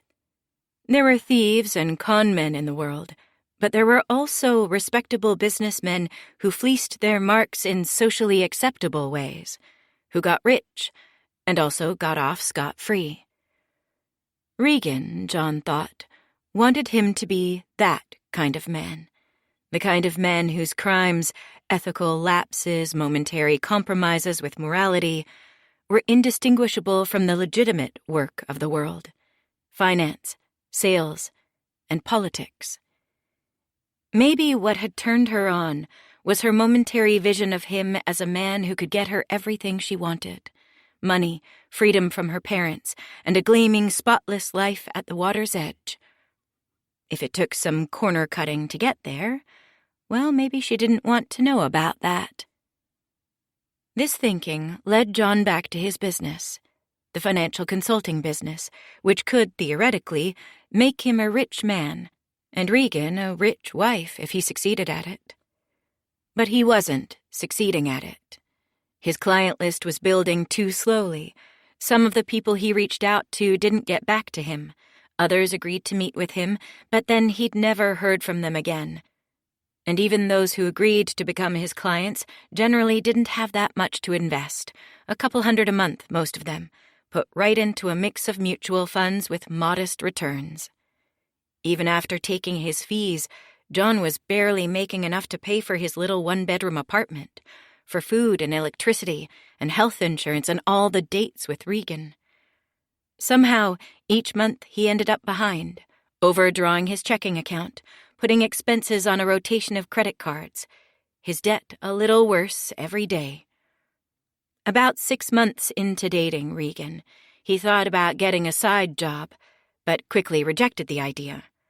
A job would give him even less time than he already had to build his client base, and if Regan ever found out that he was delivering pizzas or driving an Uber on the side, she'd know that he was not a successful financial manager, that he was failing. This was his greatest fear, greater even than the fear of his past coming to light, the fear of being seen as a failure, as someone who couldn't make money. John wanted Regan back, even wanted to marry her someday, but how could he marry her? How could he give her a family if he couldn't provide for her? From the day they'd met, he'd made promises to her, promises that he could somehow make her dreams come true. But he couldn't, not yet. And every time he was reminded of that fact, a credit card denied, a text message from his bank telling him in angry capital letters that he had insufficient funds, an icy terror knifed its way all the way to his bones. And he became once more the poor backwoods boy who walked in on a pair of rich kids making out in the trees, who had his whole pitiful life savings wiped away in a single day. The boy who could never be anything more than nothing, no matter how many new selves he created. He was thinking about all this still on a bright and sultry August afternoon. John was at a golf course in Bloomington, on the driving range, taking his frustrations out on a bucket full of golf balls. John didn't like golf. The clubs and the fees were yet more things he didn't have money for, things he'd used his credit cards to pay for. But he'd attended a client development workshop a couple weeks prior, and the guy teaching it advised them all to learn how to play golf. Rich businessmen liked golf. John's clients at this point were mostly young professionals working entry-level corporate jobs, spending more money than they saved, pulling or halting their monthly investments when their job situation changed. And John needed to find a different class of investor. More money, more reliability. What he needed if he was going to get Regan back was a whale, and a golf course was a place to find them. He'd gone through a bucket of balls and was resting from the heat in the clubhouse, seltzer and lime in his glass, when his whale found him. Walked up to the bar a few stools over and ordered a scotch, neat. "Blended?" asked the bartender, "or single malt?" "Lagavulin, if you have it," the man said. "The 16-year. The man glanced at John as he waited for his drink, caught John glancing back. The man smiled, then returned his eyes to the mirror behind the bar and sat down. He had dark hair, glasses, khaki shorts, a black polo, and a large gut that he carried with comfort, like he was entitled to a bit of extra weight. "I saw you at the driving range," the man said. "I was a couple slots behind you." John grimaced. "I'm terrible," he said, which was true. His shots always seemed to veer off in strange directions, never taking the predictable, beautiful arc he expected. Watching the white orb curve left or right after it left the head of his club, John would get the sinking feeling he felt every time he looked at the growth chart on a mutual fund he'd picked for one of his clients, and failed to see the steady up and up and up he'd promised. "You just need to fix your grip," the man said, "and your follow-through. Beginners swing at the ball. The pros swing through it." "As simple as that?" The man smiled. "There might be a little more to it." He offered his hand, and John took it. "Tim Hansen." In lieu of offering his name, John gave Tim Hansen a business card, sliding it across the bar top with his index finger. "Financial advisor," Tim said, then looked back up at John out of the corner of his eye. "And you're learning to golf. Can I ask why?" "Thought I needed a hobby," John said. "No, you didn't," Tim said. "You hate it. You're learning to play because you need clients. That it?" John hissed air through his teeth and gulped down the rest of his club soda. The ice cubes clinked at the bottom of the glass with a wedge of lime, brown at the edges. "My swing must be even worse than I thought, and here I thought I was getting better." Tim Hansen laughed. "I think it's smart. You're thinking about your future. You'll get better. But don't get too good. You'll get more clients if you let your prospects win." John smiled. "I'll remember that." Hansen climbed off his stool and came closer, sat right next to John. "What are you drinking?" he asked. "You need another one of those?" "This? It's just club soda and lime." Hansen slapped his hand on the bar top, and the bartender came within seconds. "Brandon, could you get this kid one of what I'm having?" The bartender nodded. "Right away, Mr. Hansen." "I don't know," John said. "It's, 3 in the afternoon? I probably shouldn't." "Take the free drink, son," Hansen said. "This is the good stuff. If you're going to get into golf, you should get into scotch, too. You're in the business of making people money, aren't you? Well, then you gotta think rich. Project it to your prospects. It's gotta ooze out of your pores. The glass appeared in front of John, 2 fingers of brown liquid at the bottom of a tumbler. Drink up, Hansen insisted. Go slow. John grabbed the tumbler and lifted it to his lips. He took a careful sip. What followed was a complicated flavor of caramel and smoke and some other element he couldn't quite place. It was his first time drinking scotch, and the most he could say was that he didn't hate it. How about that? Hansen asked. I'll need to think about it. He felt dumb immediately after saying this, but apparently Hansen liked it, because he nodded. Well said. A good scotch deserves to be pondered. A long silence stretched out as the older man took a long pull of his drink and held it in his mouth, breathing slowly through his nose as he swallowed it down. So tell me, he said, leaning close, breath sour with an alcohol funk. What's your investment theory? John had no answer for this. He didn't realize that an investment theory was something he needed to have. But the man was waiting, looking at him expectantly. And so John opened his mouth and said the first thing that came to his mind. I take people's money, he said, and I turn it into more money. It was what the financial advisor in Wyndham, the one with the huge new house, had told him years before. And as soon as he said it, John feared he had blown it with Hansen, blown whatever this was, whatever was happening right now. The older man blinked a couple times, not responding. Then he arched back on his stool, threw back his head, and laughed. It boomed throughout the half-empty bar, people at the round tables looking up from their salads and club sandwiches to see who could be making that noise. But Tim didn't seem to care. He might as well have owned the place. He reached out and slapped the bar with his hand as he came back toward John, came in too close, and spoke directly to his face. That's a good one. I like that. So, when you're picking investments for your clients, what do you focus on? You go big, or you do little pussy shit? John didn't know for sure what Tim Hansen was talking about, but he had an idea. This was the part of the conversation when most financial advisors would talk about the importance of understanding risk tolerances, of diversification, of having a balanced portfolio. But John knew that wasn't what this man wanted to hear. I go big, John said. If my clients are into it, I go big. Glad to hear it, son. So, what are we talking about? Stocks, mostly? Stocks, John said.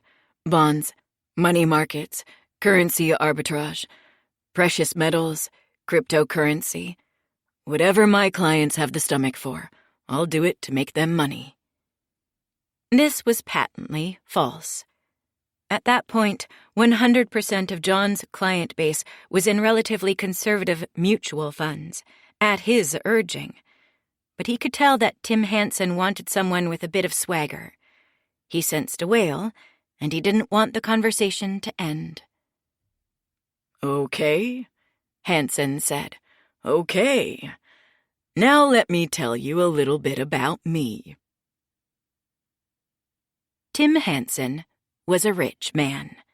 He referred to himself this way completely unselfconsciously. He'd made most of his money in car sales, winning Salesman of the Month for years on end early in his career, ultimately making enough money that he bought out his boss and then set up new dealerships in his name all over the Twin Cities. But he was semi-retired now, sold 3/4 of his stake in the business to younger business partners, spent most of his time on the golf course. He still had a sizable income from the car dealerships, though, money that came in each month without his having to do anything to earn it. He was getting bored, John sensed.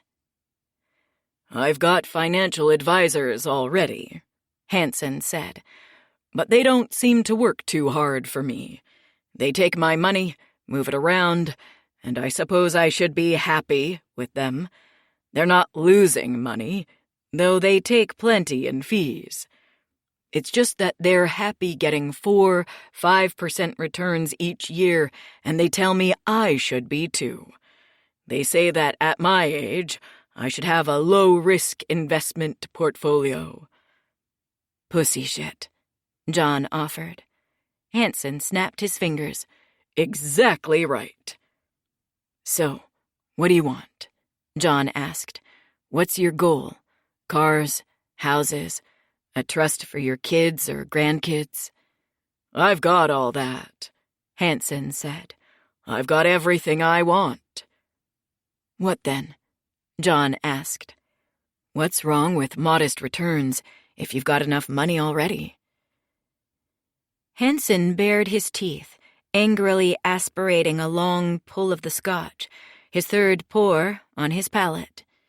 He swallowed it down with a wince. I should probably be content, he said, but it goes against the way I'm wired.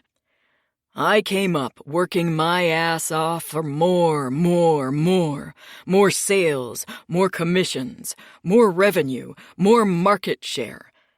Now I'm out of the business and everybody's telling me to take it easy, enjoy the spoils. But I can't.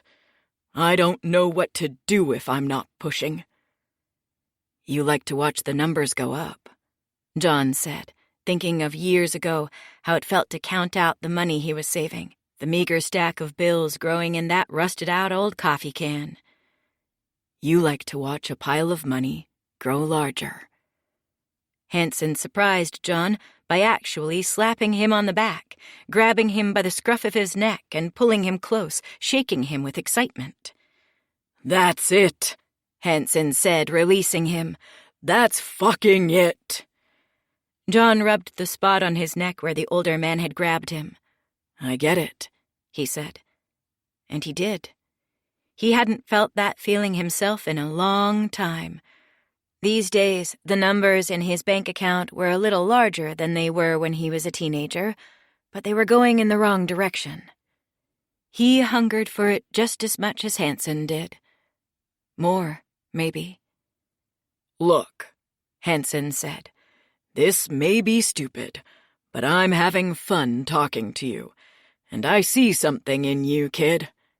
Yeah? The whiskey had dulled John a little bit. He wasn't used to it, but he felt himself perking up. Hanson was definitely a whale. Maybe he was even a whale John could harpoon. The rarest of prospects, one who wanted to be reeled in. I think you're a kindred spirit, maybe, Hanson said. You could be successful in your chosen business, like I was, if you do what I did. Which was? Never be content. Always push those numbers up and up and up, and when you think they can't go any higher, push them a little further still. I'm trying, John said. You don't try, Hanson said. You fucking do it. I will, John said. And then, sensing that the older man was egging him on, that he was a salesman expecting to get sold, was in fact begging for it, he added, Maybe I can start with some of your money. Chapter 26. They talked through the details right there at the bar. Hanson would give John $50,000, then see what he could do with it in a week.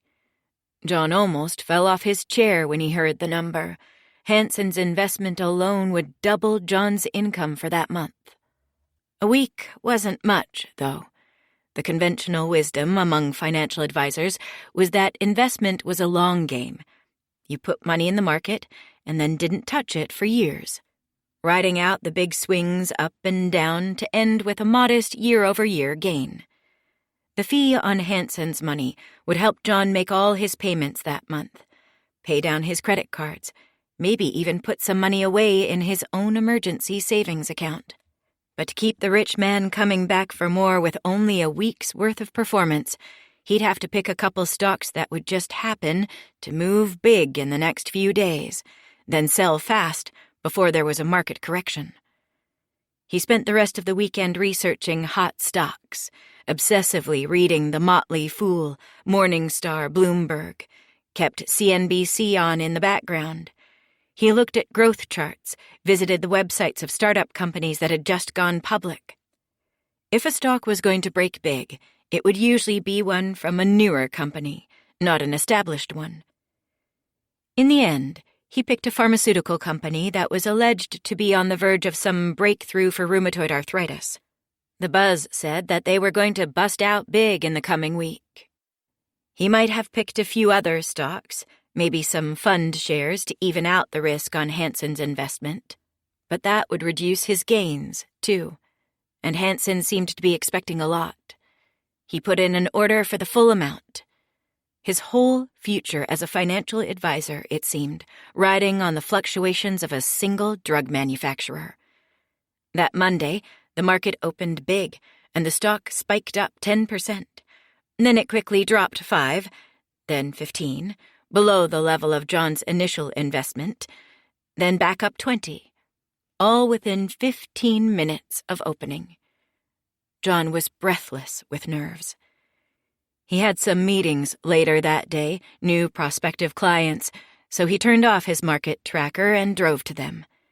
He didn't have an office yet, so he was relegated to meeting people in coffee shops, buying his prospective clients whatever they wanted, while he stuck with cheap cups of brewed coffee.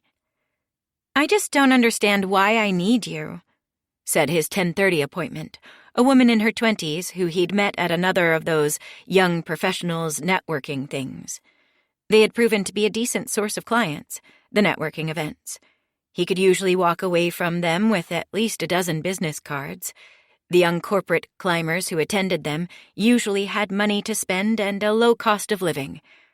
But if they agreed to invest with him, the amounts they committed each month were often small. "Tell me more about that," John said. "Well, I've got my 401k, she said. "Money goes into it from every single one of my paychecks." John suppressed a sigh. A part of him wanted to end this meeting right now, check on the stock. But Hansen had told him to sell himself, to always push the numbers higher. If it were him sitting across the table from this young woman sipping a caramel macchiato and picking at a scone he'd bought for her, he'd go for the close. Hansen would be relentless. That's how he'd become a rich man. "That's good," John said. "A 401k is good. But tell me this, do you actually know what you're investing in?" "Not really," the young woman said. "There was a whole list of things, different funds, and I just picked some." "That's right," John said. "That's what most people do. Because there's no one to help you, right? There's no one to tell you where you should be putting your money, what the right mix of assets is. You could be underleveraged. You could be making less money on your investment than you're able to. Or you could be exposing yourself to too much risk by putting too much money in just one sector of the economy. You're probably not doing yearly rebalancing, and you might not even be investing enough. What percentage of your paycheck are you putting in the 401k? "I don't know, 5? That's not nearly enough. You're what, 26? These are the years when you should be investing the most, because it could grow so much in the years ahead. If you get aggressive with your investment strategy now, by the time you're in your 40s, 50s, 60s, you could be so rich, so comfortable. But you have to start soon. Stop wasting your time. You have to get serious. And getting serious means partnering with someone like me. Someone who can tell you where to put that money. Someone who can keep an eye on it for you." He paused, licked his lips, and used his usual line, the line that had captured him years ago. "Someone who can take your money and turn it into more money." The young woman pursed her lips. Then she nodded. "Okay." Yes, you're right. I have to get serious. This feels like something my dad would want me to do if he were here. John forced a laugh. That's a good thing. The young woman shrugged. He's a smart guy. They rushed through the paperwork, filling it out right at their table. Then the young woman left, and John dove for his phone. He thumbed to his stock app, checked the pharma company. John's stomach plunged when he saw the chart, as though the jagged line of the stock's fluctuation were a roller coaster he was riding. It had declined more than 50%. He had lost half of Tim Hansen's money. John watched the stock for the rest of the week, praying for a spike that never came. Online, the chatter was still that the stock was poised for a big gain, but around Thursday, the buzz on it began to turn sour. Rumors of mismanagement, high turnover, a rejected patent, looming legal troubles, and the stock sank still lower. John pulled out Hansen's money and socked it in some low-yield bonds, a full retreat. But it was too late to matter much. He'd turned Hansen's $50,000 into just a little over $10,000. The call came on Friday, just as John had expected it would. John, Hansen said. Where are we with that 50 grand? Tell me something good. Yes, John said. It's good to hear from you. How was your week? Cut the small talk, Hansen said, his voice gravelly. What are you, stalling? You're making me nervous. I put a lot of faith in you, son. Don't tell me it was misplaced. No, John said, it wasn't, even though it was. Okay, the older man said. Then get to the good stuff. How are we doing? We're doing great, John found himself saying. Somehow his mouth simply couldn't form the words to tell the truth. Yeah? How great. Where'd you put my money? John was in his apartment, sitting on the couch with his laptop on his lap. He quickly glanced at the screen, tapped a couple times to bring up a list of that week's best-performing stocks, the big movers. He picked one that showed a nice gain since Monday. Big, but not too outlandish. Ultravex, John said, vaguely aware that he was probably breaking the law. Huh? Hansen said. Never heard of it.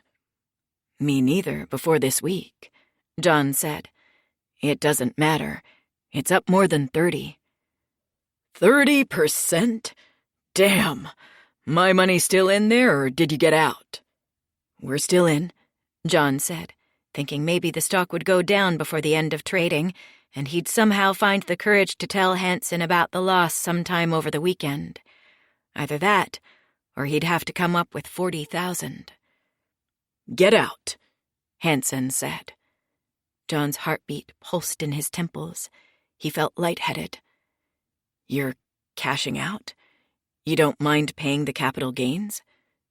Not cashing out. I just don't want to lose if this is one of those pump and dump things, Hansen said. Sell the stock, put it somewhere safe for a while, then do it again. Okay? John breathed out. Hansen didn't want his money back. John had time to make up the loss, work his way to some real gains so Hansen would never know that he'd lied. And John? Hansen said. Yeah? I'm sending you some more money, okay?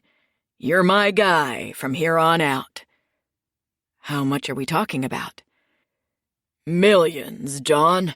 But I can't send it to you all at once. Have to move some things around.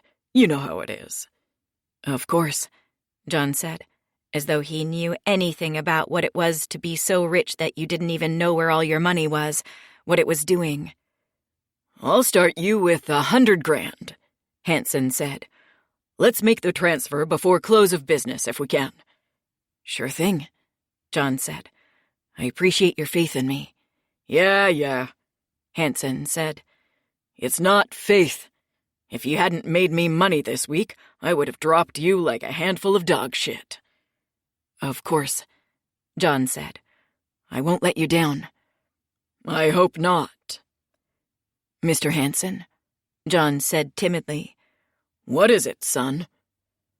I appreciate referrals. There was silence on the line, then a laugh. I bet you do. I'll call some people. Thank you. I'm gonna make you rich, son. John knew he should probably forego the fee on the incoming $100,000. He had a loss to make up, after all, but he couldn't bring himself to turn down the money. Hanson would be unforgiving if he knew what had really happened. But at the same time, the man seemed so uncaring about what actually happened with his money, seemed unable to keep track of it. Perhaps when all was said and done, he'd barely noticed the loss of $40,000. Given enough time, there were things he could do to cover the losses. Maybe he could divert some money from one of his existing clients, or a new one if Hanson's referrals came through.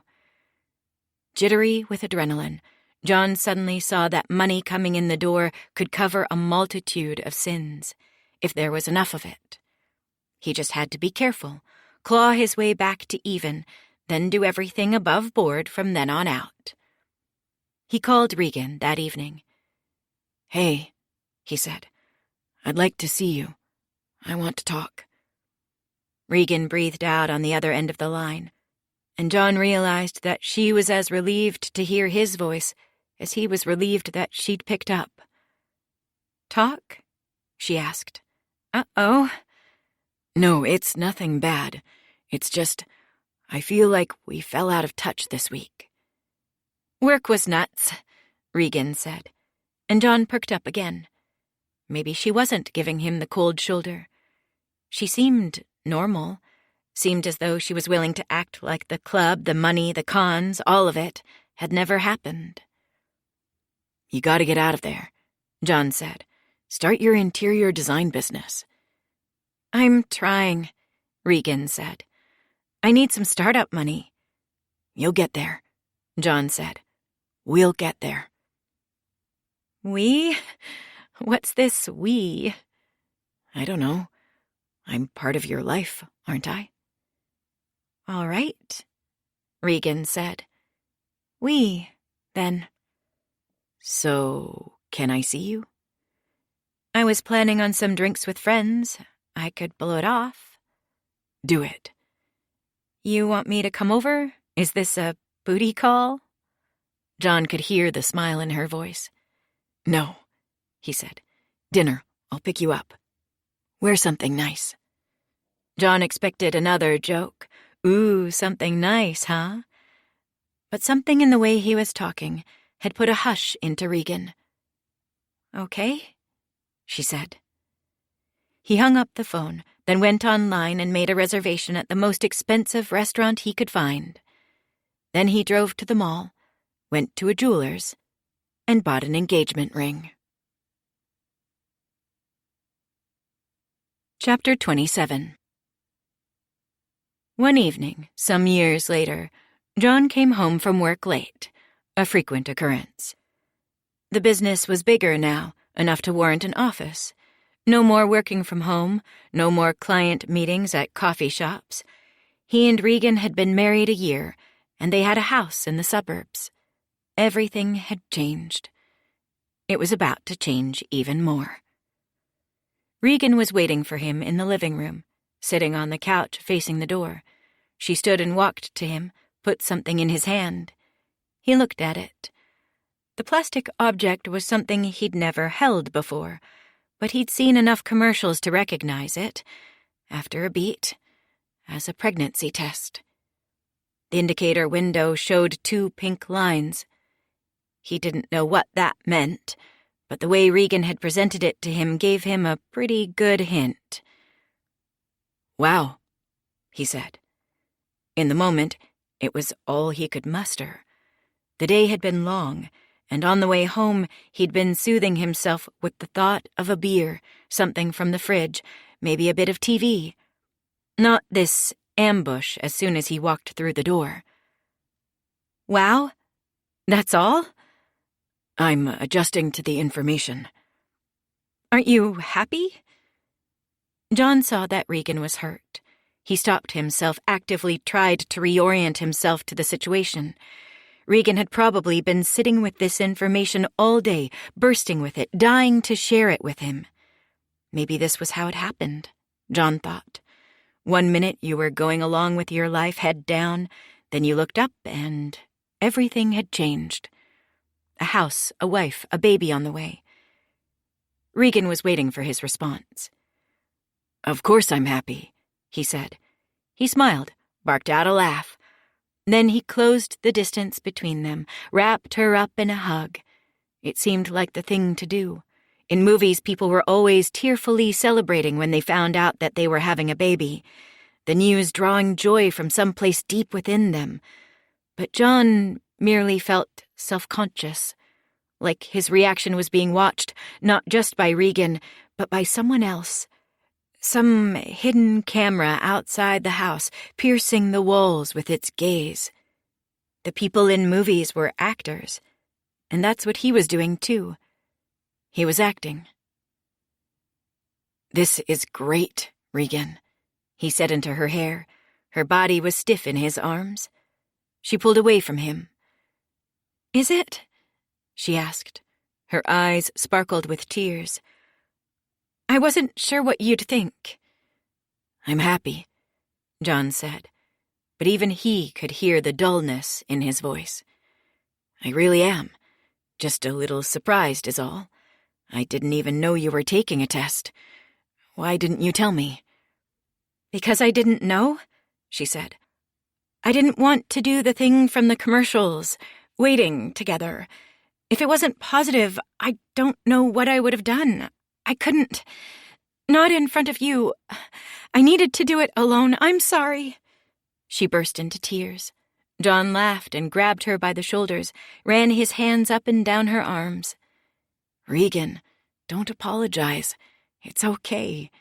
This is a good thing, okay? This was something he was used to, comforting his wife, being what she needed. Safe ground, a place where his routine, his act was more practiced. It's what we wanted, isn't it? It is, Regan admitted. It's just so fast. This was true. They'd been talking about having a baby for months. Well, Regan had done most of the talking while John had mostly listened. But they'd agreed in the end that they were open to it, and had recently decided to stop taking precautions.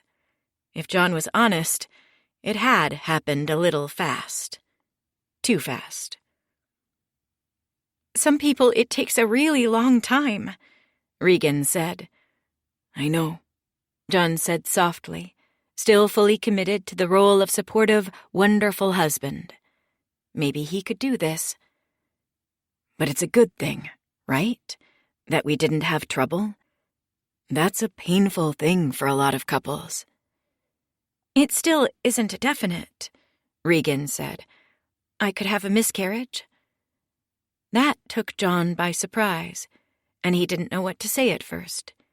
It was amazing the things women held in their heads, all the things they had to think about that never crossed men's minds. Maybe, he said after a moment's consideration. But maybe not. If that happens, we'll deal with it. We'll try again. And anyway, shouldn't we let ourselves be happy about this right now? Regan nodded, blinking hard, and John hugged her again. This time, she melted into him and put her cheek against his chest, breathed slowly in and out. Everything's going to change, John, Regan said. Everything.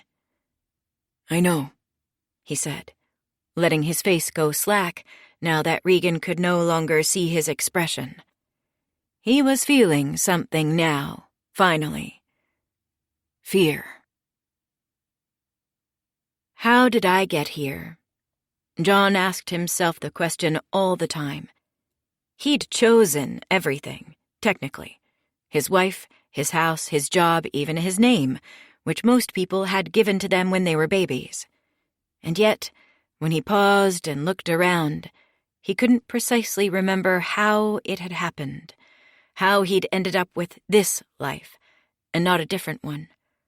He couldn't remember choosing this, couldn't remember a moment when he'd decided that this was how he wanted to live, who he wanted to be. He hadn't chosen the anxiety, the fear that seemed to live inside his chest every minute of every day, the fear of losing it all, of being found out, exposed as a fraud and a failure. The house was big and beautiful, the kind of home upper-middle-class people moved to the suburbs to be able to afford. A 3-car garage, a curving brick path to the front door, an open-concept floor plan, the living room flowing into the dining room and the kitchen, a basement with a huge TV and gym equipment, a deck overlooking the backyard, spacious bedrooms, and a study upstairs. In some ways, it was a lot like the house he'd hung drywall for years ago, the one built up from the dirt out in the country for the financial advisor who'd fed John his best sales line. I take money and turn it into more money. The house was a dream, the thing John had always wanted. And he also hated it. The mortgage payments were huge, and they had a home equity payment on top of that.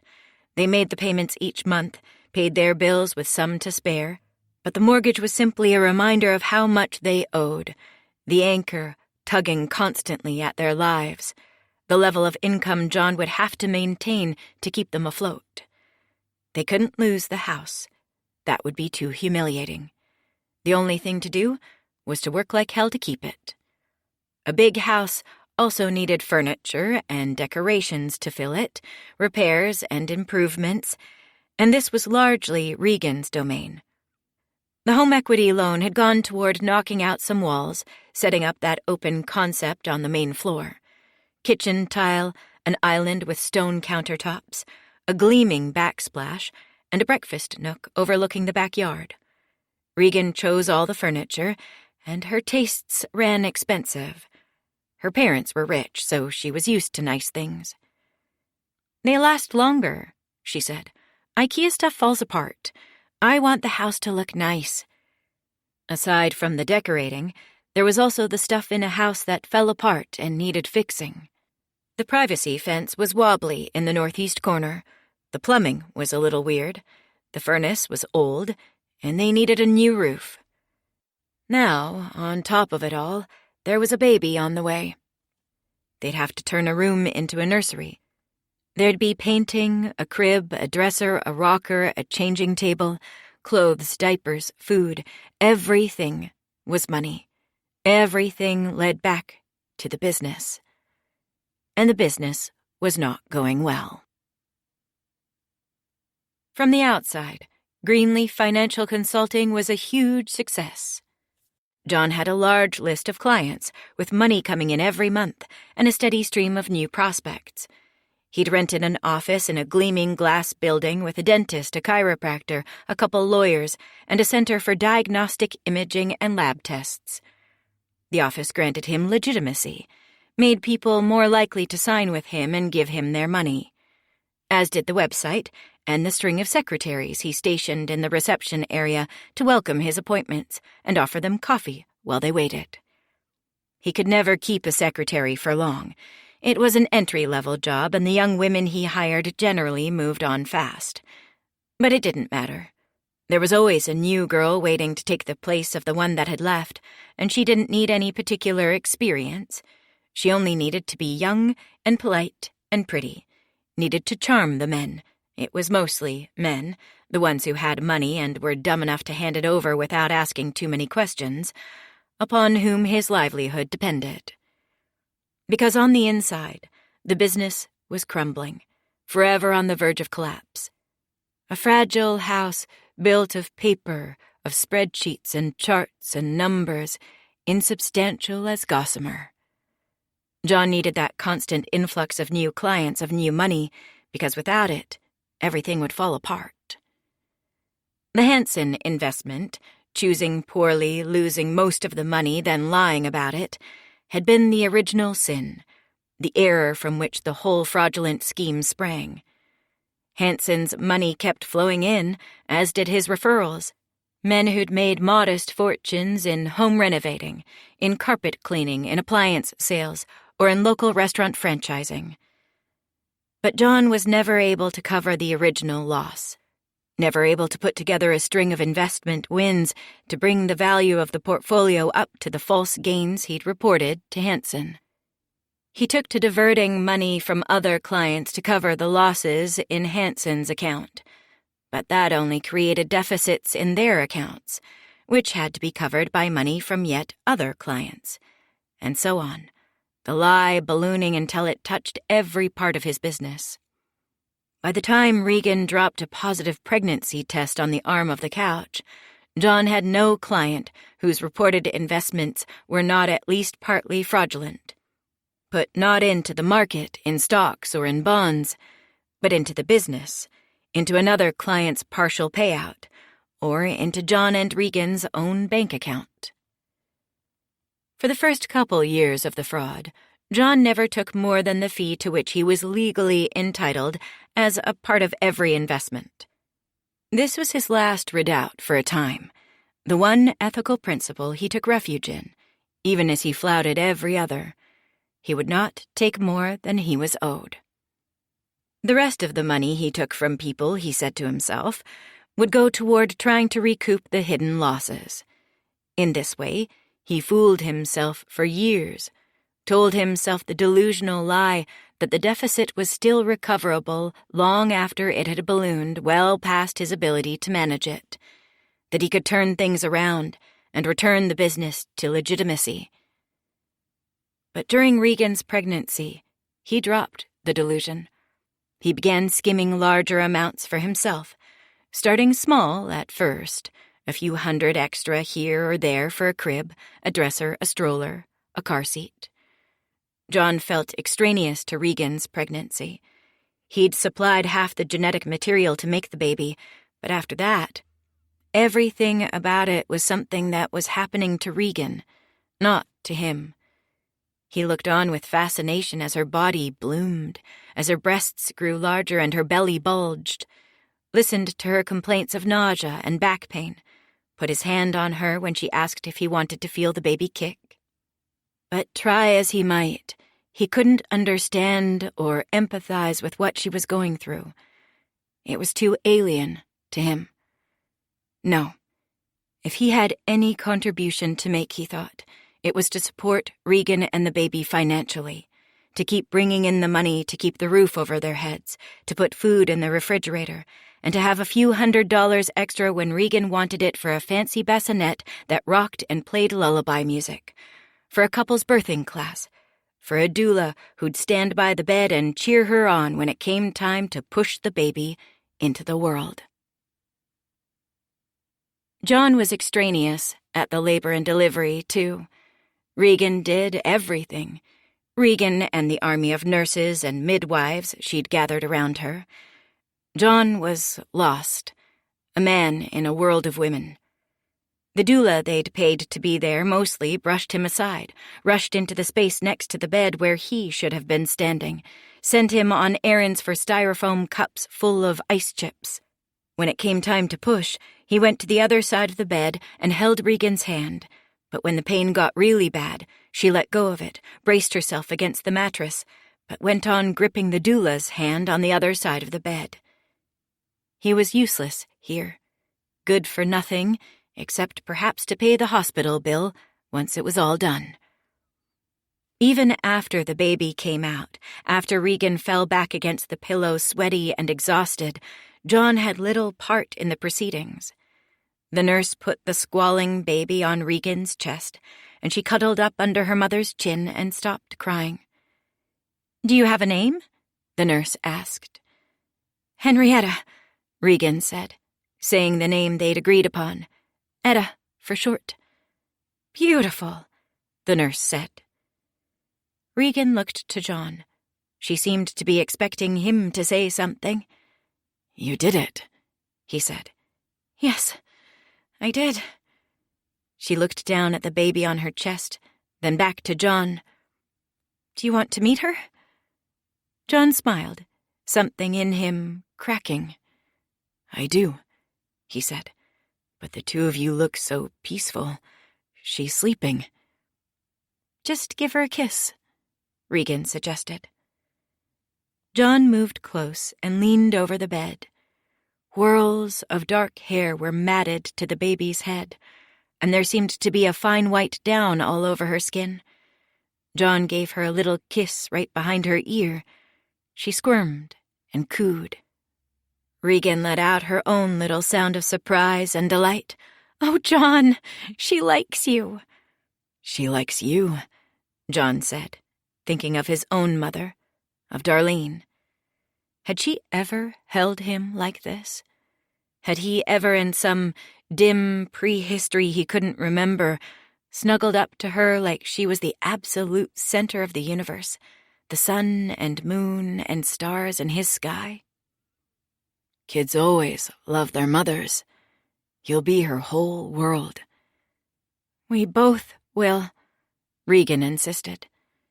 "John, we have a baby, a little girl. We'll love her more than anything, won't we? We'll give her a good life and make sure she's safe." John nodded. "We will," he said. "We'll do whatever we have to." Parenthood sat uneasily on John. He wasn't a natural. Baby Etta tended to cry when she was in his arms, quieting down only when she was returned to her mother. This was a point of stress between John and Regan in the early days, as it meant that John was basically useless in getting Etta to sleep. He'd try to rock her, to give her a bottle, but it was no use. The girl just didn't want him. After 5 or 10 minutes of trying to get her back down in the middle of the night, Regan would appear in the doorway, frazzled and exasperated, telling him to go to bed. She'd take care of it. Soon she didn't expect him to help with the baby at all, and John went back to the office after 2 weeks, thinking that was it. His daughter just didn't like him. Maybe he was cursed when it came to fatherhood. He'd never known his own dad. Now he was missing some crucial gene. Something changed, though, when Etta was 6 months old. A light came on in her eyes when he walked into a room. She'd smile and gasp with joy when he came home from work.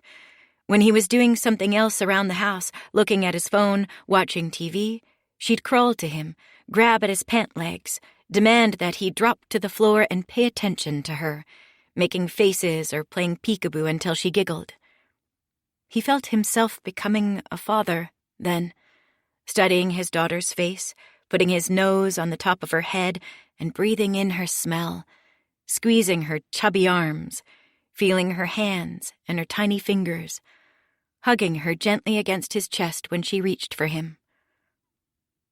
"I don't think there's ever been a person so happy to see me," John said. "I know," Regan said. "Isn't it great?" It was great, and a little unnerving. Sometimes John would look at Etta's glassy little eyes looking back up at him and wonder what he might be to her. Some sort of deity? A god walking the earth? It scared him. He couldn't live up to it. There'd come a time when she'd begin to see him for what he was. Children always realized their parents weren't perfect eventually. And what he was a fraud, a liar, a cheat. He'd begun to realize he couldn't keep lying to his clients forever. He'd read about Ponzi schemes, knew how they ended. What would it do to his daughter to see her father brought low before her eyes, to see her idealized image of him so violently fractured? He looked at Etta's eyes and imagined those same eyes watching him get marched away in handcuffs, escorted into a black car by men in suits. It broke his heart. There was a push-pull to fatherhood, he learned. Etta's adoration, the extent to which she loved him and wanted him and needed him, drew him in and drove him away at the same time. John had helped to make Etta, helped to bring her into the world. She hadn't asked to exist. hadn't asked for the 1,000 little hurts and miseries and indignities of being alive. The least he could do was provide for her, make sure she'd have a comfortable life, no matter what happened to him. Regan, meanwhile, delayed and delayed her own return to work. She'd quit the ad agency long ago, had started a little decorating business at John's urging, and it had been going well before the baby came, bringing in a nice stream of extra cash. But now she didn't want to go back to it. "I think I just want to be a mom for a while," she said. "You sure?" John asked. "You were so excited about starting your own business." "I was," Regan said. "I still am. But I can start that up again any time. And Etta's here now. She'll only be a baby once. I don't want to miss it." John paused. He didn't think jumping back into the business someday would be as easy as Regan thought, and he was nervous about his income being their family's only revenue stream in the meantime. But what could he do? Making her happy was the thing he'd always promised to do, the premise of their entire relationship, and right now, she was claiming that the thing that would make her happy was being a stay-at-home mom. "Of course," he said. "If that's what you want, we can make it happen." "We'll be fine, financially?" Regan asked. "You're making enough with your clients?" "We'll be great," John said. "I promise." Chapter 28. John began taking more risks at work, began stealing more money for himself, Regan, and Etta. Fearing that he'd one day be arrested or have to go on the run, his new goal was leaving Regan with a pile of money she and Etta could live on for a time, maybe even the rest of their lives. He devised a way to siphon off more money for himself and make it look legal, laundering bad money through a series of small, legitimate, low-risk financial transactions, bonds, precious metals, money markets. Each transaction represented a fee he could legally take and put into accounts with his and Regan's names on them. He wasn't sure if that would make the money impossible to seize, but if he got arrested, at least the authorities would have some trouble getting at it. Things changed for him yet again when he hired Tamara Gray as his latest in a long string of secretaries. "I really want this job," she said in her interview, "and I think I'd be good at it. Your clients will like me. And, I really want to be an investor myself someday, so this will be a great learning opportunity for me. Maybe I can even add some value." "Yeah," John said, not really listening. "I bet you can." It was an easy job. Welcome appointments, offer coffee and water, do some paperwork, mail the quarterly statements, fake statements designed by John to show the lines always going up, up, up. John's business was mostly one of perception. To get a constant stream of new investors, new money, he needed to create the image of a high-rolling investor making fortunes behind a gleaming oak desk. Having a pretty girl stationed out front was part of that perception, and Tamara was that. He offered her the job before the interview was over. But Tamara did turn out to be different. The others had all seemed to be waiting for something else, working each day like any moment they expected something better to come along. Tamara was more interested, more engaged. She wanted to know John, asked him questions about himself, about his family, about Regan and Etta and what they were like. She even invited them over for dinner once. She had questions about the business, too. Questions about his investment strategy, about marketing, about how to bring in clients and keep them happy, keep them from taking their money elsewhere. It made him nervous, but he tried to answer her questions anyway, almost as a test for himself. How well could his lie stand up under scrutiny? He even showed her some of the financial paperwork, the fake paperwork, stuff he'd roughed up after the fact to show investments in assets that happened to perform well, even when he'd actually put money in assets that ended up losing money. The real books were elsewhere. He'd never show them to anyone. John stood over her desk and watched her as she looked through the papers, waiting for any crack, any show of suspicion. "Amazing," she said, blinking up at him with her huge doe eyes, her long black lashes. "What's amazing?" he asked. "You're obviously doing something right," Tamara said. "Everything you invest in, it always goes up." Something changed in the air between them in the days and weeks that followed. Tamara was no longer merely politely interested in him, giving him the attention any employee might give her boss. She seemed, John thought, to be attracted to him as well. She'd linger at his desk when she brought something to him to sign, lean over and put her elbows on the desktop when she had a question, giving him a clear view down her shirt. She'd touch his arm, play coyly with her hair when they talked, let out airy laughs at things he hadn't even meant to be funny.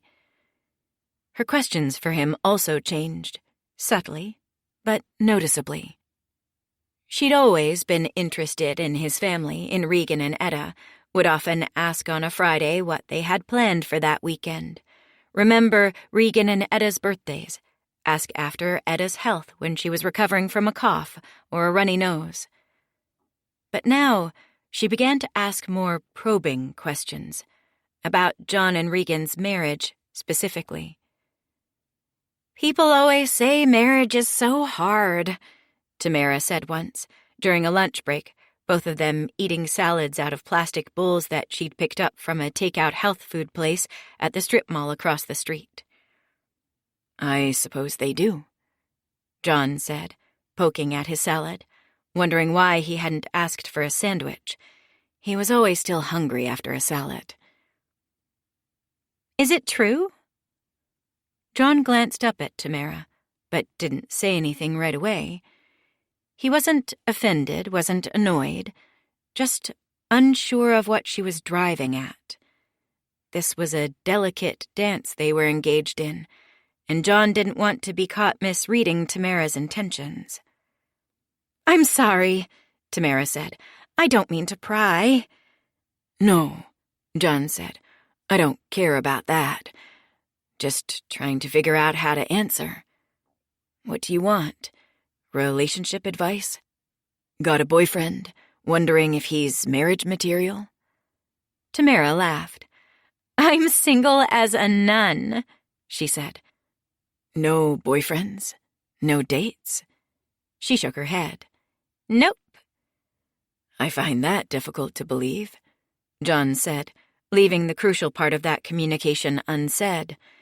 "You're beautiful. I find you extremely attractive. I'd want you if I were a single man." Tamara blushed, seeming to read his mind. "Well, it's true." "So you're not looking for relationship advice?" "No, I guess I'm just curious. We spend so much time together in this office, after a while small talk gets boring. And you're going to think this is silly, but I feel like I'm a part of your family a little. Sometimes it's Regan on the phone when I answer, you know, and sometimes you're in a meeting and I can't just pass her through to you. If I knew a little more about the two of you, maybe I'd be able to help you with that more." John thought about this for a moment. "Okay," he said. "So, your question was, is marriage hard? And the answer is, it can be.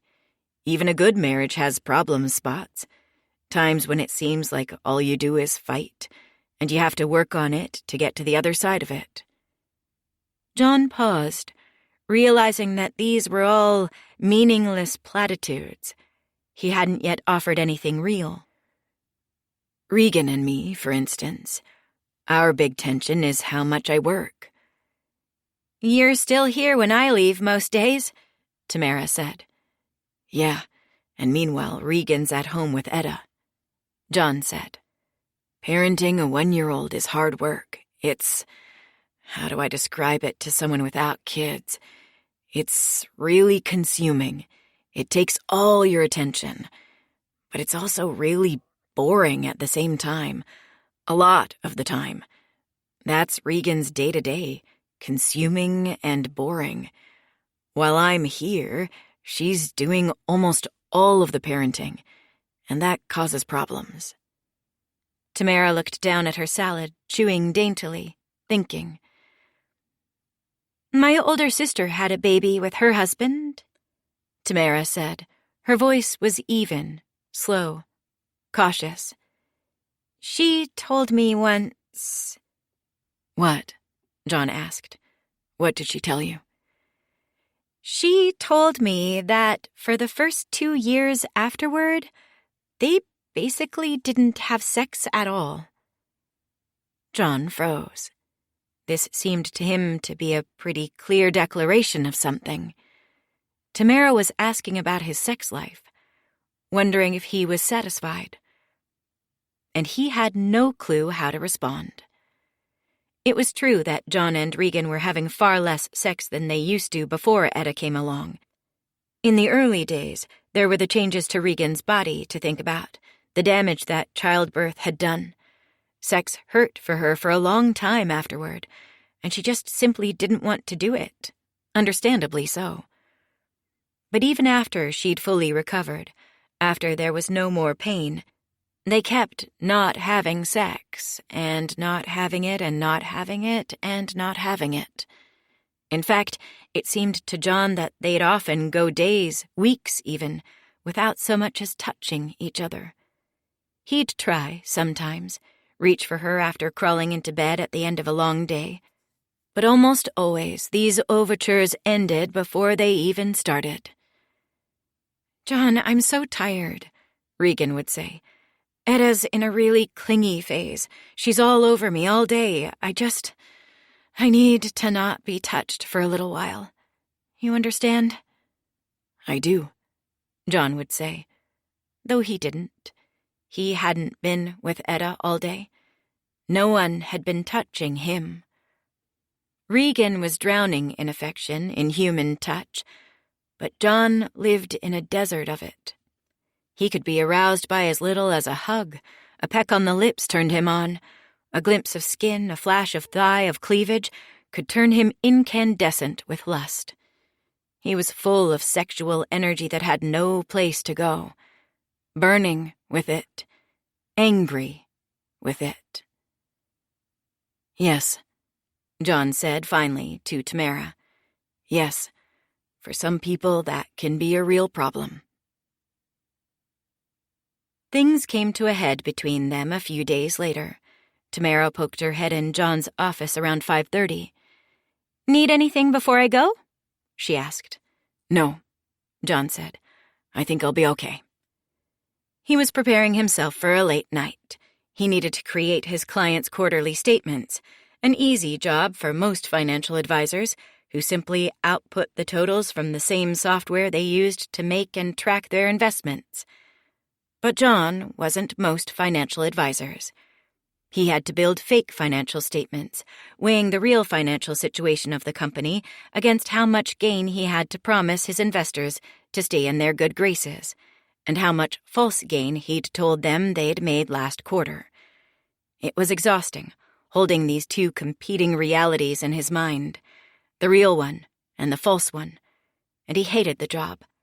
The 4 times yearly reminder of the distance between what he was and what he claimed to be.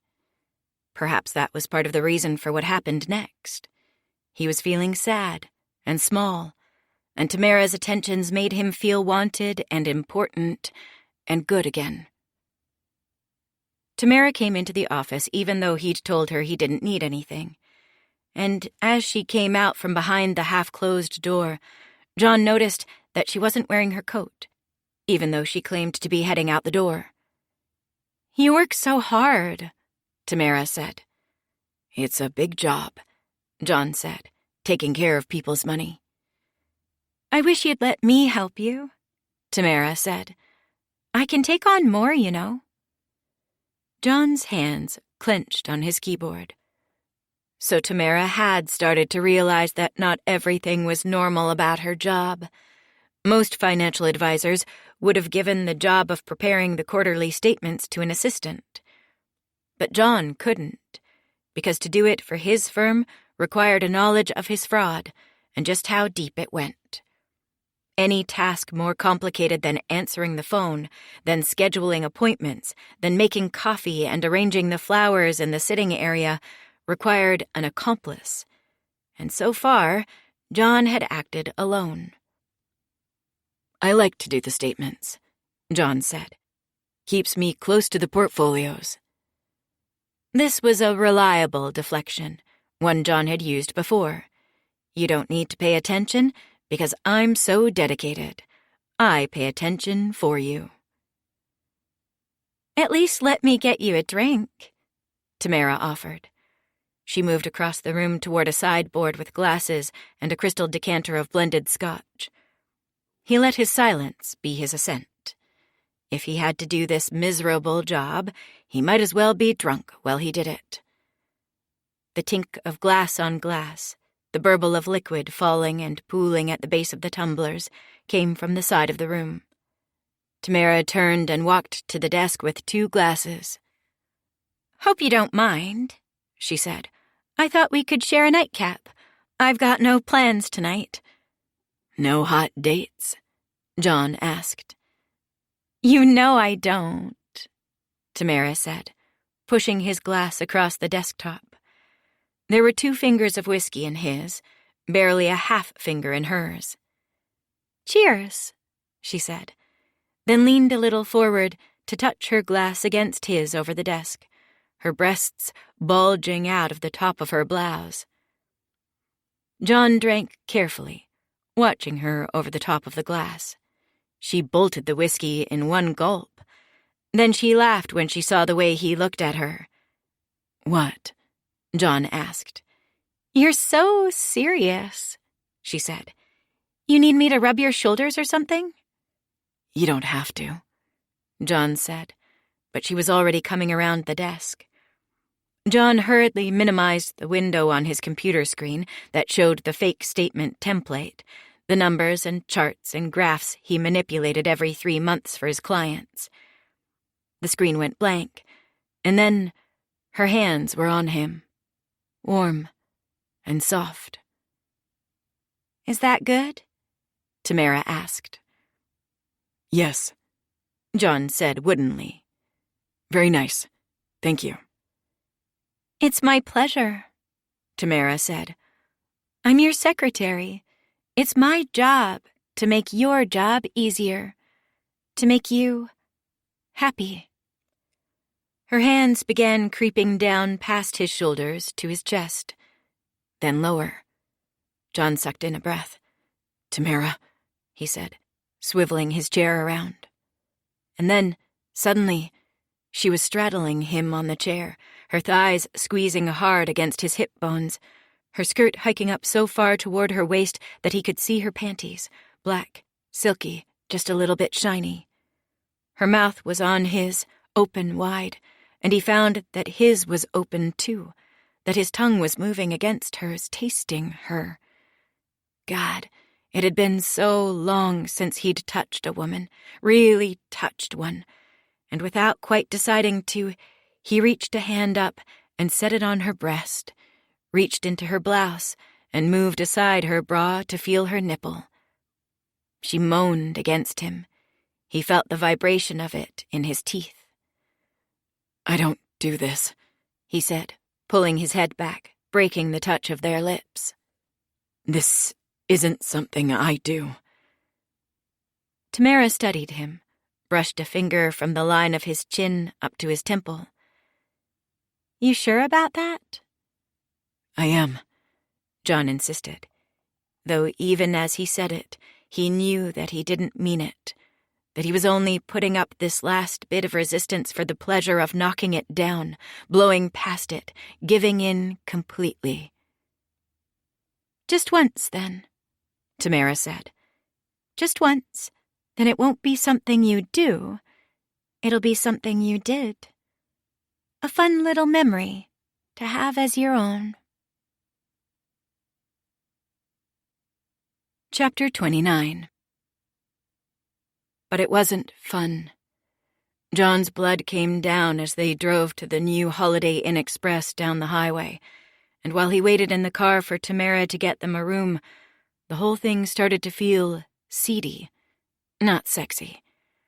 Once they got in the room, things went too quickly. John hadn't had sex in so long that he couldn't keep it going. Tamara climbed on top of him, guided him into her, rocked against him a couple times, and then it was over. Pathetic. He'd imagined that it would feel amazing to fuck Tamara, that the newness of it would make it exciting. But instead, he found himself wishing for the familiarity of what he had with Regan. With his wife, climaxing brought with it a feeling not just of physical pleasure, but of deep emotional satisfaction. But now, with Tamara, the physical sensation felt shallow, passing too quickly, and all that was left was a feeling of deep shame. He cried as she climbed off him, as he slid out of her, covering his mouth so she wouldn't hear. "I have to go," he said. "I can't be here."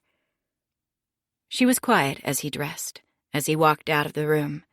He ran to the car and drove home, took a shower in the extra bathroom downstairs before crawling into bed beside his wife. Her body was still, a shadow in darkness. Then the sheets began to rustle, and she rolled toward him. "It's late," Regan said. "You work too much." "I know," John said. "You had a drink," Regan said. "I can smell it on you." "I'm sorry," John said. "I showered, brushed my teeth." "It's okay," Regan said. "You don't have to apologize." For a few moments, she was silent, and John thought maybe she had drifted off to sleep. "You have to work the weekend?" "No," John said, even though he probably did. He still hadn't gotten to the quarterly statements because of the thing with Tamara. Thinking of it again made him want to die. In the dark, he drew a fist up to his mouth and bit hard on the knuckle of his index finger, clamped down until he tasted iron and salt. "Good," Regan said, patting his arm. "We've barely seen you all week. We need you." He arrived at the office early on Monday, before 8, but Tamara was already there. "Mr. Peters," she said when he walked in your office, there's—" "We need to talk," John said. He'd made some decisions over the weekend. He'd thrown himself into the duties of fatherhood on Saturday and Sunday, spent long hours playing with Etta on the floor, took her for walks, changed all the diapers. During her naps, he cleaned the house, told Regan to get out and do something for herself, get a cup of coffee, and read a book, go shopping, watch a movie. On Sunday evening, they'd made love, and then afterward, as they lay together naked, with Regan's cheek resting against his chest, he made his plans. Tamara would have to go. He couldn't fire her, that wouldn't be fair, but he could tell her to look for a new job. And the business, he'd have to fix that, too. Maybe he could start putting up losses with his clients, drive the fake quarterly statements toward the real ones, stop trying to make up the gap with a string of investment successes that would never come. Turn the business legitimate without anyone knowing there'd ever been anything wrong. He'd be a new man, and he'd never tell Regan what had happened with Tamara, never tell her his rock bottom, the thing that had driven him to finally change. "Look," he said now, standing in front of her desk with his briefcase in his hand and a coat draped over his forearm. "What happened on Friday was a mistake. We shouldn't have done it, and now I'm thinking it's probably best if we—" "John?" Tamara cut in. "You have to listen to me. You have an appointment. He's in your office." "An appointment? It's not even 8. I don't remember anything on my calendar." "It's sort of an impromptu thing. I couldn't say no." Who is it? Tamara winced. The question seemed to cause her some internal pain. Just go in and see him, would you? John walked into the office and saw a man sitting in his chair. He was heavy-set, wearing jogging pants and a windbreaker. The hair atop his head was stringy and thinning, and there was stubble on his chin and cheeks. The man had lifted a picture frame off John's desk and was looking at it, a family shot of him and Regan and Etta that had been taken on a cobblestone street by the river in Minneapolis. Nice photo, the man said. You've got a beautiful family. Lovely wife, lovely daughter. You're a lucky man. That's my desk, John said. Sure it is, the man said, and he moved around to the chair on the other side while John took his seat. What can I do for you? John asked. You're in investing, the man said. That's right. Tamara tells me that everything you buy, it always goes up. Is that true? I've had some good luck. See, the man said, but that doesn't sound right. The way I understand it, the market is volatile. Up one day, down the next. Well, yes, John said. Day to day, there's a lot of volatility. What you want to look at is the overall trend. Right, the man said. And your trend is up. It is, John said. Bullshit. The word hung between them for a second. John's blood felt cold in his veins. He realized that he was afraid of the man who sat across from him. Who are you? He asked. My name is Arnold Scoville, the man said. I'm a bit like you. How so? John asked. I make money doing things that aren't quite legal. Now hold on a minute, John said. I don't like what you're insinuating.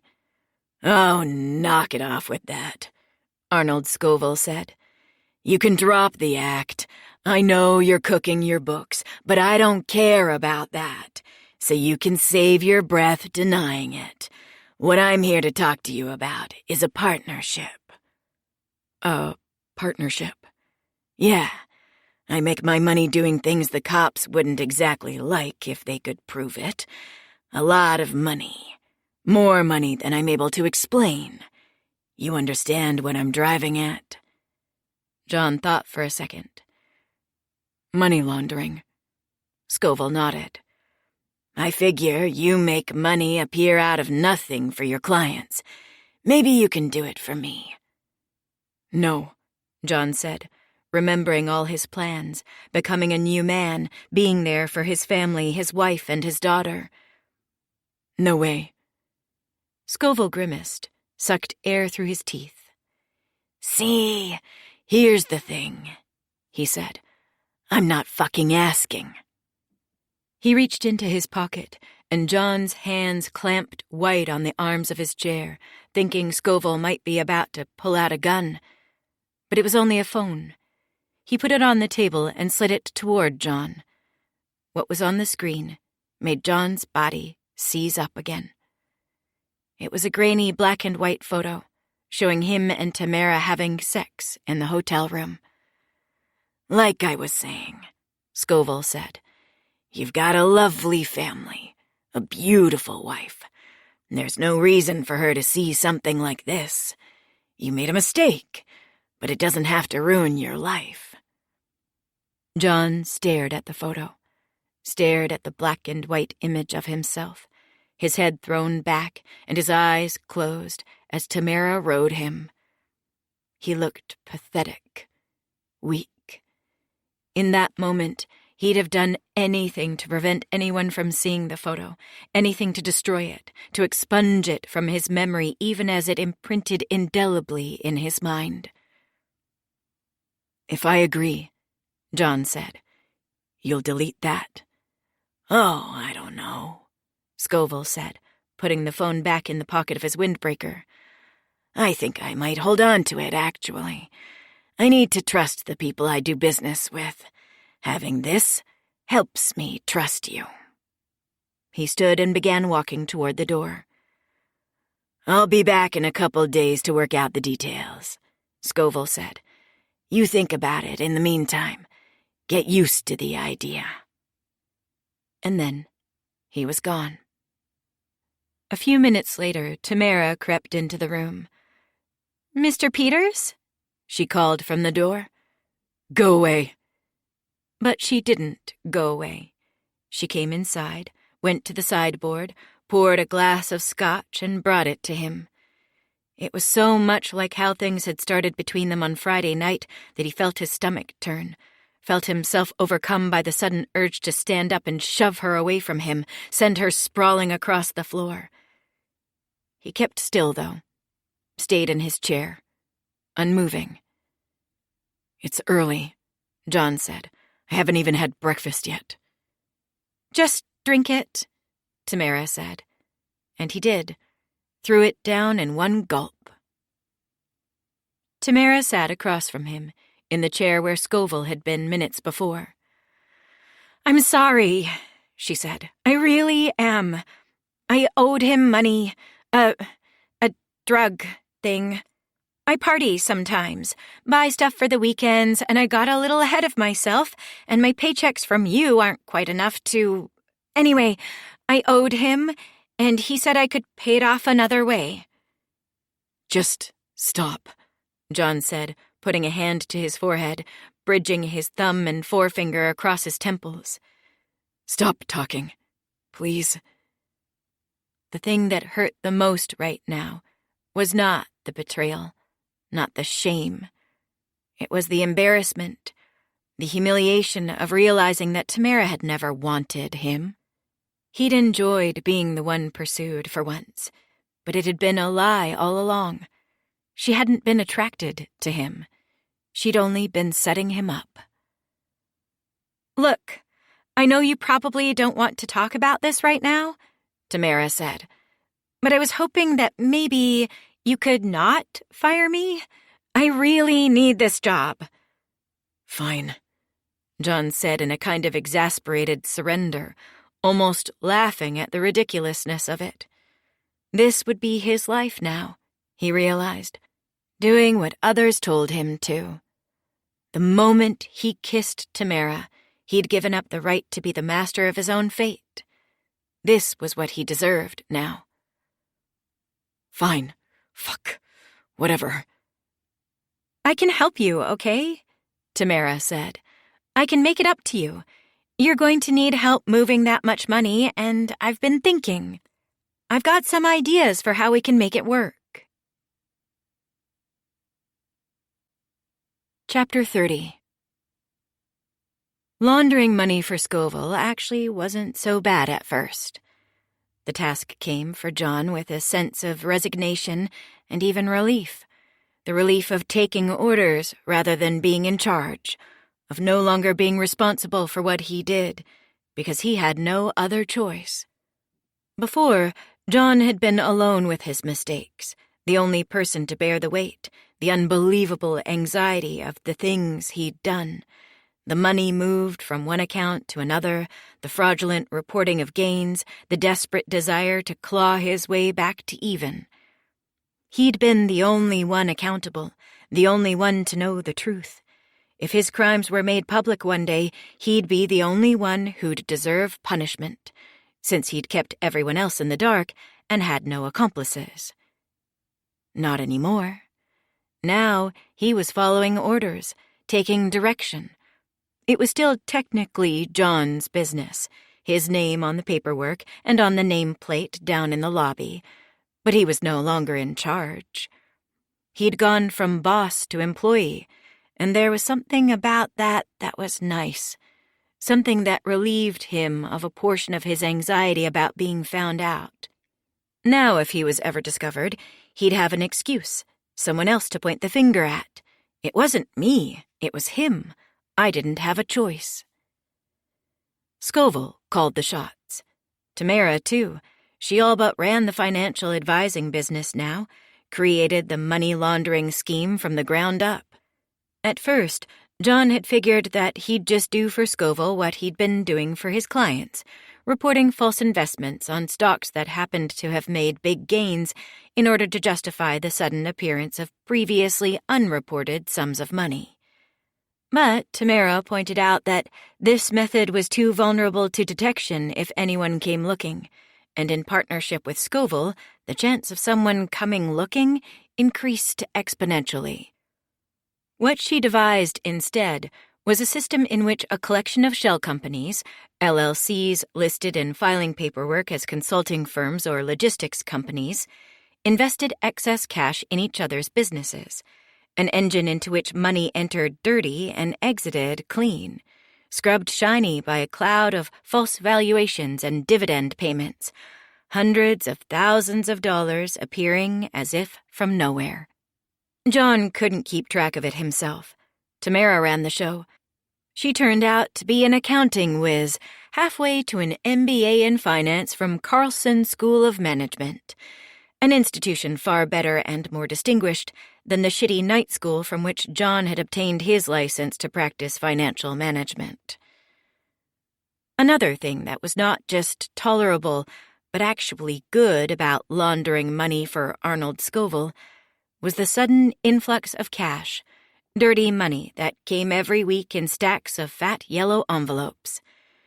John's Ponzi scheme, he'd started to use the term in his own mind to admit to himself that that was what he'd been running, had required a constant flow of cash, new clients and investors to cover his losses and fraudulently reported gains. The thing that usually brought Ponzi schemes down was investors deciding to cash out, trying to withdraw money that wasn't actually there.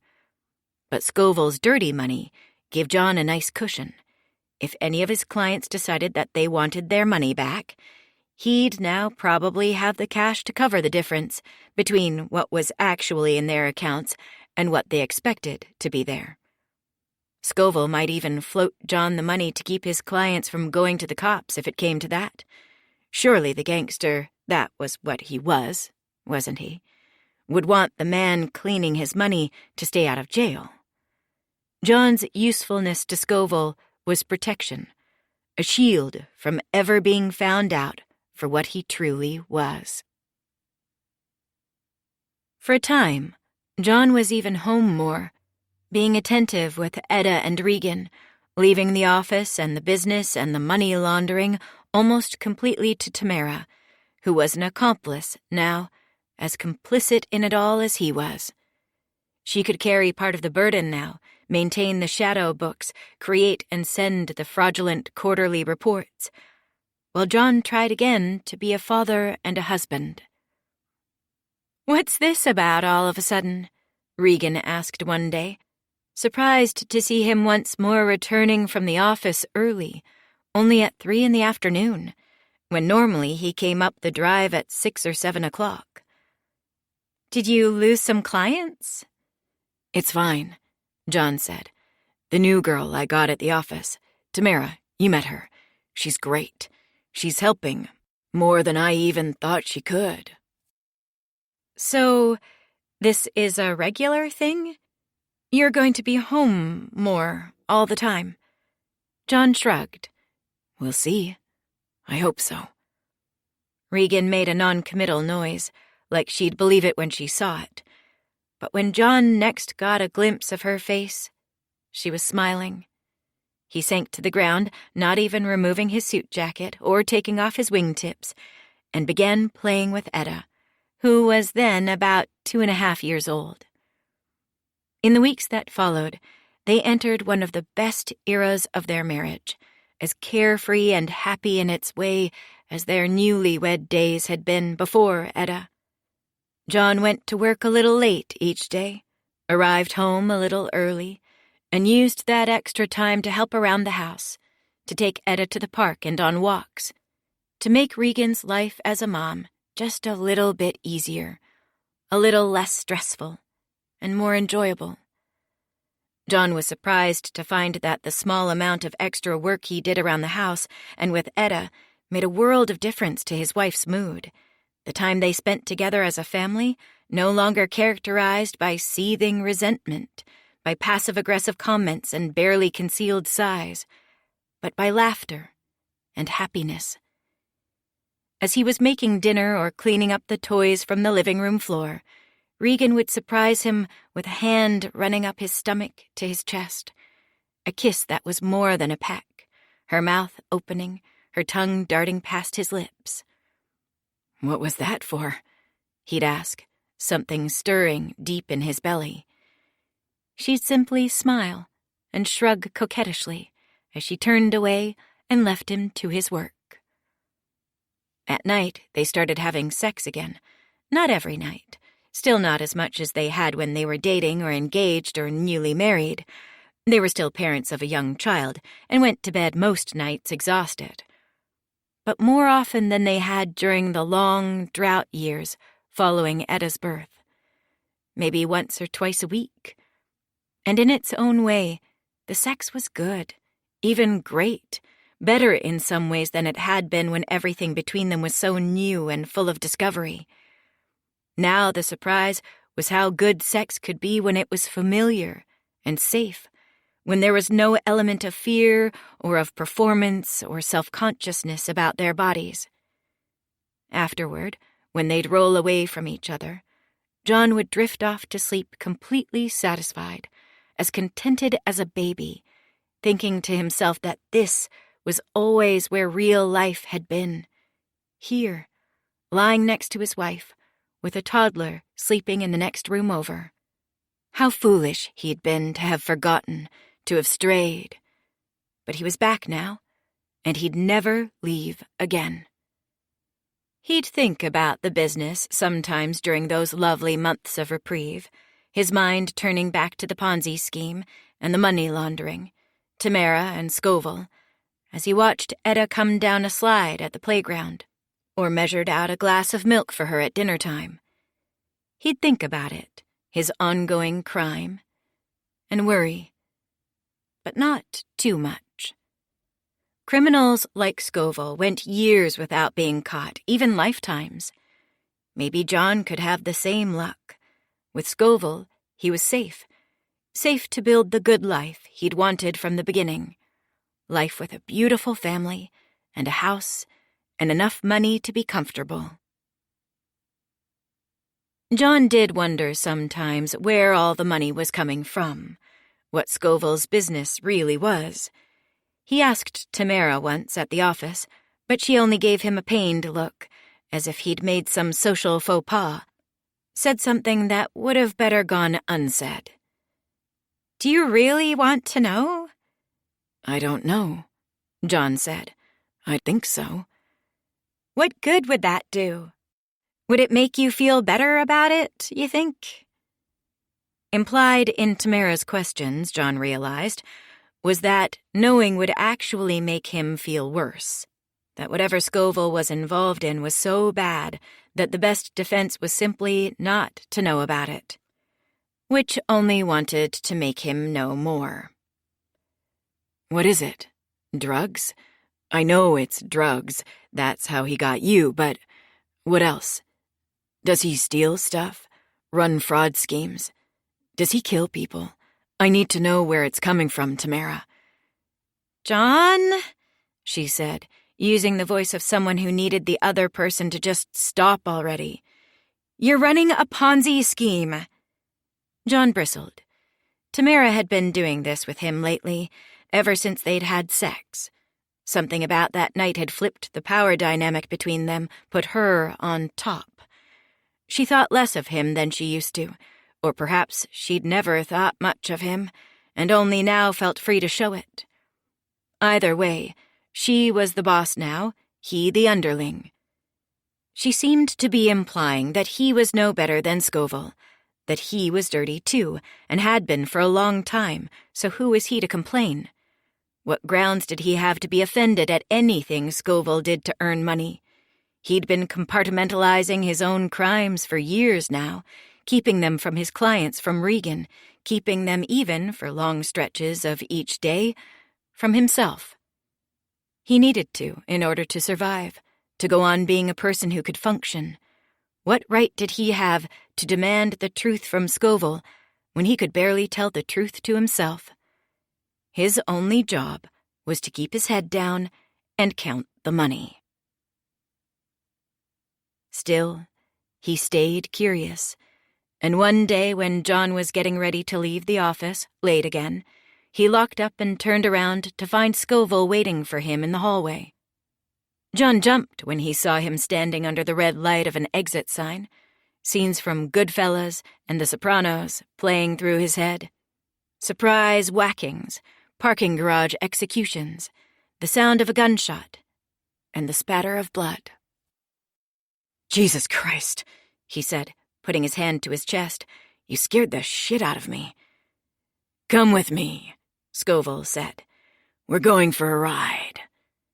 Where? John said, his eyes darting down the hall toward the elevators. The thought of running occurred to him. I just want to show you some things, Scoville said. Come on. He pushed through a doorway toward the stairwell. John followed him. In the parking lot, they got into Scoville's car, a black SUV, and drove into the night. Tamara tells me you've been asking things. John felt his heartbeat in his neck, his wrist, his thumb. Not really. I mean, I wouldn't say I've been asking, exactly. Maybe just wondering some things aloud. But I didn't think Tamara would. John, Scoville cut in. Relax. I get it, okay? You do? Of course. A man has a business. Maybe it's not the best business. I mean, your business when I came to you. I don't have to tell you, but it was yours. Now it's not anymore. It's mine. And a man wants to know what he's a part of. John began to relax in his seat. There was no one else in the car but them, no one hiding in the back seat with a gun to the headrest, and Scoville couldn't pull anything while he was driving. He was safe. Yeah, he said. I suppose. Scoville pulled the car off the highway onto a dimly lit road next to an industrial park. They turned again down a gravel road, the car rocking on its shocks, and drove through some dark curves before they came out on a low promontory overlooking an abandoned parking lot where trucks and backhoes sat, asleep for the night. John glanced at Scoville. His eyes were on the parking lot, sparkling with the reflection of the amber light below. What are we? Just wait, Scoville said.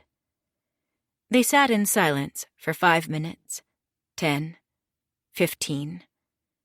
Nerves rumbled in John's stomach. Just when he thought this was all a ruse, that he was about to be dragged from the car and beaten to death, there was movement below. An unmarked delivery van pulled into the lot, followed by a pickup truck, the loaded bed covered with a blue tarp. Here we go, Scoville said. Men poured out of the two vehicles, and then simply stood around with their hands slung low in their coat pockets, glancing to each other and mumbling. They seemed to be waiting for something. Minutes later, more movement. A large delivery truck rumbled into the lot. Another couple of guys came out, walked over to the guys from the delivery van and the pickup truck and began talking. This is you? John asked.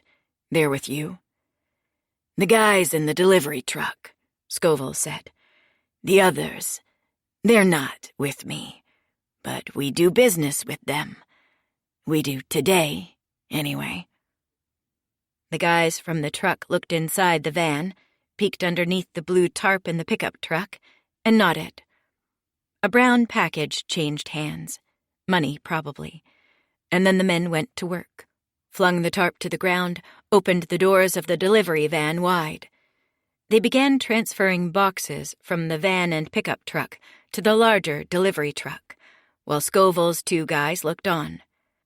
The boxes came in various sizes, and it was impossible to tell from that distance what might be inside, though some of them were shaped like flat-screen TVs. "This is what I do," Scoville said. "It's mostly just things changing hands. Sales." "Sales," John said, nodding as though Scoville had said something profound.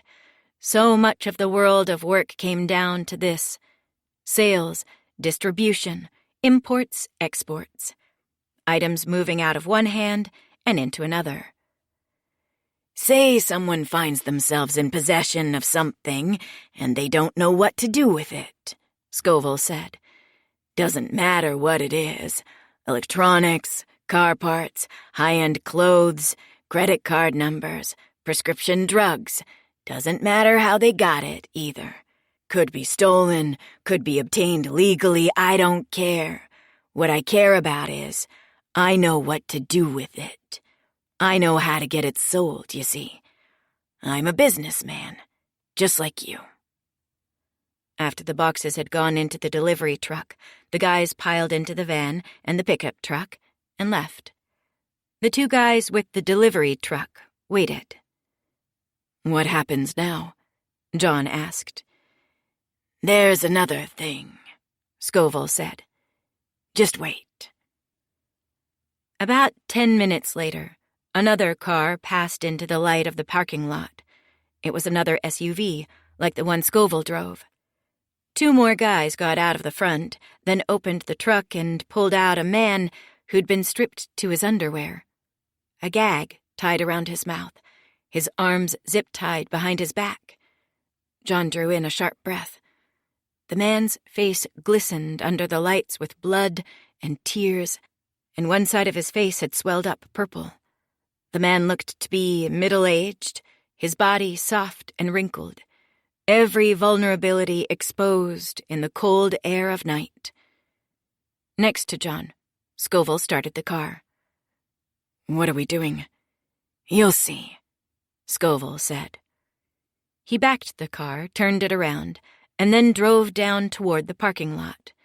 The man's eyes snapped toward them, panicked, when the car came onto the lot. "Come on," Scoville said. "Get out with me."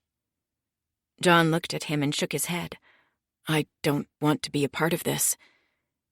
"You wanted to know," Scoville said. "This is what you asked for." "I never asked for this." "Get out of the fucking car, John," Scoville said, pulling his coat up to reveal a gun and putting his hand on it. John opened the car door and came around.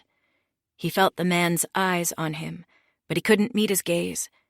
If he looked at the man and saw the pleading look in his eyes, then he'd feel a need to help him, and he didn't want to help him, didn't want to put himself in danger.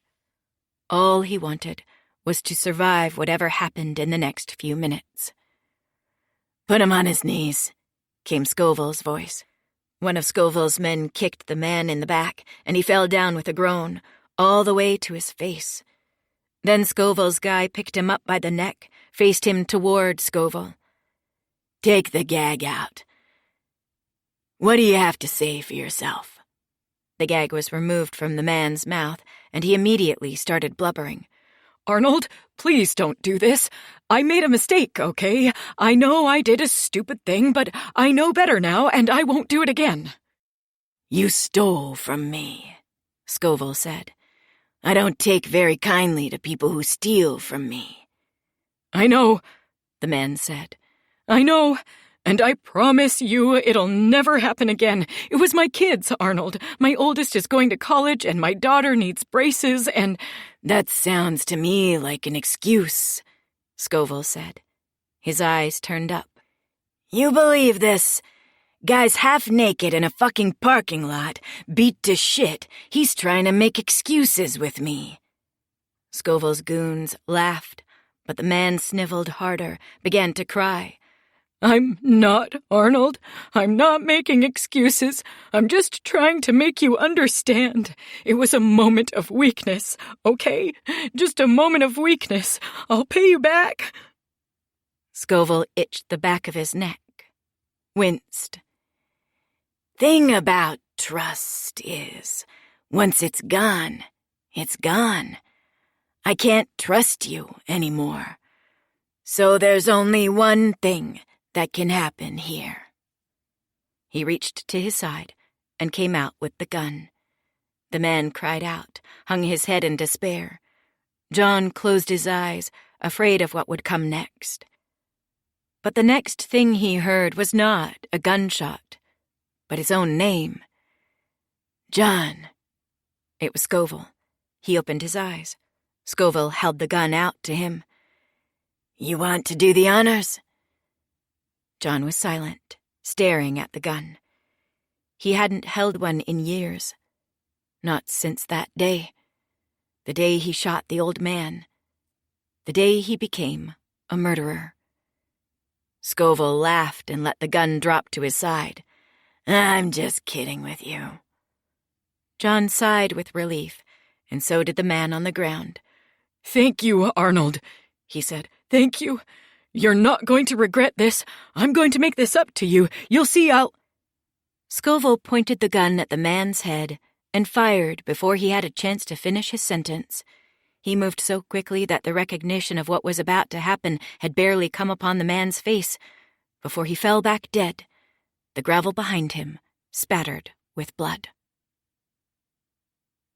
Back in the car, John didn't talk. Scoville did all the talking for him. So, you might be wondering why I showed you this today, Scoville said. And the truth is, John, even if you hadn't asked, even if you hadn't been getting so fucking curious, this was something that needed to happen. Some guys like me, they keep their people on a need-to-know basis, and that's a fine approach. But I look at things a little different. Way I see it, one of the things I need anybody working with me to know is what happens. What happens if you fuck with me? You see? John didn't answer. Didn't seem like he was expected to. The thing about this job you've got is it's sort of a lifetime thing, you know? The only way it ends is you die. Best case scenario, you die in your bed an old man, rich as fuck, never got caught, never squealed. Some guys, they die in jail, but only because they made a mistake. You're not going to make a mistake, are you? No, I don't think you are. You're too smart for that. Other bad way to die is, well, you just saw it, I suppose. Is that all clear to you?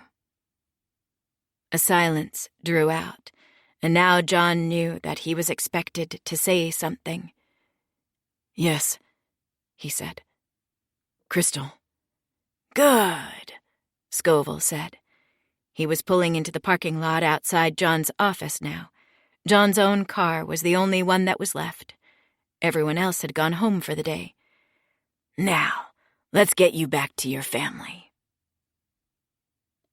John drove home in a stupor, thinking about what had just happened.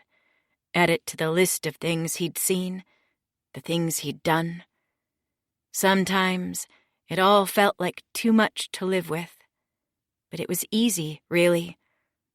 All you had to do was push it to the back of your mind, keep on existing moment to moment, and eventually it receded to nothing. At home, Etta was asleep, but Regan was waiting up for him, drinking tea. She sat him down at the dinner table, put a tumbler with a finger of whiskey in front of him, then told him that she was pregnant again. Whoa, John said, feeling himself begin to separate from his body, to watch himself and his reactions as if from the outside. When did... A month ago, I think. You remember? That time when you were home so much and it was like we found our way back to each other again? Like we rediscovered each other. John nodded. He remembered. The time after Tamara and Scoville, when John thought he could rededicate himself to his family, be a good husband and father, even if he was also a criminal. Now Regan was having another baby, and he should have been happy, but it was a terrible thing instead. He was bringing another child into this horrible world, this horrible life, this edifice of sand that was going to crumble at any minute. "Are you happy?" Regan asked. "Of course," John said. "Why wouldn't I be happy?" Regan put her hand on his, slid it up his arm to his bicep. "I hope it's a boy," she said. "I want you to have a son." Chapter 31. What he found impossible to describe, even now, was what it was like to be him in the interminable months that followed, the daily, hourly, moment-to-moment reality of life in the prison of himself, the unrecognizable to himself man he'd become. The best he could do was to outline a state of blended resignation and despair. This was his life. There was no escaping it. And he hated it, hated himself. Sometimes, late at night, he found himself wishing fervently that he could simply cease to be. A wish that was different than a desire to die. He didn't think about killing himself, didn't make plans, never contemplated methods. More accurate to say that he simply wished he'd never been born, like George Bailey in It's a Wonderful Life, with the difference that if an angel ever came to show him what the world would be like without him, everything about it would be better. The old man would be alive, Randy, his brother, wouldn't be in jail, and Regan would be married to someone else. Someone better. The kids didn't help. Etta and then Philip, who was born in the natural way of things some months after Regan had told John she was pregnant. The kids made things worse, actually. Etta with her adoration of John, her joy whenever he came home from work, her footsteps as they pounded up to him, her little arms that curled around his calves and squeezed him tight. She loved him so much, but he didn't deserve it. Philip made things even worse for John, more painful, by looking so much like the boy he'd once been.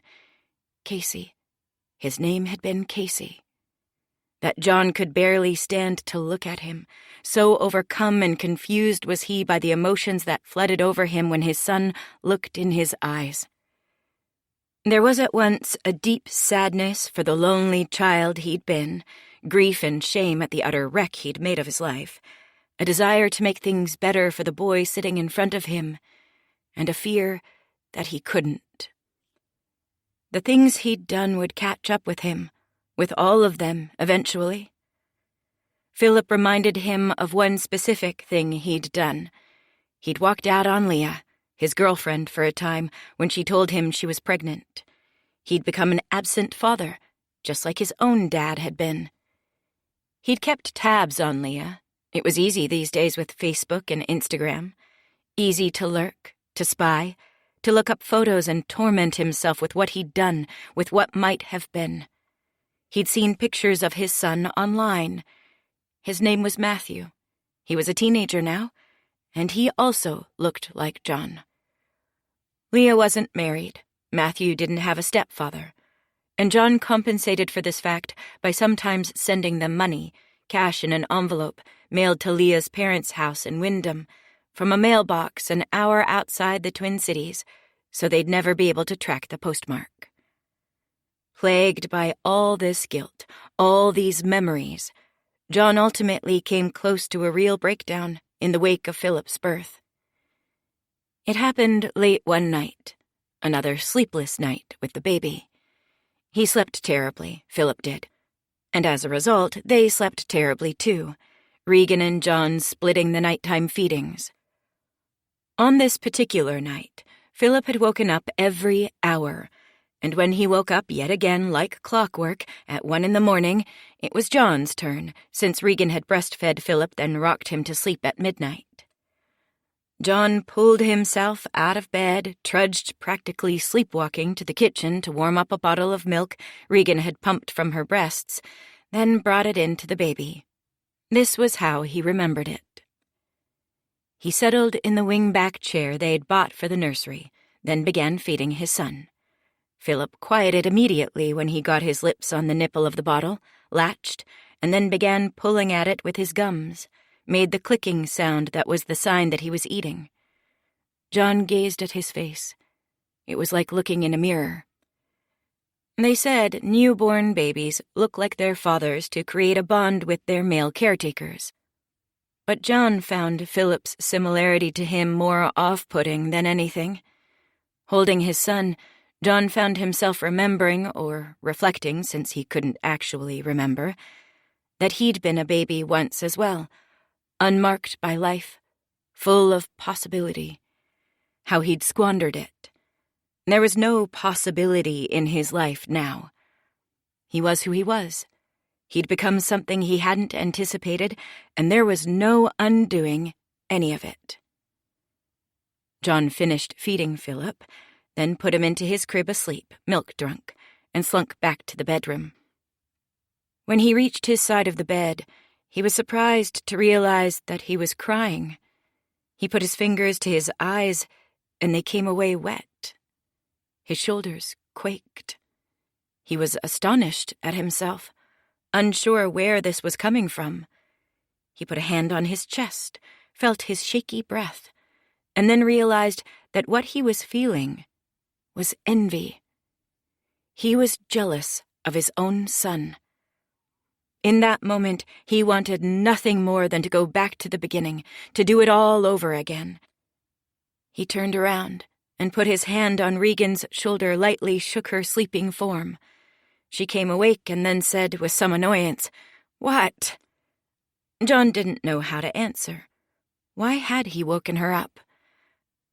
"I can't do it," John said, sniffing tears. "I can't. I'm not who you think I am. I'm a fraud." Was it a confession? A cry for help? Even John didn't know what he was trying to communicate. But he knew what he wanted.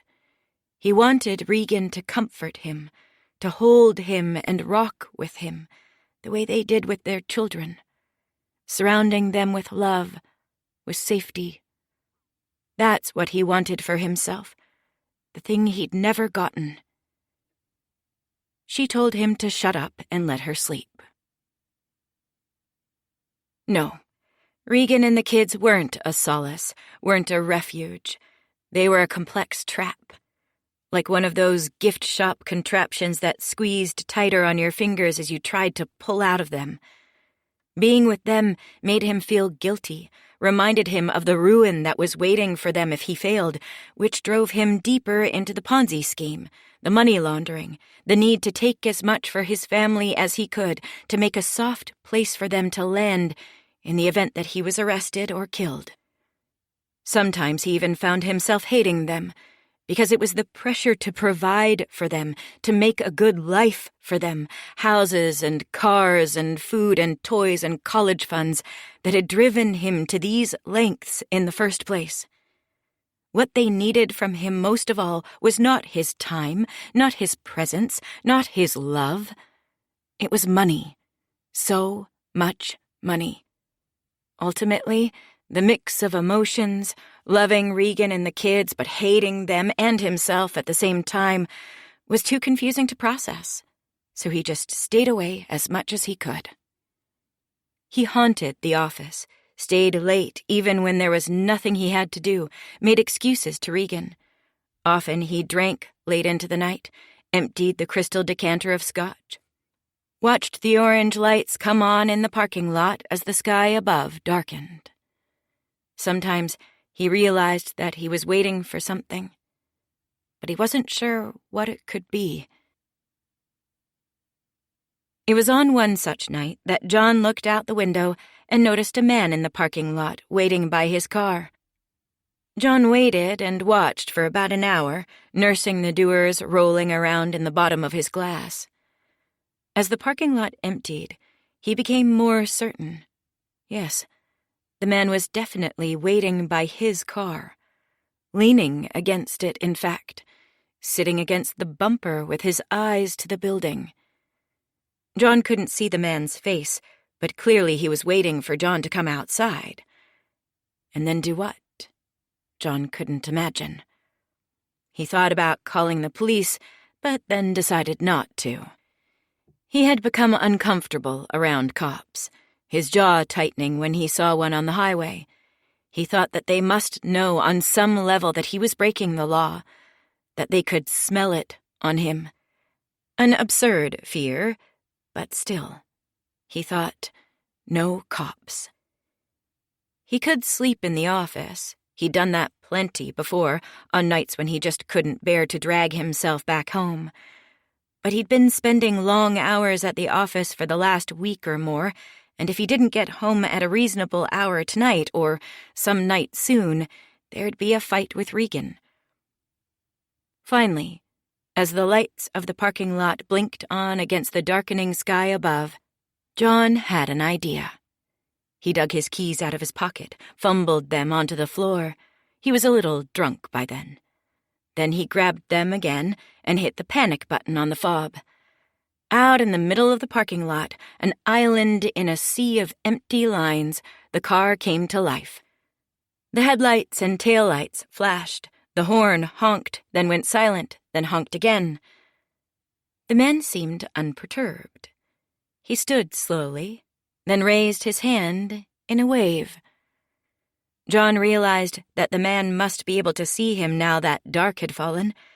He was the only light on in the whole building. The man began walking toward the office building, and John tapped the fob again to turn off the alarm. He stood and put his head almost right against the glass as the man came close, trying to see his face.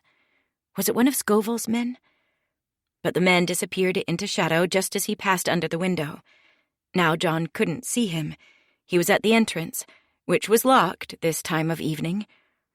A few seconds later, John heard the entrance door rattling loudly, and then a voice that sounded familiar.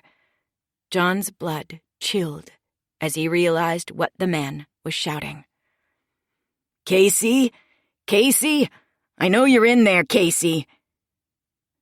John left his office and crept into the hallway slowly, feeling a horror movie sensation, fingers on the back of the neck, a fear of every corner and shadow. But there was no jump scare until he got to the main floor and saw the face through the glass. The man waved again, and John, absurdly, waved back. It was like looking in a mirror, John thought. Or maybe a portal to another dimension, an alternate reality where he hadn't walked away from that crash on the highway years ago, hadn't disappeared into the woods and a new life, but had stayed to face the consequences of what he'd done. A reality in which he had been the one to go to jail for shooting the cashier. It was Randy, his brother. After all this time, he'd found him. "Let me in." Now Randy was stalking around the office, putting his hands on everything, touching Tamara's reception desk, her computer screen and keyboard, testing the furniture in the waiting area, running his fingers on the upholstery. Inside John's office, he tapped his fingers on the top of the upturned glasses and the stopper of the crystal decanter, then crossed the room and knocked on the desktop with his knuckles. It was as though he was testing everything to see if it was real and not hollow. As though, having spent years in jail, he now needed to explore the outside world with his hands and make sure it was all still solid. "When did you get out?" "A few months ago," Randy said. "Parole. They're lighter on second-degree murder. My lawyer decided to go with a defense of I didn't mean to kill the guy, the gun just went off." It wasn't too far from what had really happened, John reflected. He could have gotten the same light sentence. But jail time was jail time, and he was still glad he'd run. He wouldn't say this, though. He wasn't stupid. Since the long-lost brother defense wouldn't fly, Randy said. Negotiating a lesser charge was the only thing we could do. I'm sorry about that, John said. I really am.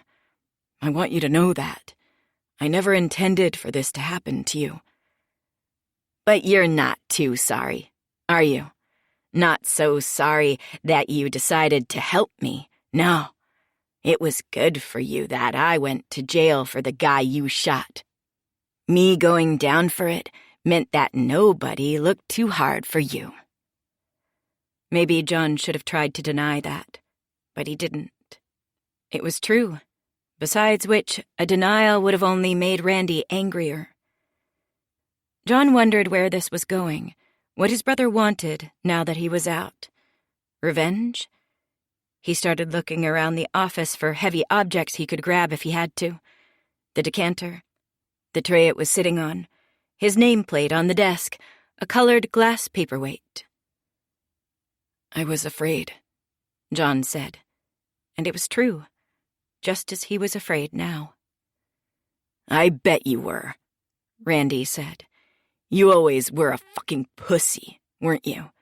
They would have sensed that in there. Prison would have eaten you alive. Me? I didn't do so bad with it. Kept my head down mostly, acted tough when I had to. It ended up being boring more than anything. Every day the same as the last. Your mind kind of hollows out after a little while. It sounded horrible, but not that different from his own life, John thought.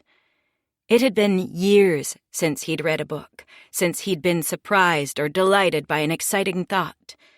The boy who spent whole afternoons in the community library seemed long dead to him. His life had become a kind of prison of his own making. The accommodations were better, but the despair might be the same. Randy went around the desk and plopped into John's chair. He didn't object. God damn, Casey, you did well for yourself. How much do you make here in a month? Enough to get by, John said. And it's John now, by the way. John, Randy said, then laughed. John Smith? Peters, John Peters. I know, I was just kidding, Randy said. I found your name on your website. You ever think about the fact that even when you get to pick who you are, you go with the lamest Joe Blow kind of name? Like you're choosing to be a shitty nobody. What do you want, Randy? John asked. Randy shrugged. I don't know. Maybe just to see the brother who sent me to jail for 15 fucking years. I didn't really have a plan after that. John crossed the room and poured himself another drink. He kept his hand on the bottle even after he'd poured. His back was to Randy, but he was listening for any movement, any rustling as Randy came up out of the chair. Maybe I wanted to hurt you. That right? John asked. Yeah, that's right. I thought about it plenty of times on the inside. Thought about what I'd do to you once I caught up with you. And now that you're here? Now that I'm here, I want something else. John's body eased. His hand came off the decanter. He turned around. What? I'm thinking money, Randy said. You made a nice life for yourself while I was in prison. The way I look at it, you were able to do all this because I took your rap for you. So you owe me. Call it a dividend. John nodded. That's fair, he said. How much are you thinking? Oh, I don't know, Randy said. How does $1 million sound? John's teeth clenched to hear the number, but he didn't argue. It'll take me some time to pull that much together. His mind was already going, thinking about which accounts he'd have to unlock, assets he'd have to unload, money he'd have to move around. How to do it without raising any attention from Scoville or the feds or his wife. The savings and money market accounts didn't have enough money, and John couldn't touch those without Regan noticing. The retirement accounts had more, but drawing from those would bring large tax bills and questions from the IRS. He couldn't touch the business's money without Scoville finding out. "I'll give you a month to figure it out," Randy said. 1 month. Then I start talking about everything I know.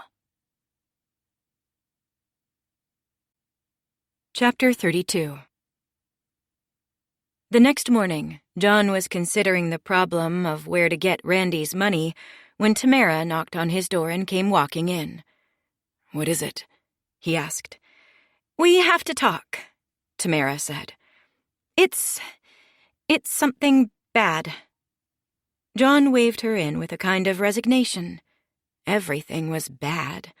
More bad barely registered. Tamara sat. "Before I tell you what I'm going to tell you," she said, "you have to promise not to tell Scoville. He'll kill me.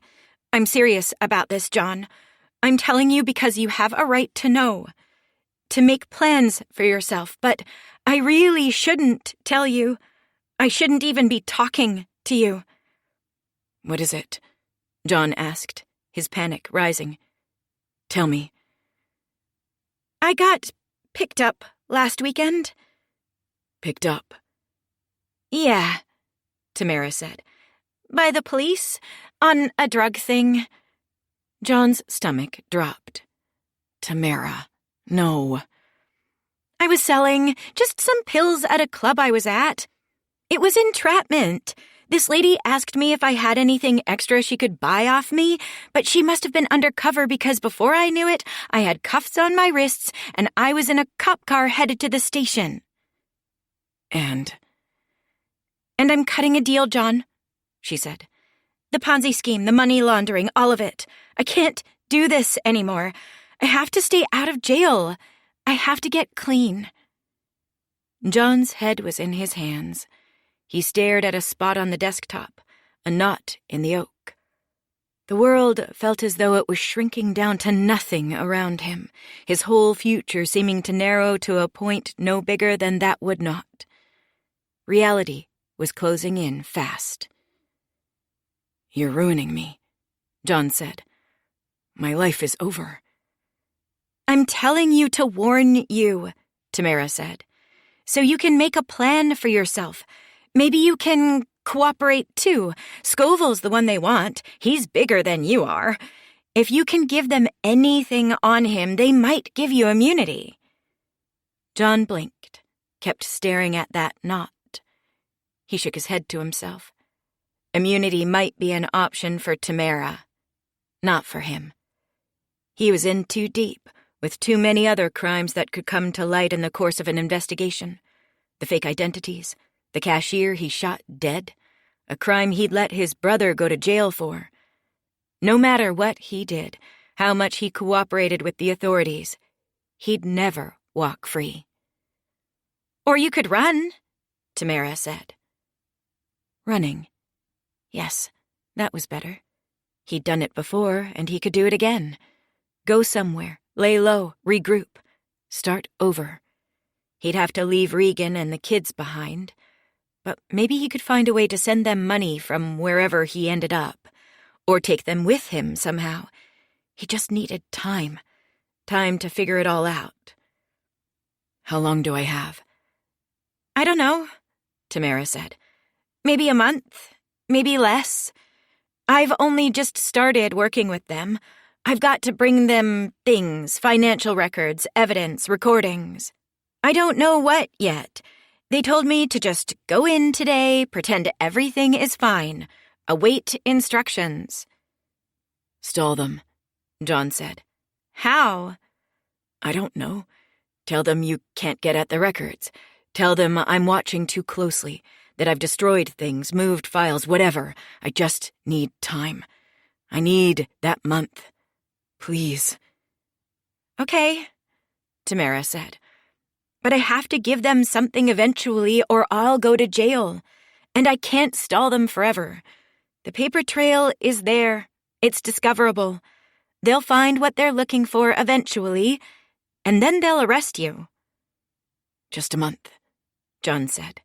"That's all I need." The month that followed was one of frantic, panicked activity for John. The first thing he did was switch all their personal accounts to be in Regan's name alone, to make it harder for the feds to seize the money. There was $250,000 in a series of savings and money market accounts, then a few million in retirement accounts, each one now in Regan's name after he'd had her sign some papers. A nice cushion to keep her and the kids afloat after he got arrested or went on the run. His next thought was about gifts, assets he could leave with Regan that she could sell or pawn for some extra cash. He thought about jewelry, about art, about cars, but then decided that the better bet would be something big, a single purchase that could support her for years if she chose to sell it. That left real estate. He did all the things a rich man buying a house for his wife would do. Got a real estate agent, started looking at properties. When he found the house on Lake Minnetonka, he knew he'd found the one. Regan would love it. And the price was right, more than $1 million. He offered on the spot 5% above asking, then closed out a retirement account to pay in cash. The tax penalty was terrible, but the feds would have a tougher time getting at a whole house than they would an IRA, and the withdrawal would look legit if it was tied to the home purchase. "It's happening tomorrow," Tamara said. "At the office."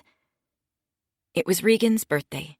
He took the call as she was getting ready to go out, pouring through her closets for an outfit she liked.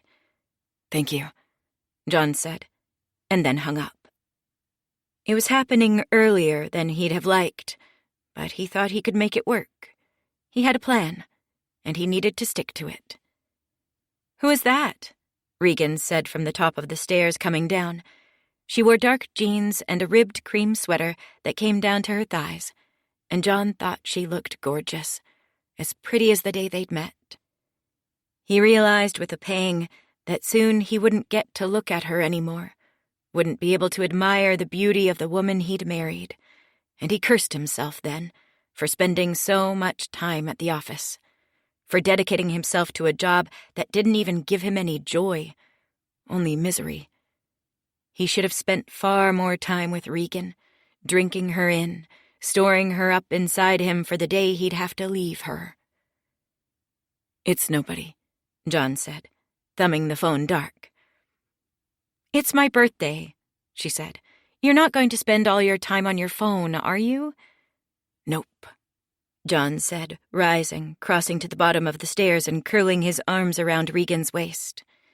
He pulled her close until her hips touched his. "I'm all yours."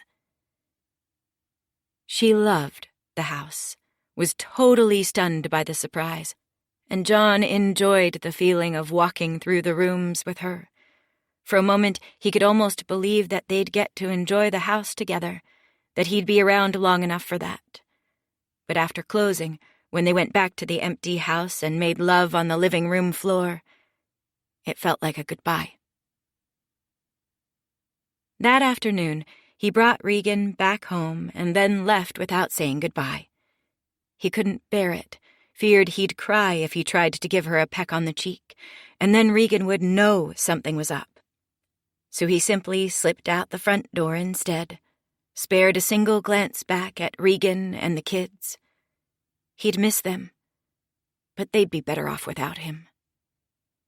He kept his distance from the office that afternoon. That was where Tamara had told him it would happen, where he'd be arrested. But he didn't run yet. Instead, he hit more than a dozen banks before closing time, places where he and Tamara and Scoville had money ferreted away as part of the laundering scheme, and closed out all the accounts, asked for the balance in cash, then walked out the door with stacks of $100 bills in plastic bags. Then he went to the lake house and called Randy. "You have my money?"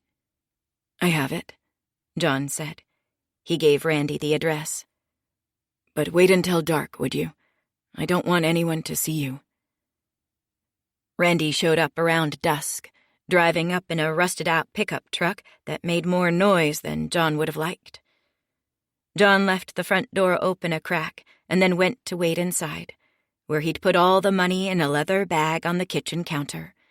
He'd found the bag a few days earlier in the back of Regan's closet, a designer thing he vaguely remembered buying for her at an outlet mall a year back, gift tags still on.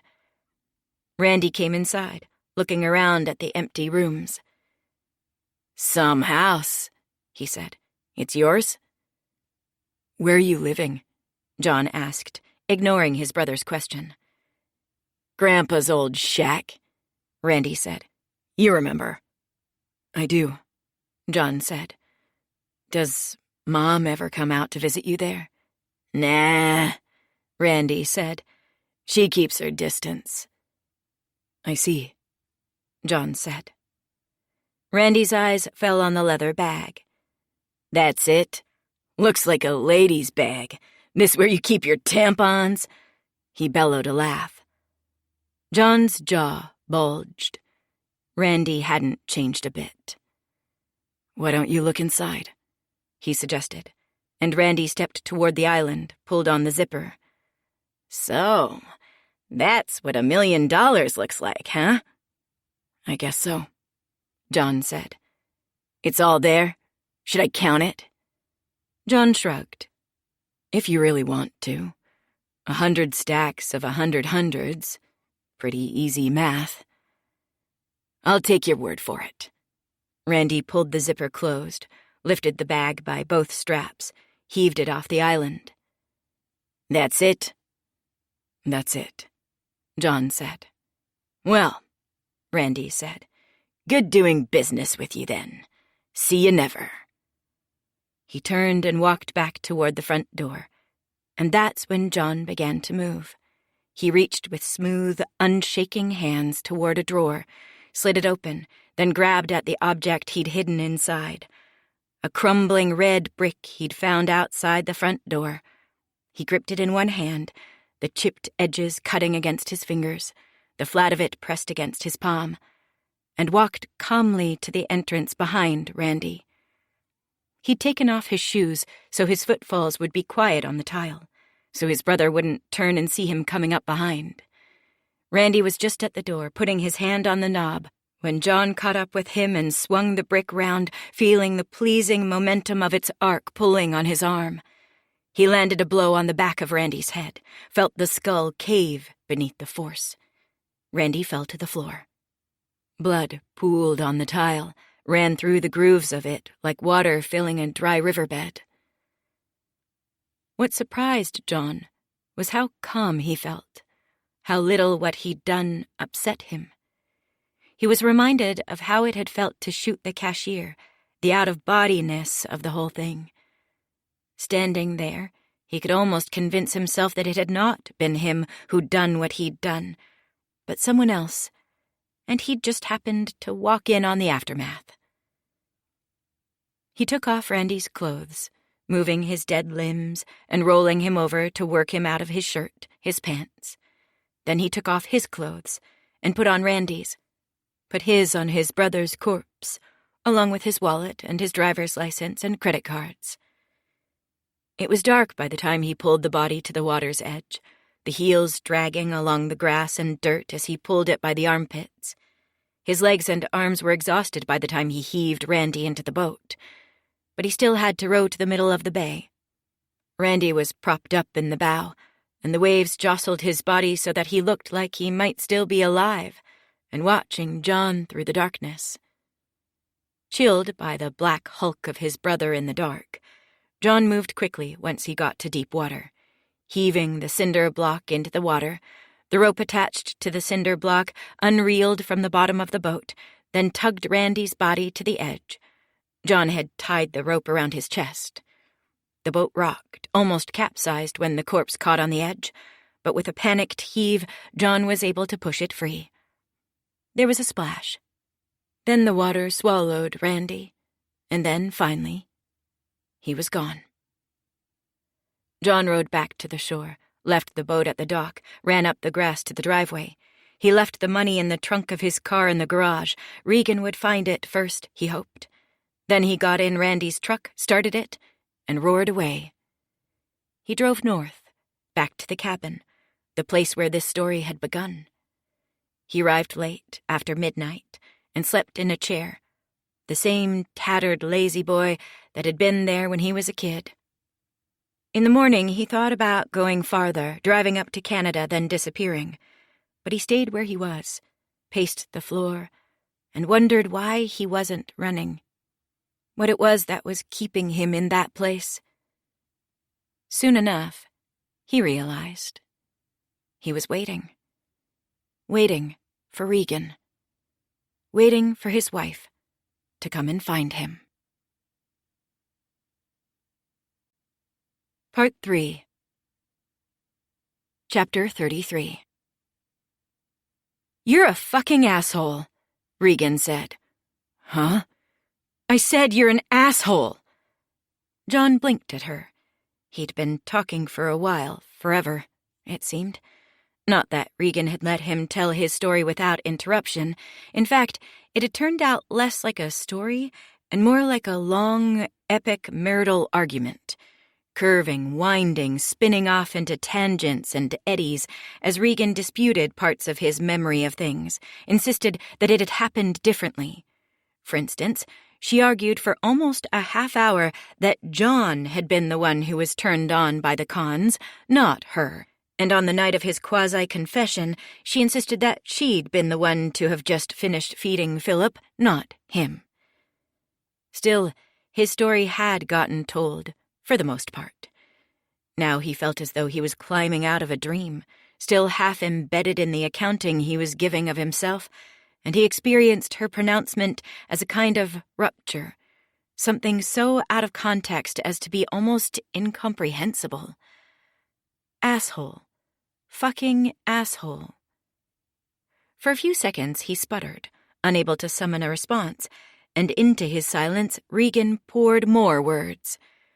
"You think that story is going to make me feel sorry for you?" John opened his mouth for a rejoinder, but then stopped when he realized that had been exactly his purpose. Regan stood from her chair and began to pace back and forth on the cracked concrete pad that was the shack's floor and foundation. John's story seemed to have stirred up something inside her, made it so she had to move. She didn't even meet John's eyes as she spoke, just as he hadn't met hers, mostly, while talking about his past. Sometimes, even when you were talking to someone, what you were saying had nothing to do with them. You killed someone. You let someone else go to jail for a crime you committed. You made up identities. You walked out on a pregnant woman. You stole from people, lied to me, cheated on me, laundered money for a fucking gangster, and somehow you want me to think that you're the victim here? Listening to her litany, there were points where John wanted to interrupt and defend himself, but he realized how ridiculous, how paltry these protestations would sound, and kept his silence. "Then you walked out on me," Regan said. "You walked out on us, on our family, our marriage, our kids. When it fell apart, you ran, like a coward. You ran, instead of staying to face what you'd done. You left me to pick up the pieces. You know how terrifying the last few days have been?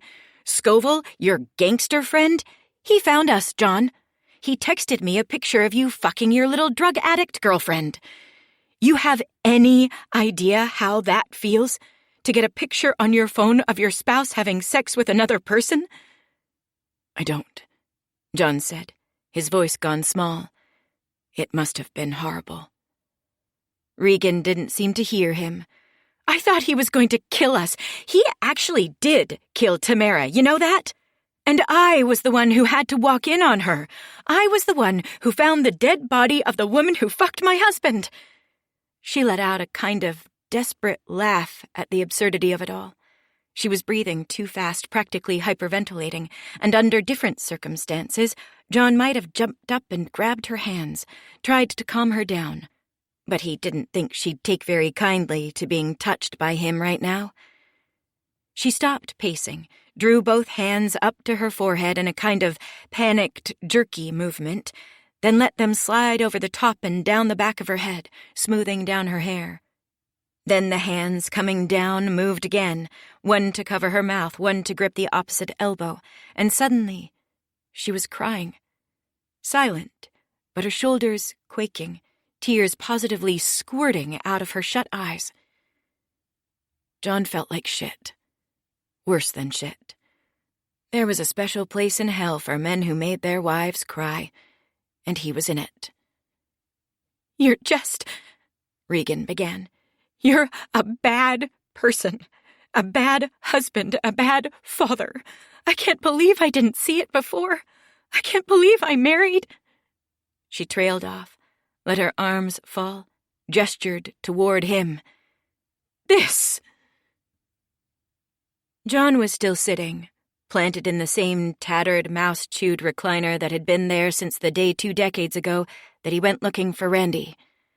He felt as though he was being held in place there by a giant weight, pinned down by an invisible hand on his breastbone, a criminal in the dock, forced to hear his sentence. "I didn't want it to be this way," John said. His voice came out thick, and he was surprised to find that he, too, was crying, tears stinging at the edges of his eyes, his wife going blurry in front of him. "I tried to be good. All I wanted was to be what the world wanted me to be, what you wanted me to be. I wanted to be someone, I guess. Someone worthwhile. Someone you'd be proud to be with." The tears were coming too thick for John to see Regan's expression, but her blurry form merely stood on the floor in front of him, not moving, not saying anything. "I know that probably sounds stupid to you, the way it all ended up," John said, looking off to the side. "But it's true. All I ever wanted was to be someone who someone like you could love. And I figured you wouldn't want anything to do with me if you knew about this." He lifted an arm and twirled a finger in the air, indicating everything about the squalid shack.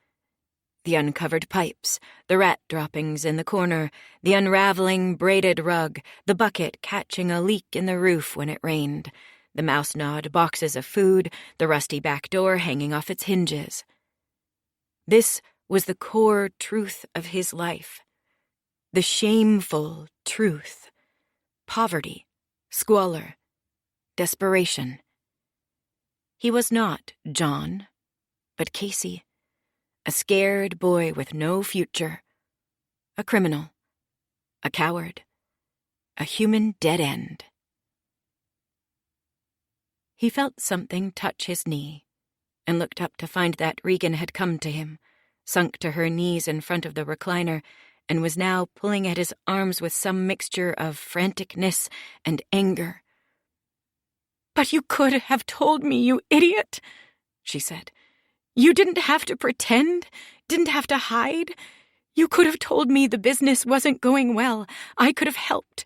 We could have figured it out together." John blinked, tilted his body toward her. "What about the rest of it?" he asked. "You really think you'd have loved me if you knew everything? If you knew what I'd come from? I made you love me as John. Could you have loved Casey?" "I don't know," Regan said.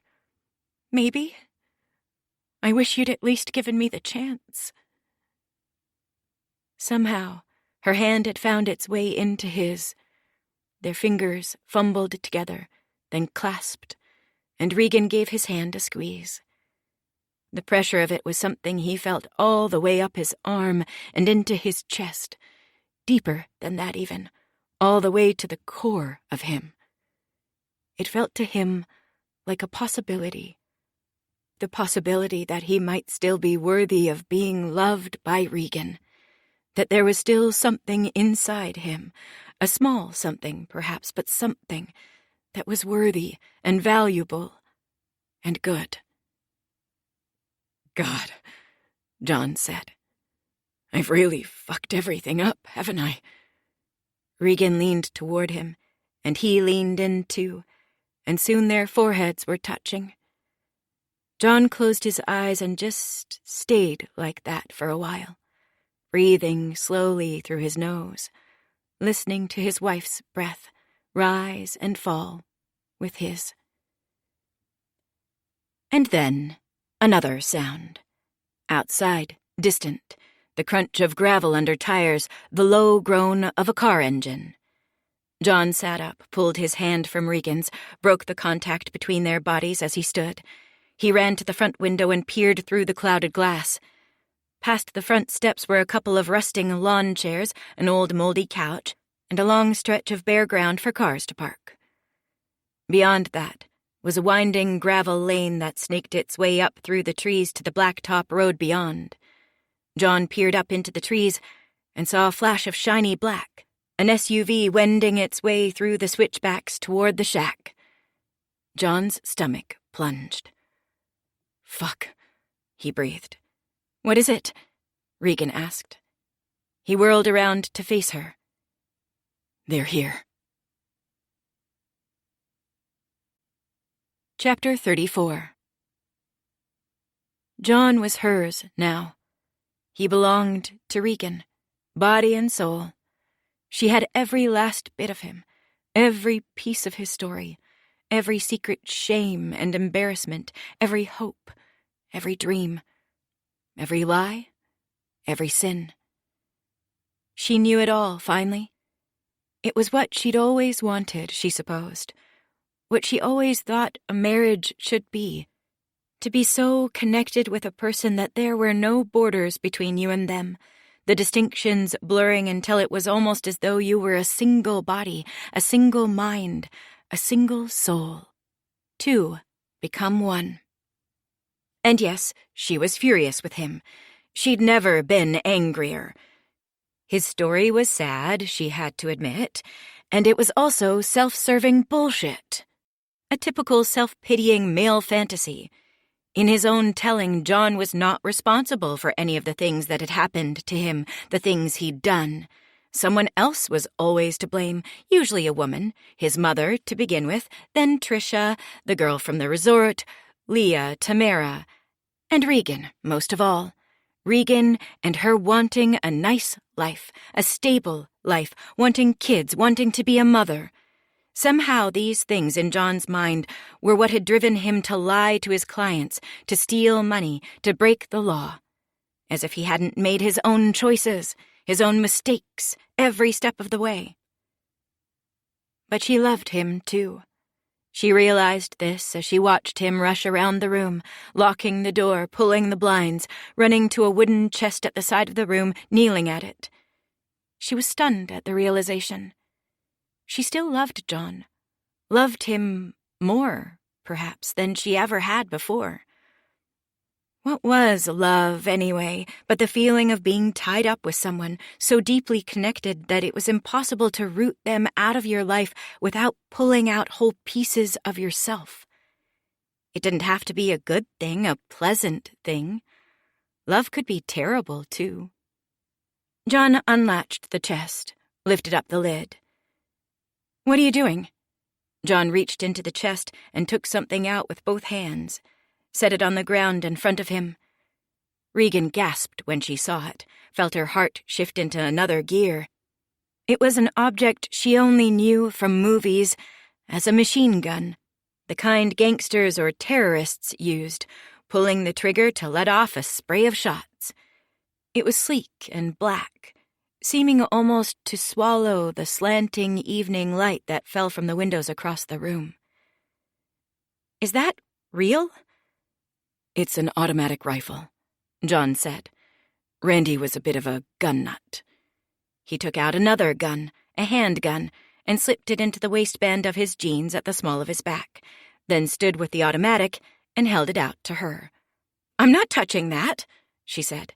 "Take it," John said. "Scoville is here, and he thinks we've stolen $1 million of his money." "We have," Regan said. Well, all the more reason to defend ourselves then. Can't we just talk it out? Talk it out? He'll kill us, Regan. But not before he tortures us to get us to tell him where the money is. This isn't just some unscrupulous businessman we're dealing with. He'll actually chop off our fingers if he has to. Then let's just give him the money, Regan said. I stashed it at my parents' house, up in the rafters of the garage. No, John said. No fucking way.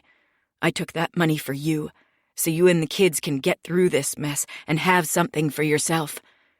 You got a plan to keep it? Regan winced. To say she had a plan was generous. Playing both sides, I guess, offering to launder it for Scoville to buy time while cutting a deal with the FBI to turn him in. Maybe somewhere in all that they'll just forget about the money or figure it's lost or something. That's good, John said. That's a good con. You just have to stay alive long enough to be able to pull it off. He shoved the automatic rifle toward her again. She took it gingerly, feeling its weight pull at her arms. Like this, John said, then showed her how to hold it. You put it against your shoulder when you're ready to shoot, right here. He touched a place right under her collarbone. I don't want to shoot anyone, Regan said. You're not going to, he said. Here's what's going to happen. I'm going to go out there and talk to them, but when I give you a signal, I want you to let off as many rounds as you can through that window over there. He pointed to a half-open window on the far side of the cabin. But don't shoot at anyone. I want you to put them into the ground. What's the point of that? Scare them. Let them know I've got some firepower in here. They don't need to know it's you. Maybe I've got a friend in here, a backwoods gun-nut crackshot. You'll shoot a few rounds, and they'll go running for cover. Maybe they'll even leave. Okay, Regan said, even though she didn't feel okay. She felt as though she was holding a snake. The gun in her arms made her skin crawl. Will it hurt? There'll be some kick, John admitted. You might bruise a little, but you'll be okay. It's better than being beaten up and murdered. I suppose, Regan said. Outside there was the sound of wheels on gravel again, closer now. Doors opening, footsteps fanning out. "John!" a voice yelled. Regan recognized it as Scoville's. "Come out. We know you're in there." "Okay," John said. "You ready?" Regan moved toward the window and gave John a reluctant nod. She felt sick with dread, felt as though she might either vomit or faint at any moment. But she was resolving to keep it together. She'd given birth to 2 children, raised them practically on her own. Men never recognized those things as difficult, but they were, perhaps the most difficult things in the world. If she could do that, she could do this. John opened the door and walked outside, his hands up. Regan pressed herself against the wall and peered through the window as he came down the steps. Scoville stood in front of the cabin, rough-looking guys to either side of him. They had nondescript faces, but Regan thought she recognized them as the men who'd been keeping an eye on her at Minnehaha Park, the ones Scoville had threateningly pointed out to her. "Scoville," John said. "Good to see you. It's been a while." Scoville snorted. "Cut the small talk, John. I want to know where my fucking money is." "It's here somewhere, buried in the woods. Only I know where it is." "Bullshit," Scoville said. "Your wife told me she had it. We followed her here. The way we figure it, she brought the money to you, and you're getting ready to run together. So I'm going to ask you again. Where's the money?" "I'm telling the truth, man," John said. "Regan was lying to you when she said she had the money. She was scared. I had it the whole time. I'm telling you, it's buried somewhere on this property." "Okay," Scoville said after a beat of silence. "Then you're going to show us where it is." John shook his head. I don't think so. Regan looked back to Scoville. He was quiet for a few seconds, anger passing through his body, rearranging his jaw, his shoulders, his limbs. He adjusted his stance on the gravel, lifted his head again, then said, "Maybe if I pull out a few of your toenails, you'll change your mind." "Doesn't need to come to that," John said. "Just listen to me for a second, would you? The feds are on to us. They've got a warrant for my arrest. I'm wanted for fraud. You're probably a target, too. You know that, right?" "Of course," Scoville said. "What's your point?" "My point is that you've got bigger problems than $1 million. If the feds get me, they get the business. They get everything I know, and they get you. But if I get away, they've got nothing on you. Think of the money as severance, okay? You pay me to go away. The feds will never find me." Scoville put his head down. He seemed to be thinking it over. For a moment, Regan thought that might be the end of it. He'd accept John's terms and leave. But then he raised his eyes again, and there was a new hardness there. "No," Scoville said. "Fuck no. We're doing this my way. You stole money from me, and you gotta pay for that. Only choice you make is whether I let you die fast or take it slow." "I was afraid you'd look at it that way," John said. He raised an arm toward the window where Regan stood. Here it came, Regan thought. The signal. She raised the automatic to her shoulder, aimed at the ground, prepared to shoot. "Stop!" The voice came from behind her, a whispered hiss in her ear. Hands clamped on the top of her own on the automatic. She bucked at first, threw her elbows back at the ribs of the person grabbing onto her, thinking it was one of Scoville's guys, but she stopped after she turned back and saw that it was Armstrong. He wrenched the gun from her hands. "Fucking hell, Regan," he said. "Are you trying to kill someone?" "Agent Armstrong," she said, suddenly out of breath. She'd been holding it, she realized. "How did you get here?" "I had your keys. I changed the tire, drove slow to get here." "But how did you find us?" "The car you stole was government," Armstrong said. "It's got a tracker. I coordinated with headquarters to find you, parked a ways up the road and snuck in through the woods when I saw what was going on. There's a chopper on the way. Back up." "Will it arrive in time?" Armstrong hunched down, peered out the window. Regan looked with him. Outside, John was waving his hand over and over, the signal for Regan to put a hail of bullets into the ground. "Regan?" he called back with increasing panic in his voice. "Regan!" "You have to help him," Regan said. "It's 4-on-1, Armstrong said. "I need that backup, especially if they're armed." "You're armed?" Regan pointed out, nodding toward the automatic rifle that was now in Armstrong's arms. Outside, there was suddenly shouting. "He's got a gun!" someone yelled. Regan looked back through the window. John was going for the handgun wedged in the waistband of his pants at the small of his back. On either side of Scoville, the two men were going for their guns, too. Regan's hands rose to the sides of her head. She covered her ears and screamed. Chapter 35. John wasn't fast enough to get a shot off. He fumbled the gun as it came out of his waistband, couldn't get his finger on the trigger, and then the shots hit him. One in the chest, another in the stomach. He felt the force of the shots before he felt the pain of them. Felt his shoulder snap back as though tugged by a marionette wire. Felt something rupture in his gut. Then came the searing agony, blooming white-hot to swallow him entire as he fell to the ground. When the heat of the pain passed and he could see again, he found he was looking at the sky, the clouds blood-red with the setting sun.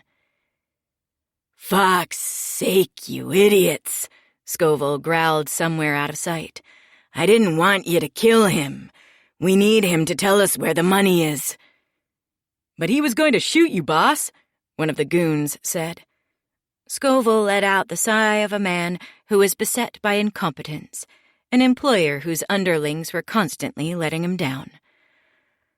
Well, let's go talk to him, he said, before he bleeds out. John lay on the ground, blinking up at the sky. The taste of salt and iron rose up at the back of his throat, and he felt something wet on his lips and chin. The pain was still incredible, but it had started to subside a little bit, to fade.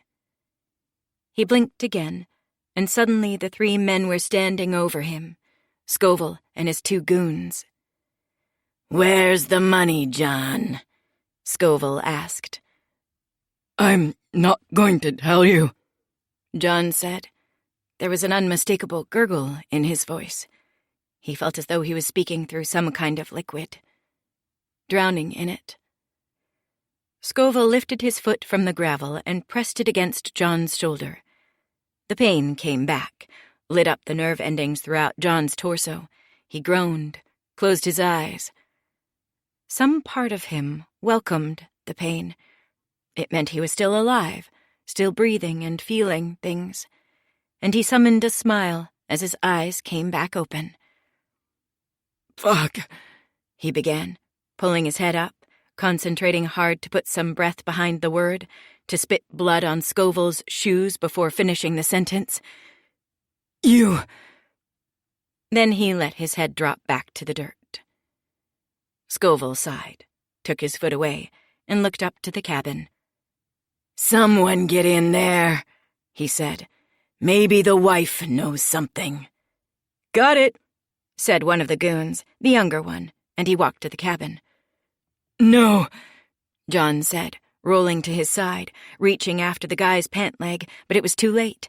He was already up the steps and putting his hand on the doorknob. "Don't you fucking touch her!" The door opened, and a man appeared on the other side. He wore a thin coat with FBI emblazoned in yellow on the breast, holding a gun, the automatic John had left in Regan's hands. The man hit Scoville's goon in the face with the butt of the gun as soon as he stepped over the lintel. He slumped to the floor, dropped like a sack of dry cement. Then the FBI agent flipped the gun around, came out of the cabin spraying bullets in the air. "FBI!" he yelled. "Everybody drop your weapons!"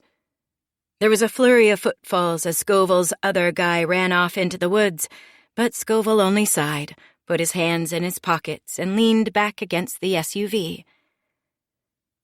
"Arnold Scoville, I presume," the FBI agent said.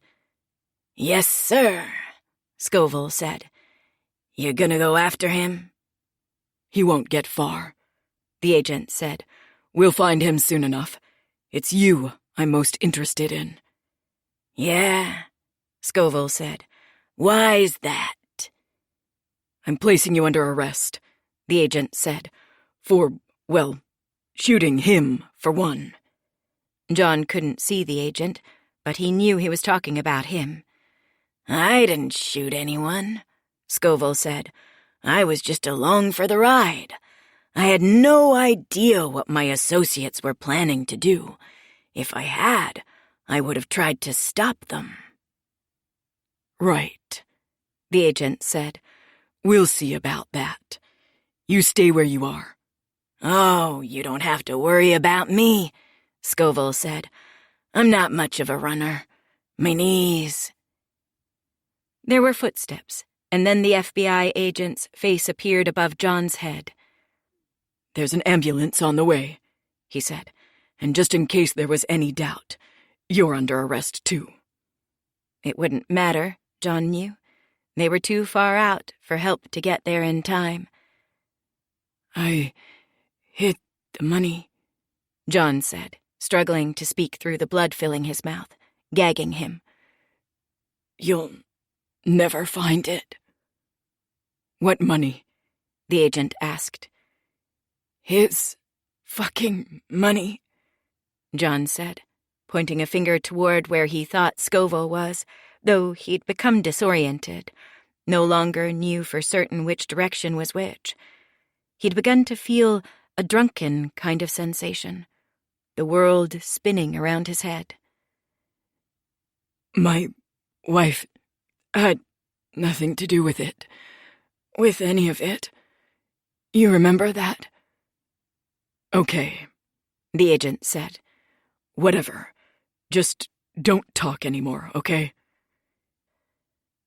John saw Regan's face next, saw it floating in his line of vision, and at first he thought he was hallucinating, until he remembered she was there.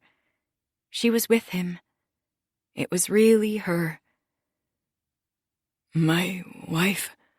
He said, absurdly.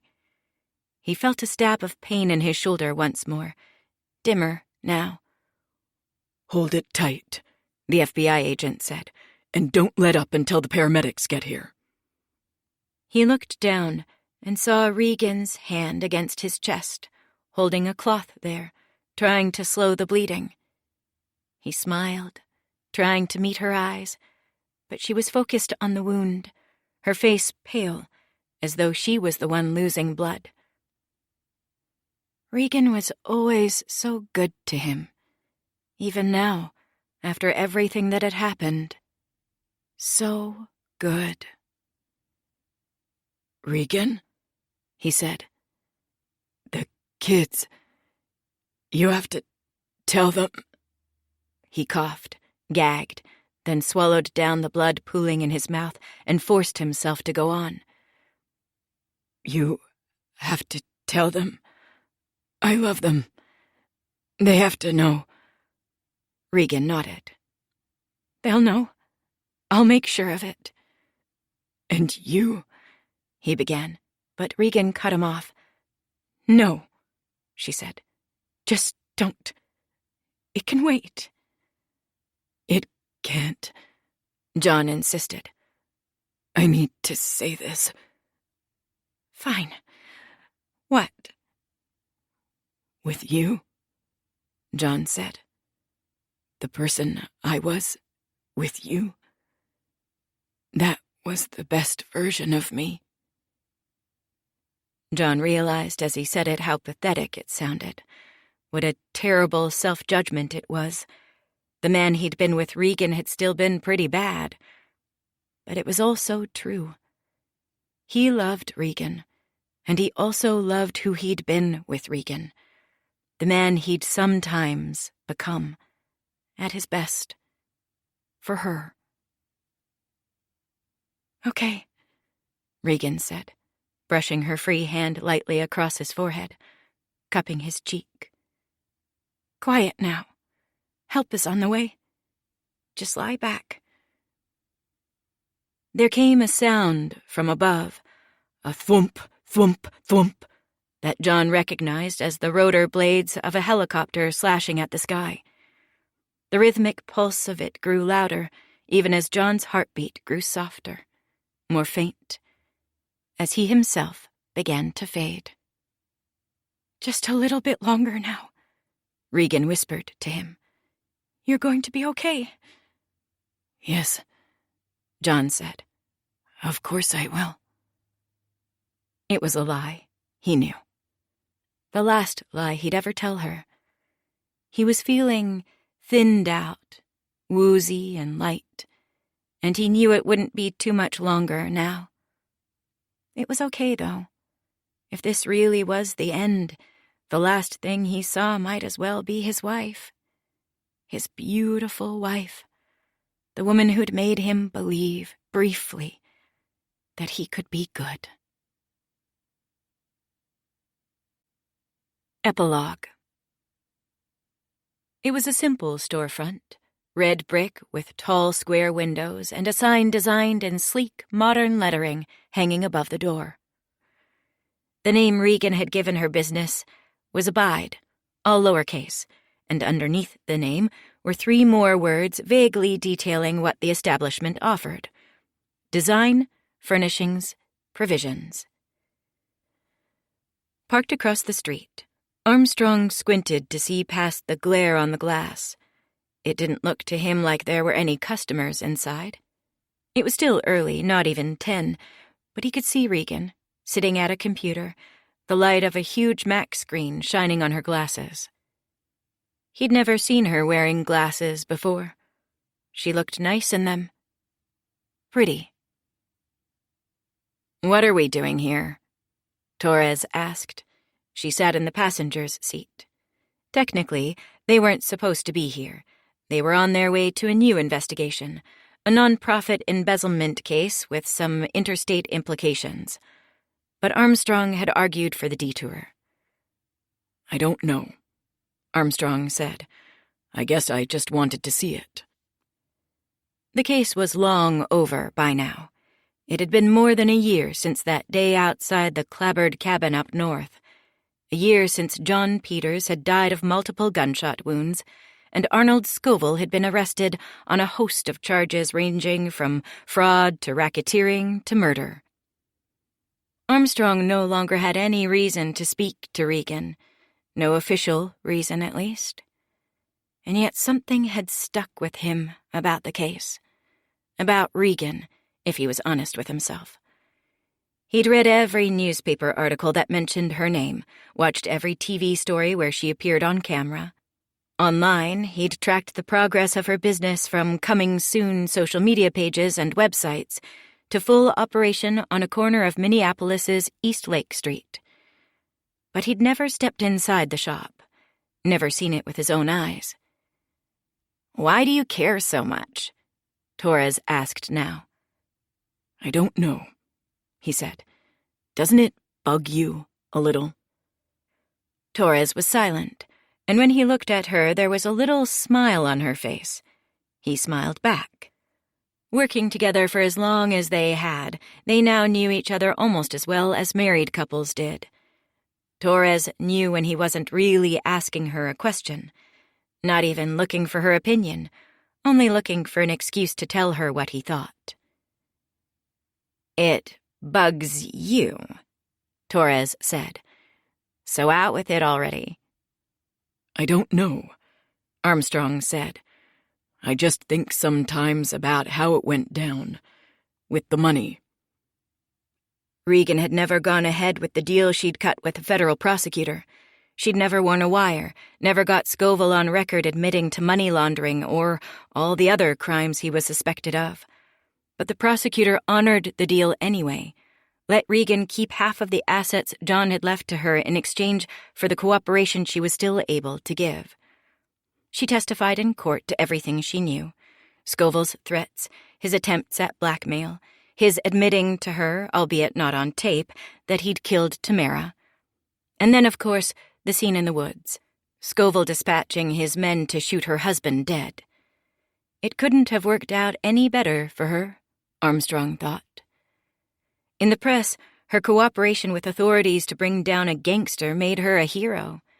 Even John's victims, the clients from whom he'd stolen money, had changed their minds about Regan. It helped, no doubt, that many of them had been repaid in full for the money they'd lost, the initial investment, not the false gains, out of funds the feds seized from Scoville's criminal empire. Money from stolen goods, from drugs, from illegal loans and online identity fraud. All of it went to make right what John had done wrong. And none of it would have been possible if Regan, the con man's widow, hadn't bravely told the truth, testifying against a dangerous crime boss in open court. Or so the media narrative went. A redemption story. Armstrong, meanwhile, couldn't shake the sense that he'd been played, that there'd been a deeper con going on all along, and that Regan was the one who'd pulled it off. "She lied to us," Torres said. "She lied to us plenty. But she cooperated, too, in the end. I don't know. You never tie up all the loose ends from a case. There's always something left, something that'll bother you if you think about it too much. The key is not to." "I know," Armstrong said. "I can't help it." "That's because you like her," Torres said. "No," Armstrong said. Then he let his gaze drift back across the street, back to Regan sitting at her computer, studying something there, a look of deep concentration on her face, and he reconsidered. Maybe. So, what do you want to do about it? I think I want to go in, talk to her, one more time. Torres sucked air through her teeth. You sure that's a good idea? No, Armstrong said, but I'm going to anyway. Torres shrugged. Okay. Armstrong stepped out of the car, glanced up and down the street, and jogged across to the curb. A bell rang over his head as he pushed through the glass door, and Regan looked up from her computer screen. She showed no surprise to see him standing there. Agent Armstrong, she said, taking off her tortoise-shell glasses and folding them flat in her lap. She wore a white blouse, a knee-length pencil skirt, black flats. Under her swivel chair, her legs were crossed at the ankle, her smooth calves folded demurely together. How nice to see you. Is it? Armstrong asked, his voice coming out angrier than he'd intended. Regan blinked at him. It is. I always enjoyed seeing you, even when you were investigating John. It was a bad time, but you made it easier for me, as much as you were able to. Armstrong felt a flush of shame, but he couldn't locate its source. Was he embarrassed to have come in with so much hostility toward Regan, or to remember his foolish deference toward her during the investigation? Either way, he felt lightly chastened, and he didn't know what to say next. What are you doing here? Regan asked, standing. Armstrong swallowed down a lump in his throat. What was he doing here? It seemed so clear to him in the car, but now that he was inside, the sight of Regan had wiped all the thoughts from his head. He glanced around the room as though looking there for some refuge. What he saw looked more like an IKEA showroom than a design studio. Couches and side tables, vases and lamps and framed art. On the far wall opposite Regan's desk at the entrance, there was even a coffee counter with a shiny espresso machine, wrapped sandwiches, desserts under glass. Just wanted to see how you were getting along, Armstrong said, then brought his gaze back to her. She cocked her head to the side and smiled through squinting eyes. That's sweet of you.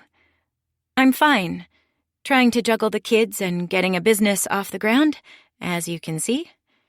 Regan gestured toward a tucked-away corner behind her desk, and Armstrong rose up on the balls of his feet, craned his neck, and saw her two children, the boy and the girl. What were their names again? On the floor amid a scattering of toys. They were paused in their play, looking up at him with something like fear in their eyes. Oh, Armstrong said, surprised. Your kids are here. They're in daycare most days, Regan said. But it's closed today for some reason. Something about staff training. I bring them in sometimes when I can't find anyone to sit with them. I get it, Armstrong said. You don't have to apologize. I wasn't, Regan said, her voice brittle. Armstrong cleared his throat. It's the business I was most curious about, actually. It's an interior design business, isn't it? The same thing you wanted to do for the federal prosecutor. That's right, Regan said. But why all the furniture? The fancy coffee? Well, my interior design consultancy is the core of the business. It's where most of the money comes from. But I wanted there to be more to the business, too. Keeping the shop gives me a chance to show off my design sensibility to potential customers, to show them the kinds of furnishings I might put in their homes if they go with me. And the coffee, oh, I don't know. I just wanted people to feel comfortable being here. Armstrong made a show of looking around. Not many people here now, though. You should have seen it earlier, Regan said, her eyes bulging. There's always a morning rush for coffee and pastries.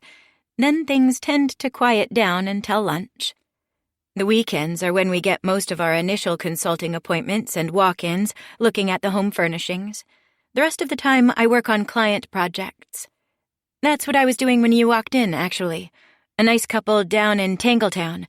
They're getting an addition, a sunroom. You mentioned consulting appointments, Armstrong said. How much does that cost? $100 for an hour, Regan said. It's a prelude to fully signing on with me for a complete interior design project. So, all this extra stuff, the furniture, the coffee, the consulting, it gives you a lot of places to put money, doesn't it? Regan gave him a placid smile. I don't know what you mean. I'm sure you don't. Regan pressed her lips together, then gestured toward the coffee counter, regaining her composure. You want something? I sent my barista on a break, but I help her sometimes during the busy mornings. I'm getting pretty good at a cappuccino. My treat. Armstrong shrugged. Sure, he said. 2, actually. To go. 2? Regan asked as she moved behind the counter. Torres is in the car.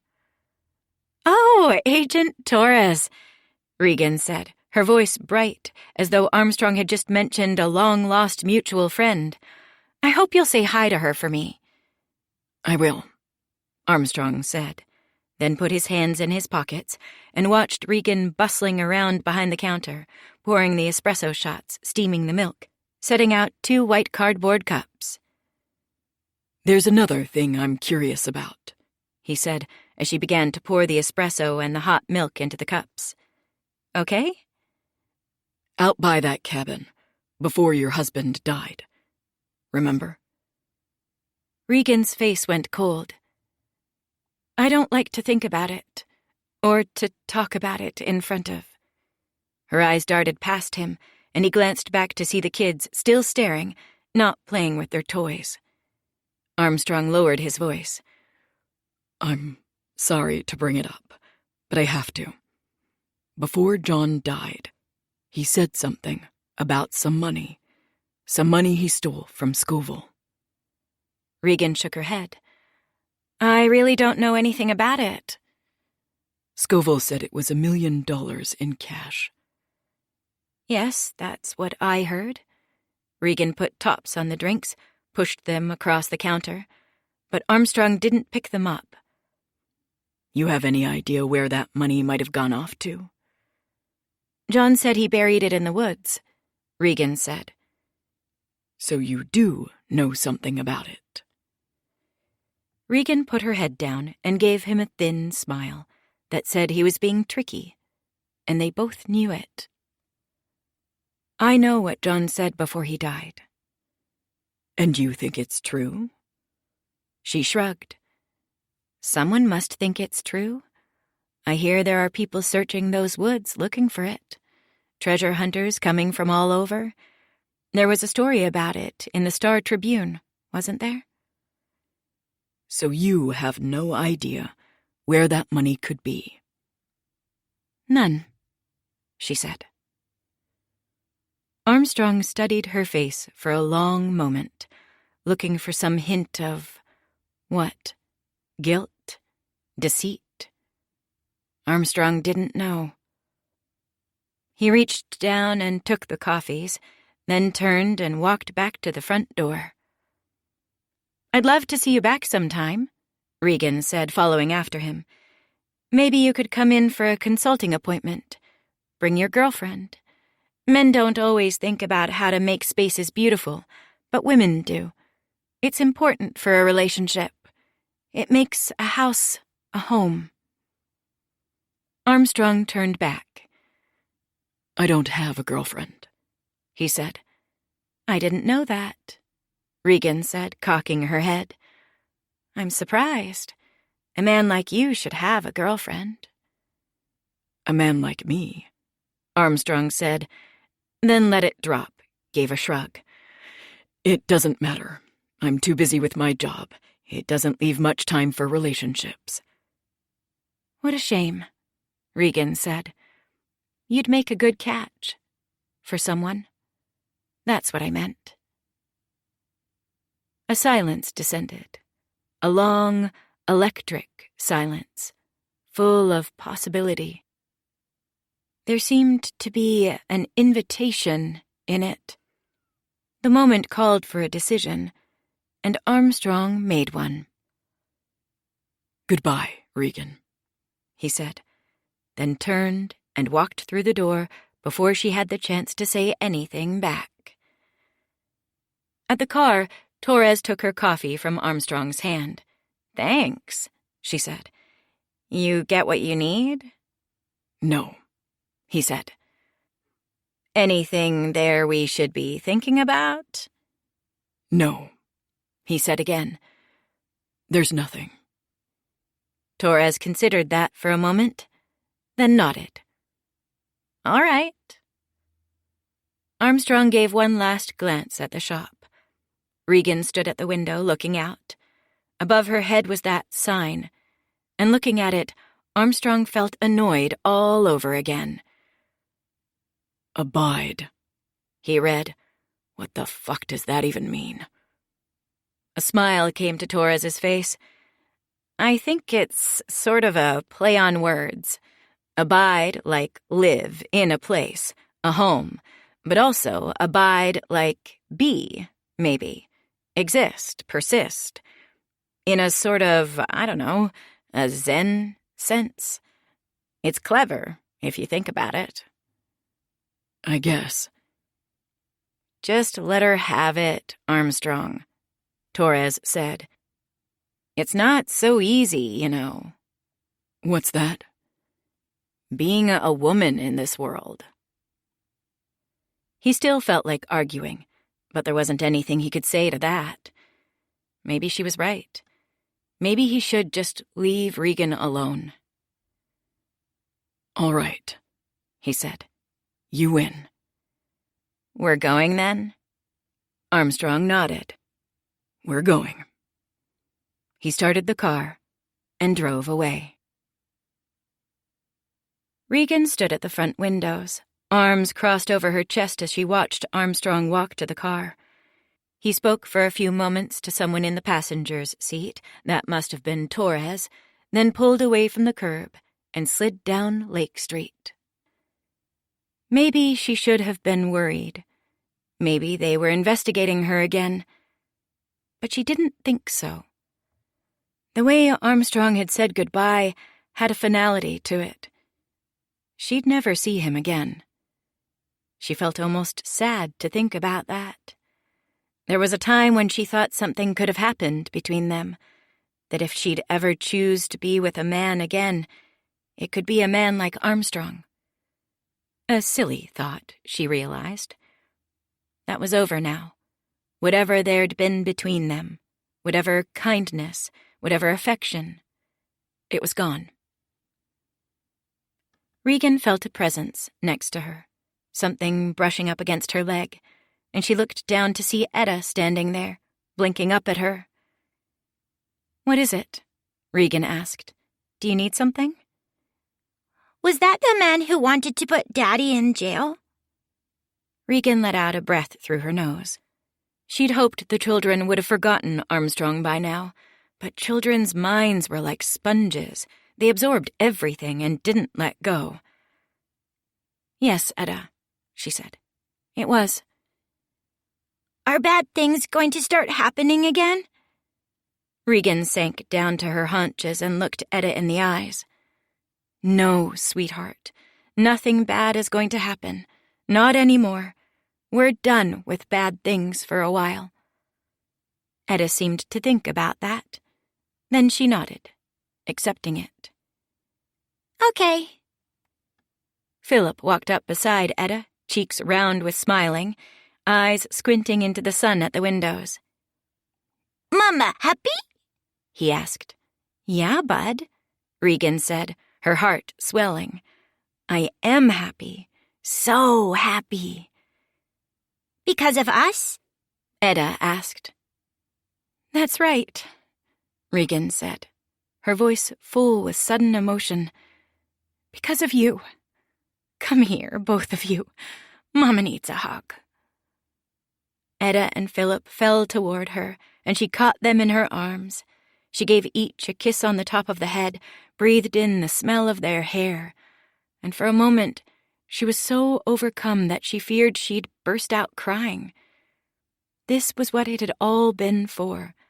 This family, these beautiful children she'd brought into the world. Everything she'd done, every decision she'd made, every lie she'd told had all been for this. For them. The moment passed.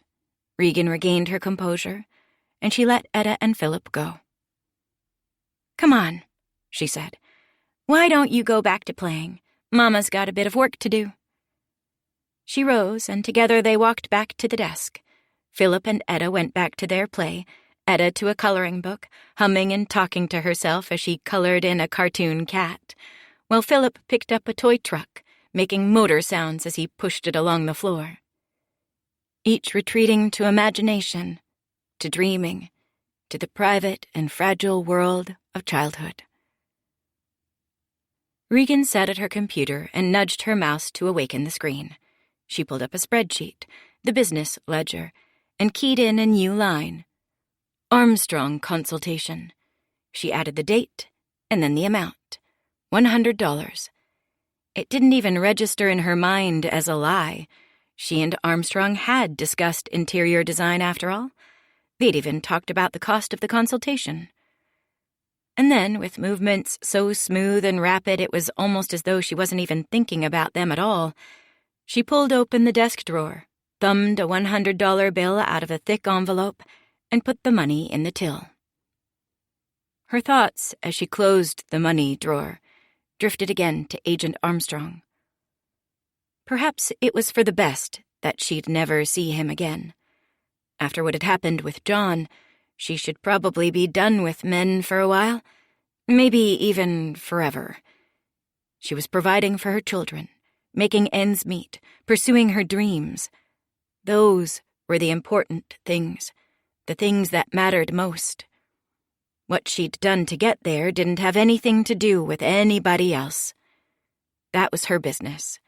Her money, her children, her possessions, her choices to live with. All of it belonged to her now. There was no one left to share the responsibility. And that was just fine by her. This recording of The Day He Never Came Home was presented by Dreamscape Media, LLC. Narrated by Aaron Moon. Produced by David Bendina. Text copyright 2024 by Andrew DeYoung. Sound recording copyright 2024 by Dreamscape Media, LLC. Thank you for listening. Please check dreamscapepublishing.com for Dreamscape's latest releases.